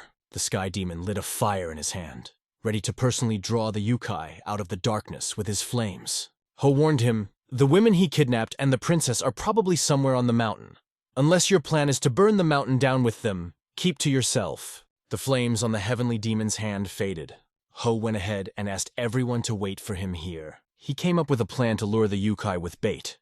It was a well-thought-out, perfect plan. To perform it, he took 3 balls in his hand, which he caught earlier. "What better bait for a cannibal than women?" he said to himself. Meanwhile, Lee could smell more and more strange smells. The most prominent among them was the smell of Yukai emanating from the casket Ho had set up. Ho warned everyone in advance, "Don't make any noise, no matter what comes out of it." Huang, as the leader of the heavenly demon cult, decided that Ho might be mocking him or underestimating him. Meanwhile, the smell from the balls began to spread more and more strongly. Over time, it enveloped more and more space, saturating the atmosphere on the mountain. The smell penetrated every crevice, bypassing every twig. On one of the trees, high above them, sat a huge creature, similar to a spider, but incredibly large. It was a spider yokai with 4 red eyes that glowed ominously in the darkness. Immediately after his appearance, there was a sound so loud that it seemed as if it could demolish a mountain. A strange sound, neither human nor beast. "It's the sound of a yokai," the heavenly demon clearly identified. The Wolf King felt the sound like a blade piercing her ears, and Ho felt as if he was once again in the realm of yokai. He understood that this yokai was testing them, and he was sure, "This bastard is salivating over my energy." Ho was just waiting for the yokai to act sooner, and right above their heads appeared a giant spider, the size of a whole tree. The Sky Demon and Wolf King held their breaths when they saw this creature. Impossible. A spider with a human face. They could not believe their eyes. "Fucking spider," Ho said, realizing his hunch was right. Spider-Girl started shooting webs, trying to attack. The first shot hit directly into the body of the Wolf King, who fell, bound in sticky webs. Later, the heavenly demon also fell victim to the same attack, falling into a trap. The creature lowered its sharp paws right over the black-haired Lee's body. The spider stuck out its long tongue, almost touching the boy's small face. But in the character of black-haired Lee, there was definitely no fear of a spider with a human face. He simply took out a yellow sticker and readied himself, willing the yokai to start defending himself. Ho, who had been standing behind them all this time, had a completely different plan: to cut off several of the spider's legs with his sword. He had already realized that he was wrong to think that a yokai would be intelligent just because it had a human face. Instead, this creature turned out to be worthless and meaningless. But it was not the end. The yokai, being on the 4 paws that remained of the 8, began to move on. He quickly jumped and flew straight into the sky. Did he run away? Lee asked in fear, but Ho calmed him down, explaining that a yokai wouldn't go far with just a few paws. It remains only to calmly follow him. And it does not matter where he went, Ho concluded. The Sky Demon and the Wolf King lay in shock, bound by the sticky and disgusting web. The web was so strong that it could not be broken by ordinary physical force. They wondered, are all yokai really that strong? Lee stood nearby, listening to Ho sarcastically suggest that they should be left to die if these transcendent-level masters couldn't break free from even this.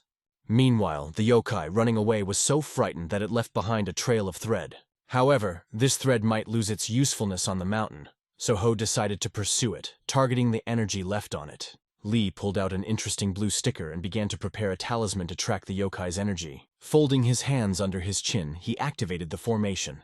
A bright blue light shone and quickly began to burn the thread.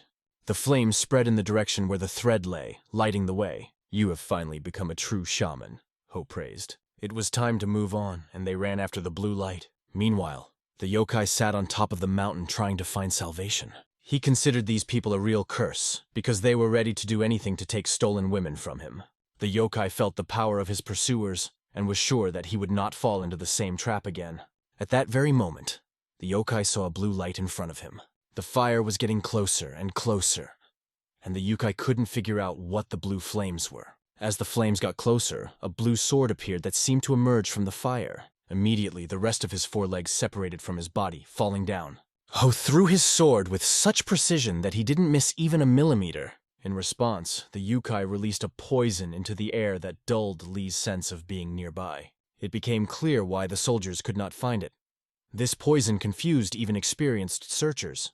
Ho decided to exchange a few words with the yokai, saying, "If you were in the yokai realm, a pack would have come running at your cry to tear you apart." He added, "You must have lost all your wits while you were hiding among the people." Ho also remarked, "Your head is only occupied with thoughts of eating people and counting the days until the next eclipse." He wondered if Hayingho, a well-known hunter of such creatures, had heard of this spider. However, Ho saw no point in continuing the conversation. He decided to end the matter by sticking his sword into a point that was guaranteed to kill the yokai. But before that, he asked only one question. "What will you do if you survive?" And he threatened, "Try again. I will cut off a part of your body each time until there is only one head left to entertain people." Ho once again asked the yokai to answer honestly before repeating the question again. Meanwhile, Lee made his way forward, smashing the rocks that blocked the way. He went to the cave, the entrance of which was covered with stones and tree branches. No wonder the soldiers passed by and didn't notice anything. Having reached a little further, Lee opened his eyes wide at what he saw. Many cocoons hung above his head. "How many women has he captured?" thought the boy. Lee ran up to Ho and reported that he had found the princess and the other women. "They're unconscious, bitten, but generally okay," he explained. Lee asked the yokai, "Are there any other sleepers elsewhere?" To which he just shook his spidery head, answering, "No." At this point, Ho decided to believe the yokai. However, there were no other topics left for conversation with this dirty creature. The flash flashed so brightly that Lee muttered under his breath, "Unbelievable. It doesn't matter if it's a human or a yokai. They all turn into meat when they come face to face with their big brother," he thought. Tearing the monster's body to pieces, Ho crouched down and took out something interesting from its body. Lee's curiosity got the better of him, and he asked what exactly Ho had found. From inside the spider, Ho pulled out a yokai core and his fangs, things he would probably need in the future. The night, full of adventures, gradually came to an end, giving way to the morning dawn. The admiral sat in the barracks, waiting for news. At last he was informed that the princess had been found. She is with the locals and is now safe. Ho promised to tell all the details later, because he was very tired and wanted to rest. He recalled that he was able to locate the princess by the smoke, and it took soldiers to rescue her. Afterward, Ho discussed the situation with his companions. Everyone agreed that the princess had shown great bravery. When Ho rescued her, she got out of the cocoon completely naked. Ho sent Lee to help her, but all he heard from the princess was, "The same." Now it was clear why Ho didn't bring her right away. The Wolf King suggested that a few punches might make the princess a little more reserved. At that moment, Ho left for another place and asked his companions to go ahead. He unexpectedly promised to tell everything, but only after his return. The heavenly demon walked forward, taking with him the shaman, who was still following Ho with his gaze. It is unlikely that Ho went to kill the princess, although he was certainly capable of such a thing. Again, they recognized the incredible help that Ho had given to the imperial family. The princess's brother thanked him not only for saving his sister, but also for saving many other people, expressing his sincere gratitude. However, he still found it hard to believe that a cannibal yokai was behind all of this. Ho explained that yokai still exist, although they rarely appear in the human world. He also reassured His Majesty by promising that he would devote more time to this problem in the future. The prince calmed down and even began to express his affection and willingness to support Ho. In that case, Ho decided to ask him an important question. He asked for permission to meet with Guyaja. Ho asked not to ask the reason for the request. The prince understood that Guyaja might not agree to such a meeting, but Ho reassured him, assuring him that he would definitely want to meet him. Guyaja, when Ho heard the name, it seemed familiar to him, as if he had met someone from the distant past. A bamboo forest on top of a mountain, a forge at the very end of the road.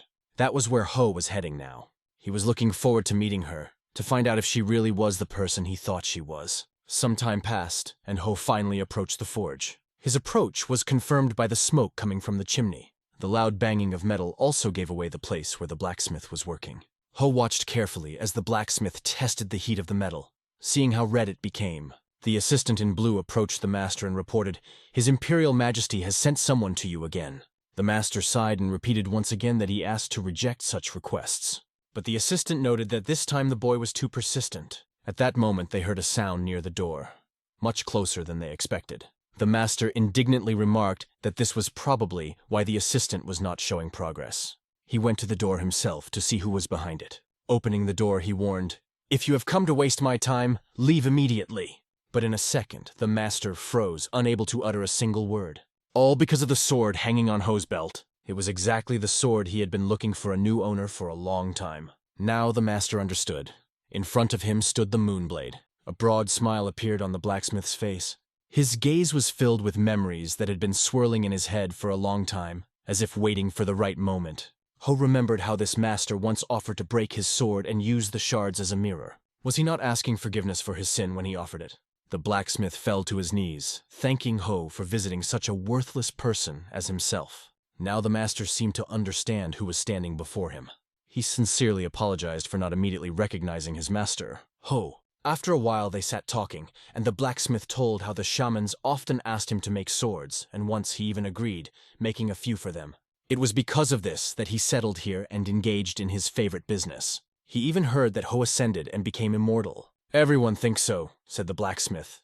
But he was more interested in how the abuse of shamans became known in the yokai world. "What brings you here?" he asked his guest. Ho silently placed the artifacts he had taken from the spider yokai's body on the table. The blacksmith picked up the spider's fangs and core, immediately determining that the yokai must have lived about 100 years. "You can make a true yokai sword out of this," he added, scrutinizing the artifacts. During the battle with the spider, Ho thought about the difficulty of his mission. He reasoned, if there are many yokai hiding in the human world, how to find and destroy them all. The blacksmith was allowed to stay here, as was his apprentice. But Ho had something else in mind.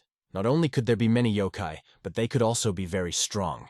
Danlu was a powerful sword, of course, but it wasn't designed to fight yokai.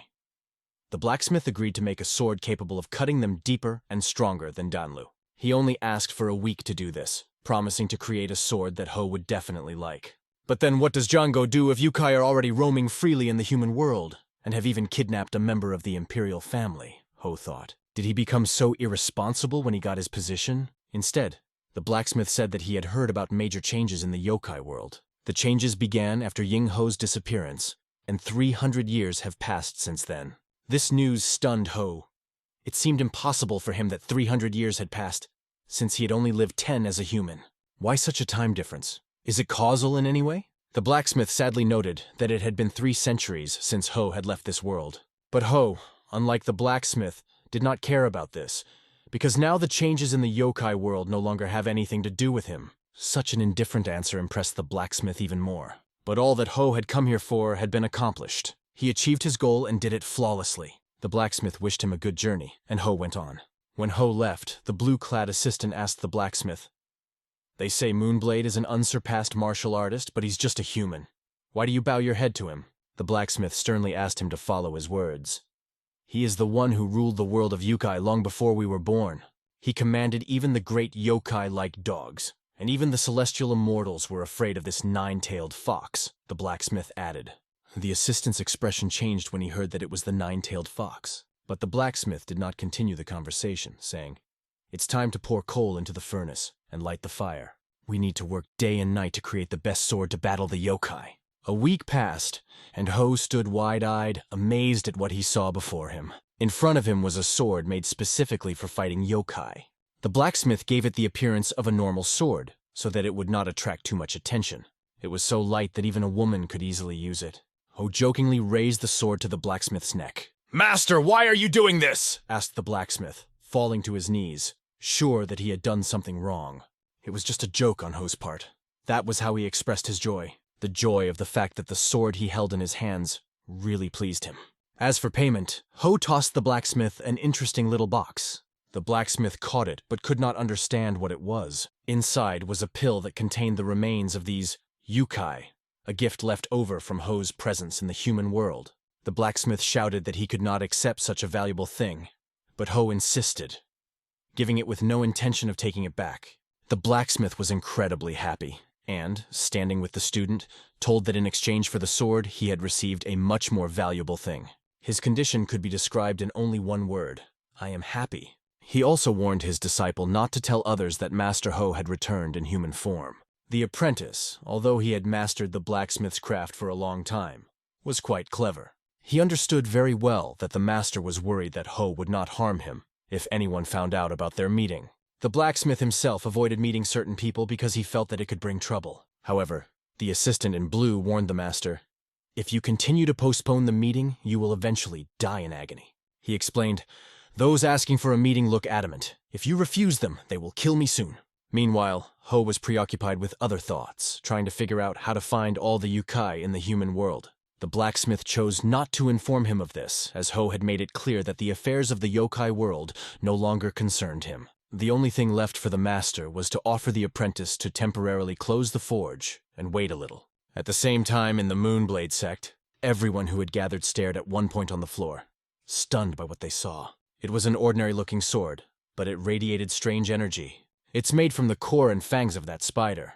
It's Guyaja's work," Ho explained to everyone. The heavenly demon recognized the blacksmith's name as a famous master. At that moment, Ho handed the sword to the girl and asked her to keep it safe and use it only in case of danger. The heavenly demon was already ready to go to the training ground with him. In general, everyone except Mistress Surin decided to go to the training ground to see what the sword was capable of. To be honest, at first she couldn't believe that Ho had managed to defeat the yukai, and now a famous blacksmith created a sword for him from yokai materials in a week. Her tone, which seemed rude, she explained by surprise and many questions, because it was difficult to imagine. "Everyone knows that cores don't make swords," she said. She didn't care if the emperor or the greatest martial artist was in front of her. She recalled how much time and effort it took to set up the formation in the Moonless Pavilion. 3 years of hard work. Ho understood that her behavior was due to the fact that the formation destroyed by Li Ryan had been created with a lot of money. "Tell me, how did you manage to convince a master to create such a valuable sword in just a week?" she asked. But Ho only asked in response, "Have you seen Li Ryan? He went to the Supreme Coalition. There it seems someone violated the boundaries and the formation was activated." Ho stayed put when she left, sure that she wouldn't believe him even if he revealed the real reason. At this time, at the entrance to the Supreme Coalition, the passage to one of the rooms, where a valuable thing was stored, looked dangerous. Sharp spikes stuck out from the walls. Li stared at the object in front of him and thought how absurd the idea seemed that he had almost died because of it.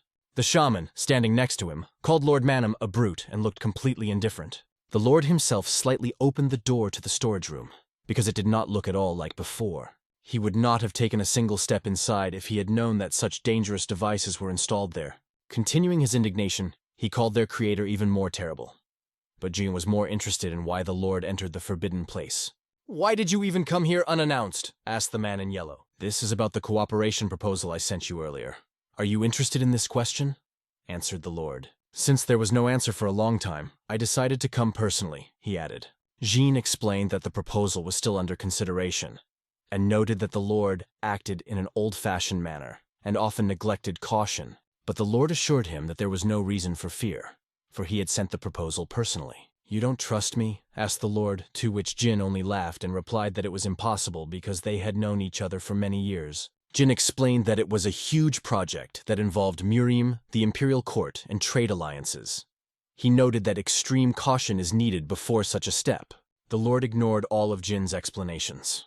It was easier for him to break through normal armor than to deal with Jin's stubbornness. In the end, he asked to consider his case as soon as possible, because he could not wait long. The little girl was completely confused. She did not expect to see the guest at all, and looked very surprised. Standing at the door was Master Han Yunwoo from the 10,000 Gold Association, and next to him was young Master Han. The girl told about it while they were on their way to meet the guests. "Long time no see, Miss Ha," said the young man standing in front of them. It was young Master Han from the same association. "But what is he doing here, and why doesn't he accompany the senior master?" To this, the young man replied that he decided to take a walk in a quiet place to cool his head and breathe fresh air. Suddenly the guy started talking about a topic that the girls clearly didn't like. But he got a decent answer for that. A loud slap right in the face. The reason for this was the Moonblade, which appeared to put it in place. So the young man was made to understand that this is not the place for such jokes and words. He was advised to keep such jokes to himself at home. "How long do you plan to stay here?" asked the head of the house. The young man replied that he would not leave until he received an important answer and asked to make his stay comfortable. One of the workers led him to settle down, fulfilling the request. Jin reacted to this with obvious displeasure. It was clear from his face that something was annoying him. The man was taken to a room where he had to wait for further instructions. But suddenly he noticed that his son, Jinsen, had a bright red mark on his cheek. The son, sitting down at the table, reluctantly told his father what had happened. It turned out that he was chasing a girl, which was the cause of the conflict. But he was outraged by something else. They say that there are girls in brothels much more attractive than her. The father clearly explained to his son that it is better to go to a brothel than to create such problems here. He also reminded him if he remembered why they wanted to bring in the Supreme Coalition. "You want to ruin everything when it's almost done?" he asked sternly. Meanwhile, at the chief's house, the man reported to him about his latest observations. He said that illegal ingredients such as salt and gunpowder are added to their products, and local authorities are bribed for this. It became clear that they are persistently trying to involve them in the scheme, in order to share the responsibility in case of failure. "How about information on a prosperous clan?" asked the head. At this, the man said that the leader of the Hao sect had sent some important information. After absorbing over 50,000 warriors of the unorthodox faction after the death of the Death King. This new faction is growing rapidly. It is said that some powerful figure is behind them, but this has not yet been confirmed. "Hidden puppeteer," Jin said thoughtfully. He suggested that even the head of the 10,000 Gold Association could act under his manipulation. Suddenly, a young man entered the room and addressed the audience. It was Ho who had come along with his younger sister. They came to tell what they had learned from Lee. A pig, a traitor, had appeared in the ranks of the association. The black-haired man was stunned when he heard that Ho had been given a sword specially made to fight yokai.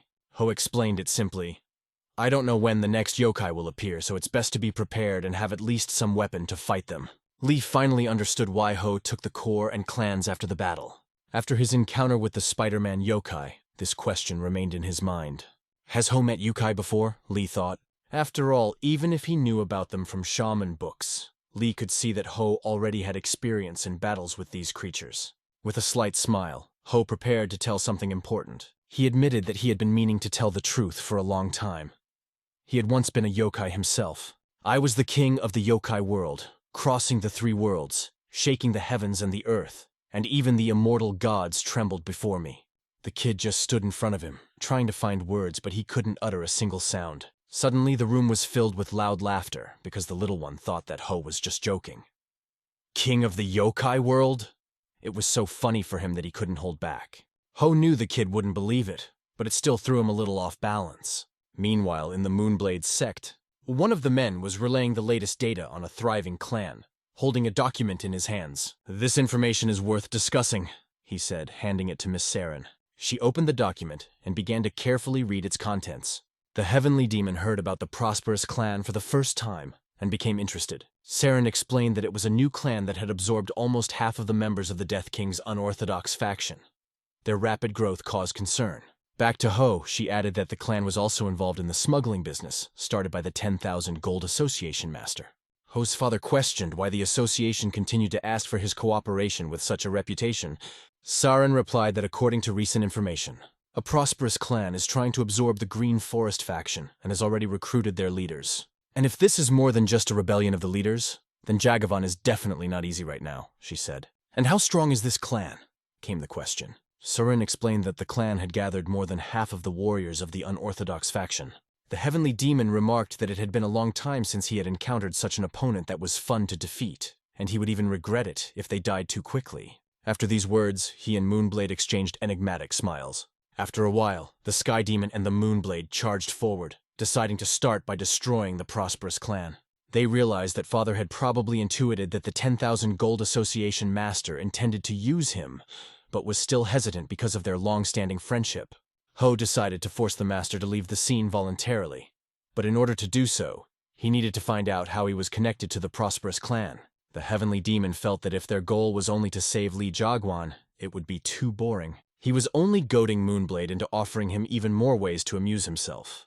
Moonblade instead considered using his Sky Demon skills, as this could reveal his true nature and plunge all of Murim into chaos. Therefore, the demon decided to hide his identity by taking the sword hanging from his belt. If that's the reason why this particular sword, asked Moonblade. He heard the answer that the yokai sword should only be used in battles with yokai.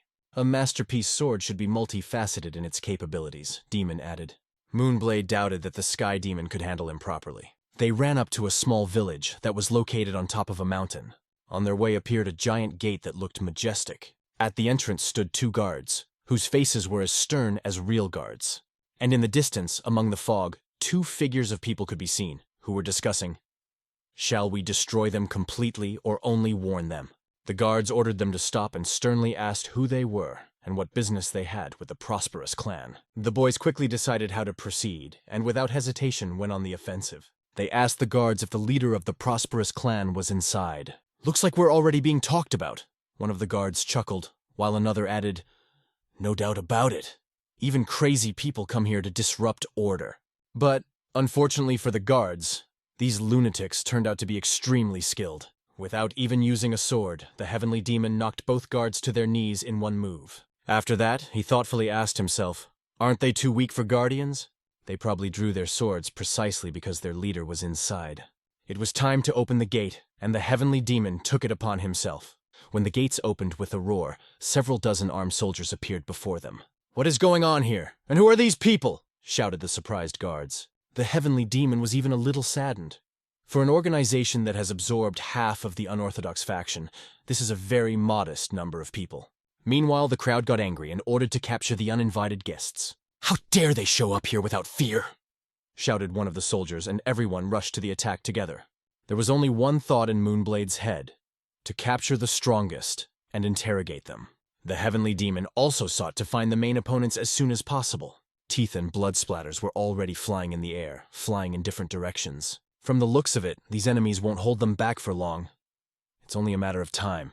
A real spectacle began, where the heavenly demon could fully indulge his thirst to kill these fools. Those who stood behind and saw how their people were thrown realized that these were no ordinary enemies. Immediately, the command sounded. "Don't let them go any further. If it's difficult to capture them alive, strike on the spot." The heavenly demon stood among dozens of swords that were aimed straight at him. "Time to get the yokai sword," Moonblade said. But the demon just replied with a smile that it was not yet time to use such a sword to fight ordinary servants. He decided to continue to dodge and deal with them unarmed, hunting them down on his own. At the critical moment, the demon dodged the first sword attack, deftly flying above them and grabbing the enemies by the collar. Then he landed lightly on his feet and threw them straight into the crowd, scattering them like rags. He did not receive a single blow from the enemies, and in the eyes of the Moonblade, the heavenly demon looked almost out of the coils. The excitement of the battle completely captured him, forcing him to move faster and more aggressively. Watching this chaos, Moonblade suddenly noticed a man in the crowd. That man looked very strange and was holding a book in his right hand. It immediately became clear that he was their target. To get to him as quickly as possible, the best option was to make his way by jumping over the heads of the servants. Flying up to him, Ho turned to the man, ordering him to stop, although it would be more accurate to say that he simply grabbed him by the neck. And then he offered him an interesting deal: to talk a little. The man blushed so much that he could neither refuse nor agree. At that moment, a sword tip flashed near the Sky Demon's eye, but just as quickly as the sword came close, the demon dodged it with a lightning-fast reaction. And then, in response, he left the attacker without teeth with one blow. Just as quickly, everyone who tried to attack the demon was knocked down, and now they were sprawled around him. The Sky Demon didn't know how many more reinforcements might be coming, but he doubted he would have to expose the Yukai sword. Now it was important to hear from this man, at least some explanations that made sense. Moonblade turned to him and forced him to say that those they had just defeated were low-level masters guarding the area. It turned out that most of the elite masters had gone to Inwan Fortress to attack the Green Forest. "When did they leave?" came a question.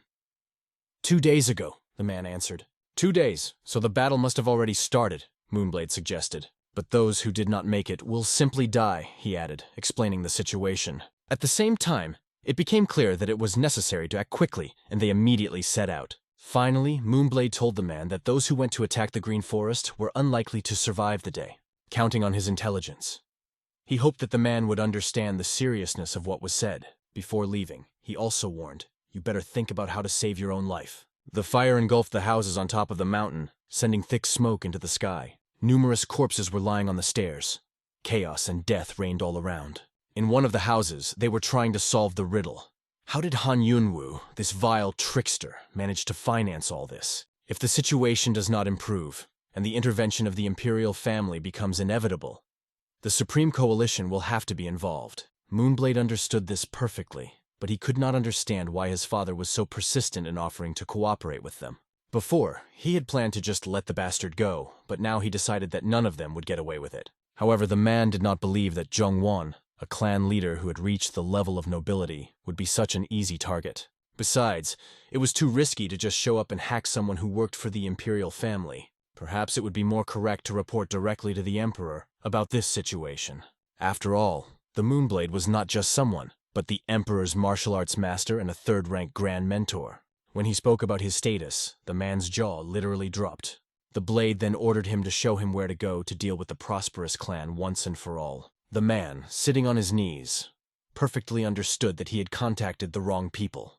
Now his main goal was to save his own life. Meanwhile, the leaders of the 5 squads made several attacks. It seemed that capturing Inwan Fortress within the time frame set by the deputy chief would be an extremely difficult task. The leaders of the 5 units did not take part in the defense of the palace. Only part of their forces joined the battle, because the leaders themselves were already dead. "Why is it taking so long?" one of the men asked in surprise.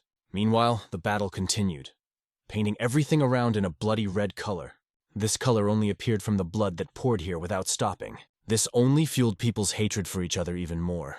The battle became more and more fierce, and the number of dead increased rapidly. Those who were defending their home could not understand how these enemies dared to appear here. However, skillfully wielding an axe, one of them cut off the hands of the attackers who were holding swords. However, the number of enemies only increased, and their fury was unstoppable.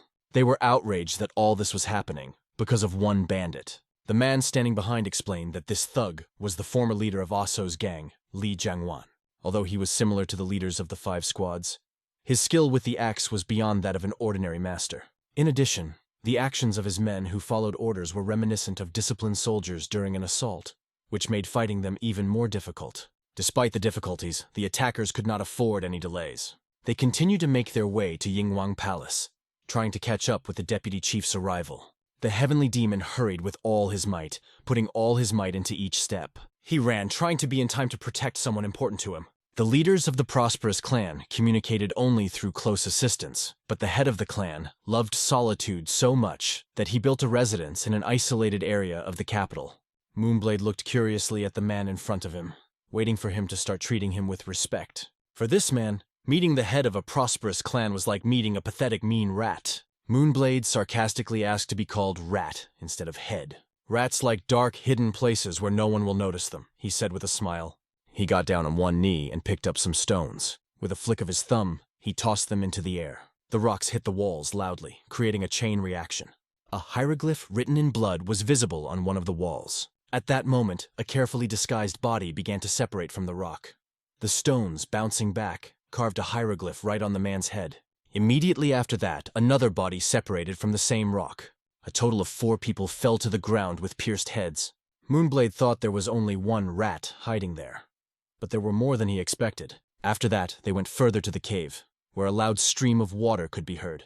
Taking a few steps, Moonblade began to survey the place, assessing it with every glance. A few steps in front of them was the same place to which this man had led them. The sight struck a chord, and Moonblade sarcastically called the man a rat, as he behaved accordingly. But who would have thought that here they would come across a real hideout? Now the man was no longer needed, and Moonblade told him that if he didn't want to suffer, he'd better get out of here now. The man, thanking him with a joyful voice, rushed to run away without looking back. With each step forward, the situation became more and more interesting. Inside this rat hideout sat a healthy man lighting a fire, and next to him stood a giant sword.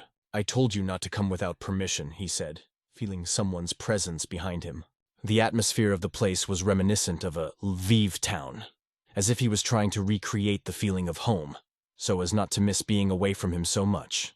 Moonblade noticed this and turned his attention to the sword standing next to the man. He began to ask joking questions. such as whether a man really practices martial arts like this. This enraged the opponent, and he reached for his sword, if you could call it that. Grabbing him, the man rushed forward, trying to attack the young man as quickly as possible. Moonblade easily parried the first attack without even fully drawing his sword. He complimented his opponent. "That's really impressive. Impressive for a normal yokai," he added, keeping his cool. Hearing these words, the enemy jumped back several meters. Backing away slowly, he stopped and asked, "Who are you? You must have been trampled in the mud in your realm." Moonblade suggested with a sarcastic smile. He called him a scoundrel who was afraid to raise his head lest it be torn off. "And now you have come to the human world, taken the position of leader of a prosperous clan, and dare to behave so arrogantly without knowing your place?" he concluded abruptly. However, he did not calm down, and continued to ask Moonblade who he was. Ho, walking in front of him, began to explain how his life had turned out, and remarked that he was only imitating a form of martial arts, carelessly applying energy to it. It seemed to be his last question. "Who are you in front of me now?" "Let's just say I am a person who is very familiar with your species," Ho replied confidently. "Unlike the yokai world, the human world requires money to grow and gain strength," he added. And finally, he noted, "If you hadn't touched the Supreme Coalition, I wouldn't have lifted a finger, and you wouldn't even have to come here, and no one would have revealed your essence," Ho concluded, piercing his opponent with a look. At that moment, like lightning, his sword shot out of its scabbard. The enemy only had time to see a bright light in front of him, which blinded him. The blade of the sword moved so fast that it passed right by his face.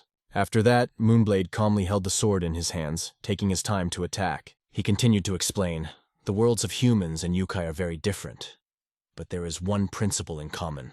If you poke your nose into other people's affairs, be prepared to lose your head." However, the small cut left on his body only angered his opponent even more. A red energy began to appear around him, gradually increasing. His face began to turn into that of a rat, with long, hideous teeth and a few protruding hairs that stood out from the rest. In the next moment, he grew a long, gnarled rat tail. The rat creature decided that Moonblade would definitely not defeat him with ordinary tricks. However, Moonblade himself thought otherwise, considering him to be a normal mid-level yokai, slightly stronger than a rooster yokai.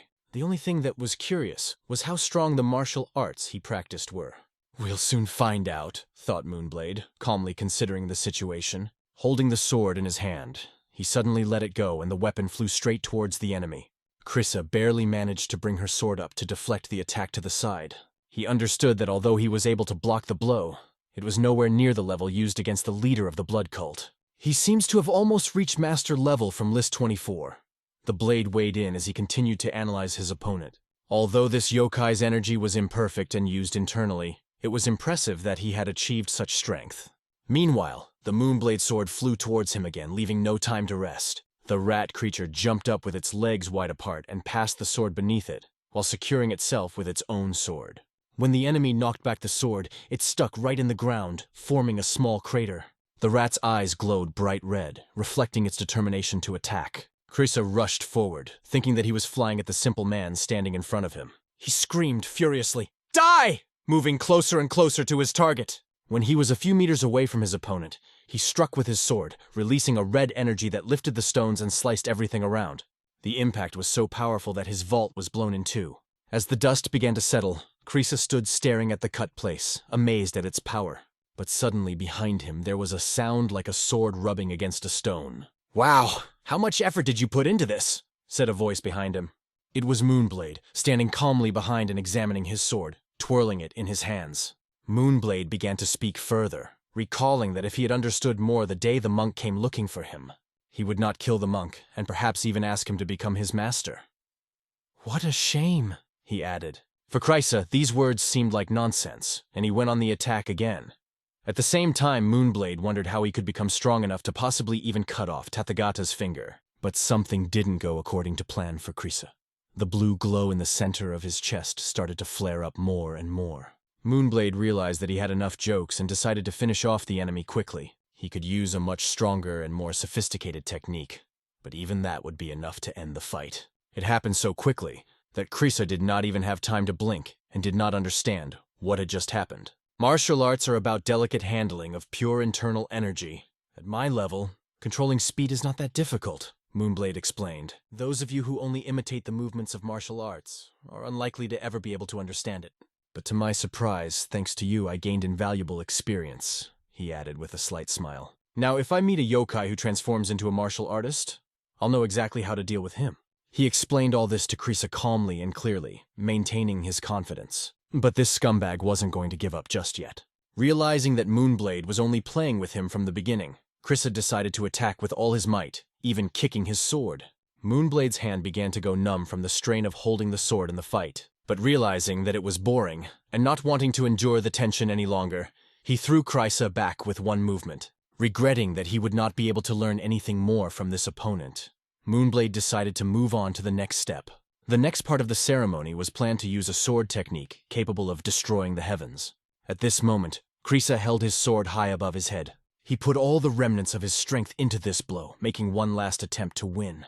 It was a desperate risk. He risked everything to kill the Moonblade with this attack. But Moonblade was already uttering the words. The first sword is Cloudburst.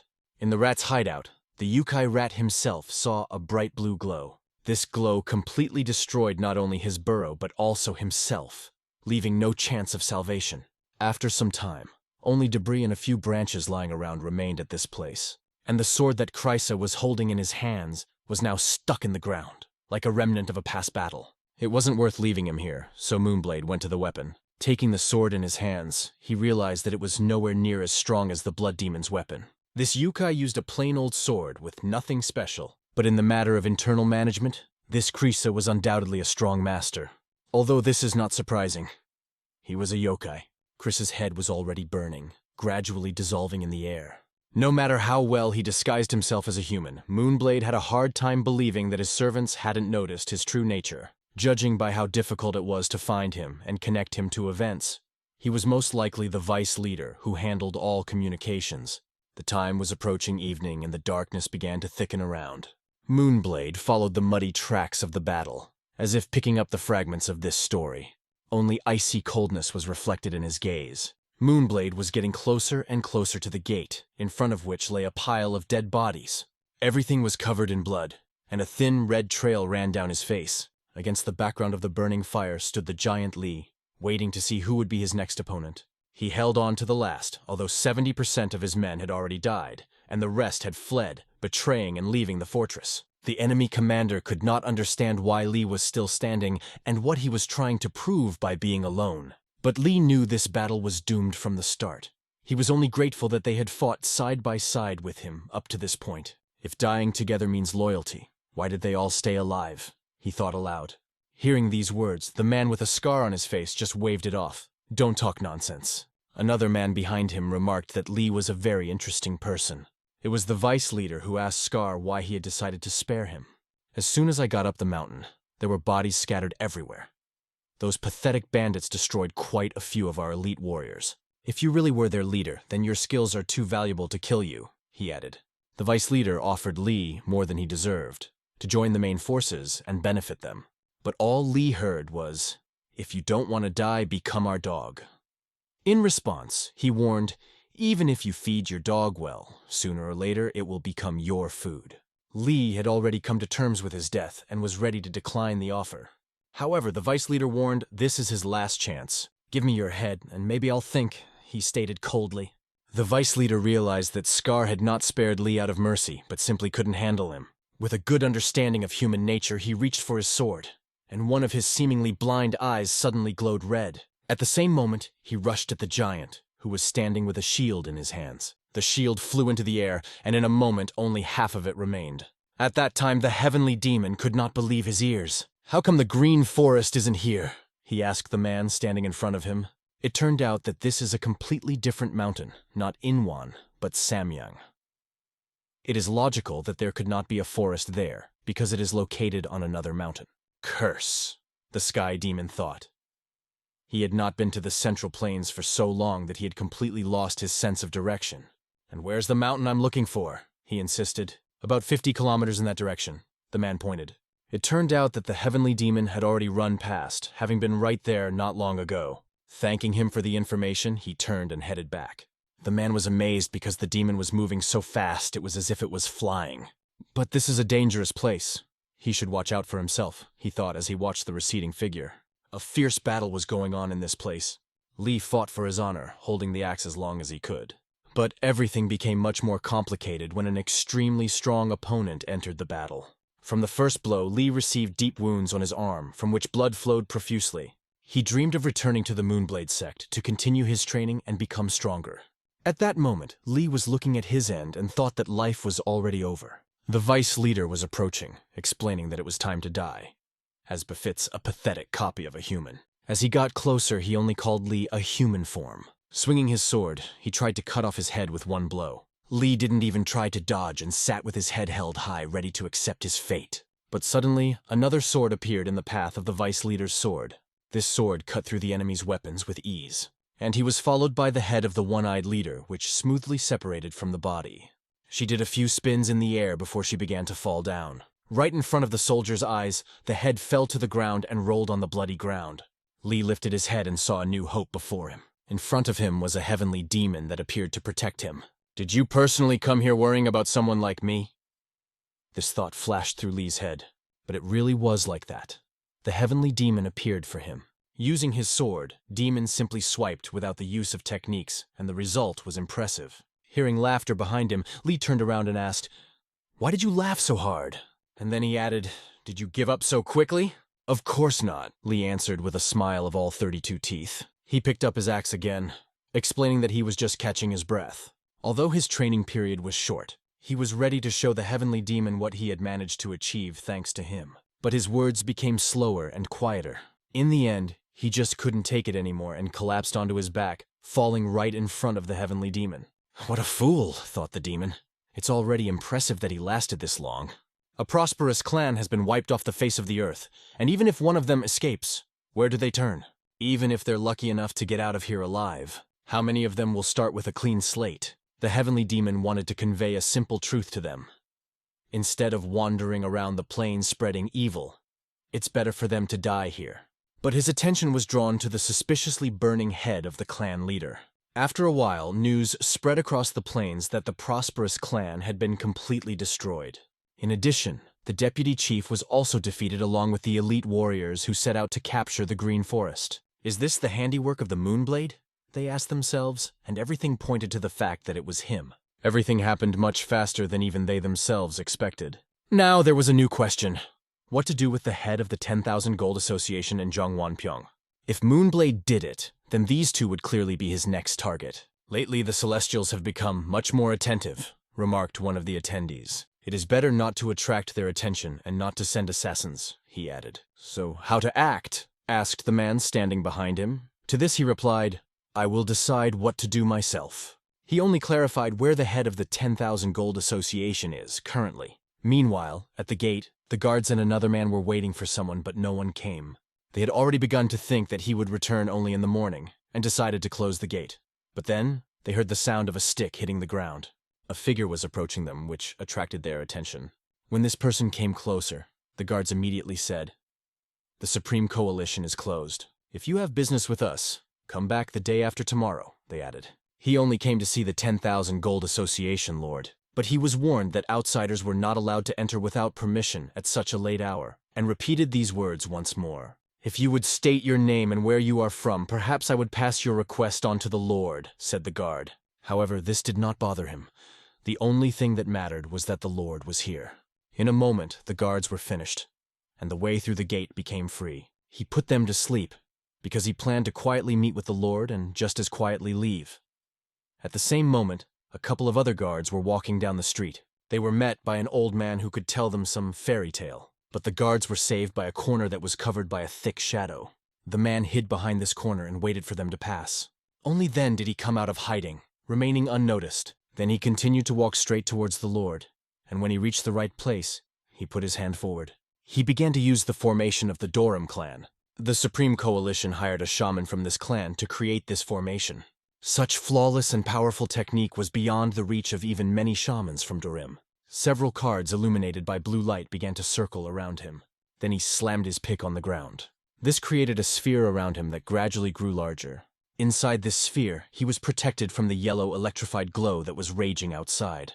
It will be necessary to take a closer look at this monk, he thought, interested in his abilities. However, without delay he moved on.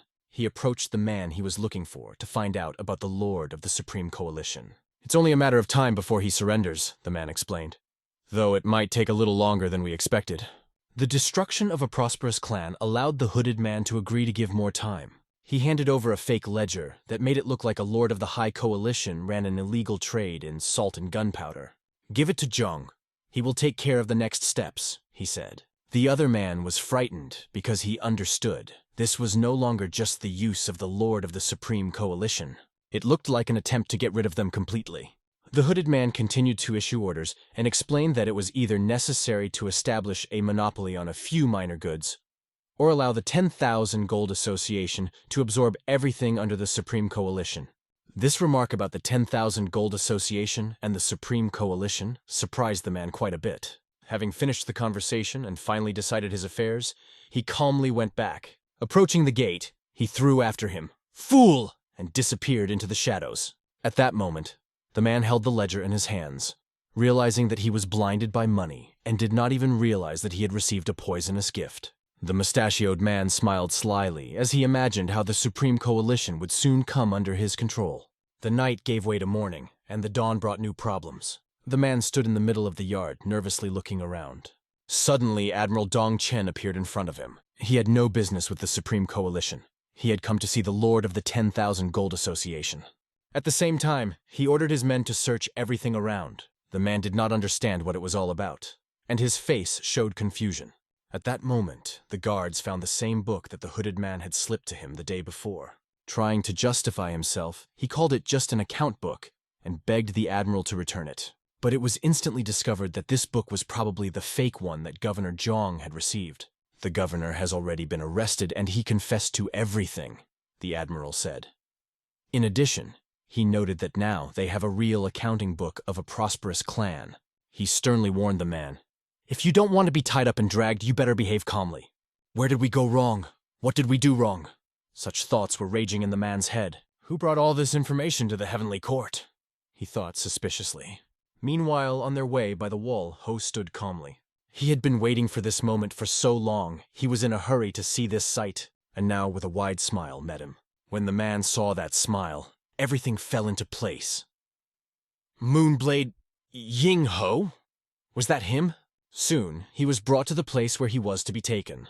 The admiral sat down at the table to talk with Jin, asking him for forgiveness. But Jin only thanked them for taking time out of their busy schedules to personally come and deal with the situation. The admiral did not hide that he acted only on the orders of the young master. It was he who decided everything, went to the base of a prosperous clan, destroyed them, and took away all the evidence. There was indignation in Zoloti Pomista due to the arrest of the father. The son, bored and tired of the situation, went to another place and later returned. At the same time, he was told that his father had been arrested by General Don. It was also reported that a fake accounting book was found in the owner's possession. But he did not have time to finish as his face suddenly met the floor. The same hooded person appeared in the room and told the boy that it was all the work of the young master from the Supreme Association. He was the one who slipped your father the fake ledger and got General Don to arrest him, the stranger explained. The boy did not even understand who this person was in front of him and how she got here. However, the hooded man calmly stated that it didn't matter at all. "You should think about who should be held responsible for what happened to your father," he added. At this moment, for the first time, the boy had the idea of taking revenge on his opponents. Meanwhile, another man explained that their goal was to cause chaos in the ruling circles to distract the Celestials. The head of the Golden Manor was easier to deal with than the leader of the Supreme Association. In addition, he pushed the foolish son to reckless actions, depending on how boldly he would act. This was his plan, to avoid the attention of the Celestials, as it was supposed to be from the beginning. His servant further reported that a loophole had been found to restore their case. "Well, how is the work progressing?" he asked curiously. "This extraction method still lacks efficiency and stability," the interlocutor replied, "especially when compared to the Blood Demon's method, that pesky bastard." They switched to using the energy left in the corpses, and the efficiency along with the stability improved greatly, so they have followed this method ever since. "The more perfect, the better," the owner briefly summed up. But there was one caveat. Even more yokai energy was required to reach a level that would satisfy the master. He then asked how the matter of requesting Guyaji's cooperation was progressing. In response, I heard that he had closed his forge and was keeping silent. In the sect, Hui and Sarin explained to Moonblade that his father had reprimanded him. He asked why he acted like that without informing him beforehand. This is exactly what the girl tried to explain to him. However, it seemed to him that his father was talking to her about some unimportant things. However, she also had good news for him. She got up and said she wanted to congratulate him. Congratulations on becoming one of the 24 masters of Murim. However, he was not happy at all, even though it was an honor that all martial artists dream of. At that time, training was taking place in the training arena. The Wolf King took part in training together with her friends. During training, they discussed that the Moonblade had finally made it to the list of 24 masters. While performing twists in the air with swords, they talked and even sang at the same time. But the Wolf King believed that this title should belong to her. Sol did not agree, because she also wanted to win this title for herself. It was this rivalry that made them train even harder. To the Wolf King, it all looked quite amusing. At the same time, she was interested in making everyone stronger, so that one day they could fight monsters and choose the strongest among them. Suddenly, without letting her friends even blink, the Wolf King rushed through them, showing off her speed. They're both dead. Now we have to hurry. It's not fun if everyone keeps dying in one hit, she remarked. Feeling hungry, the Wolf King decided to run ahead in search of food and dragged the others along. You have to die 9 times a day, one of them joked. The man was ready to continue training, but if Sul felt tired, he agreed to take a break. However, Sul refused to rest, assuring that she still had enough strength to hold the sword in her hands. At this time, the Wolf Queen continued her training without slowing down. The Wolf King shoved a huge piece of food into her mouth and miraculously managed to chew it. With full cheeks, she suddenly noticed a figure in the distance. This figure made her look more closely at the silhouette in front of her. Looking closely, she realized that it was not a man at all, but rather a boy. Since she had never seen him here before, she decided to inquire who he was and how he got here. Who are you anyway? She asked sharply. The boy introduced himself as Moonblade and said he was dropping by for a minute. But in her eyes, he looked nothing but a suspicious type. And with suspicious people, she always acted the same way. She punched their cheeks so that saliva flew in all directions. The blow was so powerful that the boy flew away and hit the fence with his back. The fence, by the way, was made of solid stone. Previously, the Moonblade allowed her to kill anyone suspicious who appeared here. Without hesitation, she followed his request without questioning his orders. Now this idiot was lying under the fence, bleeding from the nose and mouth, apparently regretting his visiting moment. After all, the Wolf King hurried to the Moonblade to tell about the boy she had mistakenly cut down and brought here. However, Moonblade asked her coldly, "Just finish him off and bury him somewhere away from prying eyes." But when she threw the guy on the floor, instead of the body, there was only a wooden stick. Yes, he looked suspicious, she thought. But now she didn't know how to justify herself to the blade. She stopped a man who was passing by and asked, "Didn't you see any suspicious guy here? When you came here, you dragged this log behind you." He replied with only a glance. Moonblade had its own reaction to this situation. "You're just teasing me, aren't you?" He turned sharply, but his words were full of irony. Although it sounded like he was talking to her, his anger was actually directed at something else. Using his energy, he lifted this log into the air. In fact, he was referring to this guy, who had turned into a wooden object.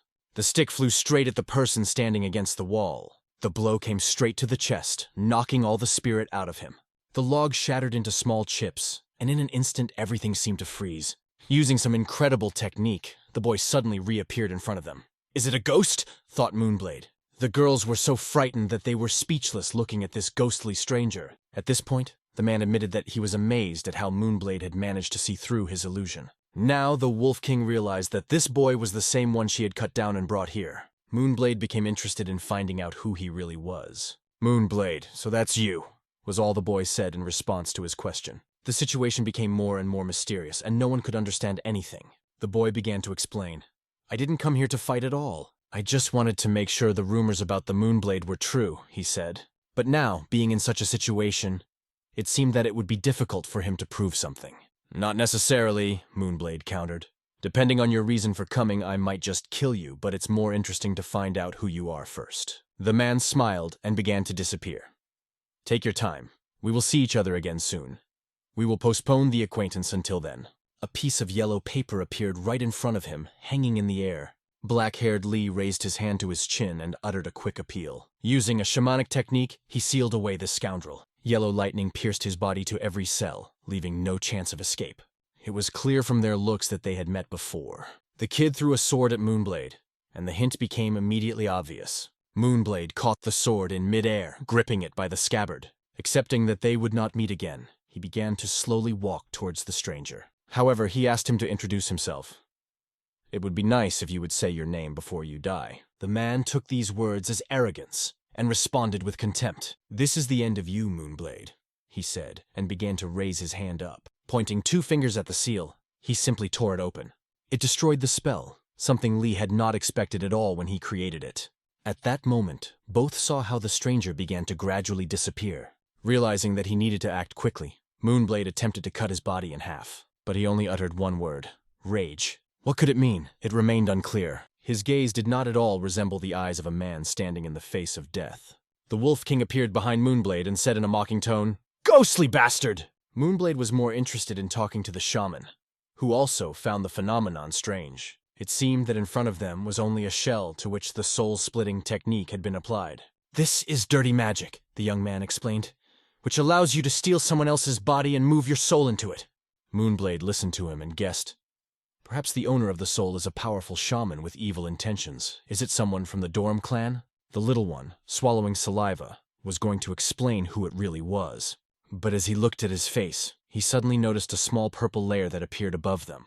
The lair began to rise smoothly into the air. Moonblade quickly shifted his gaze to him, but he did not have time to do anything. The purple lair flew rapidly into the sky. This caused a bad foreboding, as the lair had already flown over a kilometer. Meanwhile, he was moving straight towards the man who was sitting on top of the mountain. Landing nearby, it fell right by his collar. A red candle stood nearby, which continued to burn, but at the same moment her flame went out. It was one of 3 candles standing in a row. Silence reigned in one of Dark Murim's institutions, which was interrupted only by the crackling of candles creating an atmosphere of tension. One of the representatives of 10,000 gold noticed something unusual. The owner personally gives orders, which was rare in their organization.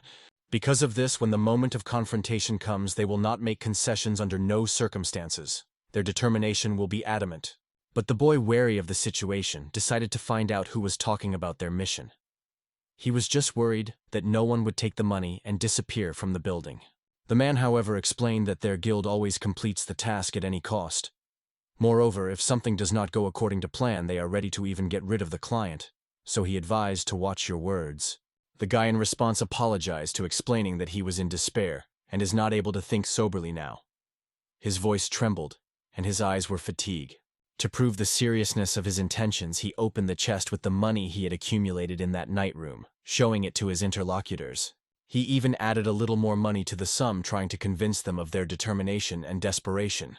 After that, he asked when they planned to proceed with the case, wanting to get an answer as soon as possible. However, now that the money has been paid, the process has already started. The Lord of the 10,000 Gold Association officially undertook the task. We return to the owner of the Moonblade. How many more times to repeat this simple guy to finally believe his words? He really doesn't know anything about this person. He hasn't seen him, and he doesn't even have an idea of what he looks like. In HO, he again asks why he disguised under his face, but the man repeats that he is unknown. Lee Ryan asks to stop torturing this commoner and let him go. If he really was a master of illusions, he could easily transform into anyone at any moment. Penetrating into the territory, this man broke the defensive formation on the western side. Lee Ryan reported that it would take a little time to restore the formation. Therefore, he ordered closely to watch the west side and send 5 warriors from the Shade of the Shadows. As soon as they complete the repair, he will go to Durim to find out if the master knows something about this person. Our hero even put 1,000 nujags on the fact that it will be a shaman with Drim. However, he did not say that it would definitely be a visit. Lee Ryan only stressed that you need to go there and find out the situation. Suddenly, they all sat at the table when the boy entered the room who brought them the news.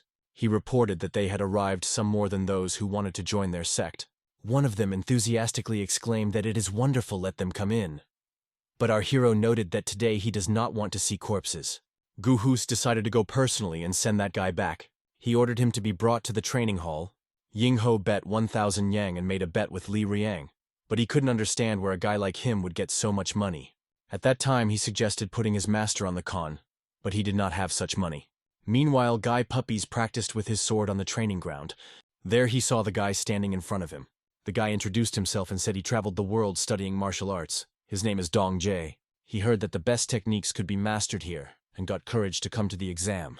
Guy Patience explained that the requirements for the exam are simple. The subject should win it in any way. Padarozny pathetically declared that he was ready for any test. His confidence even confused Gu Hui a little. "Then start if you're ready," Gu Hui said as he readied his sword. The traveler pulled out his sword from the vagina, demonstrating his willingness to fight. His movements were determined. Suddenly his face changed, seriousness and concentration instantly filled his expression. With incredible speed, he rushed to attack. His steps were almost inaudible.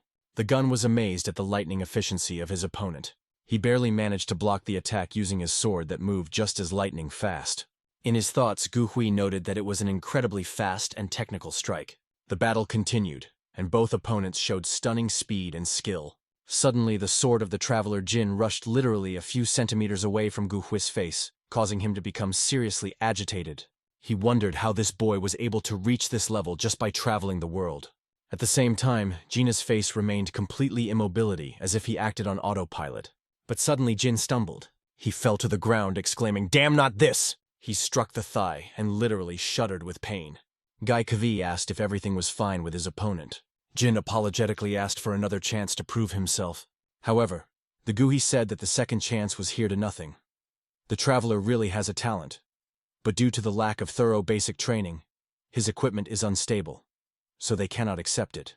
Gu Hui advised him to perfect the basic moves and then come back to try again. Jean, despite everything, was happy to hear that he had talent. He decided to start with the basics and promised that he would challenge this test once again.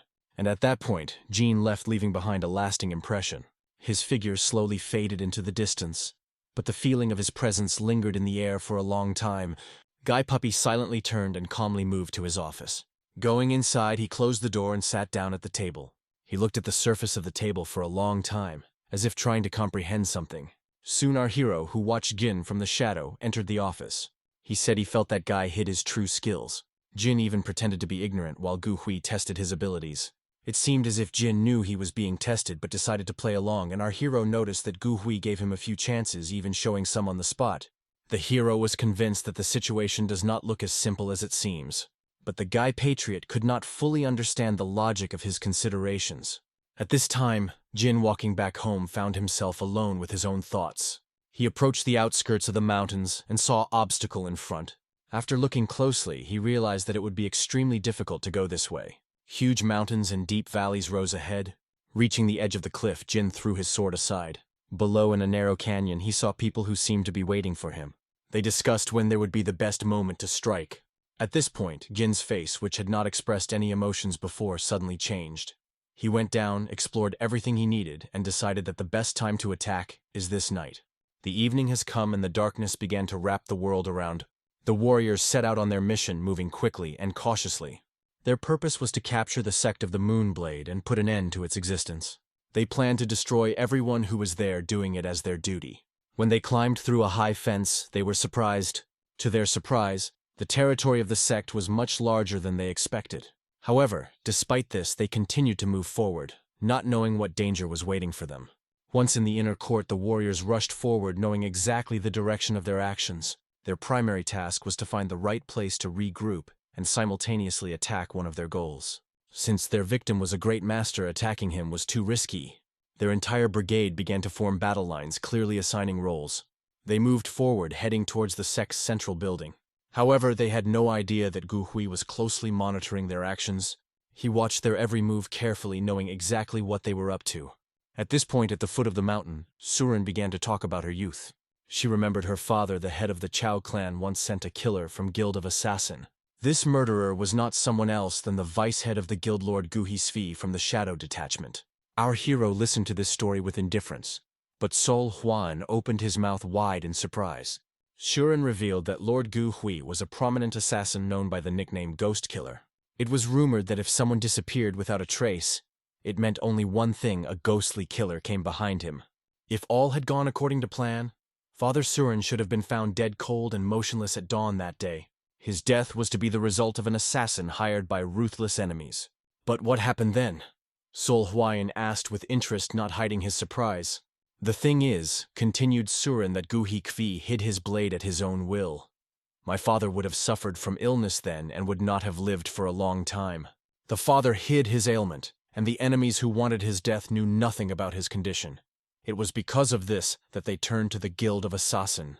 Surin was convinced that no matter how professional was Lord Guhi Kavi as a killer, he considered this task absurd and refused to accomplish him. Before her death, her father told her that she had to prepare to head the Hao clan. He warned that those who had hired the Lord to kill him would surely try to kill her after his death. Because of this, he pleaded with the goal to protect her. Even after his death, his father could not think that his daughter could be killed. Lord became interesting. Surin said he wanted to find out who this child was through which his father went to such casualties. Guhui wondered what made her father take such serious decisions for his daughter's sake. Our hero wondered what child Surin was then. She just smiled and continued delving into the story. Surin remembered how she saw the ghost killer for the first time and started a conversation with him. She realized that if a ghostly killer did not kill her father, he could have serious problems. At this point, the Guhi released her words as if mentioning those events. Surin replied that when her father dies, they would announce as if he had killed an assassin, and then everyone will have no problems. These words of the child simply shocked the Lord, leaving him in complete shock. Surin remembered how she tried to look bold and intelligent, but in reality, she was an ordinary girl, weak and frightened. She barely kept not fainting with fear of uncontrollable ghostly murderer. Perhaps it was at that moment that he shared her feelings and understood her condition. Due to the fact that he gave Surin time to be with his father, everything happened differently. Her father taught her key skills that allowed her to become the head of the Hao clan without problems. Unfortunately, her father died without ever seeing his daughter in this role. Then Chao wondered how the Lord Guhu was able to leave the shadow detachment. It turned out that the day before his death, his father Surin appealed to the GU to a special request. He asked Asachin to stay in Clan Hao to protect his daughter. Despite the fact that he was sent to kill the elder Gu Hui, decided to accept this task with a different purpose. Father said that assassins who live only to carry out the orders of others always meet the same end. He knew of no one who escaped a lonely, miserable, and hopeless fate. He also stressed that it is nice to have a place where you can find peace if you want to stop, not be forced to wander forever. But then the ghostly killer asked what he would receive if he had. The leader of the Hao clan offered him a life he could lead by himself. It was freedom when he himself decides what to do and what to strive for. It was something he never had while he was an assassin. Returning to the battlefield, Gu Hui almost destroyed all of the assassins and pushed one aside as he started a conversation with him. He said, "I'm giving you one more chance. All your friends are dead, and you're the last of them." Assassin, the amazed asked where all these details came from. Gu Hui replied that he was once the vice president of the Assassin's Guild, and it was he who bore the title of Phantom Slayer. Assassin began to stutter hearing this name. He realized that before him the same murderer who disappeared without a trace and who went to Legends 10 years ago.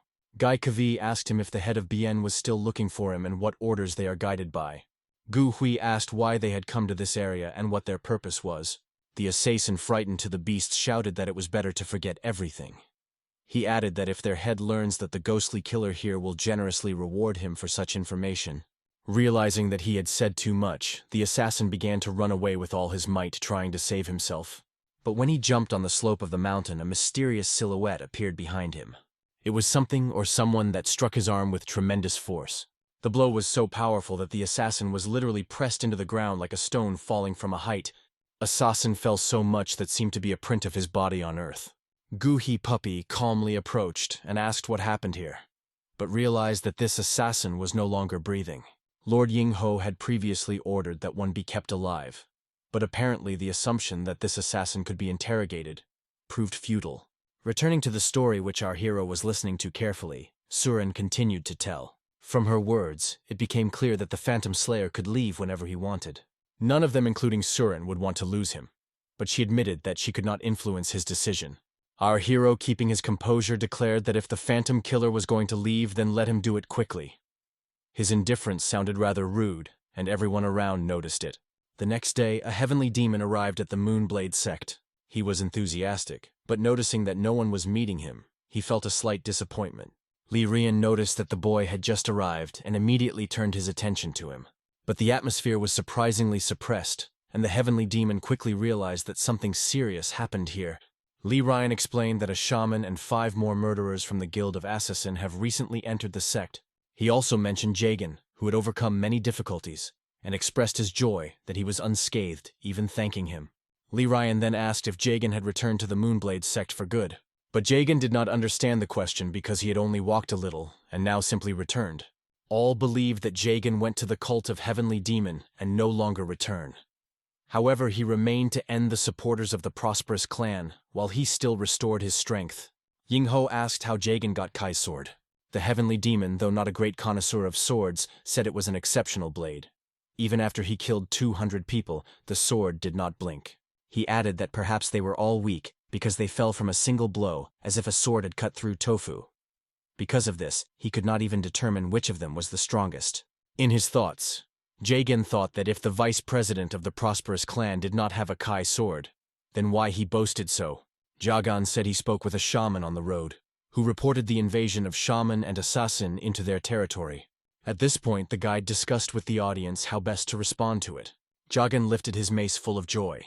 He didn't even think that he could return feeling as if it were a dream.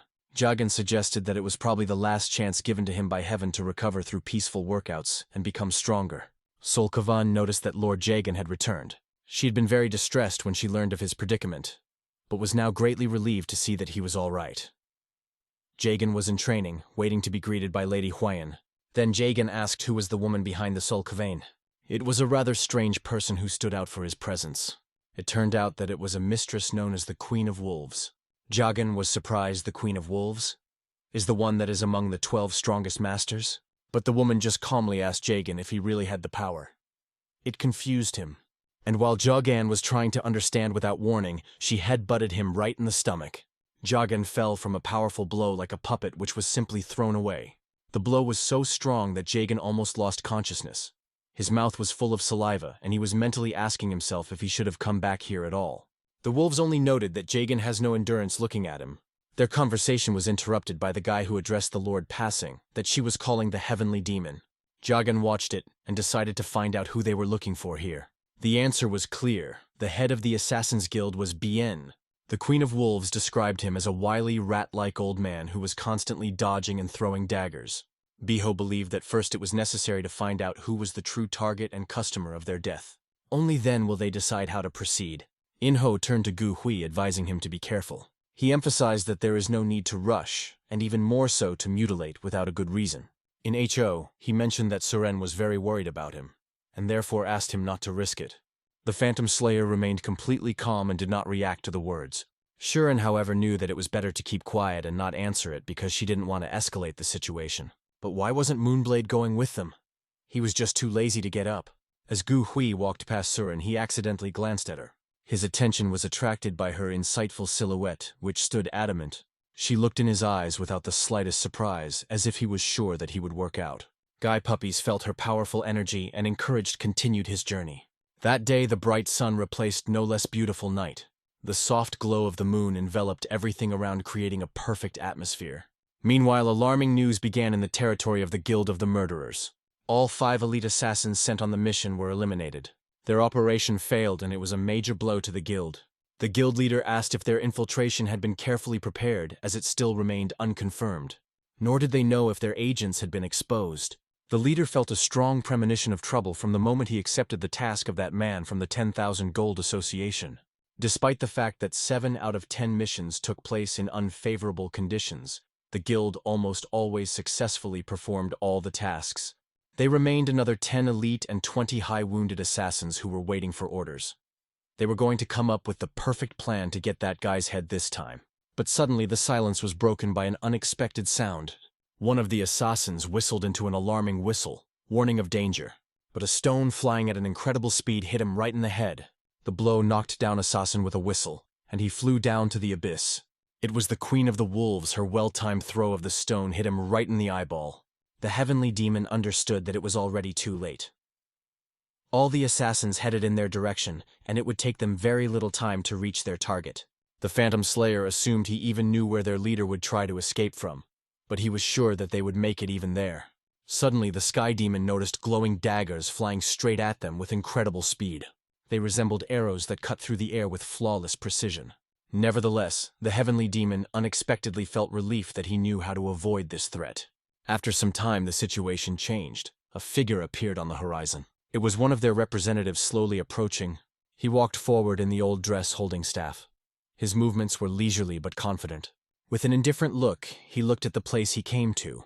In front of him was a gate shrouded in thick fog and looking rather strange. Their unusual appearance caused a feeling of anxiety and mystery. Hayman approached the gate, moving through an atmosphere filled with death. On either side of him, blood-red bones could be seen, reminding of the terrible fate of those who had been here before. His indifferent gaze radiated confidence that he knew exactly what he was doing. When he came closer, he appeared in front of him similar to monsters than animals. They were everywhere, filling this gloomy terrain with their terrible silhouettes. Their cold eyes were inseparably followed the man, but he continued to go without paying attention to them. Even as he passed by these creatures, he did not stop and looked completely calm. Finally, he found himself in the very center of the space, surrounded by Ikai. Stopping, he struck his staff on the ground, creating a barely audible response in the surrounding space. "Long time no see," he said to the creatures, his voice full of confidence. "He came as a messenger to lord the Council of Hell." One of the Ikai have said, "So the prosperous clan is destroyed." The Green Forest Association group and the Blood Cult also suffered the same fate, he added. However, the man appealed to them to share the energy of the Ikai. In response, he was told that it was impossible. He began to explain that everything he did was for the sake of them, and Lord should have mercy because on his way to the goal, he risked his own life. He added that giving him the energy of the Ikai would not only help protect himself, but also ensure the completion of future tasks. But the Lord, pointing a finger at the man, declared that he had brought upon himself all the consequences of his actions. "Whatever these risks," Lord said, "they are the result of your stupid decisions, and it does not care at all." The man tried to justify himself by saying that he was impressed by their desire to throw Muram back into chaos, to distract the Celestials from something bigger. The man admitted that he had crossed the line, realizing that his actions had caused anger. He explained that if the Lord himself ordered him to act, it would look like a manifestation of fear of the inhabitants. His provocation still worked. The energy of the Ikai struck the man's body with insane force, filling him with supernatural power. One of the Ikai picked the man up and stated that he only spared him because his skills could be useful. But at the same time, he warned that he started talking too much, as if he considered himself to be someone important. The man, even struck by the monster's blow, replied that the Ikai would still regret it if he destroyed it. He explained that if he died, the spell would wear off, and the Celestials would know all their secrets, including the location of their hidden lair. The man added that even if they manage to survive and escape to the kingdom of Ikai, they will not receive the support of the cannibals, and then the preservation of power will become almost impossible. His words became a direct threat to Lord himself, but Lord just laughed even with his wound in his head and confessed that this truth was not worried at all. The Lord pulled the energy arrow out of the man's head, leaving him exhausted. The man fell to the ground, releasing his staff. The Lord was sure that the great plan would soon be completed, and once it did, the Celestials would no longer be able to interfere. Until then, he promised to find people who would quell the cannibals and maintain order. The Lord took the object that had been snatched from the man, holding it in his hand as a trophy. As a price for the gifted energy of the Ikai, the Lord took the man's eye, leaving him to suffer. The man, whose face was dripping with blood, only humbly thanked the Lord for his mercy. The bloody trace left by a man reminded what price he had to pay. He went, leaving a shadow of pain, but at the same time reaching his goal. He got what he came for, even though it cost him dearly. Of course, this man suspected that when their plans are realized, they would eventually get rid of him. If it weren't for his protective spell, he would have died a long time ago. He realized that without him, he wouldn't even be able to hide in this world, let alone participate in grandiose plans. This high-dimensional scumbag, the man thought as he pondered the Ikai that used him. He was convinced that he would do everything to keep him under control and not allow him to think or act on his own. At this point, events returned to assassin territory. Incredibly strong warriors attacked the assassins, wreaking havoc and destruction. They broke through the center, easily throwing their leader. Amidst the chaos, the heavenly demon stood as if standing out from the crowd, and with a mocking smile wanted to address his enemy. This scum is always hiding in the shadow, the heavenly demon thought. But though he did not try, the head of Bien was still noticeable. Bien did not understand why the heavenly demon decided to attack him. However, behind him was already the Queen of Wolves, who last time gave him a chance to escape. That won't happen this time. Lord Bien was in full confusion. He could not understand what he had done, so that both attacked him. But here on the horizon, another warrior appeared. The Lord had hoped that their meeting would take place under different circumstances, but he heard the same painfully familiar voice. Before him stood the ghostly killer. The ghost killer, his own person, returned to meet Bien. But instead of the usual image, he declared, "The one you knew is no longer there. You have a completely different person in front of you." He announced, "I am Gossip, the leader of the shadow detachment of the Hao clan." Bien could not understand why he called himself and what it means. Bien has been looking for him for more than 10 years, and now suddenly appearing the ghost killer declares to him what he thinks is a fool. "Did you leave guild to become part of the Chao clan? How could you betray us?" Bien shouted indignantly. But the Phantom Slayer didn't come here to listen to his complaints or make excuses. He appeared to save Bien from the inevitable death penalty that already awaited him. After completing the task, the Phantom Slayer returned to his leader and informed him of everything that had happened. The vice head of the 10,000 Gold Association, Han Jin Song, was going to kill our hero. But what made him take such a step? Gu Hui was shocked and confused when he heard this. But the truth was what it was. Jinsen wanted to avenge the death of his father, Orestes. It looked incredibly pathetic. His anger resembled the angry outbursts of a child. All he did was write a handwritten appeal. This letter had his name written in his own hand, and even traces of his prints that could serve as evidence. If they were provided, it would be impossible to deny it. It was a great job for our heroes. Everything was done in such a way that they didn't have to personally bring Jinsen here.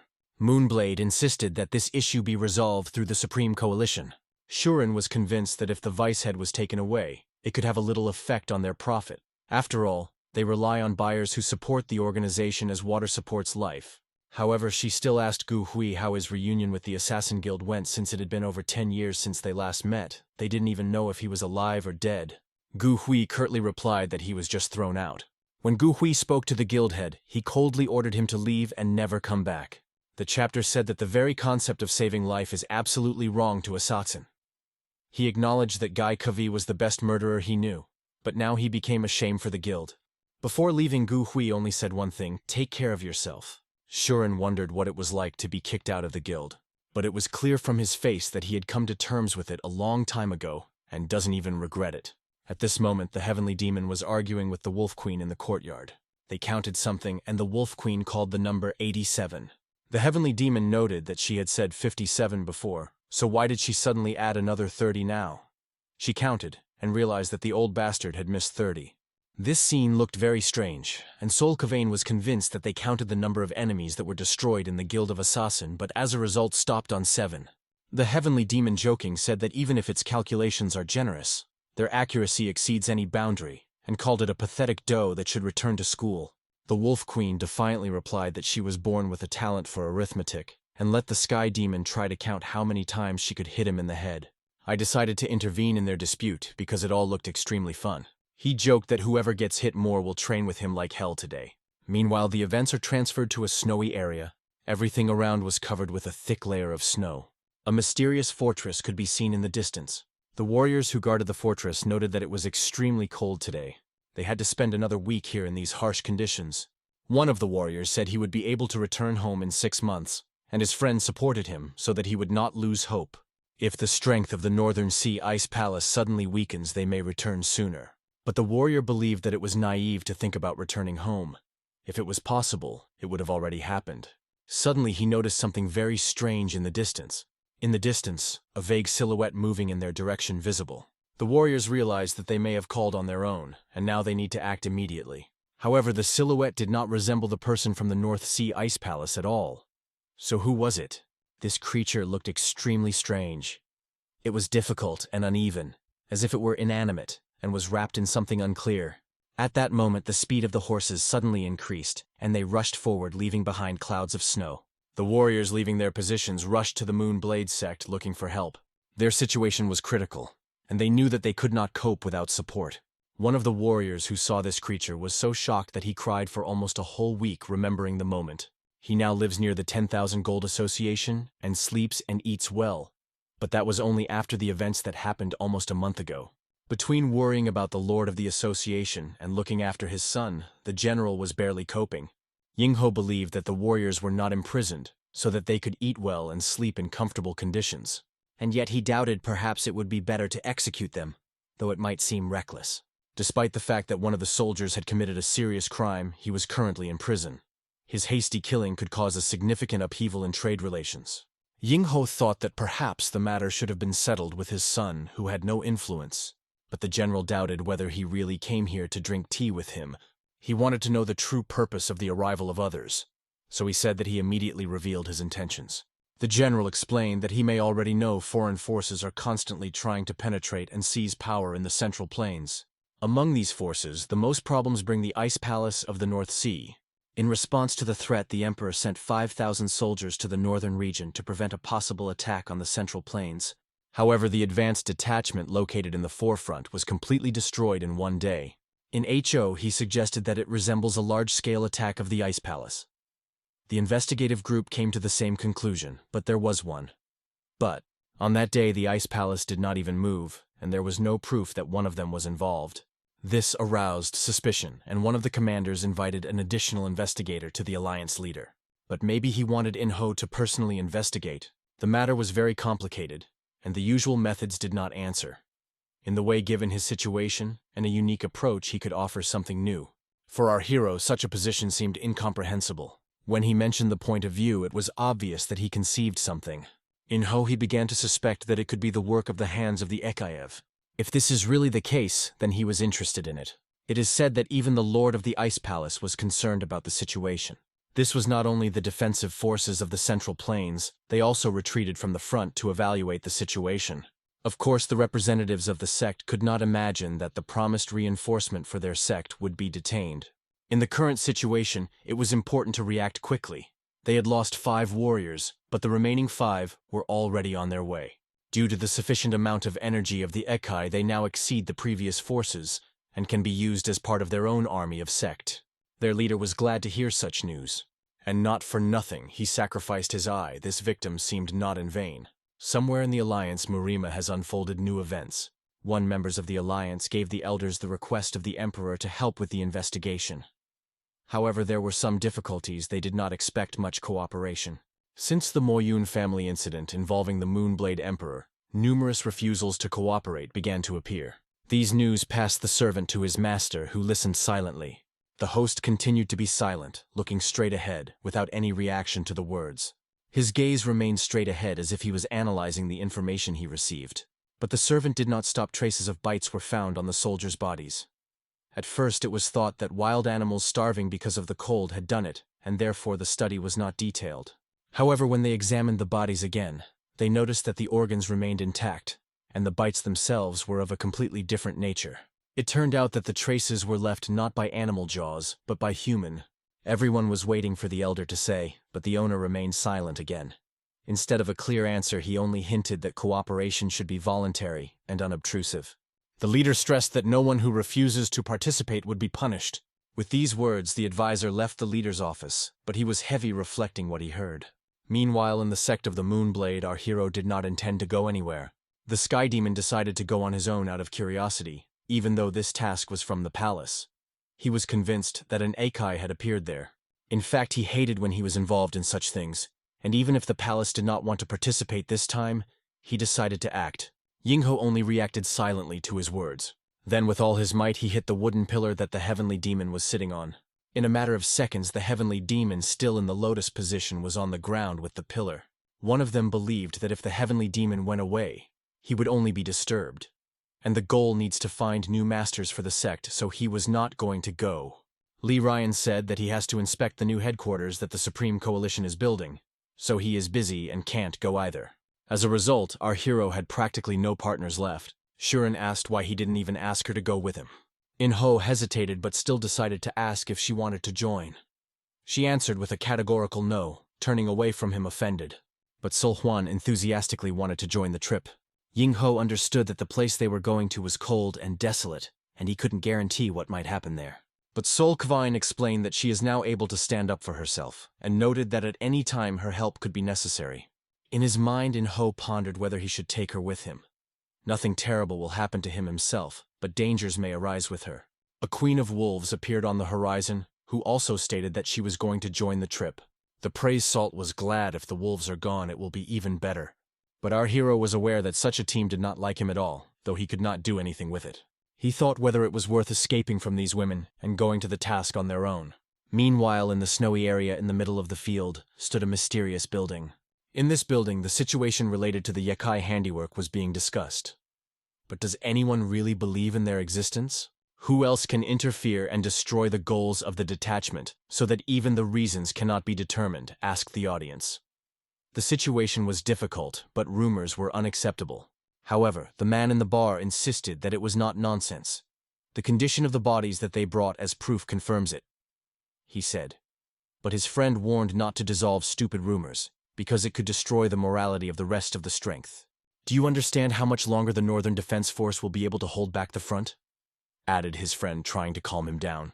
The person in the dark suit who had been listening to their conversation paid for the food and went about his business. She held her bow at the ready, carefully scanning her surroundings. During the trip, the group reached northern territory, and the cold became more and more noticeable.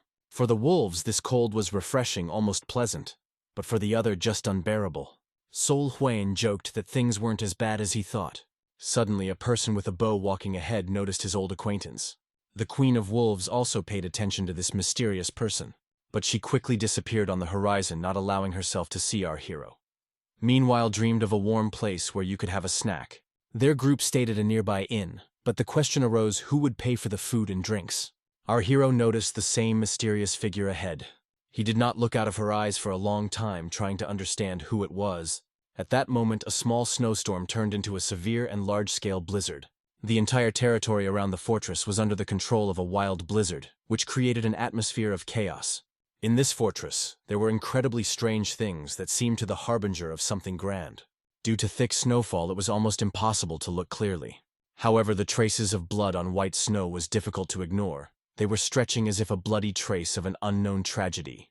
The person with the bow came to this place to look more carefully. She analyzed in detail what could have happened here, looking for clues in the chaos. Her attention was attracted by an interesting artifact, a huge trace of a barefoot reflected in the cold earth. She knelt down to take a closer look and took some snow or sand from him to examine. Bringing it up to her nose, she began sniffing it, trying to identify the scent. This trail oozed putrefaction, as if it had been left by a being that smelled of death. Walking barefoot on such icy ground is beyond the power of an ordinary person, she thought. She noticed that the tracks stretched far to the north, lost in the blizzard. One question remained: what really happened here? The Lord of the Alliance said that there was no need to explore the Northern Sea Ice Palace, but the situation was of incredible interest as the mysteries kept growing. After this incident, the warriors began to collect the bodies of their fallen friends, stack them together, and try to pay their last respects. All the victims were covered in a row, and the atmosphere around became even more depressing. This absurd state of affairs was actively discussed in the central camp. Everyone was surprised that some HO now gives orders to the great General Chok Jungvan, the commander of the Northern Border Defense Forces. By order of the Emperor, our hero joined the investigation, but even for him and his crews did not prepare barracks. The general pointed out that if Ying-ho had noticed on the way, the corpses of the soldiers were still being loaded into the carts. All the while, they are busy organizing forces and supplies to restore the front line. In other words, said the general, it doesn't matter who you are, an emperor, a mentor, a martial arts heir, or a level 300 master, I have no time for you. General added, if you need a roof over your head, go and set yourself tents. If you are not going to help conduct your investigation, or go from here. The general was annoyed by the masters because they only created a headache, asking and demanding, not understanding the importance of the moment. Therefore, he sent them away. Ying-ho, coming out of the tent, could not understand that it was such an unreasonable demand, that he had made the Queen of Wolves jokingly offered him to cut off the head of the general. Salt Vine believed that it was not necessary to create a mess. She recalled that the investigation should be completed, and to leave here as soon as possible. But suddenly they were stopped by the words, "Oh, what people," said the guys who came up from behind. They recognized our hero, the master of the Moonblade, and were happy to see him in person. "Long time no see," they exclaimed. These were Zhao and Manjin, who also came here. The general watched this scene and thought, did they all decide to join the detachment and go north? The general was convinced that there was nothing here that required investigation. Fools. Everything is obvious, he said. But the squad continued to search for the unknown. They were ordered to stay here until the investigation was completed, so they couldn't leave. But the general, indignant at the situation, said, "Is it not because of these meaningless searches we just do that we are sitting without business? We get struck once after, instead of finishing things with bodies, recovering the border, and moving to the North Sea Ice Palace." Back to our hero, he had a conversation with a guy from the Peck family who stated that they shouldn't be underestimated. "Underestimating us in the past was a fatal mistake for you," said the boy, talking about his achievements through persistent training. Our hero jokingly replied, "Well, you're really good with your tongue. It's obvious that you're strong in something." However, he still doubted whether this guy trained as hard as, for example, Shaman Buden from the mountains. Our hero stressed that he still remains weak compared to the strongest. Then the boy unexpectedly proposed a duel to prove which of them was stronger, but noted that it would be after an investigation. The Wolf Queen supported the idea but called it self-confident because he also invents that he is the strongest. The guy was indignant. What kind of woman is this who follows us like that and even interferes? Sol Huan explained to him that before him was Zhao, Lady Queen of the Wolves. Hearing that she is one of the 24 strongest, the boy was confused. He did not expect to see a petite woman in such a role. The guy fell on his knees and began to apologize for his rudeness, adding that he only wanted to greet her. And it was true, the group did not introduce the Queen of Wolves to the boys. She just gave them a menacing look, and then followed the pack. Our hero was not in the mood for unnecessary explanations or introductions. The group finally reached the spot on the border where the soldiers were killed and began their investigation. However, their approach to investigation was different from that of the mysterious archer. The arc moving forward mountain slopes followed his route, not knowing that he was waiting in front. He confidently headed to the very center of events, but he was ready for any surprises. As he climbed the slope, his movements became more cautious. He looked gently, lifting his head, trying to avoid danger. He needed to move very quietly and carefully so as not to come across trouble. He looked ahead carefully, studying the area. Before him appeared a huge winter building similar to the Palace of the North Sea. The archer came closer to look better. But when he saw what was inside, he couldn't believe his eyes. There was not a single living soul in the palace. Has everyone left the palace and run away? He thought. Traces of blood covered the floor, and the heavy smell of blood filled the air. He froze, listening carefully to his silence, but did not hear any sound. The archer felt the tension and stopped, taking a deep breath. But suddenly he was predicted by the danger, as if the palace was looking at him. Meanwhile, our hero, having returned to the place of investigation, was carefully looking at the mysterious artifact that he noticed in the snow. His gaze was fixed, as if he was trying to understand the hidden meaning of this find. Before him lay a huge trace of a barefoot man left in the snow. He stared at it for a long time, wondering what it could mean. Looking at the traces around, he realized that something clearly was clear here. Judging by the traces, someone barefoot left north, leaving cold prints. The size of the tracks and the short strides suggested that it was probably a woman. At this moment, the companions turned to our hero, noting something important. They noted that this scene was not at all like a battle with the blood cult. It was not a flat battle. This was more reminiscent of a fox hunt that got into the chicken coop to enjoy its prey. One of them noted that a Kai weak energy is felt here, but it is much less powerful than what they have encountered before. However, it did not appear to be the work of an Ekai the soldiers found, although not decomposed by the cold, had bite marks that reeked of rotting flesh. According to his observations, there were no significant signs of decomposition, which confirmed the preliminary conclusions of the Imperial investigation. But it seems the answer they're looking for was still to come. Apparently everything will be clear there, one of them said, pointing into a place in the mountains that darkened in the distance.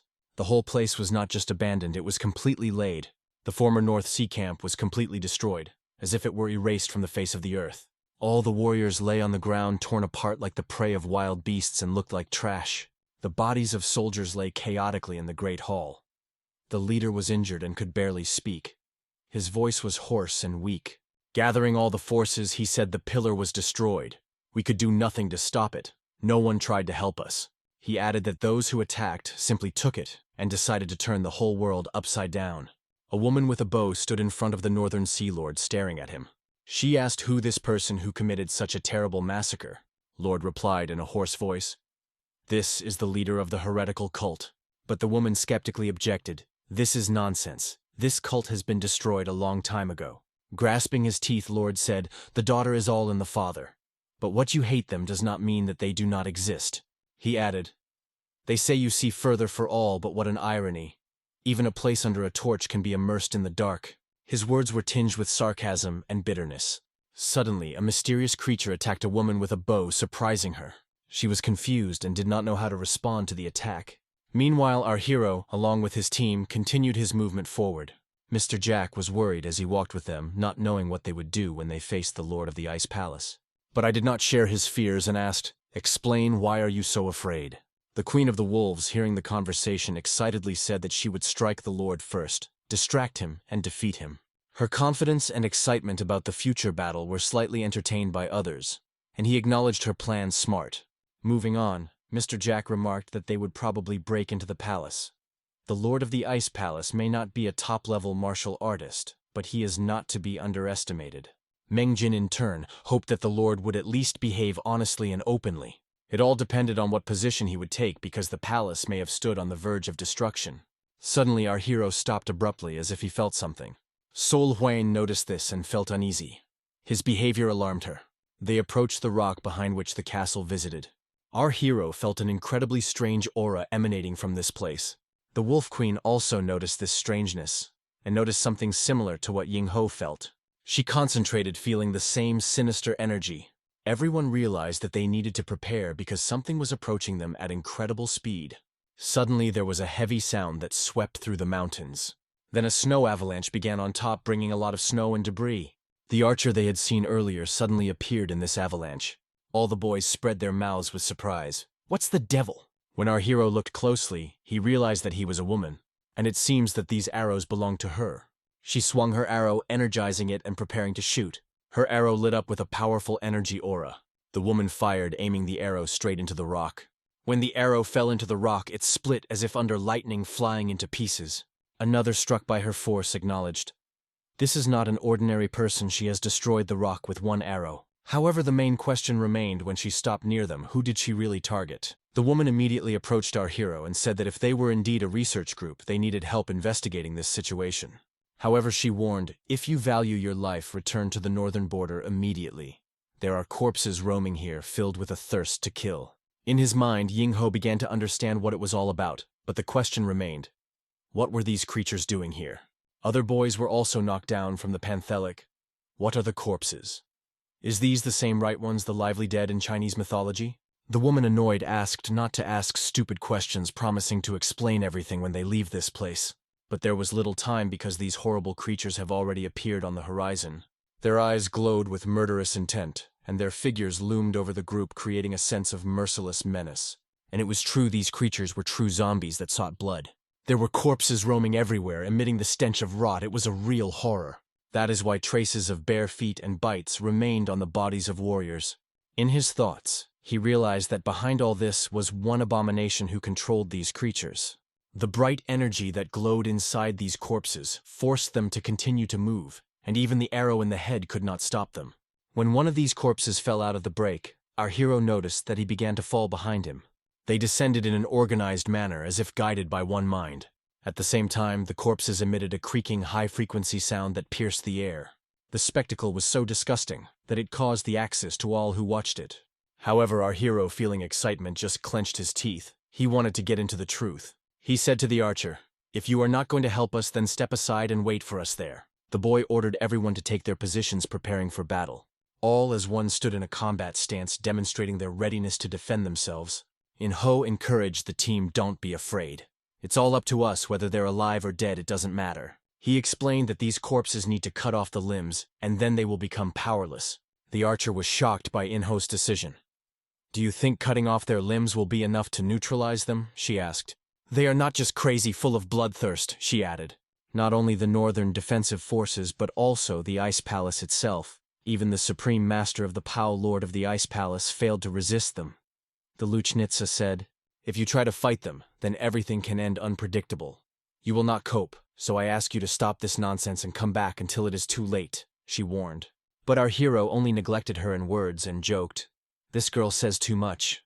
In the meantime, these creatures began to approach closer and closer, forcing the group to prepare for battle. Saltvein warned everyone loudly, "All on the head. They are already here." The muzzles of these creatures looked awful and aroused. But our hero jokingly remarked, "My sword will correct any problems with plastic surgery." He charged decisively, slashing through several creatures with his sword and spearing them forward with a single thrust. Our hero, turning to the archer, said, "If you are not going to help us, it is better to retreat and do not interfere." He filled his sword with energy, forcing him to move forward on his own as if the blade lived his own life. When the sword hit the center of Zombie, an incredible explosion erupted around. The archer was stunned because she saw the sword for the first time to control so strong energy. Ying-ho gave the order, "Destroy these creeping monstrosities." All as one united and moved to an attack set up to destroy the damn dead. However, zombies, though slowly but confidently, moved forward as if feeling unbroken. The Wolf Queen was angry. "These dead have long been buried as it should," she exclaimed, waving her sword. Her powerful blow destroyed one of the zombies at once. For the team, this was a chance to check how much Mr. Jacques strengthened compared to others. He struck one of the zombies, but the monster didn't even feel it. Mr. Jack was stunned and frightened because the blow did not come. The monster began to move slowly towards him, staring at him with a blank yet terrifying gaze. The sword of a friend who walked on the body of the monster did not even leave a cut. All the blows seemed useless. The zombie remained unharmed.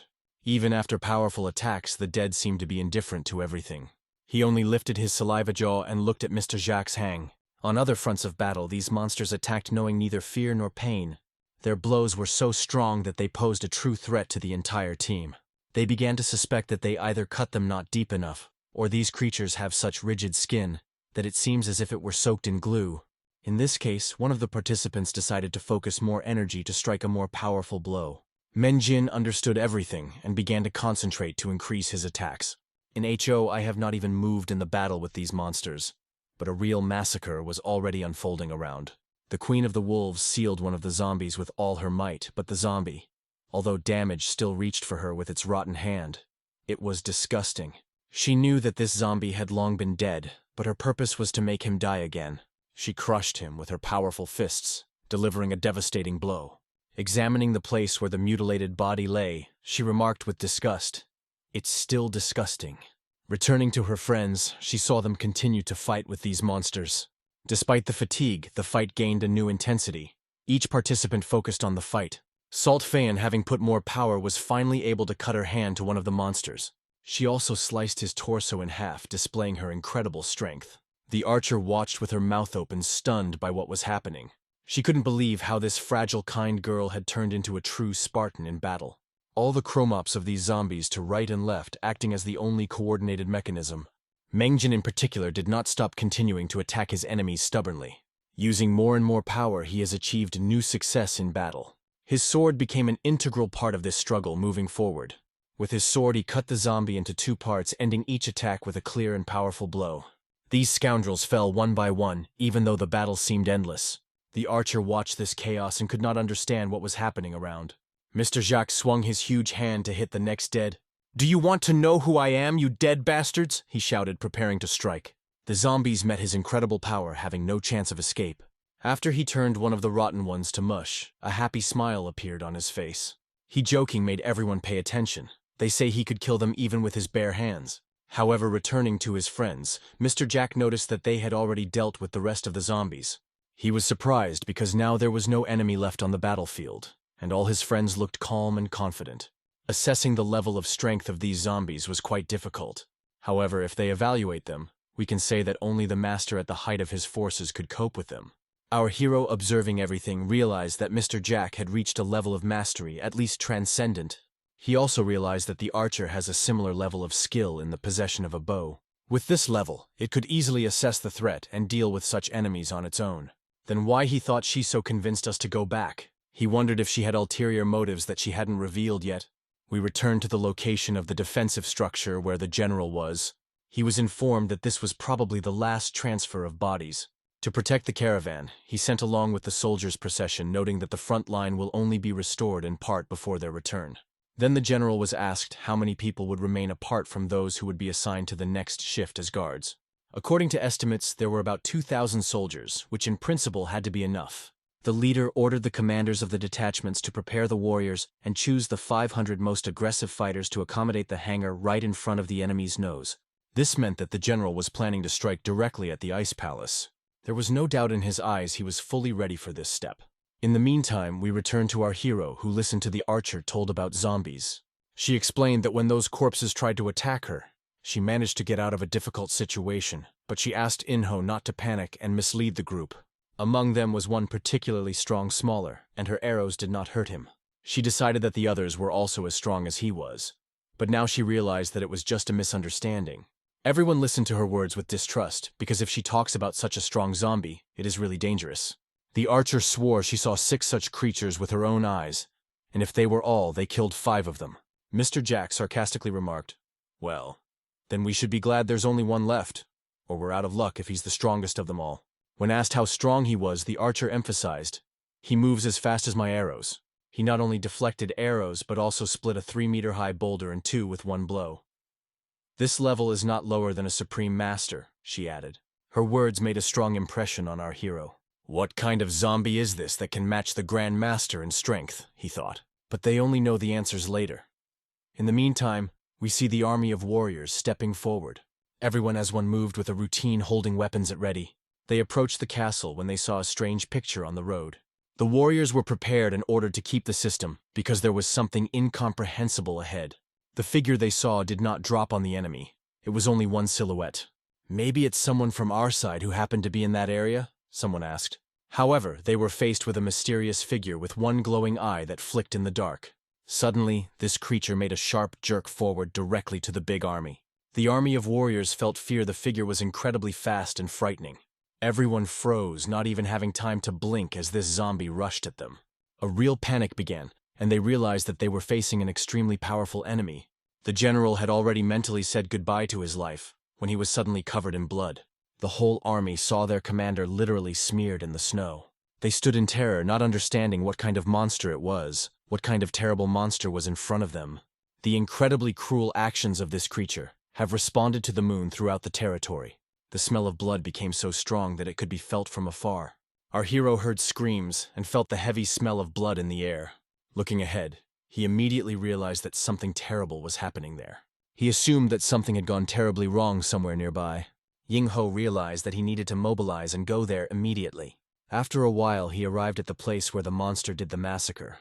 Everything was flooded. A huge army of 2,000 soldiers lay dead on the ground, unable to deal a single serious blow to the monster. With each blow, this zombie became only stronger, destroying everyone in its path. At this point, the monster heard the sound of one of the warriors who was barely breathing. The soldier pleaded for help, begging to be saved. He was all in the wounds, his body was crippled, but there was still hope in his voice. However, zombies did not show any mercy. He instantly hit the soldier with his sharp claws. At this point, I quickly arrived at the scene, ready for battle. He had a bad feeling about the defense captain's actions, but even he didn't expect such a catastrophic failure. Looking at the zombie, I realized that it was probably the same strongest zombie that the Archidity spoke of. The moment the zombie saw the enemy in front of him, the fire of hatred flashed in his red demonic eyes. Zombie immediately rushed, but the wolves did not stay away and went to him with enthusiasm. She confidently exclaimed, "We're all going to be corpses eventually, but you're definitely the first." The moment she encountered the zombies, something incredible happened. A powerful wave of energy exploded between them, making everyone around for a moment. Our hero watched this clash carefully and even worried for the Wolf Queen for a moment. The zombie, although strong, felt the force of her blow. His jaw was twisted to the side, and he clearly did not expect such resistance. The Wolf Queen observed, "Well, you're really strong, but I won't back down." The zombie didn't wait long and immediately counterattacked, directing his power at her. She shattered, came from the side, and struck a powerful blow directly into his stomach. Then her fist hit him in his back, forcing him to sway. She was preparing to strike a final to get it. But rotting the huge arm of the zombie suddenly reached for her, catching the moment. With his maneuver, he forced the wolves to fly away, discarding her with incredible force. She, flying away, shouted, "You are a damn corpse! Go fuck yourself!" This caused the hero a mixture of anxiety and surprise. Yin-ho, watching the fight, realized that although Hwagen was strong, her fists were not enough to defeat this monster. He decided to take the initiative in his own hands, preparing his attack. And I thought, if there is even a piece left of him, I will collect his remains and bury him in a sunny place as it should be. After a while, one frightened soldier still survived and came to the general to tell what happened. He was trembling as he talked about the horrible zombies that attacked their army. The soldier said that at first he fell behind the squad due to ill health, but later he came and saw everything with his own eyes. He described how zombies tore soldiers apart, biting and killing them one by one, all by a single zhangshi. The general looked at the soldier and did not believe his words, believing that the guy just lost his sense because of fear. "Do not succumb to these fabrications and tricks. No zombies exist," he said with adamant confidence. In his opinion, the only enemies were the warriors of the Northern Sea Ice Palace, who faced their spears and swords. The general ordered his soldiers to advance and attack, declaring, "Today we will end the years of conflict with the Ice Palace." In the meantime, we return to our hero. He talked about his teacher, who gave his sword a special name and considered him a sacred artifact. The master warned that this sword was never meant to be used in this world. However, this sword was now in the hands of the hero. The sword, which was to be passed on to future generations as a symbol of peace, now stood in front of a damn monster. Genshi, cold-blooded and ruthless, continued his attacks. Our hero, feeling the pressure of the situation, was filled with energy. His eyes shook a bright blue aura. He was about to use the three-blade technique which cuts open the very heavens. His friends, along with the Ark, hurried after him, trying to catch up with the hero. They could not understand where he disappeared so quickly, and assumed that he may have gone south. Mr. Jacques, dissatisfied with his behavior, grunted. The more often I see it, the more he annoys me. How can he see and feel it all when I do not distinguish anything in this snowstorm? Salayvian suggested that in the house lives in another world different from them, and this is what makes it unique. Myungjin agreed with her words, but Mr. Jack couldn't understand why Myungjin supported this opinion. The archer noticed that these guys were fully trusting. She wondered why, even after her warnings about the zombies, these people fearlessly charged into battle on his orders. But suddenly everyone stopped when an incredible beam of light appeared in the sky, cutting everything around. The only question that appeared in them: what happened to the sky? They did not have time to reach the scene, but saw a stunning sight. The storm suddenly subsided and the sky became bright blue. This incredible force was so impressive that even the wolves who were nearby felt her everywhere. She opened her mouth wide and said only one word, though. In-ho's blade was truly incredible. It did what one could only imagine. Controlling his breath, he carefully released his chakra and completed the equipment. After the blow, he calmly put the sword back into its scabbard. Soon his friends came running to him, asking, "What happened? Did you destroy him?" Sol Huayin looked around and was shocked by what she saw. There were many soldiers, but her attention was attracted by another. Mr. Jacques, looking at, could not believe his eyes. An incredibly deep chasm formed right in front of the hero, a huge pit that seemed bottomless. The Queen of Wolves. Seeing this, began to form a picture in her head of what had happened. The blue pillar of light that escaped from the sword destroyed not only the enemy, but also everything it touched. She was even afraid that she too could be torn apart and erased from the face of this world. Our hero just calmly said, "This is a blade that cuts through the heavens. A sword that embodies an extraordinary power that is not limited by any techniques."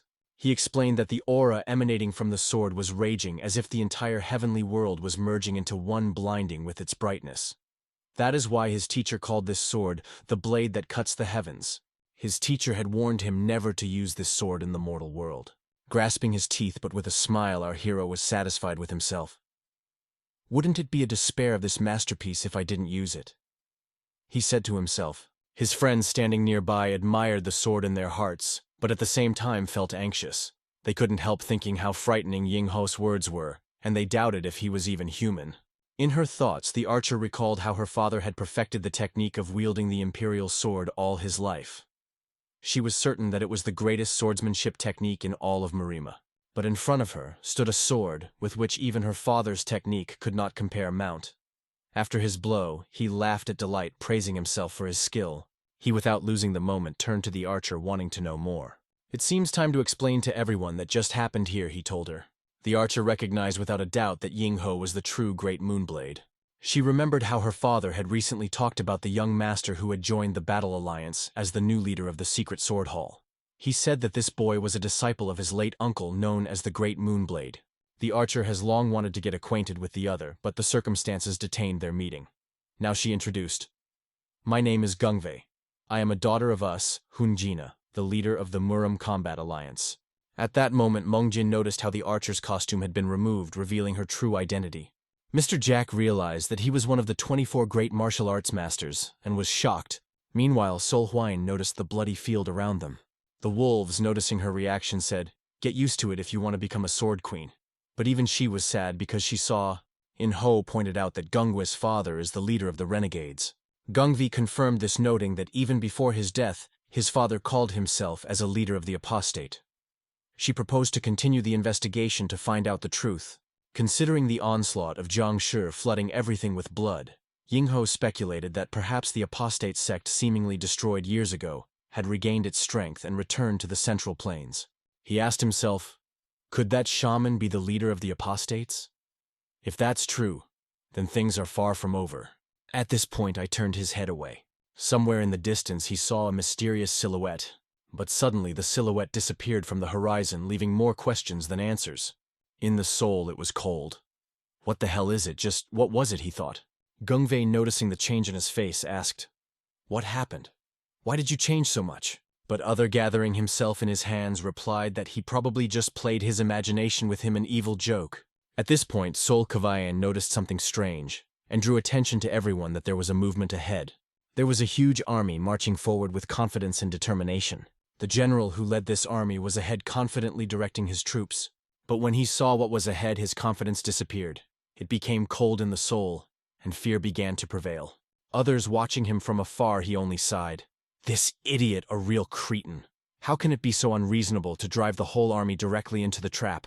His indignation grew because now he will have to talk to this person. What a coincidence they met with the general again, and the whole city around them turned into a field of corpses. The soldiers who followed the general lay dead. The general looked at Ying-ho suspiciously, as if blaming him for what had happened. In-ho all this time was looking directly into his eyes with displeasure, not hiding his irritation. The general, looking at the situation around, needed a detailed explanation to understand what happened here. In-ho turned to Mungjin. Did you bring what you need? Mungjin showed the bag he was holding. Taking the bag, I returned to the general, and with a cold expression said, You can only put forward your demands, but you do not even understand priorities. Because of this, it is difficult to deal with you. Then he threw the bag into the hands of the general, forcing him to react. The general slowly untied the bag, trying to understand what was inside. But as soon as he untied the knot, a monstrous hand jumped out of the bag. This hand was huge, ugly, and still hot, as if it had just been cut off. It was a zombie hand that exterminated the soldiers of the North Sea Ice Palace, which was attacking by these monuments. In ho-hoed, he grabbed the general by his neck and attracted his face close to his. He said to the general, If you were quietly waiting for the investigation, all these soldiers would be alive. It is to blame for their death because of your ill-advised mobilization. I continued, coldly looking in his eyes. Now you have to take responsibility for it. Otherwise I will fulfill the order of the emperor and take your head. These words were so scary that the general almost lost consciousness. After a while, we are transferred to the warrior sect.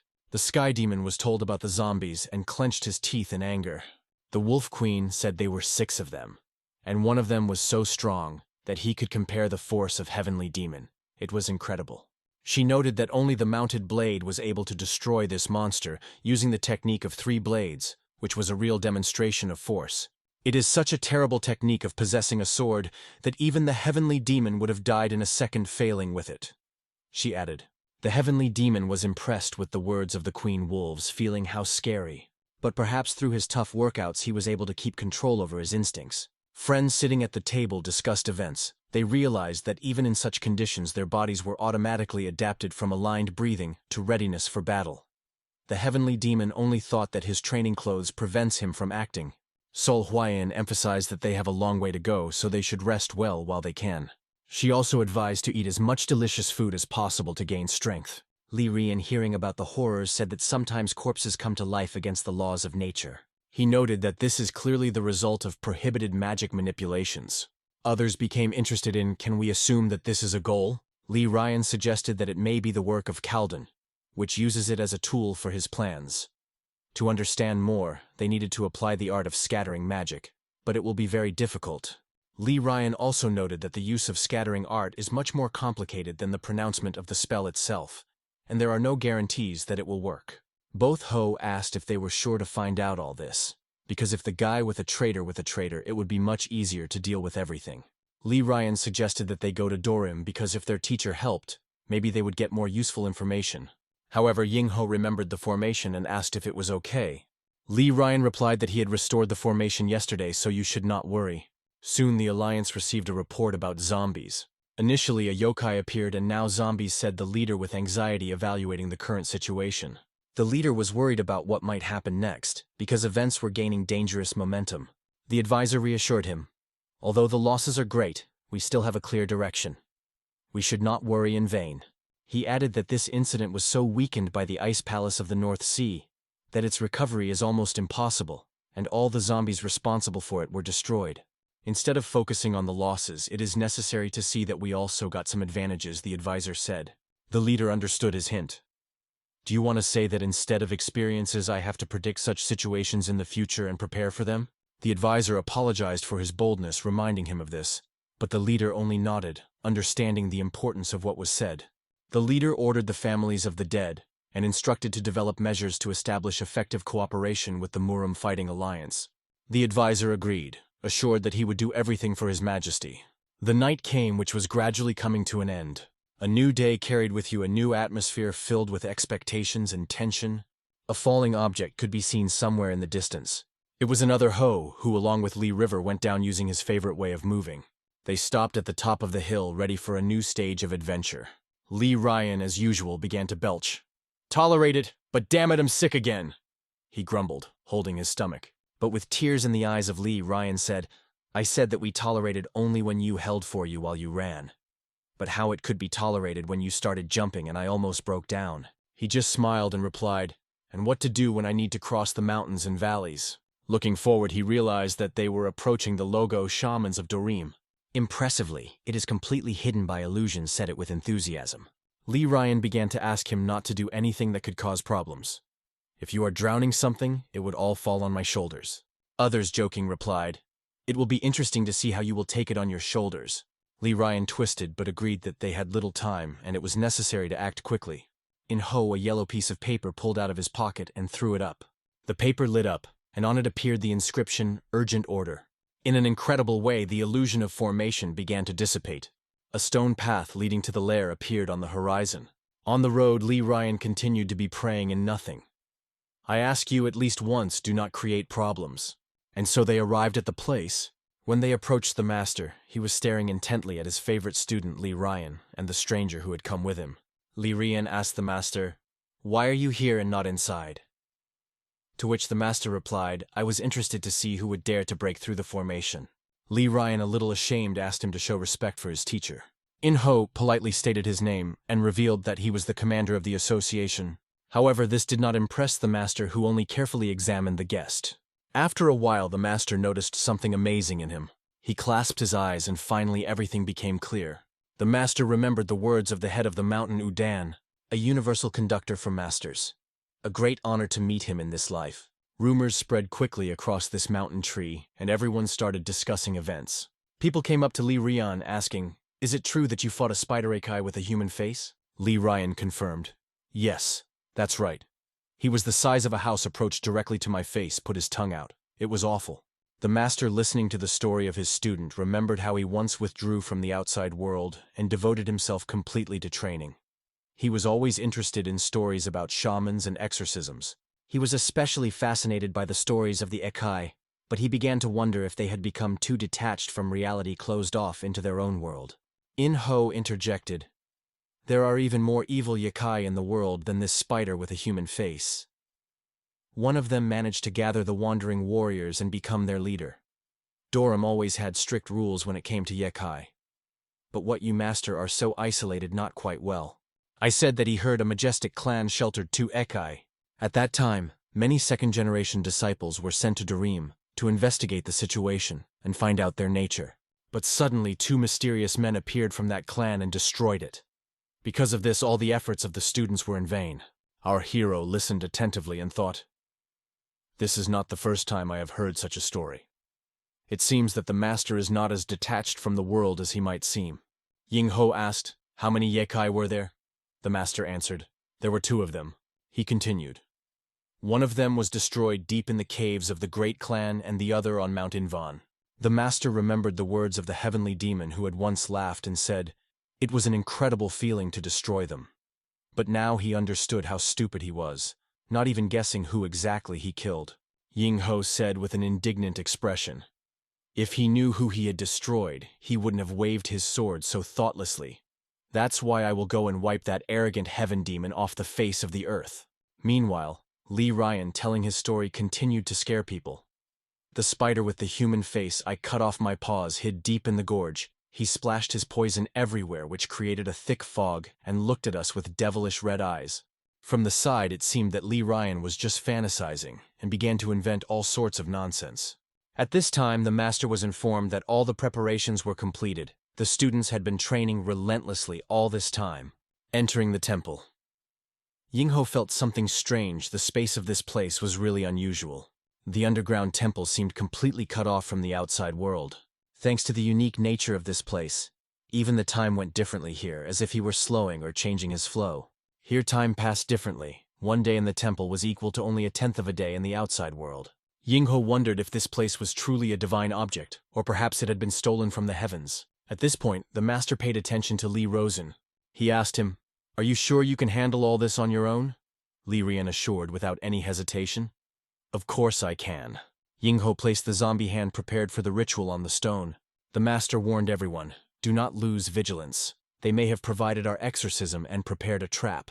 At this point the candles in the temple were inflamed. The flames on them flickered as if sensing the presence of something dangerous. Li Ryan began to accumulate his energy, focusing all his strength on the future test. He concentrated carefully, realizing that something really serious was waiting for them ahead. The master strictly asked to comply with the law in order to avoid unpredictable consequences. At this point everything around shone with incredible energy that filled the space of the temple. I realized that finally the reason why they went such a long way would be revealed. Suddenly, Li Rosen's eyes began to shine with golden energy, and everything around became golden. But somewhere far away, high in the mountains, the renegade master felt the movement of shamanic power directed against him. He immediately paid attention to it and became alert. This is power from Dorim, he thought clearly, feeling the familiar flow of energy. Meanwhile, Li Ryan, exhausted after the ritual, fell to the floor, feeling his body lost all his strength. He was breathing heavily, but was relieved to know that the exorcism had worked. Exhausted, Li Rian looked at the master and said, "I now understand why it was so difficult." The master explained that every branch and every curve of the spell was connected to forbidden sorcery, and if even one of them was broken, it could lead to disaster.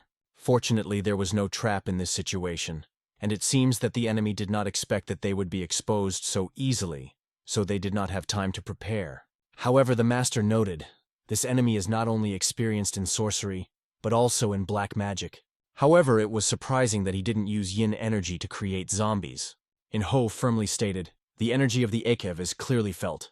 The master also acknowledged that this incredible force is clearly not human.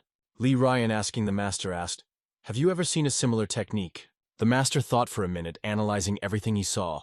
Suddenly, his attention was attracted by a small butterfly which sat on one of the icons. He concentrated, realizing that this butterfly could be the key to the solution. He saw a butterfly that seemed to be dead suddenly climbed into the air and began to fly. The master, watching it, asked, "Why did you force the dead butterfly to fly again?" Li Ryan remembered how once he was sorry for the butterfly lying in a flower garden, and he decided to revive him. This memory has fallen in his memory. The master strictly said, "Never do so again. It contradicts the laws of nature." "What is, Li Ryan?" a boy asked. "Why is it contrary to?" He continued, "Butterflies are made to fly from flower to flower. If a dead butterfly is lying in a garden, how can that be against the laws of nature?" This idea caused the master to think deeply. Then he remembered the legend long time ago. In Dorim lived a young shaman, incredibly talented, good-natured, and humble like a benefactor. But returning to Dorim after studying in the Mandra, he became a completely different person, possessed and dark. He began practicing forbidden magic, which eventually led to his downfall. He crossed a line he should never have crossed. As a result, he lost all his abilities and was banished from Dorim. The black magic that he sought to master now possessed him completely, subduing his will. The master said that everything is a matter of the hands of the apostate. He added, "This man expelled from Dorim was called Ginen. It seems he has mastered black magic, restored his hand, and became an apostate." Hayingho finally realized who his main target was and heard the renegade's name for the first time. In the meantime, we are back to Ginen's FEC. His advisor came to him and informed him that the zombies were distributed among the shamans, and they were ready to carry out any order. Ginen's Peck thought silently, weighing the next goal. He decided that their first goal would be the hypocrisy that gives righteous to the righteous. In the location of the Alliance, Murima begins to unfold events again. One of the Alliance representatives is looking for a leader as he has important information to him. He rushes to the place where the leader is because the message he brought does not tolerate delay. The Alliance leader, together with his advisor, is the one who discusses the strategy and orders all forces to be assembled to leave immediately as soon as the men are ready. Suddenly, a messenger from the section of the Three Rivers sect appears, which does not understand whether the right time for his visit, but insists that he has brought an urgent message. The leader asks to read it immediately. The report states that the Shiz family estate was attacking unknown forces. As a result, there were many mass casualties, and the situation requires immediate intervention. If the message is not critical, the leader is ready to consider it the next day. However, the messenger emphasizes that this is about a dangerous, mysterious force that threatens everyone. This phrase immediately attracts the attention of the leader, forcing him to listen to the details. Eyewitnesses describe the eerie sounds of animal screams echoing through the fog. A mountain of bodies appeared out of the thick haze, which was terrifying. The attackers, sparing neither women nor children, killed everyone indiscriminately. Eventually, they disappeared into the thickets of the forest, leaving behind a fog filled with corpses. But when the fog cleared, some of these bodies suddenly began to come to life. The witness reported that the horde consisted of about 1,000 zombies moving together, as if one terrible force. The leader of the group held up his banners on which the word heretics was clearly written. For the head of the alliance, this information was extremely shocking and disturbing. One of the advisors pointed out that it seems that the heretics have risen again, and this resembles the beginning of a new war. We move to the top of the mountain where other events unfold. Lyrian slept carelessly, enjoying the moment of rest. Meanwhile, his master discussed philosophical thoughts with Ying-ho. He emphasized that not all people are good, just as not all monsters are evil. Among humans, there are those who are worse than any yokai, and among yokai there are good and noble creatures. However, in the soul of Lyrians he burned hatred of the traitor. He firmly decided that he would not allow anyone to offend him. Or his loved ones, such actions would always be severely repelled. Lyrian, unable to withstand the long reflections of the master, cut off him sharply. "It is not already these philosophical nonsense. Where is this damn heretic?" The master only smiled and replied that perhaps he wouldn't have to look for it. The heretics would appear by themselves like butterflies flying to a flower. The master was more concerned that following the butterfly, you can destroy the whole garden. HKH noted that maybe some yokai provided heretics with energy. It was clear that this enemy was unusual because he was able to convince everyone in his strength and influence. Our hero understood that the true essence of the enemy would only open during the battle when they meet face to face. The master continued to share his thoughts. Human life is always an opportunity to face great yoki. The hero was impressed by the master's words because they reminded him of his first meeting with Lyrian. On that day, Lyrian, calling him yokai, threw him all the mascots he had, and it confused Montong's elders. But are these actions Lyrian mean something? The master drew attention to this, but believed that what happened in the past no longer relevant. What matters is who you are now, and what choices you make in this life. He added that regardless of desires, everyone is always forced to make difficult elections.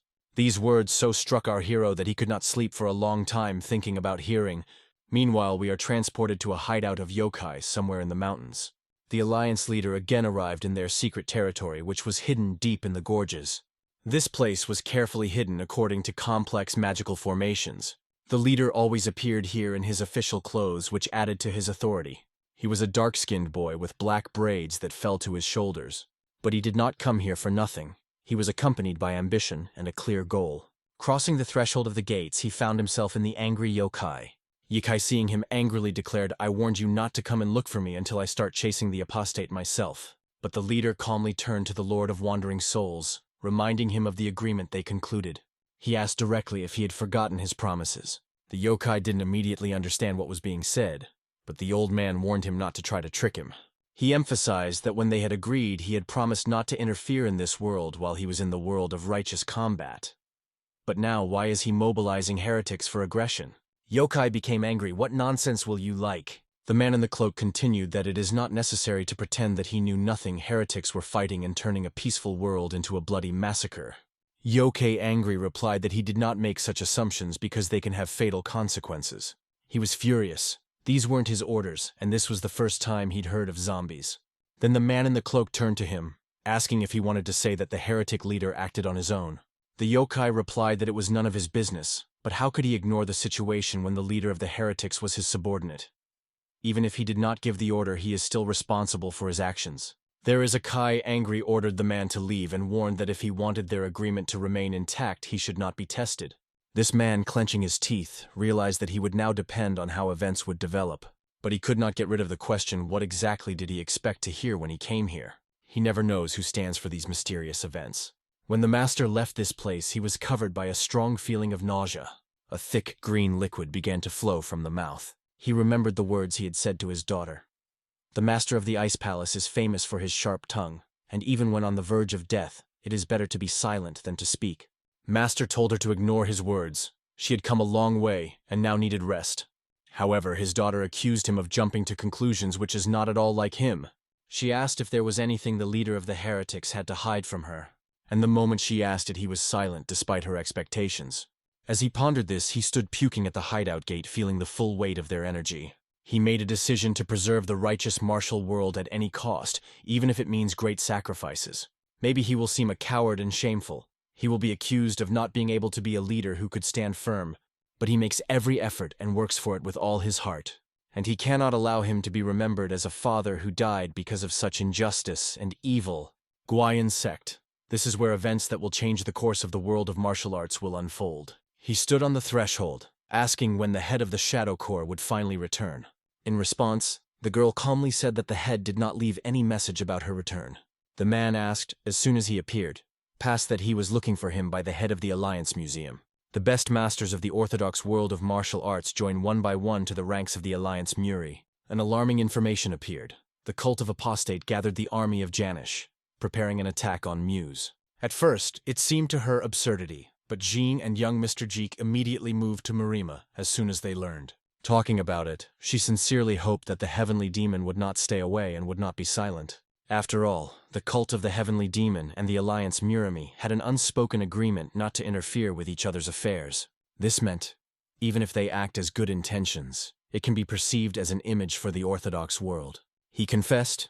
Everything sounded exactly as his own strategists could say.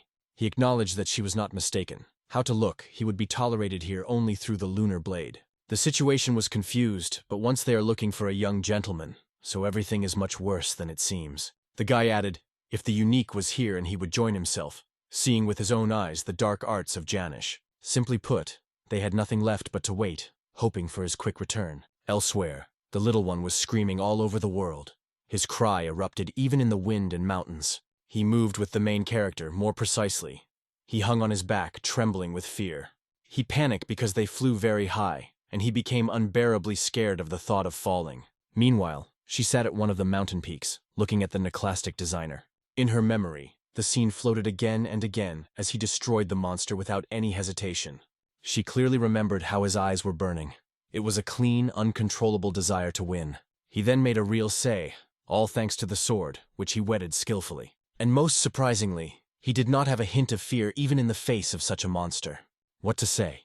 He just smiled as if it were a regular walk. This memory did not leave her head, did not rest with either day or night. She thought of Ha-in, that he even had the same name. If it were not for his male appearance, it would be possible to think that he was only pretending to be a person. This is what she thought about it until she suddenly saw something in the sky. What she saw made her immediately jump off the rock, and then he hid, a burden under a stone, trying not to give himself. Recently, so many inhabitants appeared on Earth that only a fool would not notice. There is clearly something wrong. They were caught or killed by the immortal or tortured to death. Especially the damn monkey. In any case, the fate of all is one, the inevitable death. Let them not try to avoid it. He was well aware of, he should be convinced of it personally, and without any doubt. It was for this purpose that he went on the road, without hesitation for a moment. Meanwhile, in the combat union, Murami has rushed a completely different development of events. Only the appearance of this man forced everyone to tremble. That was the energy.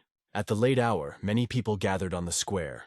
Everyone was waiting for something important. They were lined up in silent expectation to hear the words of only one person. The old man stood silently, contemplating everyone, and behind his back, someone began to report. The commander reported that the troops are ready to immediately regroup for the evacuation of the peasants, although it can cause suspicion of the enemy due to the emptying of the villages. Therefore, he advised, if they want to attack according to the plan, you need to act now. The head of the alliance wanted to hear whether there was any news from the head of the Shadow Corps, but in response he heard only one thing. No information has yet been received. It was difficult for him to understand what was holding him back. Perhaps the fear of making a mistake? In any case, it was too difficult to give orders. However, the man firmly stated that it is not time to hesitate or doubt the correctness of action. The head understood it perfectly. Now he will have neither doubt nor regrets for his elections. To everyone who, risky life, answered my call, I, as the head of the Alliance Muse, express my sincere respect. We need to leave in the past images, disputes, and opposite beliefs that have divided us before. The moment has come to unite again, to protect the honor of the orthodox world of martial arts. Our enemy will try to break us with lies, tear it with claws and fangs, sowing chaos and fear. but we trained tirelessly for the sake of this moment. And now their evil will fall like autumn leaves in the wind. Listening to the speech of the head, Lord from the house, a gentleman with Hebe, confidently confirmed his readiness. Others also proclaimed him. They will kill every enemy and not allow them to step into the central plains. At this time, meeting with the monster, the protagonist turned to her without fear. He called her an arrogant freak and promised to track and destroy whatever it was. Somewhere near the ground, a common frog had jumped, as if not noticing the danger. But for the next moment, a huge, disgusting paw of this creature came. The monster confidently stepped forward, leaving traces full of destruction. Suddenly, a few more monsters began to appear behind her fog behind her, and within a few seconds, hundreds of the same monsters began to emerge from the fog. All the sky and the earth were in them. Although they glowed white, these creatures were more like real zombies. One of the warriors, finding nothing in the fog, said that it became too quiet. He reported that since then, 2 hours ago, they had passed through that tree. Everything was evaporated. They raised the flag high so that even the poorest could see it and have time to prepare. Deciding that it was time to greet the enemy, the leader ordered another layer of thick fog. At the same moment, some heavy construction was lowered directly to the ground. And in his soul, he only wanted the leader of Murim, whom he considered a hypocrite, was also here. And it was he who stood in front of all this horrible army, one against the many. In the hands of the head of the alliance, Musimus held a sword firmly. He was ready for anything. So far, only an impenetrable fog that was hiding the enemy was in front of his eyes. But suddenly the fog came out, and asked if he was indeed the leader of the alliance Moor. With a cold, unwavering look on his face, he answered clearly, yes. But the figure was confidently approaching, step by step, as if testing him. The head of the alliance was no longer in doubt. This creature is a threat, and is exactly the enemy. One of the men said that the cult leader asked to pass on his personal message. Turning to the head of the alliance Muti, he said, remove your hypocritical mask and open the truth, and we will go without a shedding of blood. But the head asked, their goal is to humiliate it again as it was ever? The answer was calm. This is not humiliation. To recognize the truth yourself is less cowardly than to hear it from the enemy. The cult leader guarantees you this mercy before death. To correct the mistakes of the past is his personal mission, and he is obliged to fulfill it to the end. In response, the head of the alliance told to convey, today is your destruction is only the beginning. The one who conveyed the words was not frightened. He just agreed and did not retreat. The fog was becoming more and more, as if the darkness itself was absorbed around. And when his silhouette almost disappeared, he still had time to advise, try, leader the alliance. There is nothing left before the eyes of the head, just a thick fog. He stood intense when the enemy finally pulled out his sword. And the same, it will pierce his disgusting true nature, which was hidden according to the words. Meanwhile, the zombies did not stop. They came closer like a wave of death. They had the same goal, to destroy everything that would happen on the way. And the first who stood in them on the way was the leader of the alliance Muse. The ruthless army of Plavor was constantly approaching him, like a wave of ruthless death. It was controlled by the cult leader, one who ruled this dark force with a cold calculation. He has long waited for the alliance to finally make his choice. And then, raising his sword, the head turned to the warriors of Murum, calling them the true heroes of justice. But as soon as he uttered these words, just a strange object like a stick flew over his head. But not everything is so simple. They hid a secret that is not visible at first sight. It was only necessary to get closer to the enemies. It all began. As soon as they touched the land, they began to explode and fly with frantic force. Their power was enough to cut the zombie in half in a moment. They lifted the explosions and scattered the runny nose in different directions, like chips. And the leader of the cult in silence watched this chaos, cold and motionless.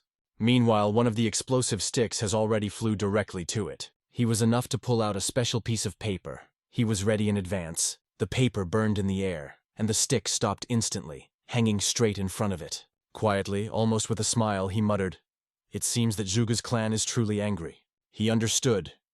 They are truly fierce as always when the head of the alliance operates, without hesitation and with excess pathos.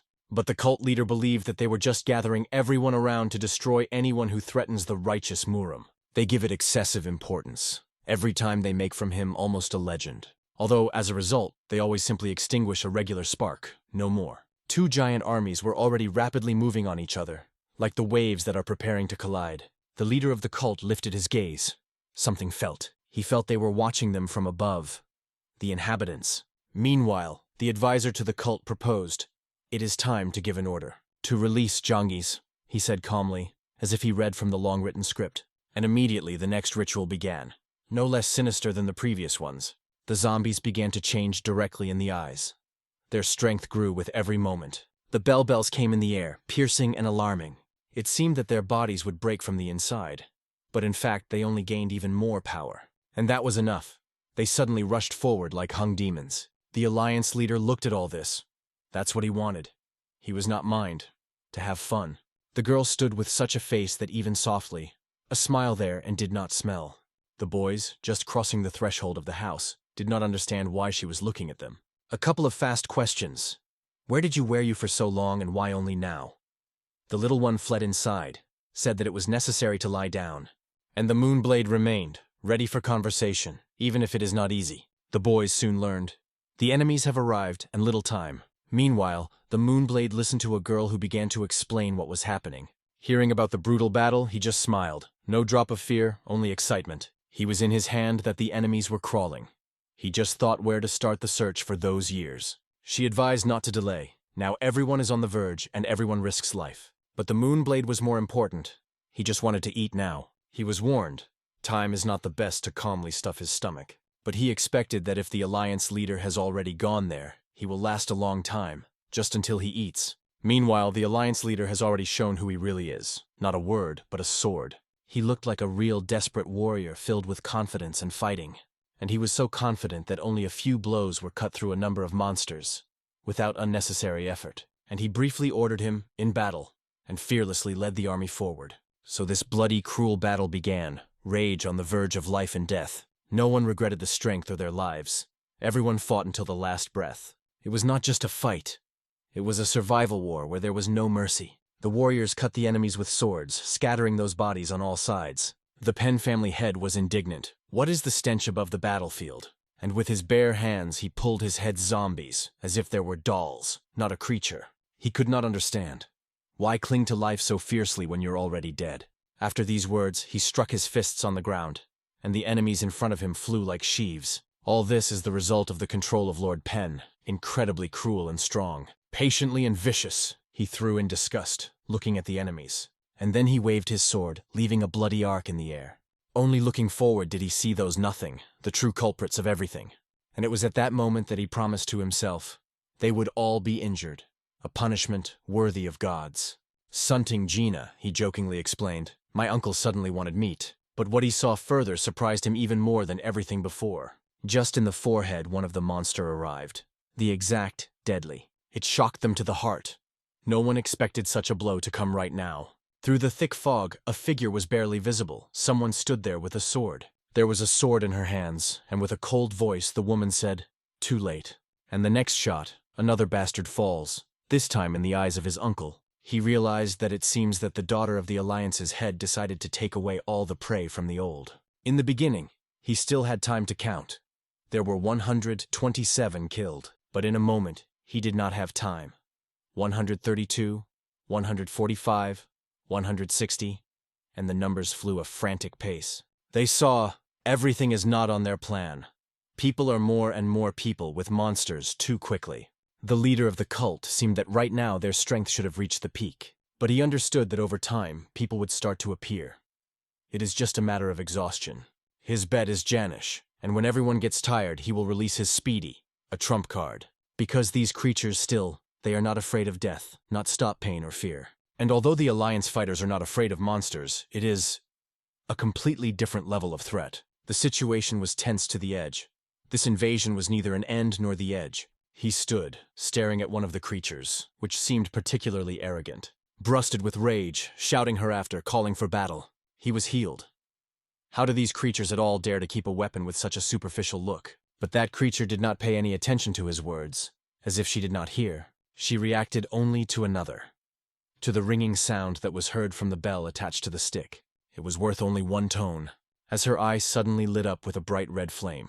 The man did not even have time to understand anything. As the creature she has crossed tens of meters and cut his body in half. The loss of the great master immediately noticed other warriors. They shuddered. The monster turned her gaze on them, silently, but with a clear intention to kill. The head of the FEC family could not understand. How did this slow, semi-sewed corpse suddenly become such a threat? However, the other elder immediately recognized it is probably the same powerful Jangis that they were warned. The words flew to the head of the alliance, and he immediately realized things are serious. And the head of the cult, meanwhile, ordered with a smile, "Release another one. Now it will be even more interesting."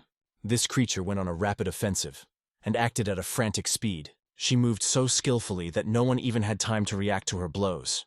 Each movement took a few lives, as if death was circling in battle. Those who were standing nearby were already rushing. It became obvious that this is the same ghostly Junsha of which the monk warned. But Pen Canis knew, if he destroyed this creature now, the heir of the southern court leader would lean in front of him. And as the real king of the barbarians, he rushed to the attack, without hesitation, with a wild growl. "I will break this rotting corpse with one blow," he said, flying into the air. He really tried to attack the first, a powerful movement and all power in one blow. But that freak suddenly flew back, as if he had felt every movement before he happened. It seemed that the monster had lost balance, as if it had fallen into chaos. But the face of the king of barbarians was no longer a victory. It was doubted, because he saw. This creature continues to look at him with the same passionate red look. And so her turn came. The monster rushed to the attack, with the fury that tore the air. Even the barbarian king was forced to admit that the speed of this creature was simply incredible. And so, when the saber of the monster was almost touched by King Barbarians, someone saved him. It was the alliance leader. He appeared in the last moment, like a wall between life and death. He stood in front of the creature, closing the king of the barbarians with his sword, taking a blow on himself. "Lord Pen, leave it to me," he said calmly, not looking away from the enemy. Of course, Pen did not want it. His blood was still burning from battle, but he could not refuse the alliance leader. He had to take a step back. And now the head of the alliance remained one-on-one with this terrible creature. The place where their battle took place was visible even from afar, as the center of the storm. The bell of the metal came like lightnings that face in the air, and so much of his glory was, now he was forced to admit, this creature is much more powerful than told about it. What did these bastards do to create such a monster? He had in his head. And yet, how many more like this creature walk on the earth? If he wants to reduce losses, he should end her as soon as possible. Without spending time, the alliance leader instantly went on the offensive. The determination shone in her eyes. Already the first blow he cut this creature in half. Half a body flew to the side. But even after that, she began to rise slowly.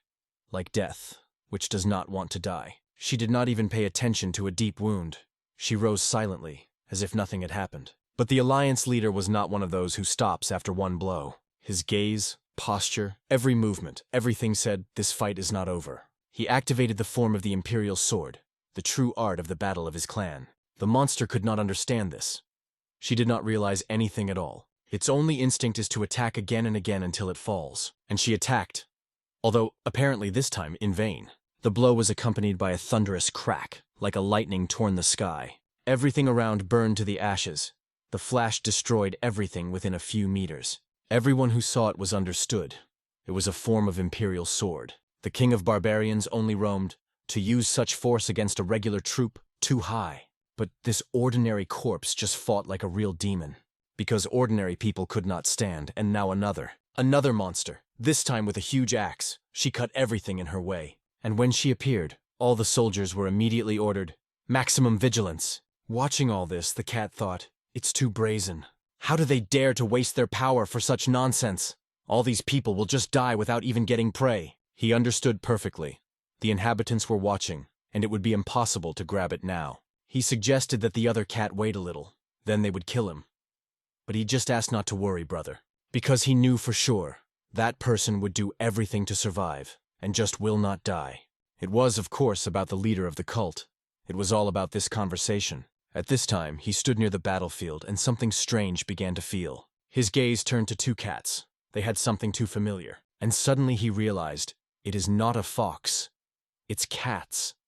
And it seems that the Lord of the Wandering Spirits is angry with him. It seemed to him that he was persecuted with the blunt openness, even under the watchful look of the heavenly gods. Then he heard, the losses among Junsha increased, and the course of the battle could change in the near future. But in response, the cult leader said, I can no longer be here to see this moment. He said goodbye, and asked his companion to stay and continue to bear his duty. He just nodded.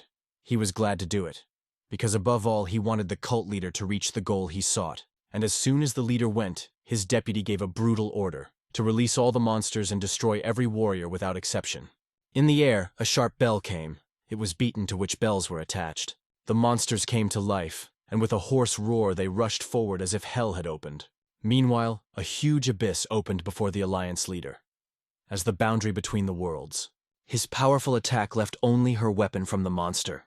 The body disappeared without a trace, but suddenly someone appeared behind his back, someone who could ask what was happening. The enemy began to attack fierce. The line of defense cracks. The battlefield turned into a real massacre. He received a full report. The situation is critical, and another incredibly strong bastard appeared among enemies. But the Alliance leader still did not understand whether the formation of Luohan could conquer this monster. And suddenly, sound, metal. The blade stretched from the ground, giving a sign. This Shrock was vigilant. Something got up from the dead, right under his feet. He turned sharply and shouted, "Bend!" Tried to have time, but I already saw in front of him cut in half. He did not have time to intervene. He barely had time to put the sword. Everything happened too quickly. And with horror he realized he failed to kill that creature. Even dead, she recovered. Half of the body, only half, but she continued to move, crawled, attacked, lived. But now he is not one. Another same monster appeared. There are two of them. The second was attacked on both sides, trying to stop it in the vice. His body was pierced by sticks, through, without mercy. Dozens of blows. And then, hundreds, and everyone hit the target. But he just took everything on himself, as if the blows were pouring on a stone visor. And suddenly, when he became more angry, he pushed everyone around him with frantic force. One of the monks shouted, "Do not let him break through!" The formation has never been broken. However, everyone was tormented by another question. Will they be able to keep this monster at all? There were loud explosions behind the back, from which the air was shudder. The guy immediately understood. It worked for the formation of Luohan, and the king of barbarians squeezed his fists. Everything is clear. These are the devils, bald Shaolin monks. They were torn into battle to take positions. Meanwhile, the cat watched, very carefully. He was alerted. He did not feel the presence of a cult leader. A moment ago, he was here somewhere, and now he dissolved. His brother Kish thought the same thing. Perhaps the leader noticed them and decided to disappear from sight. And yet, maybe he guessed why these two came. And then they began to go down, not even knowing that someone else is watching them carefully. At the same moment, the monster continued its attack, with even greater fury. She crashed everything in her path. Walls, people, protection, nothing was kept. Once after a lot she struck, leaving behind the blood and destruction. The monks no longer knew what to do, but to allow their students to die. They did not include their plans. One of them turned to the Buddha himself, praying for strength and wisdom to defeat this evil that challenges Dharma himself. And suddenly, they felt something in the air, light humidity, like a hint of rain. There was also a lacking in all this, but no one wanted to wait for it. But this feeling that came from above was definitely not normal. One of the monks could not understand. What is it coming from heaven? As if a bright star fell from heaven, accelerating the fog and blinding everything around. But looking at it, it became clear. It's not a star. It's someone. In his hand, a blade was shining that the sky was cutting out. Energy was incredible. And here is a familiar smile. Yes, it was he. The main character activated the second style. He directed the dazzling ray of energy directly down, where they were the most of these creatures. Will a stroke capable of cutting off the moon that he just causes them to really destroy them all? What they saw from below was like the punishment of heaven, as if God's very rage came down to earth. At this time, the cult leader rose up the mountain, stepping and silently. He touched the stone, and he felt something. The signal, memory, echo of the long forgotten. And only then, remembering, realized, he completely forgot that he had no right to leave without attention. On the horizon before him appeared two cats. They did not even try to hide their presence. They looked directly at him. It was only necessary to turn, and he saw them quite close. Almost close. Only the truncated flaps of clothing remained from all the junks that stood between them. And so the main character stepped on the ground and turned to the leader of the cult of apostates. With a branded smile on his face, he calmly asked, "Well, where did you go?" Seeing the mounted blade, even the most daring could not say a single word. They were silent, holding their breath, and the hero himself was only angry at the stench of rotten corpses. It is impossible to withstand it. It is unbearable. Those who have never seen the mounted blade with their own eyes could not believe in a legend. He brought the whole family moon to the limit of destruction. But everyone who was here knew. He really killed that monster with one blow. One that even the famous Shaolin formation of Luo Han could not overcome. Two came to him immediately, asking why he only appeared now. The Moonblade only shrugged. If you can't handle it after all your workouts, it is better to die. He was informed that many have already died and the rest were on the verge of exhaustion. I'm indifferent. I came only for one, to deal with the leader of the worship of the apostate. But he took two, in a good way of combat comrades. These two immediately froze in anticipation. Who did he bring with him? Is it? And at the same moment, the two already flew to the battlefield. Their appearance, to put it mildly, stunned everyone. And on the faces it was a pure shock. The Moonblade tried to warn, does he realize what chaos will rise in the righteous sex because of the very presence of the heavenly demon? But he was indifferent. It will be chaos or not if it becomes a problem.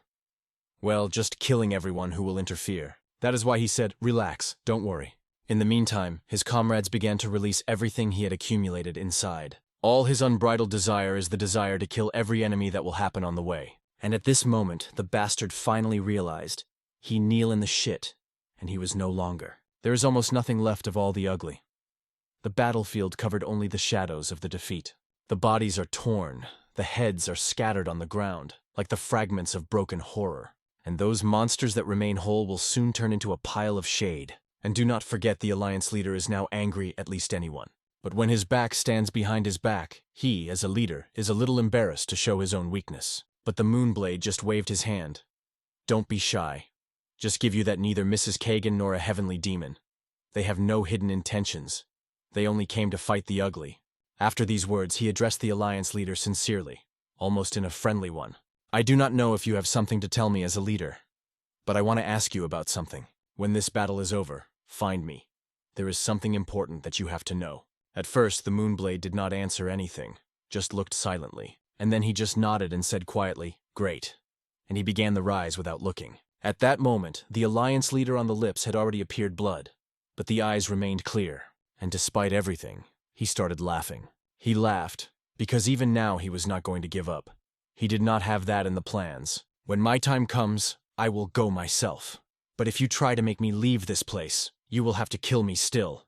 The cult leader threw. At that moment, one of the cats approached him, calling him a self-confident fool. And the second slowly walked around. Both explained. If not, you would have been breathing for a long time. What a head there is in the cult. You are barely alive. At that moment, one of the cats advised the other to simply hatch his fangs directly into the neck leader. But he just smiled slightly and replied, you can try. But remember one thing. If you apply power against me, one of you will definitely die with me. For the cat, it sounded like a joke. He just laughed and asked, and what do you oppose us, even if you have a couple of spells in the stock? But the old man released a powerful splash of energy. His voice sounded deaf, but confidently. I am a shaman Dorima. Not just a shaman, but the strongest of them. With one of you who barely reached the level of great yokai, I can handle without effort. But these words just angry the cat. Their eyes flashed with red flames. The first has already asked for the second permission to deal with him right now. He was convinced that if he kills this old one now, everything would be decided. But it was at this point that someone else began to approach them. And the head of the cult felt this approach. Strong, familiar, inevitable. In the air, his laughter came. Deaf, almost crazy. You will delay me here. And because of this, the situation can be even worse. Although you seem to be clear. He added, perhaps you will not be able to kill me, because the one who really came to end me. And indeed, it was quite close. The Moonblade. He finally paid attention to Kosha yokai. The look became prickly. At first there were spiders and rats, and now, even the kittens appeared. Through the lunar blade without hiding the irony. He spoke it directly to them, and did not even finish the phrase, as if hinting, he was already enough. Looking at how easy you talk to Yokaya, I think there is no need. Isn't it, the head of the cult, Peck Jean? He immediately understood. The mounted blade visited Dorima, and learned more than it should. But the hero was not going to delay. This time you won't run away. I will chase after you to the edge of the world, until I completely destroy. In response, Hell, Janan tried to send Yokaev on him. You will continue to stand, watching the mortal threatening to kill me? The annoyed cats were immediately rushed forward. The insult was obvious. They believed that the simple mortal had no right to interfere in the affairs of their levels. You can thank the inhabitants. Only thanks to them your corpse, at least, will remain whole, one of Yokayev threw. But the Moonblade just laughed. Well, little cats, let us play. And without a second, he activated the technique. A real blow of the Moonblade with all the power of glitter. The face of the head of the cult was skewed, like a fried dumplings, just removed from oil. From the wave that came out of the attack, it was rejected far back, like a leaf in a storm. This old freak still had the strength to get back on his feet, as if his stubborn anger did not allow him to finally fall. However, he even acknowledged he was too self-confident and underestimated his opponent. But at the same moment, he feels the cold of the blade near his neck and hears the words, "By the way, about meanness, you are far from innocent." Upon learning of Drim that you used the sorcery and energy of yokai to create Jiangsh, I noticed one detail that no one saw anymore. The yokai's energy is intertwined with the aura of the leader of the blood cult, the same one who wanted to kill the young emperor and get in his place.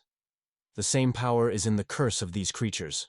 After that, I had a whole avalanche of questions that did not rest me. If this energy was in the cult leader, where is it from you? If you got it from yokai, who is he really and where is he hiding now? He acts alone. Is it just part of a greater conspiracy?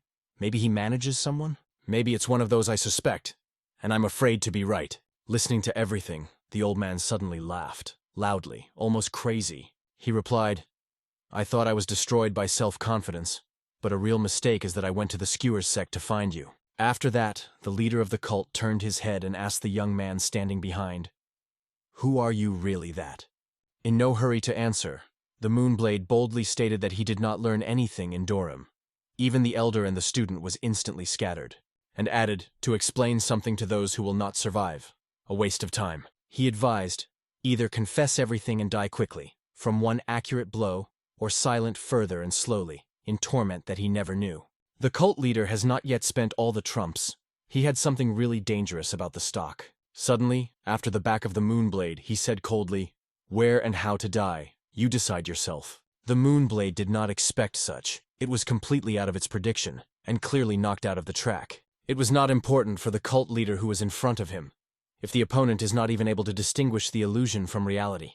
And only now did the Moonblade realize, what stands next to it is only an illusory spell. He got into a real trap. Everything looked too realistic to immediately notice the replacement, but in the next moment the trap scattered on many debris. The illusion disappeared as suddenly as it appeared. It seems that the cult leader really knows how to bring the Moonblade to the border. Beats in the weakest places. However, he warned that it is not necessary to think that only the Moonblade is annoyed here. And suddenly he jumped high up, instinctively, as if anticipating something dangerous. His anticipation did not let down. Just under his feet was about to rise an explosion. Finally, the cat, which was nearby, began to show his true face, mysterious and not innocent at all. He was surprised that the echo for the ordinary man moves extremely quickly, and it was at this point that the cult leader rushed to flee sharply, as if he felt that he was losing control. His hand, which he covered his eye, began to turn black rapidly. Something clearly got out of control. Nevertheless, he felt gratitude to the Moonblade. Only thanks to him managed to avoid fights with those dangerous cats. Even without direct contact with the sword, his body responded. It was clear that he had not yet completely recovered. Already at a safe distance, he turned and saw a giant explosion behind. In his thoughts, there was confidence. You just need to continue to believe in his own power. Once he will break out of the cocoon and reach heights that are unattainable for others. And it was at this point that the blue leaf was slightly lowered in the air. Light, almost unreal. Stepping on him, the leader of the cult suddenly felt something wrong. Intuition shouted about the danger, and at the same moment, fear pierced his body. Everything became unnaturally quiet. He was transferred to the dark, where there was nothing around, neither light nor sounds, only a solid void. He immediately mentioned the newcomer from Dorim, and his heart squeezed from suspicion.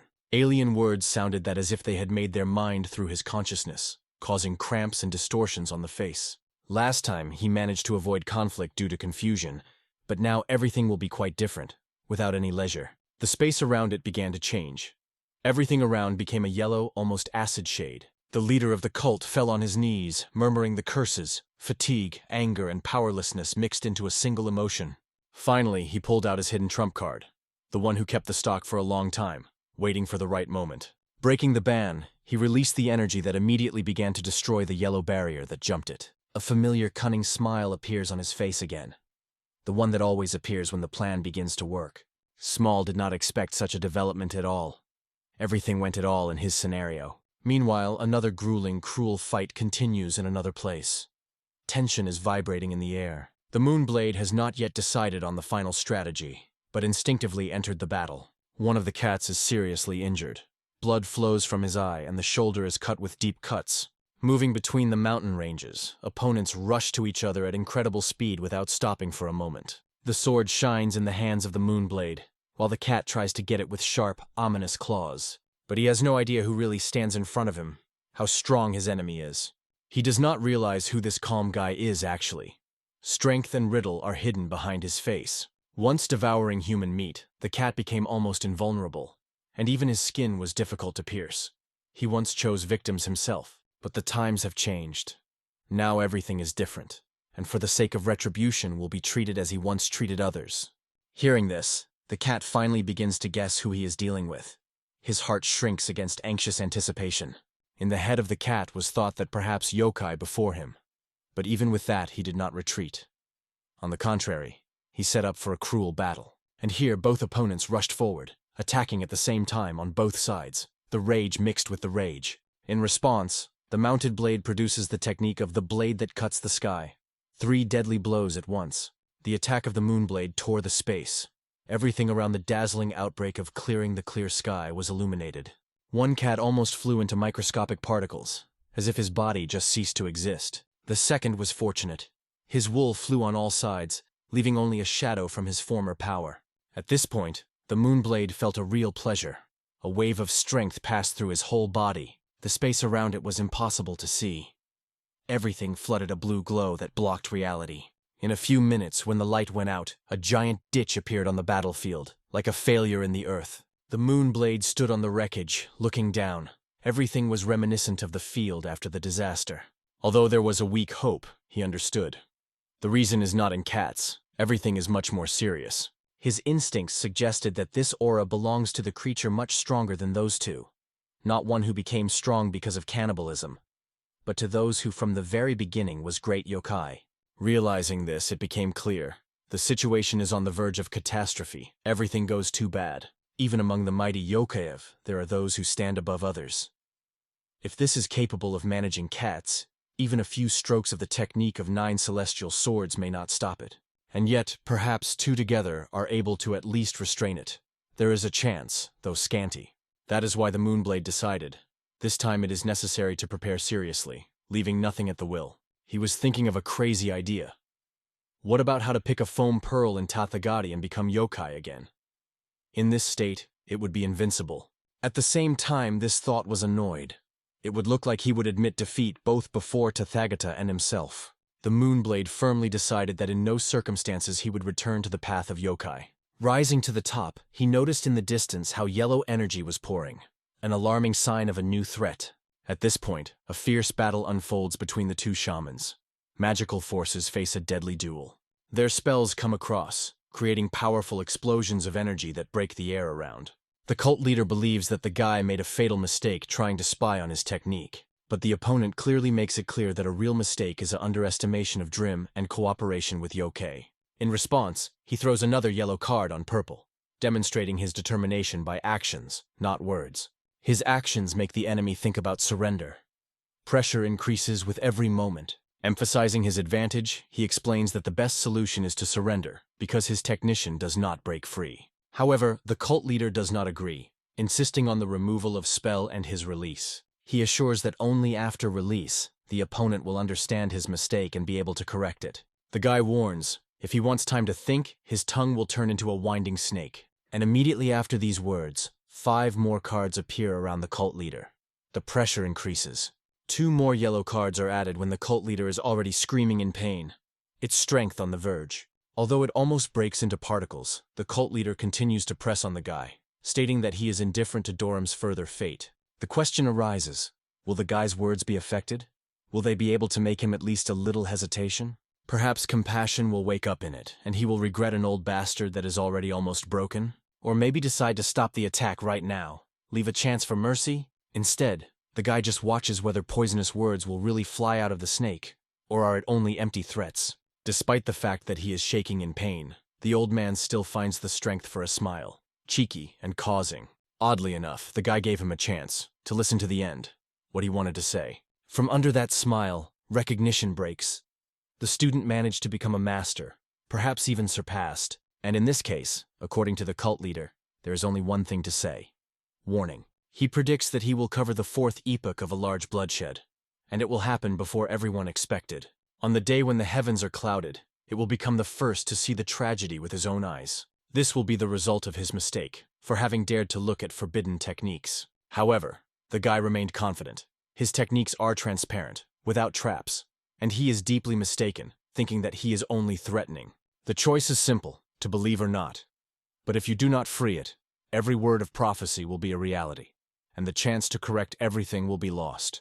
But the guy firmly passes by any suggestions from this serpentine tongue because he knows this is not a chance, it's poison.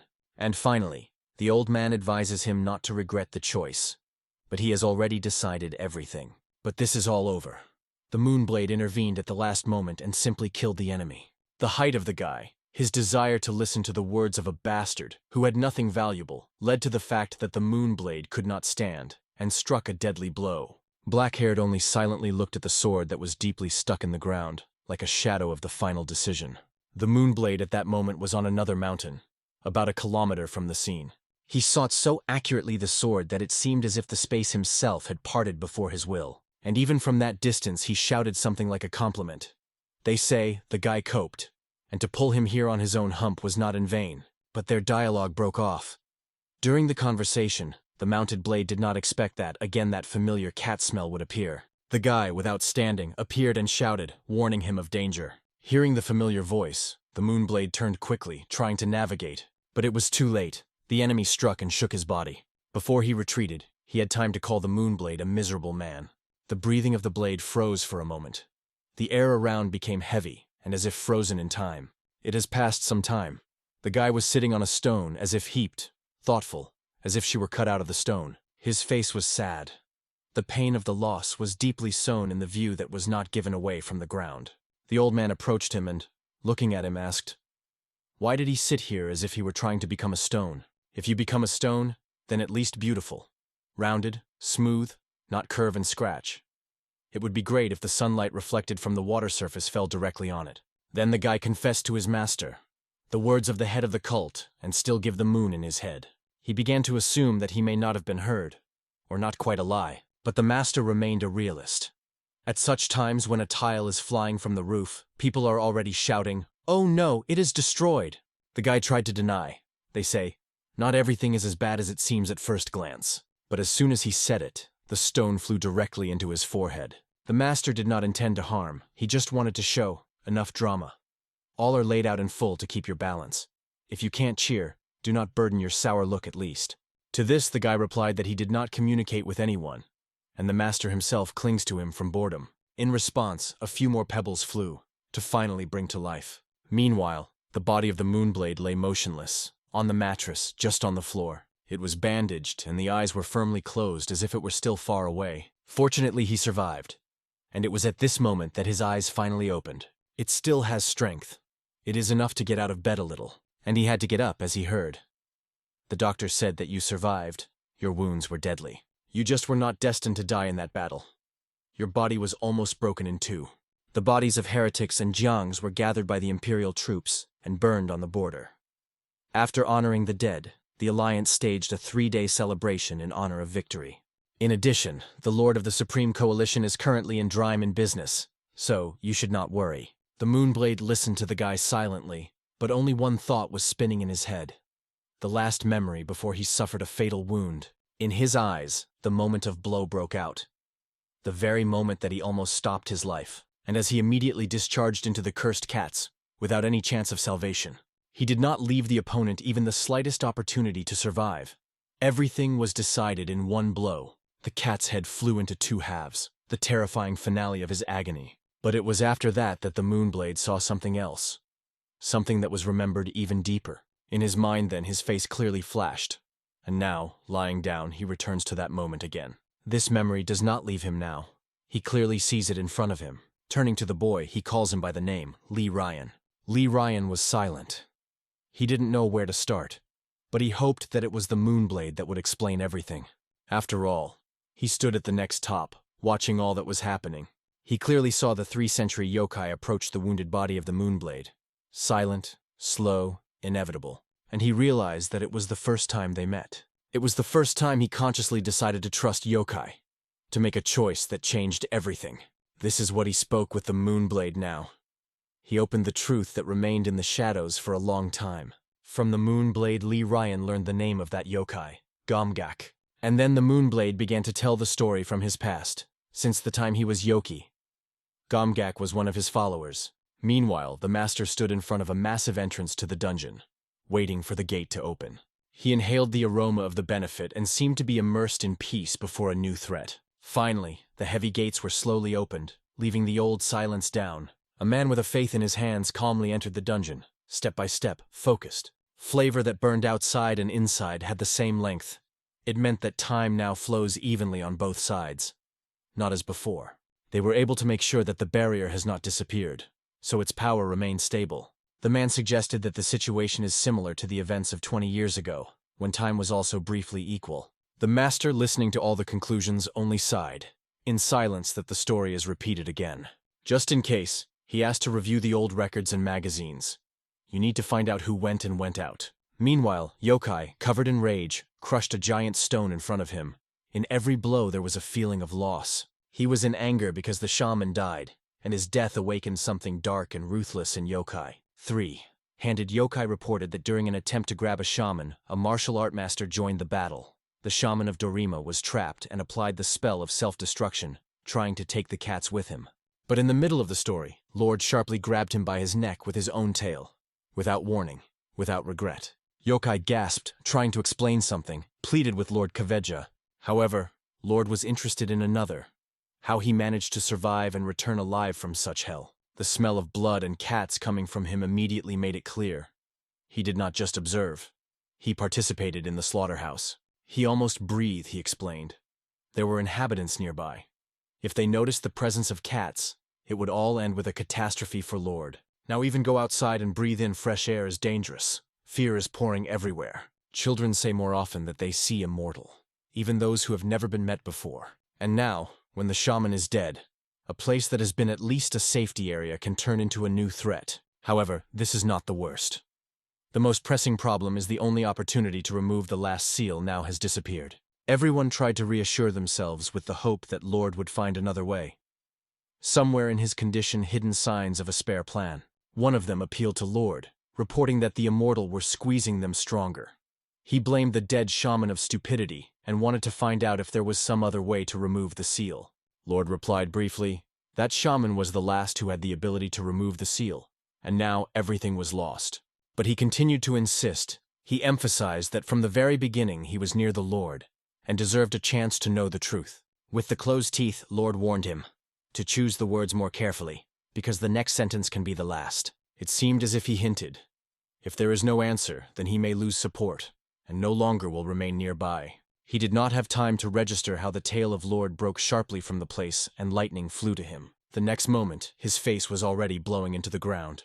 Lord was pushing his head to the floor. He threw himself angrily. Do not dare so lightly lift his head and open his mouth, Bun. Lord recalled. Once he was the first to betray, turning away from him and bowing his head in front of the fox. Do not forget this. The Bunvun began to assure Lord that he was sorry for his act, and would never betray or doubt.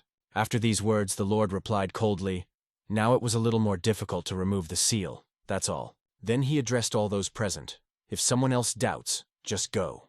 The fate may smile, and they will be able to return to the Yokev world. Or conversely, stay in the world of people and fix everything. But Lord immediately added, there is one but that he wants to say right now. If they stay with him, then 3 worlds win together. Immortal will become toys for them, and human flesh, a delicacy at any moment. Meanwhile, we return to the place where the mounted blade is. Lee understood with confidence. His suspicions were correct from the outset. Even when they caught a spider with a human face, the Moonblade seemed to read about him in Dana. And now, states that he was once the ruler of Yokayev. It sounded like a bad joke. The idea of how fun was to laugh at him, she brought to rage. The feeling of humiliation simply smoked from the inside. The Moonblade, already dressed, asked him whether it was all that he should say about the widow obsession. Lee only asked the Moonblade to stop to be angry and not to bend the nose. We need to wear what they give. Already on the street, he was met by a master, calmly, as if waiting for him. Seeing him, the master made a compliment. The form of Dorima is very good. But the moonshine seemed like it was simply cabbage. The master was more interested in the condition of his body. The Moonblade replied that it was still hurting, and began to doubt whether the treatment was effective enough. Lee intervened, reminding that the Moonblade would have at least a little respect. After all, he was only thanks to the teacher. But the master only waved his hand, asking not to pay attention to the words of Lee Rosen. He understood that he still stands only because of the sympathy of the Moonblade. The guy did not understand what sympathy was about, and immediately asked what he was in mind. For excessive curiosity, instantly received a stone on the head. The educational response of the master. Then the master, the simpler language, explained, "First you need to learn respect." After that, they went to a more cozy place, away from other people's eyes. There the Moonblade asked the master to ask. He needed help. When it comes to salvation of the world, the master was ready to do everything in his power. However, the Moonblade noted that the question of salvation will only become relevant when the world is really saved. In the meantime, I asked to borrow an underground room. He wanted to use it for training, to become stronger. It was the only place where he could improve without attracting extra attention. Despite all the arguments, the mounted blade heard the refusal. The master said it was impossible. But after a while, they went to the same place to check everything with their own eyes. It was there that the Moonblade realized. Time in this place is flowing just as before. Nothing has changed. No one knows the reason for this. And if there is no understanding of the reasons, then it is impossible to find a decision. Standing in the middle of silence, the Moonblade suggested to try. Though the chance and the little one, it is not necessary to refuse. The master asked if he really thinks he could change something. The blade answered directly. There is no guarantee, but it is worth trying. After all, he has knowledge that ordinary people do not have, and perhaps they will help. At that moment, someone else appeared, and told the master a few important words that made him think. After that, the master turned to the Moonblade and asked him to go out, to see everything with his own eyes. Lee Ryan stood on the street, with a staff in his hands, concentrated and tense. He was approaching the fox, but it was not an ordinary fox, but a three-tailed one. As soon as he took another step forward, Lee struck with force on the ground, and immediately warned, "If the fox does not want every bone in his body to be broken, it is better not to move on." These words sounded clearly and without jokes. He was ready for battle. And after that, Lee recalled the case when the Moonblade was unconscious. A situation in which there was no other choice but to trust the baldness. At the top, shrouded in thick fog, there was a tense silence. Something invisibly moved from the mountains. The man stood still, staring at the silhouette of yokai, who appeared before him. Although he saw a monster in front of him, the inner feeling suggested, it is another, something deeper than just yokai. Instead of fear or joy, he was covered by a strange, difficult feeling that he could not explain. The baldness was shone with a bright, unearthly light, like the lights that were burning from the inside. The next moment, the figure of the fox turned into a guy with a tricky and wide smile on his face. And immediately in the legs there was a tension. Emotions pierced the body like a lightning. Suddenly the cold blade touched the guy's neck. The sword flashed near the throat. He did not understand what the Lord wanted, why he threatened him with his weapon. But the Lord said calmly, "Such a creature is not a place among people." However, the guy did not leave it unanswered. He also had words. He recalled that he saved their lives, and instead became alien, rejected, as if it did not mean anything. These words have made you think. Perhaps that is how true feelings look. To young Lee Rosen, Lord asked to calm himself down and not act in a hurry. He explained that they are not the enemy, but the one who carries another truth. After that, Ho went to talk to the fox that he was eagerly waiting for him. He was happy to see the mistress again. It was 300 years since the last meeting. He joked with a light smile. "Do you know why you ask? Was it so daring?" Little confessed that he watched him from the moment he destroyed Yokai Spider. He seemed too skillful to man. But just in case he began to follow him secretly and everywhere until the Lord ordered him to stop. Recently, during a campaign to the northern border, he felt clearly someone followed him from afar. And it was really he, the same annoying baby who constantly fastened around. The guy confessed that he was watching that day, because he wanted to look like him, even getting into the mess. But Lord did not want to listen to the fables. He was only interested in clear explanations. However, the guy evaded. They say, everything is too difficult, and now he is in a very delicate position. But for the hostess, such excuses were nothing, only a futile chatter. Clicking on him a little, the Lord made it finally talk. And then, through the bitterness in his voice, the guy told, in the world of yokai the uprising broke out. The bald forest burned down, and Django died. From these words, Ho frozen. For a moment I even forgot how to breathe. Without saying a word, he slowly rose. Something has changed in it. It was only later that Ho violated the silence. Who led this bloody uprising in the world of yokai? Meanwhile, the mysterious yokai rapidly raced mountain slopes, like a storm that cuts air. Starting from one speech to another, he lightly overcame obstacles. His speed was just crazy. His eyes did not have time to follow the movement. The eyes were burning with red flames like a demon thirsty for destruction. It was about him that Li Yan told him. About it, a giant monkey with bloody eyes and a sword that cut his body with silver. He is obsessed with human flesh, incredibly insidious, even immortal. It will get into the world of people. The end will come. Lord mentioned how he had repeatedly warned him. If it were not for the promise of Tathagati, it would have been killed for a long time. Then he threw it so deeply underground that he had never had to rise again.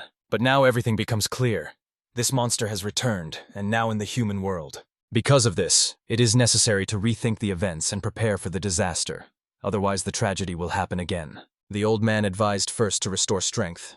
Without this about the struggle, it is not possible to think. But Ho only smiled cheerfully and asked to bring the pumpkin. A crooked, dried, nasty, but that. The old man did not understand. Why of all things the poke? What is this meaning? If he was hungry, he could just ask for food, not chewing this miracle. At the same time, Von Hu did not stop. He raced through the landscapes at the speed of the hurricane. And finally, the mountains that stood in front of him, as if the wall between the worlds. In the heart of the mountain is a deep crack, as if it were followed by a sword that fled the rock in half. It was there that Von Hu slowed down a little, as if he had felt something important in this place. And in a moment he found himself in front of the giant gateway standing like a border between the worlds. Standing in front of the gate, he mentioned the blunt bear. Did he think he would not be able to open these damaged doors? After all, he was determined to open the second castle, and then the latter, leaving nothing unproven. He wanted to personally prove that he was stronger than that damn bastard. In the meantime, the holes did not give him rest. Everything was spinning around the words of the little one. He said that it would appear about 150 years after the Lord Ink left the world of yokai. And in fact, he became a giant monster from his former thin creature. Von Hu was accused of betrayal. They say he joined people for immortality, leaving yokai without freedom, and Chang-ho would go the same way. The leaders of other clans who still disliked the Ho supported Won, only reinforcing his provocation, despite the warning of Chang-ho not to believe in those words. But instead of restraint, they put forward almost an ultimatum to pass the throne of it. Brother Chang-ho categorically refused. As a result, the leaders proclaimed it to the new king and raised the uprising. Chancho tried to stop them, but eventually died from his claws. Others thought it was his defeat that he was too weak. He remembered how Chancho once said that he would be honored to serve and support peace in the yokai world for 1,000 years. Thanks to these words, Lord was able to entrust him to the throne and go quietly. The flow of thoughts interrupted Li. Appeared with the pumpkin as they asked. Although our at first, he said, he asked even more ugly. He eventually waved his hand. He would come down. At this time, the fox, jumping on the rocks, went down to the foot of the mountain. He was a little upset, saved the life of everyone, and he did not even thank him, though he recognized him. Although he remembered, Ho has never praised before, therefore no wonder. In addition, in the conversation, he clearly stated that he was not going to tell how and why he got into the world of people. And the little one accused of unnecessary chats about the past, which is not interested in anyone. And finally, he just quit. If you have nothing to say, you can go. In the meantime, Ho decided that he should take care of the shaman's pranks without delaying the issue. Finally, he suddenly asked if he had a younger brother. He remembered that Ingak was called. Hearing the name, Ho immediately asked, "Is he still alive?" And when he heard that his brother was safe, he sighed deeply, as if the stone fell from his soul. Despite the statement that he was indifferent, the Lord could not hide the truth. The smile of the little one showed, it is far from. With a warmer heart and lighter thoughts, he continued the way forward. In the meantime, H was thinking about a new threat. It was already in the human world, and it could not be ignored. It is he who stands for everything. The cult of blood, the fall of the clan, the abduction of the princess. All the traces lead to this crazy monkey. And it seems that this is not the end, it thought again. But what is its goal? What are the immortals doing? Lord could not solve it yet. One thing was clear. If it is already in place in the world of people, then the threat arose long before its degeneration. He understood that all this was made possible by the inaction of the immortal. They neglect responsibilities only. You can say directly, lazy, self-righteous bastards. Meanwhile, the tick lay before him. Still, as if waiting for her time. In her ugly primitiveness, she kept something important, forgotten. Ho did not know if he had done what he did many centuries ago when he was still Yoki. But in a moment, his face was illuminated by a familiar wide smile. He began to dance, singing a jokey song. Pumpkin poking ugly, do not worry, you are neither the fruit nor the animal nor man. For the immortal is even a lazy feint. Do not cry, I will name you name. You will find out who is worse than you. And as soon as the song came to the end, the tick shuddered, slowly began to move. It is still working. Old knowledge is not forgotten, it lives in it. He continued to sing, maintaining the magical rhythm of the song. And here someone grunted, the fox will tease me again. Hearing this, Ho laughed calmly, but in her eyes a familiar predatory bush. He slowly turned his head and said coldly, they have not seen themselves for a long time. Before him stood the earthly immortal, Soha, with a soft but tired look. Although he was known for his kindness, he looked annoyed now and grunting how much Fox would tease him. But looking closer, I realized, this is not a fox. In surprise, he asked who before him. In response, he heard Thorny. Your eyes are the same blind as before. How did you become immortal with such vision? Hearing the tone of his voice, he understood the Soha, a fox in front of him, but not a real man. I am, and now I am a man. Circumstances made me become like that, he said calmly. At this point, the gates were already open to the cave. Just in front of them stood the old man, quietly watching everything that was happening. He barely smiled, as if he knew in advance what it would end. Lee asked the teacher if he understood what Ho was going to do with that ugly poke. But the old man just answered, there are things that people never know about. And then he added with a smile, it is amazing what an ugly tick is capable of. In the meantime, Hosoka asked the question, will he be able to restore this place, and what if the heavenly kingdom is charged? If you are not ready to work now, let it be ruined and Ho will take over. Soa looked at him thoughtfully. In his gaze mixed light insult and curiosity. After silent for a few seconds, he calmly threw, wash. Yes, make me restore this place, he repeated with a special emphasis. Hohu was surprised that this little one had time to seek if he was asking, but he calmly explained that he understands the situation. That is why he requires a sincere request. After all, it is not a man now, but a man, and a person must ask sincerely. Otherwise the immortal will not give anything. So do it, from the heart, and sincerely, he said seriously. Ho confessed that only twice in his life he felt true, when he first met a teacher and literally, and he asked not to let anyone into the underground room for 3 days. He did not want to humiliate again. The one who watched everything on the side thought, but it's just an empty poke. But Ho wanted to clarify another thing, the mantle. And what is it at all, a mold or a dried cucumber? Leaning to the teacher Lee, he whispered, this guy has annoyed me lately. Please. The old man seriously replied, to save the world, I'll do everything I need. But the said he sounded with irony. The old man simply pushed the little one. Time passed. It has been a quiet evening time. The guy returned to his room. His father recalled, I am your father. After all that happened, you could at least talk to me. But the guy just explained that he was always busy and cannot tell everything that was happening. Like because he is such an outstanding son. Everything around turns too quickly. The father turned and saw the things of his son, covered with dirt and red spots. Everything was red in red. It looks like it was real blood. He immediately asked Ho how his wounds, are they not too serious? At that moment, he just pulled his belt on the belt, as if nothing had happened. And, barely smiling, he called his wounds a trifle. They say during the training it was more painful. In a moment, the guy stood in the yard, ready for the next step forward. The father only asked for one thing, wherever he was to keep himself. The guy with a warm smile answered briefly. Yes, his father. He promised to protect himself, and moved forward without looking back. The gate, which led to the well-known sect, was ahead. Even late at night, someone in the yard continued their workout. The girl was constantly working out. Every movement was accurate and focused. Its level of fencing has already reached a striking force, a true talent. Her technique was perfect. Every movement was impressed with grace and accuracy. But suddenly she stopped. Someone addressed her. You didn't sleep or just woke up early? Hearing a familiar voice to Pain, the girl shone sincerely with a smile. And all because a young host stood in the gate, alive and smiling. She heard that he was seriously injured, so she immediately approached and asked if everything was fine now. But Ho waved his hand slightly. It is not a wound, but a simple scratch. Nothing serious. However, the girl did not believe, pointed her finger and said, I heard that you were injured here. Looking at him from the bottom up, the girl asked again, Are you fine? The young mistress became tickling. The whole body got out of this strange, even annoying feeling. No matter how strong the warrior, but women's care and flap, that's what he was really afraid of. The next morning, the guy stood in the yard, getting ready for a new day.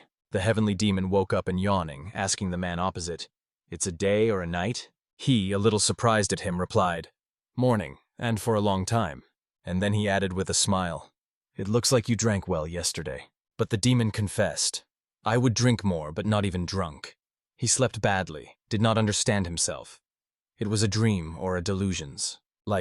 He heard all night like someone, a man and a woman, argued with each other. The man laughed, "But you appeared, probably." But the heavenly demon was sure. He heard the Lord in Ho-How with a mistress. Hearing the news about the return of the Moonblade, the demon's eyes opened widely. The surprise struck him. However, the interlocutor immediately added, "Now you will not see it. The Lord ordered us to let in anyone until the Lord was resting well." Meanwhile, the whole herself, in red, sat at the table and said with a wicked smile, "Of course, it will not hurt me to bring him special tea, to restore strength." When Senior finally rested, everyone gathered at a square table. It was time for a serious conversation. Everyone wanted to know how strong he was. Once there were so many wounds on the body of H. He explained, considered the battle complete and weakened vigilance. The heavenly demon addressed him. "You are the strongest in Murama, and even you are seriously injured. So who will then be able to overcome such yokai?" The girl, hearing it, joked that the heavenly demon seemed to be frightened to the heart. But the Moonblade seriously noted that the number of yokai was greater than expected, and some of them are so powerful that it is even difficult for him to handle. The worst thing is that they have long been hiding among people, weaving plans. If it were not for Beck's attack on the Alliance, they would not have learned about their presence. The girl acknowledged. If it were not for the mounted blade, they would not notice anything at all. Now there is at least a chance to come up with at least some counteraction measures, if they exist. They could only find out about this from the moon. That is why he attracted his exhausted body here and stated, from that day, no one would have to sleep carelessly. He recalled how the boundary between the world of people and yokai was clear, but then penetration on both sides often happened and carried a bunch of problems. Even in those days, heaven rarely interfered, but later they realized that yokai's activity was the cause of many troubles, and began to control them. This, of course, was angry with Yokaev. Images have accumulated in heaven for decades. When the situation came out of control, the inhabitants finally got the swords, but it was not easy to curb the fierce of all Yokaev. It was then that the great sage created special wooden dolls. They were sent into the world of people to hold back the Yokaev. At first glance, they seemed innocent, like toys. One of them was even established here as a means of defense. The Moonblade explained that it is a wooden doll of a great sage, a doc. And although it looks simple, really very fast, cruel, and can use vile techniques, it is better to be ready for it. The heavenly demon with a smile stated that it is enough to check it in action. He was curious about how fast and dirty this toy with heavenly spy chore. Such a fighting mood is exactly what the moon was liked. Finally, the moment came. The Lord activated the doll. He ordered her to protect this place from Yokaev and help the masters in improving the technicians. Before that, the Soha noted, Domahaxes obey only the orders of the old man. Without it, it's just a wooden figure. But Lord hoped to find at least some way to activate it on its own. True, Soka smiled brazenly and threw, "Make me again." And it turned out that now this wooden doll will have to be pleased. But the Moonblade did not intend to humiliate, instead reached out to reconciliation. He believed that it would be enough to show sincerity. In response, the doll's hand suddenly reached for him. Yes, this symbolic gesture is enough to demonstrate mutual acceptance. All the students were frozen. They saw the doll moving. This is a real heavenly artifact. This cannot be imagined. Incredible became reality. And the Moonblade just thought, well, not so I am a stubborn old man. But suddenly the doll waved her hands and flew into the air with a frantic force. The land under it shuddered, and she broke away and disappeared over her heads. It flew a few tens of meters in height, like a thunderous jump, and it was there that in the air was grouped into a fighting rack. The next moment, the doll changed the shape, turning into a new terrifying figure. Landing, she became original again, but no longer looked as innocent. In the eyes of the students, she became a real horror, ruthless and supernatural. Then the Moonblade addressed everyone. Now you understand what you are about to be with? Meanwhile, there was a Medjin master in his room, occupied by his own thoughts. A boy came to him. He wanted to report something important. He just wanted to say that Master Jinian was looking for him, but he immediately slammed the book he had just read as if he was waiting for it. And he knocked the little one on his head. They say, from this it was necessary to start. However, he asked a little later, surprised, "What about Yokaev's cave?" The guy said, when the Moonblade was in those region, he left a pill in the cave, a gift from a doctor. Now Gray asked to pick up those pillies and deliver Manton's elders, the leader of the clan Darima. But the guy didn't understand. Why leave such valuables in that dangerous cave? However, he realized, such a master, like a mounted blade, would not be done by accident. So there was a deep meaning. Such an answer did not need unnecessary questions. Everything became clear without words. The pilli were left because they were needed there.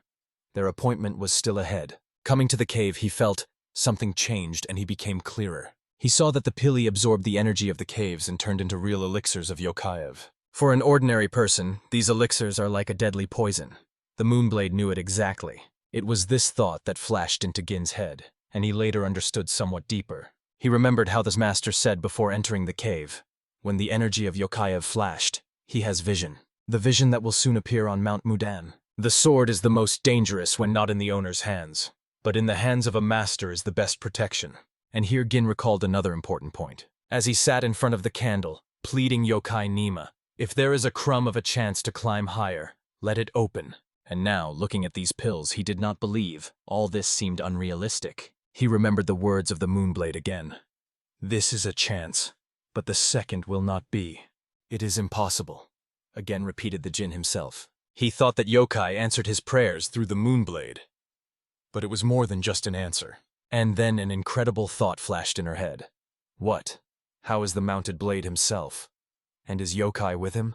Meanwhile, the heavenly demon tried to improve his fighting skills. He struck the doll with a powerful shot worthy of a real master. But I also had to evade. The attack did not end. He did not wait for the blow from below, and almost missed him directly into his stomach. The doll made an unpredictable movement, which completely knocked it out of the rhythm. He was thrown back with force. He literally flew, losing control. He was currently feeling full of fool. Due to the strange movements of the puppet, it was impossible to predict the next step.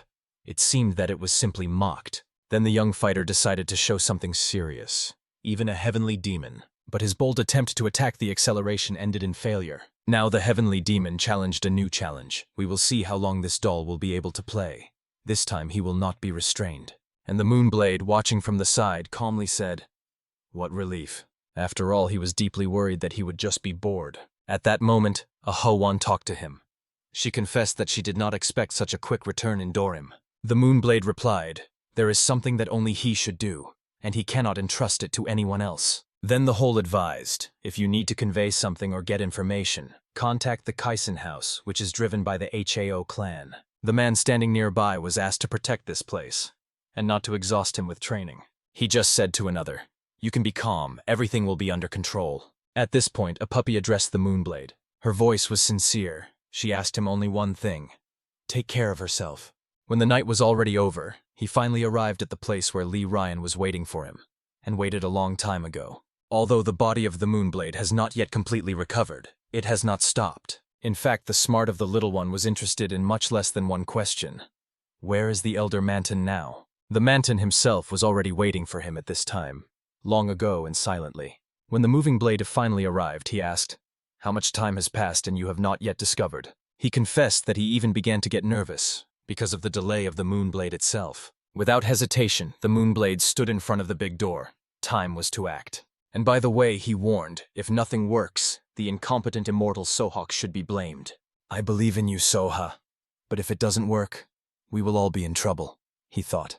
With this thought, he strongly pulled the gate on himself. Suddenly, a bright glow escaped like a lightning from another world. 2 candles were burning at the top near the statuette, but the third was extinguished. A thin smoke slowly climbed from it, as if the remnant of someone's extinct life. And nearby, lowering his head and immersed in the shadow, he sat. His gaze pierced everything around, cold, mysterious, and at the same time filled with silence. Around the smoldering incense gathered all present, watching the latest sparks of the holy flame. When the aromatic wand finally faded, the gray-haired old man frowned. Something was wrong.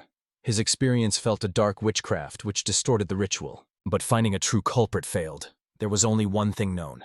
Evil came from man. The immortal, as always, spoke puzzles as if they were mocking when they thought it was not their problem. Their arrogant indifference annoyed. Whether in the place of the hero someone is weaker, he would have grabbed one of these high-dimensional creatures by the throat, demanding an answer. The attendees began to build assaults about the offender's person. The master thought, the last clashes with someone else's magic were a long time ago. But in that darkness there was an almost invisible fatal trap. Suddenly, the student remembered the threats of the enemy, who forbade to monitor his dark rituals. Awareness hit as if lightning is a fee for his curiosity. The square himself confessed to the mentor in his guilt. He overestimated his strength, gave pride to obscure the mind, and forgot that even simple spells needed check. But the master just laughed, shaking his head. Self-indulgence was superfluous. Everyone in his place would do the same. Everyone makes mistakes. He advised not to get hung up. Otherwise, it would only realize the dark prophecies of the enemy. Looking at the extinct wand, the old man suddenly understood many things. The problems seemed to disappear themselves, but the distortion of time became even more expressive. At this time, the protagonist decided to start intense training immediately. He sought to regain the lost strength. Feeling that the young man needed energy, he ordered a generous meal. Especially a lot of meat is to restore the exhausted body. The events moved into deep thickets of bamboo forest. The creature with the appearance of humanoid fish explained the three. Tone fox. Their leader refuses to meet with those who are associated with it. The fox was angry. Sarcastically through that, apparently the ambassador forgot to shake water from his ears.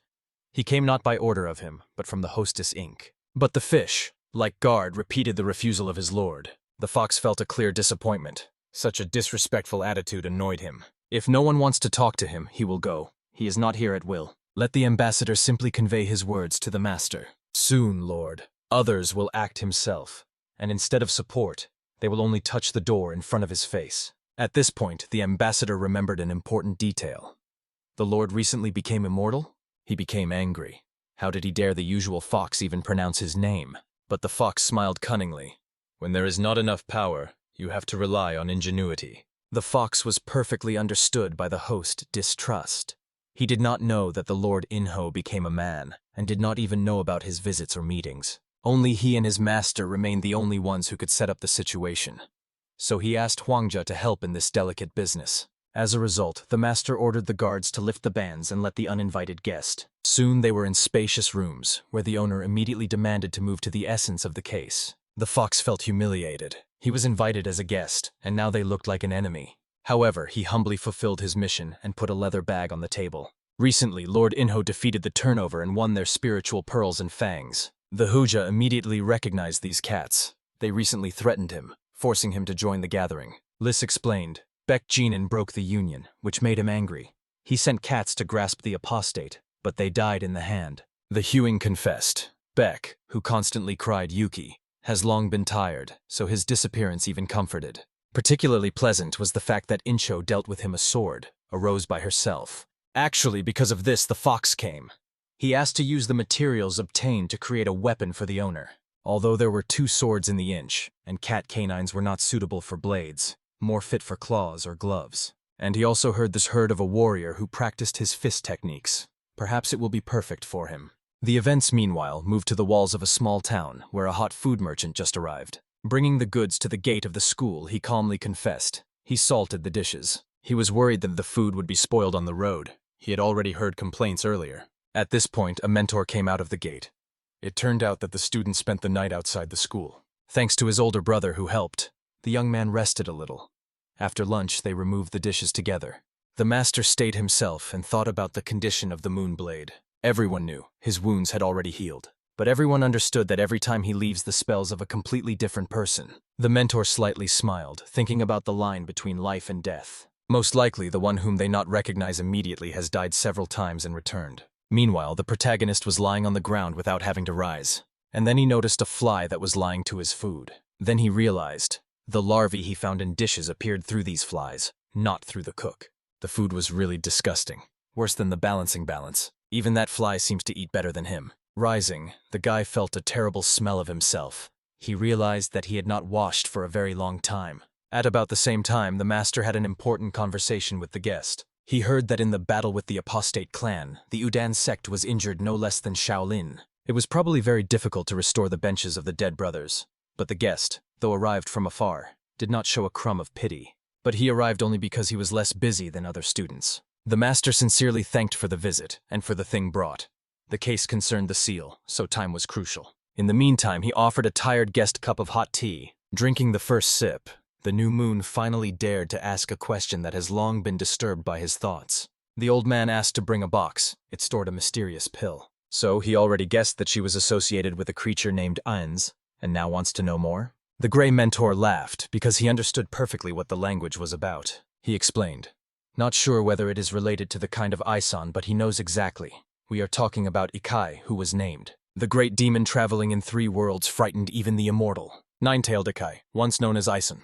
The fox was shocked. Even the name remained unchanged. He sincerely thanked the master, because he finally received the answer that he sought for so long. And I realized the Moonblade is an Yin-ho. At the same time, the main character completed his meditation. The 3-century fox returned to his companion, who frankly believed that he was only kicking. But Lysina was dissatisfied. He serves the eyes and ears of his leader, not walking out of work. The wolf looked extremely annoyed. The immortal combed the whole region, checked every stone, but somehow the fox went unnoticed. In addition, this time it smelled of iron and alcohol. Last time, Chone and Sinano, as if he hid the human smell. But Lys calmly pair, if he in visors.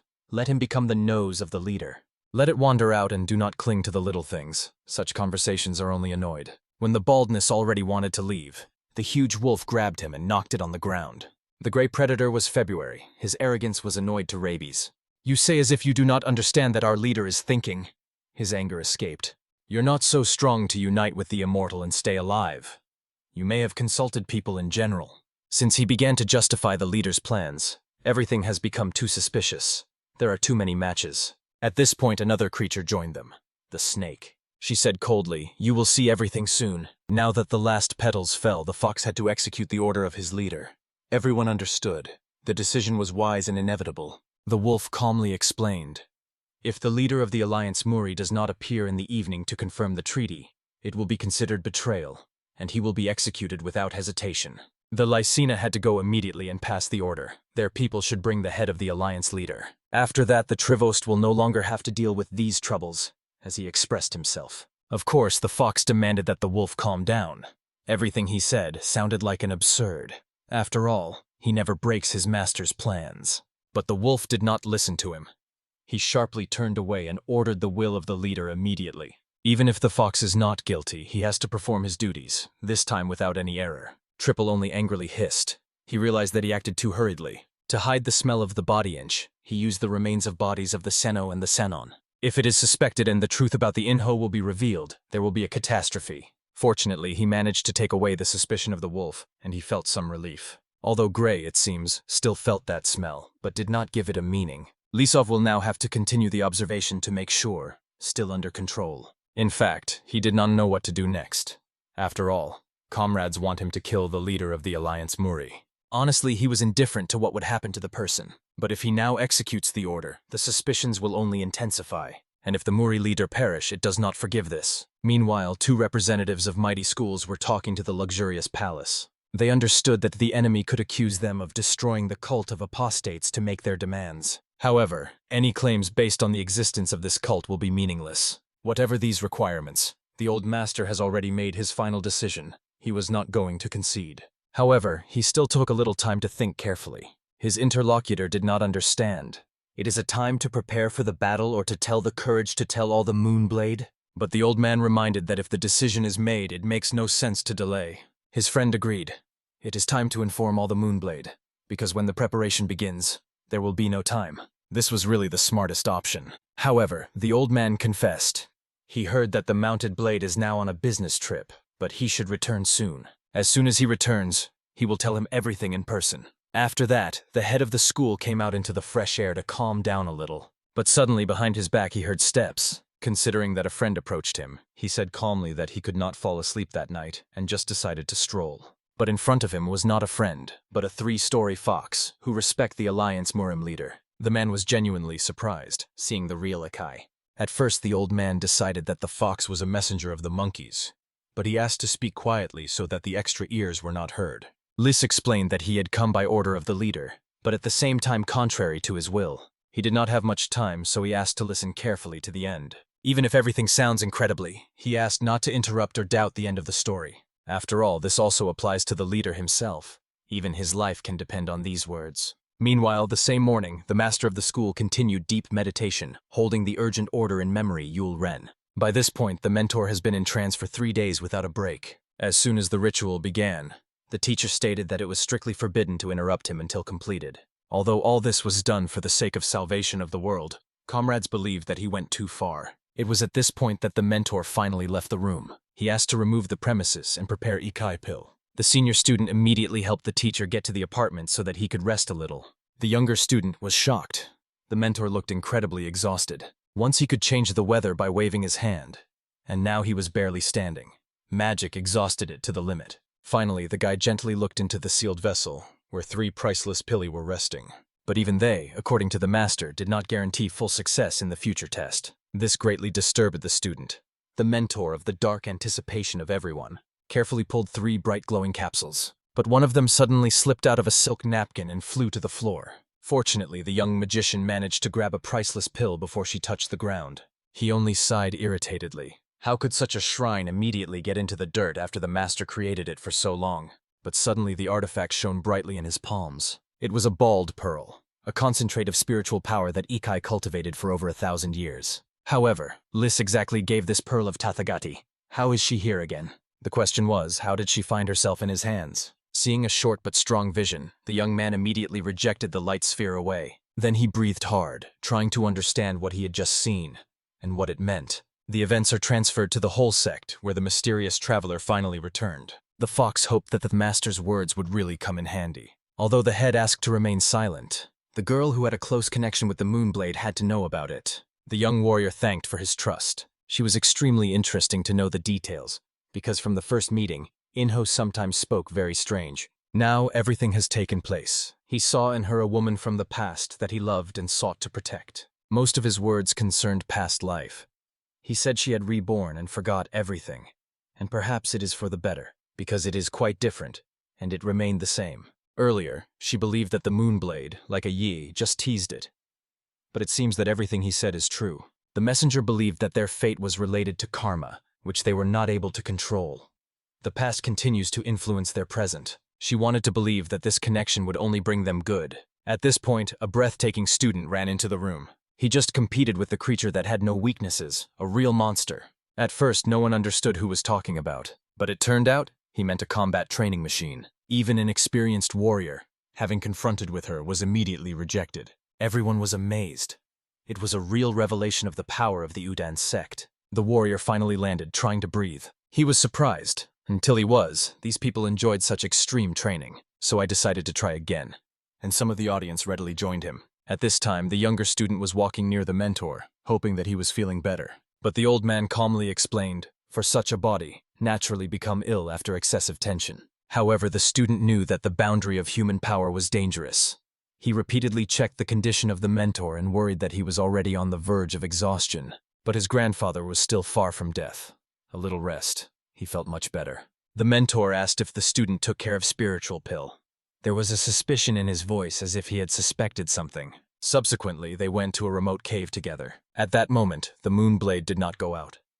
The duty has already changed, and there were no news from it for more than 2 hours.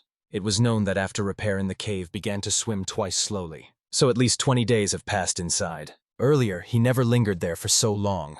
The food was spoiled quickly, and the hero was always careful. Everyone was alarmed, but they could not do anything. The warrior forbade to go, though curiosity and tortured everyone. At this point, the mentor recalled an excerpt from the treatises of Master Dharma. When you reach a certain level of enlightenment, the feeling of hunger disappears. Even a few days without food do not cause discomfort. The body is in a state of complete equilibrium. The student immediately understood the hint. The Moonblade achieved such enlightenment, and it was at this moment that the cave door slowly opened. Seeing the face of the warrior, the master became convinced. His assumptions were confirmed. The Moonblade has reached the border between life and death. Having come out after a long solitude, he immediately went to order himself. The old man with joy noticed that the hero had changed. He used to resemble a wild beast, and now became like a real man. For him, the same spiritual pill of Akai was prepared. But the student reminded that the master almost died, creating these artifacts specifically for the hero. The Moonblade has sincerely appreciated their efforts, although doubts still tapped his soul. He decided to check, and is he really able to use this power safely? The master explained that the question is not whether he can use it, but in the fact that he temporarily draws the force he had in the past. The mentor believed that the hero would be prudent, but this power is the former part of his essence. Stoyati pred spokusuyu budavashko. If he begins to grasp and cannot let go, then he risks turning into a bloodthirsty Ekai. The Moonblade realized that when the energy of the pill is gone, you cannot try to keep it. Він пообіцяв пам'ятати про це, дивлячись на мішечок з артефактами. He was already going to go, as suddenly he was stopped by his younger brother. He jokingly said that the end of the world has not yet come, so there is nowhere to hurry. And the boy wanted to ask a few questions of the Moonblade. Perhaps in the past he also had a spiritual core when he was a lot. And the young man was right. Lysenyatkov bead was named because of this artifact. But he worried that the beads had long been destroyed. She probably disappeared with Ikai's body. However, when thought, the Moonblade understood. The main question has not yet been heard. Namely, is it likely that Busina is not destroyed? The hero knew perfectly. If it really was, Tathagata would have to know about it better. After all, it was he who once gave his fox bead. But instead of answering, the mounted blade suggested that the boy find a way to meet this creature. And he warned, if there are rumors about the new appearance of the Ekai, do not be frightened. Probably they just hide from him. Having played the hero with his eyes, the young man wondered, why should a thing like Busina be in Tathagat? Meanwhile, an unknown traveler appears in the mountain caves. In a narrow split, the guy found a cube with handles and a fox image. He then approached the massive gates, near which a giant beast was dozing. The monster immediately woke up, noticing a living man, a young stranger. The guy remembered how he recently trampled him as if he were a pathetic dog. But now the monster lay powerless, exhausted. Anger only intensified. How could the so-called King of Ekaev bring himself to such a state because of his own impatience? But instead of repentance, the beast roared, demanding human flesh for reinforcement. The guy had no desire to fulfill this requirement. On the contrary, he dreamed to break the monster's skull. But even this would not be enough to quench his rage. And yet he gave him meat, just because he did not want to waste the efforts put in this monster. He did not even hope that he would handle. Eke himself did not understand since the boy became so arrogant. Due to the change of appearance, he rapped? But he recalled. He looked after the monster because of fear. Now he had only half a month, and during this time the beast had to recover and destroy the seal. The monster was surprised. The owner is alive and healthy but still worried because of the immortal. Why hurry? But a stranger is used to acting, even if it leads to fatigue. Especially given the Ekai and the world of demons who still consider a monkey their king. In addition, the gorilla has been suspicious lately, and the martial arts master suddenly appeared in different places. The monkey calmly noted, Dorima shamans have always been a lamp, but hardly pose a real threat, like the master himself. It was expected that the alliance leader would soon fall. His death will cause chaos among the followers and get well about them. But it was not about the leader. The owner remembered the one who destroyed his previous body, the Moonblade. Somewhere at the same time, the hero himself held Akai's pill. Unfortunately, its action will last no more than 2 hours. But despite the restriction, he wanted to check how powerful this demonic force became. The way out was one, to swallow the pill and to see the consequences. But after the sip, nothing happened. The hero decided to wait. It may take time. When the minutes passed and the result was not, he suspected that the old man just cheated him. But suddenly his ears and tail grew, and the body rose uncontrollably into the air. Without any warning, he flew to the sky. His current form of Ekai looked even more shocking than when he first saw himself in the human body. But it didn't matter. There was a mission ahead of the mission. First of all, the warrior decided to experience a new force. The soot of his hand was shaking the mountain in half. It was the power of Ekai, which he once lost. And now it became clear why the old man warned him. Realizing that he could use the former power again, he did not want to lose it for the second time. Even the idea flashed, how to become a Yaki again? An incredible feeling of omnipotent destruction drank it could destroy anything with one disturbance. But if it returns to the demonic body, only the throne and lonely reflections on the past will remain. Now he is a young master, with his family, a beloved woman and loyal brothers. He has what is worth protecting. In other words, he is a man. Before he and his people have time to act, the hero decided to temporarily take advantage of Ikei's power to find and punish the scoundrels. Meanwhile, events are transferred to the walls of the Alliance Myr. The servants saw, even today the leader did not find rest in a dream. They felt something worried his mind, so they decided to learn more. Then the head calmly informed that no one should come to his rooms to further orders. He also wrote a secret letter, which was to be handed over to the head of the clan. But he strictly ordered no intermediaries, only personally. At this time, the little fox already knew. In 2 days he would complete the case, and then will come behind the head of the alliance leader. The three-headed reminded the subordinates. The failure will mean the end, and survival. Only the chance to quench hunger. The secret letter still reached the addressee. The assistant noticed on his face anxiety and tried to find out what was in the message. However, in response he heard silence. The order was not to disclose the content before the events of the events. The head of the alliance forbade to talk about it until everything happens. The servant did not know whether the alarming events were related to the letter, but recently the leader suffered from insomnia and did not recognize anyone. At this point, several Ekaev raced through the forest, feeling strange, alarming energy. At first it seemed like a fox, but the source moved too quickly, so they could not determine who it was. Although they did not understand who they were dealing with, their duty was to stop it. Suddenly, one of them struck a powerful lightning discharge. The one they did not notice was the main character himself. Smiling, he pressed Akai to the ground and demanded to say where he hid. Soon the action of the Pilus ended. When the force disappeared, the body filled unbearable fatigue. This happened because the body was forced to use another's spiritual energy that did not fit it. If he did not find himself on the verge of life and death, then he would be unconscious even before the pill, or at all could not release force, becoming a bloody yokai.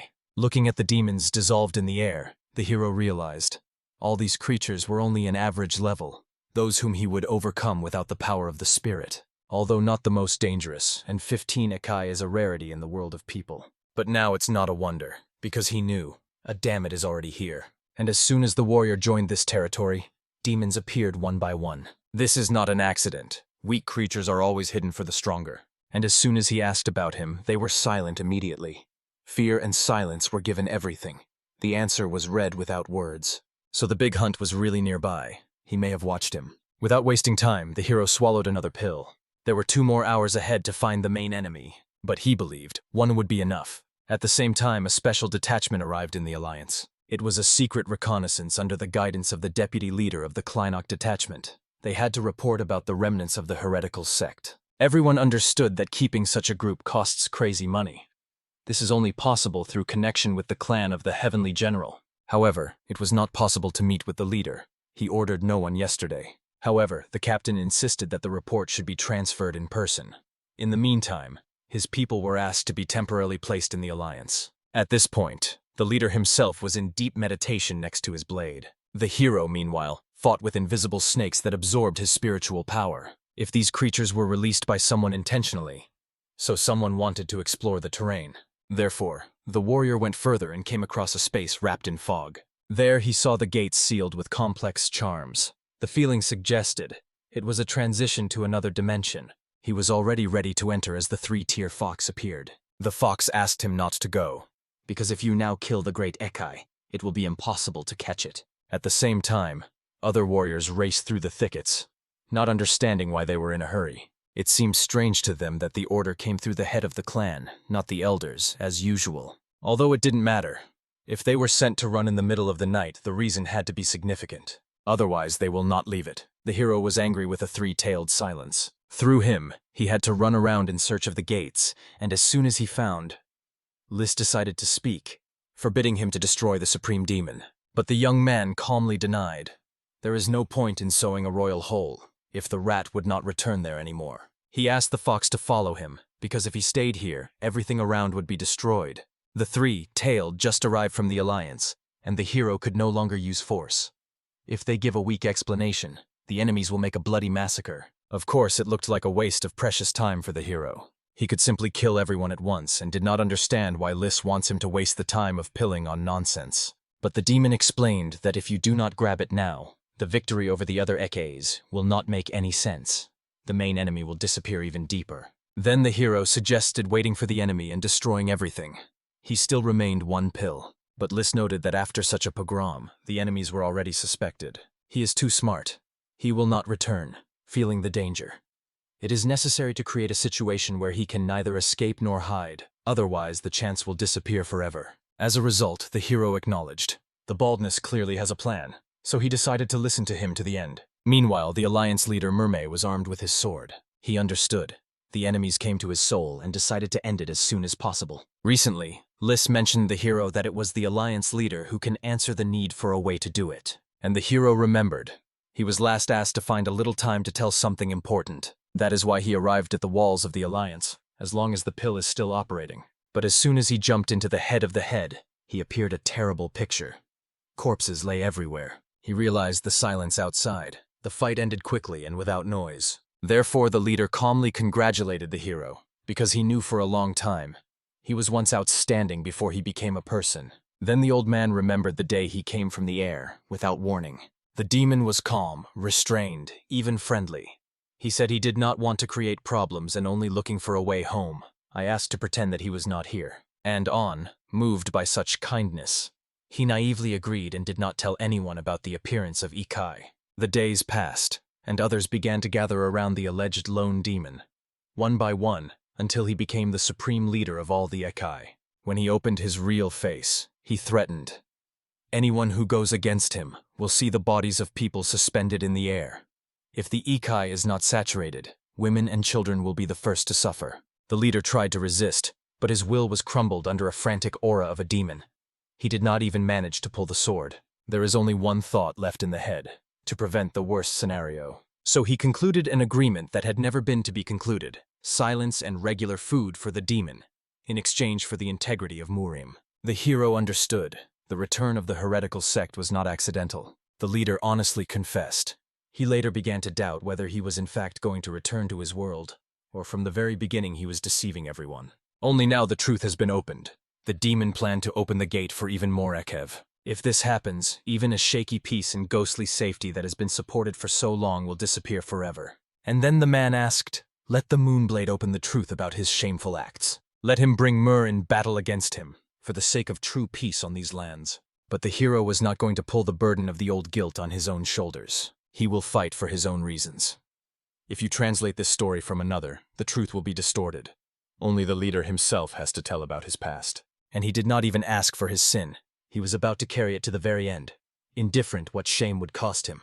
After all, who was about to leave this world? Shame no longer burdened the heart. After these words, the old man exhaled the last time. It was then that the three tolerated fox appeared and explained that he always said that the Alliance leader would be his greatest obstacle. Therefore, using the destruction of the sect as a cover, he ordered his supporters to kill the head of Murim. But the hero knew well.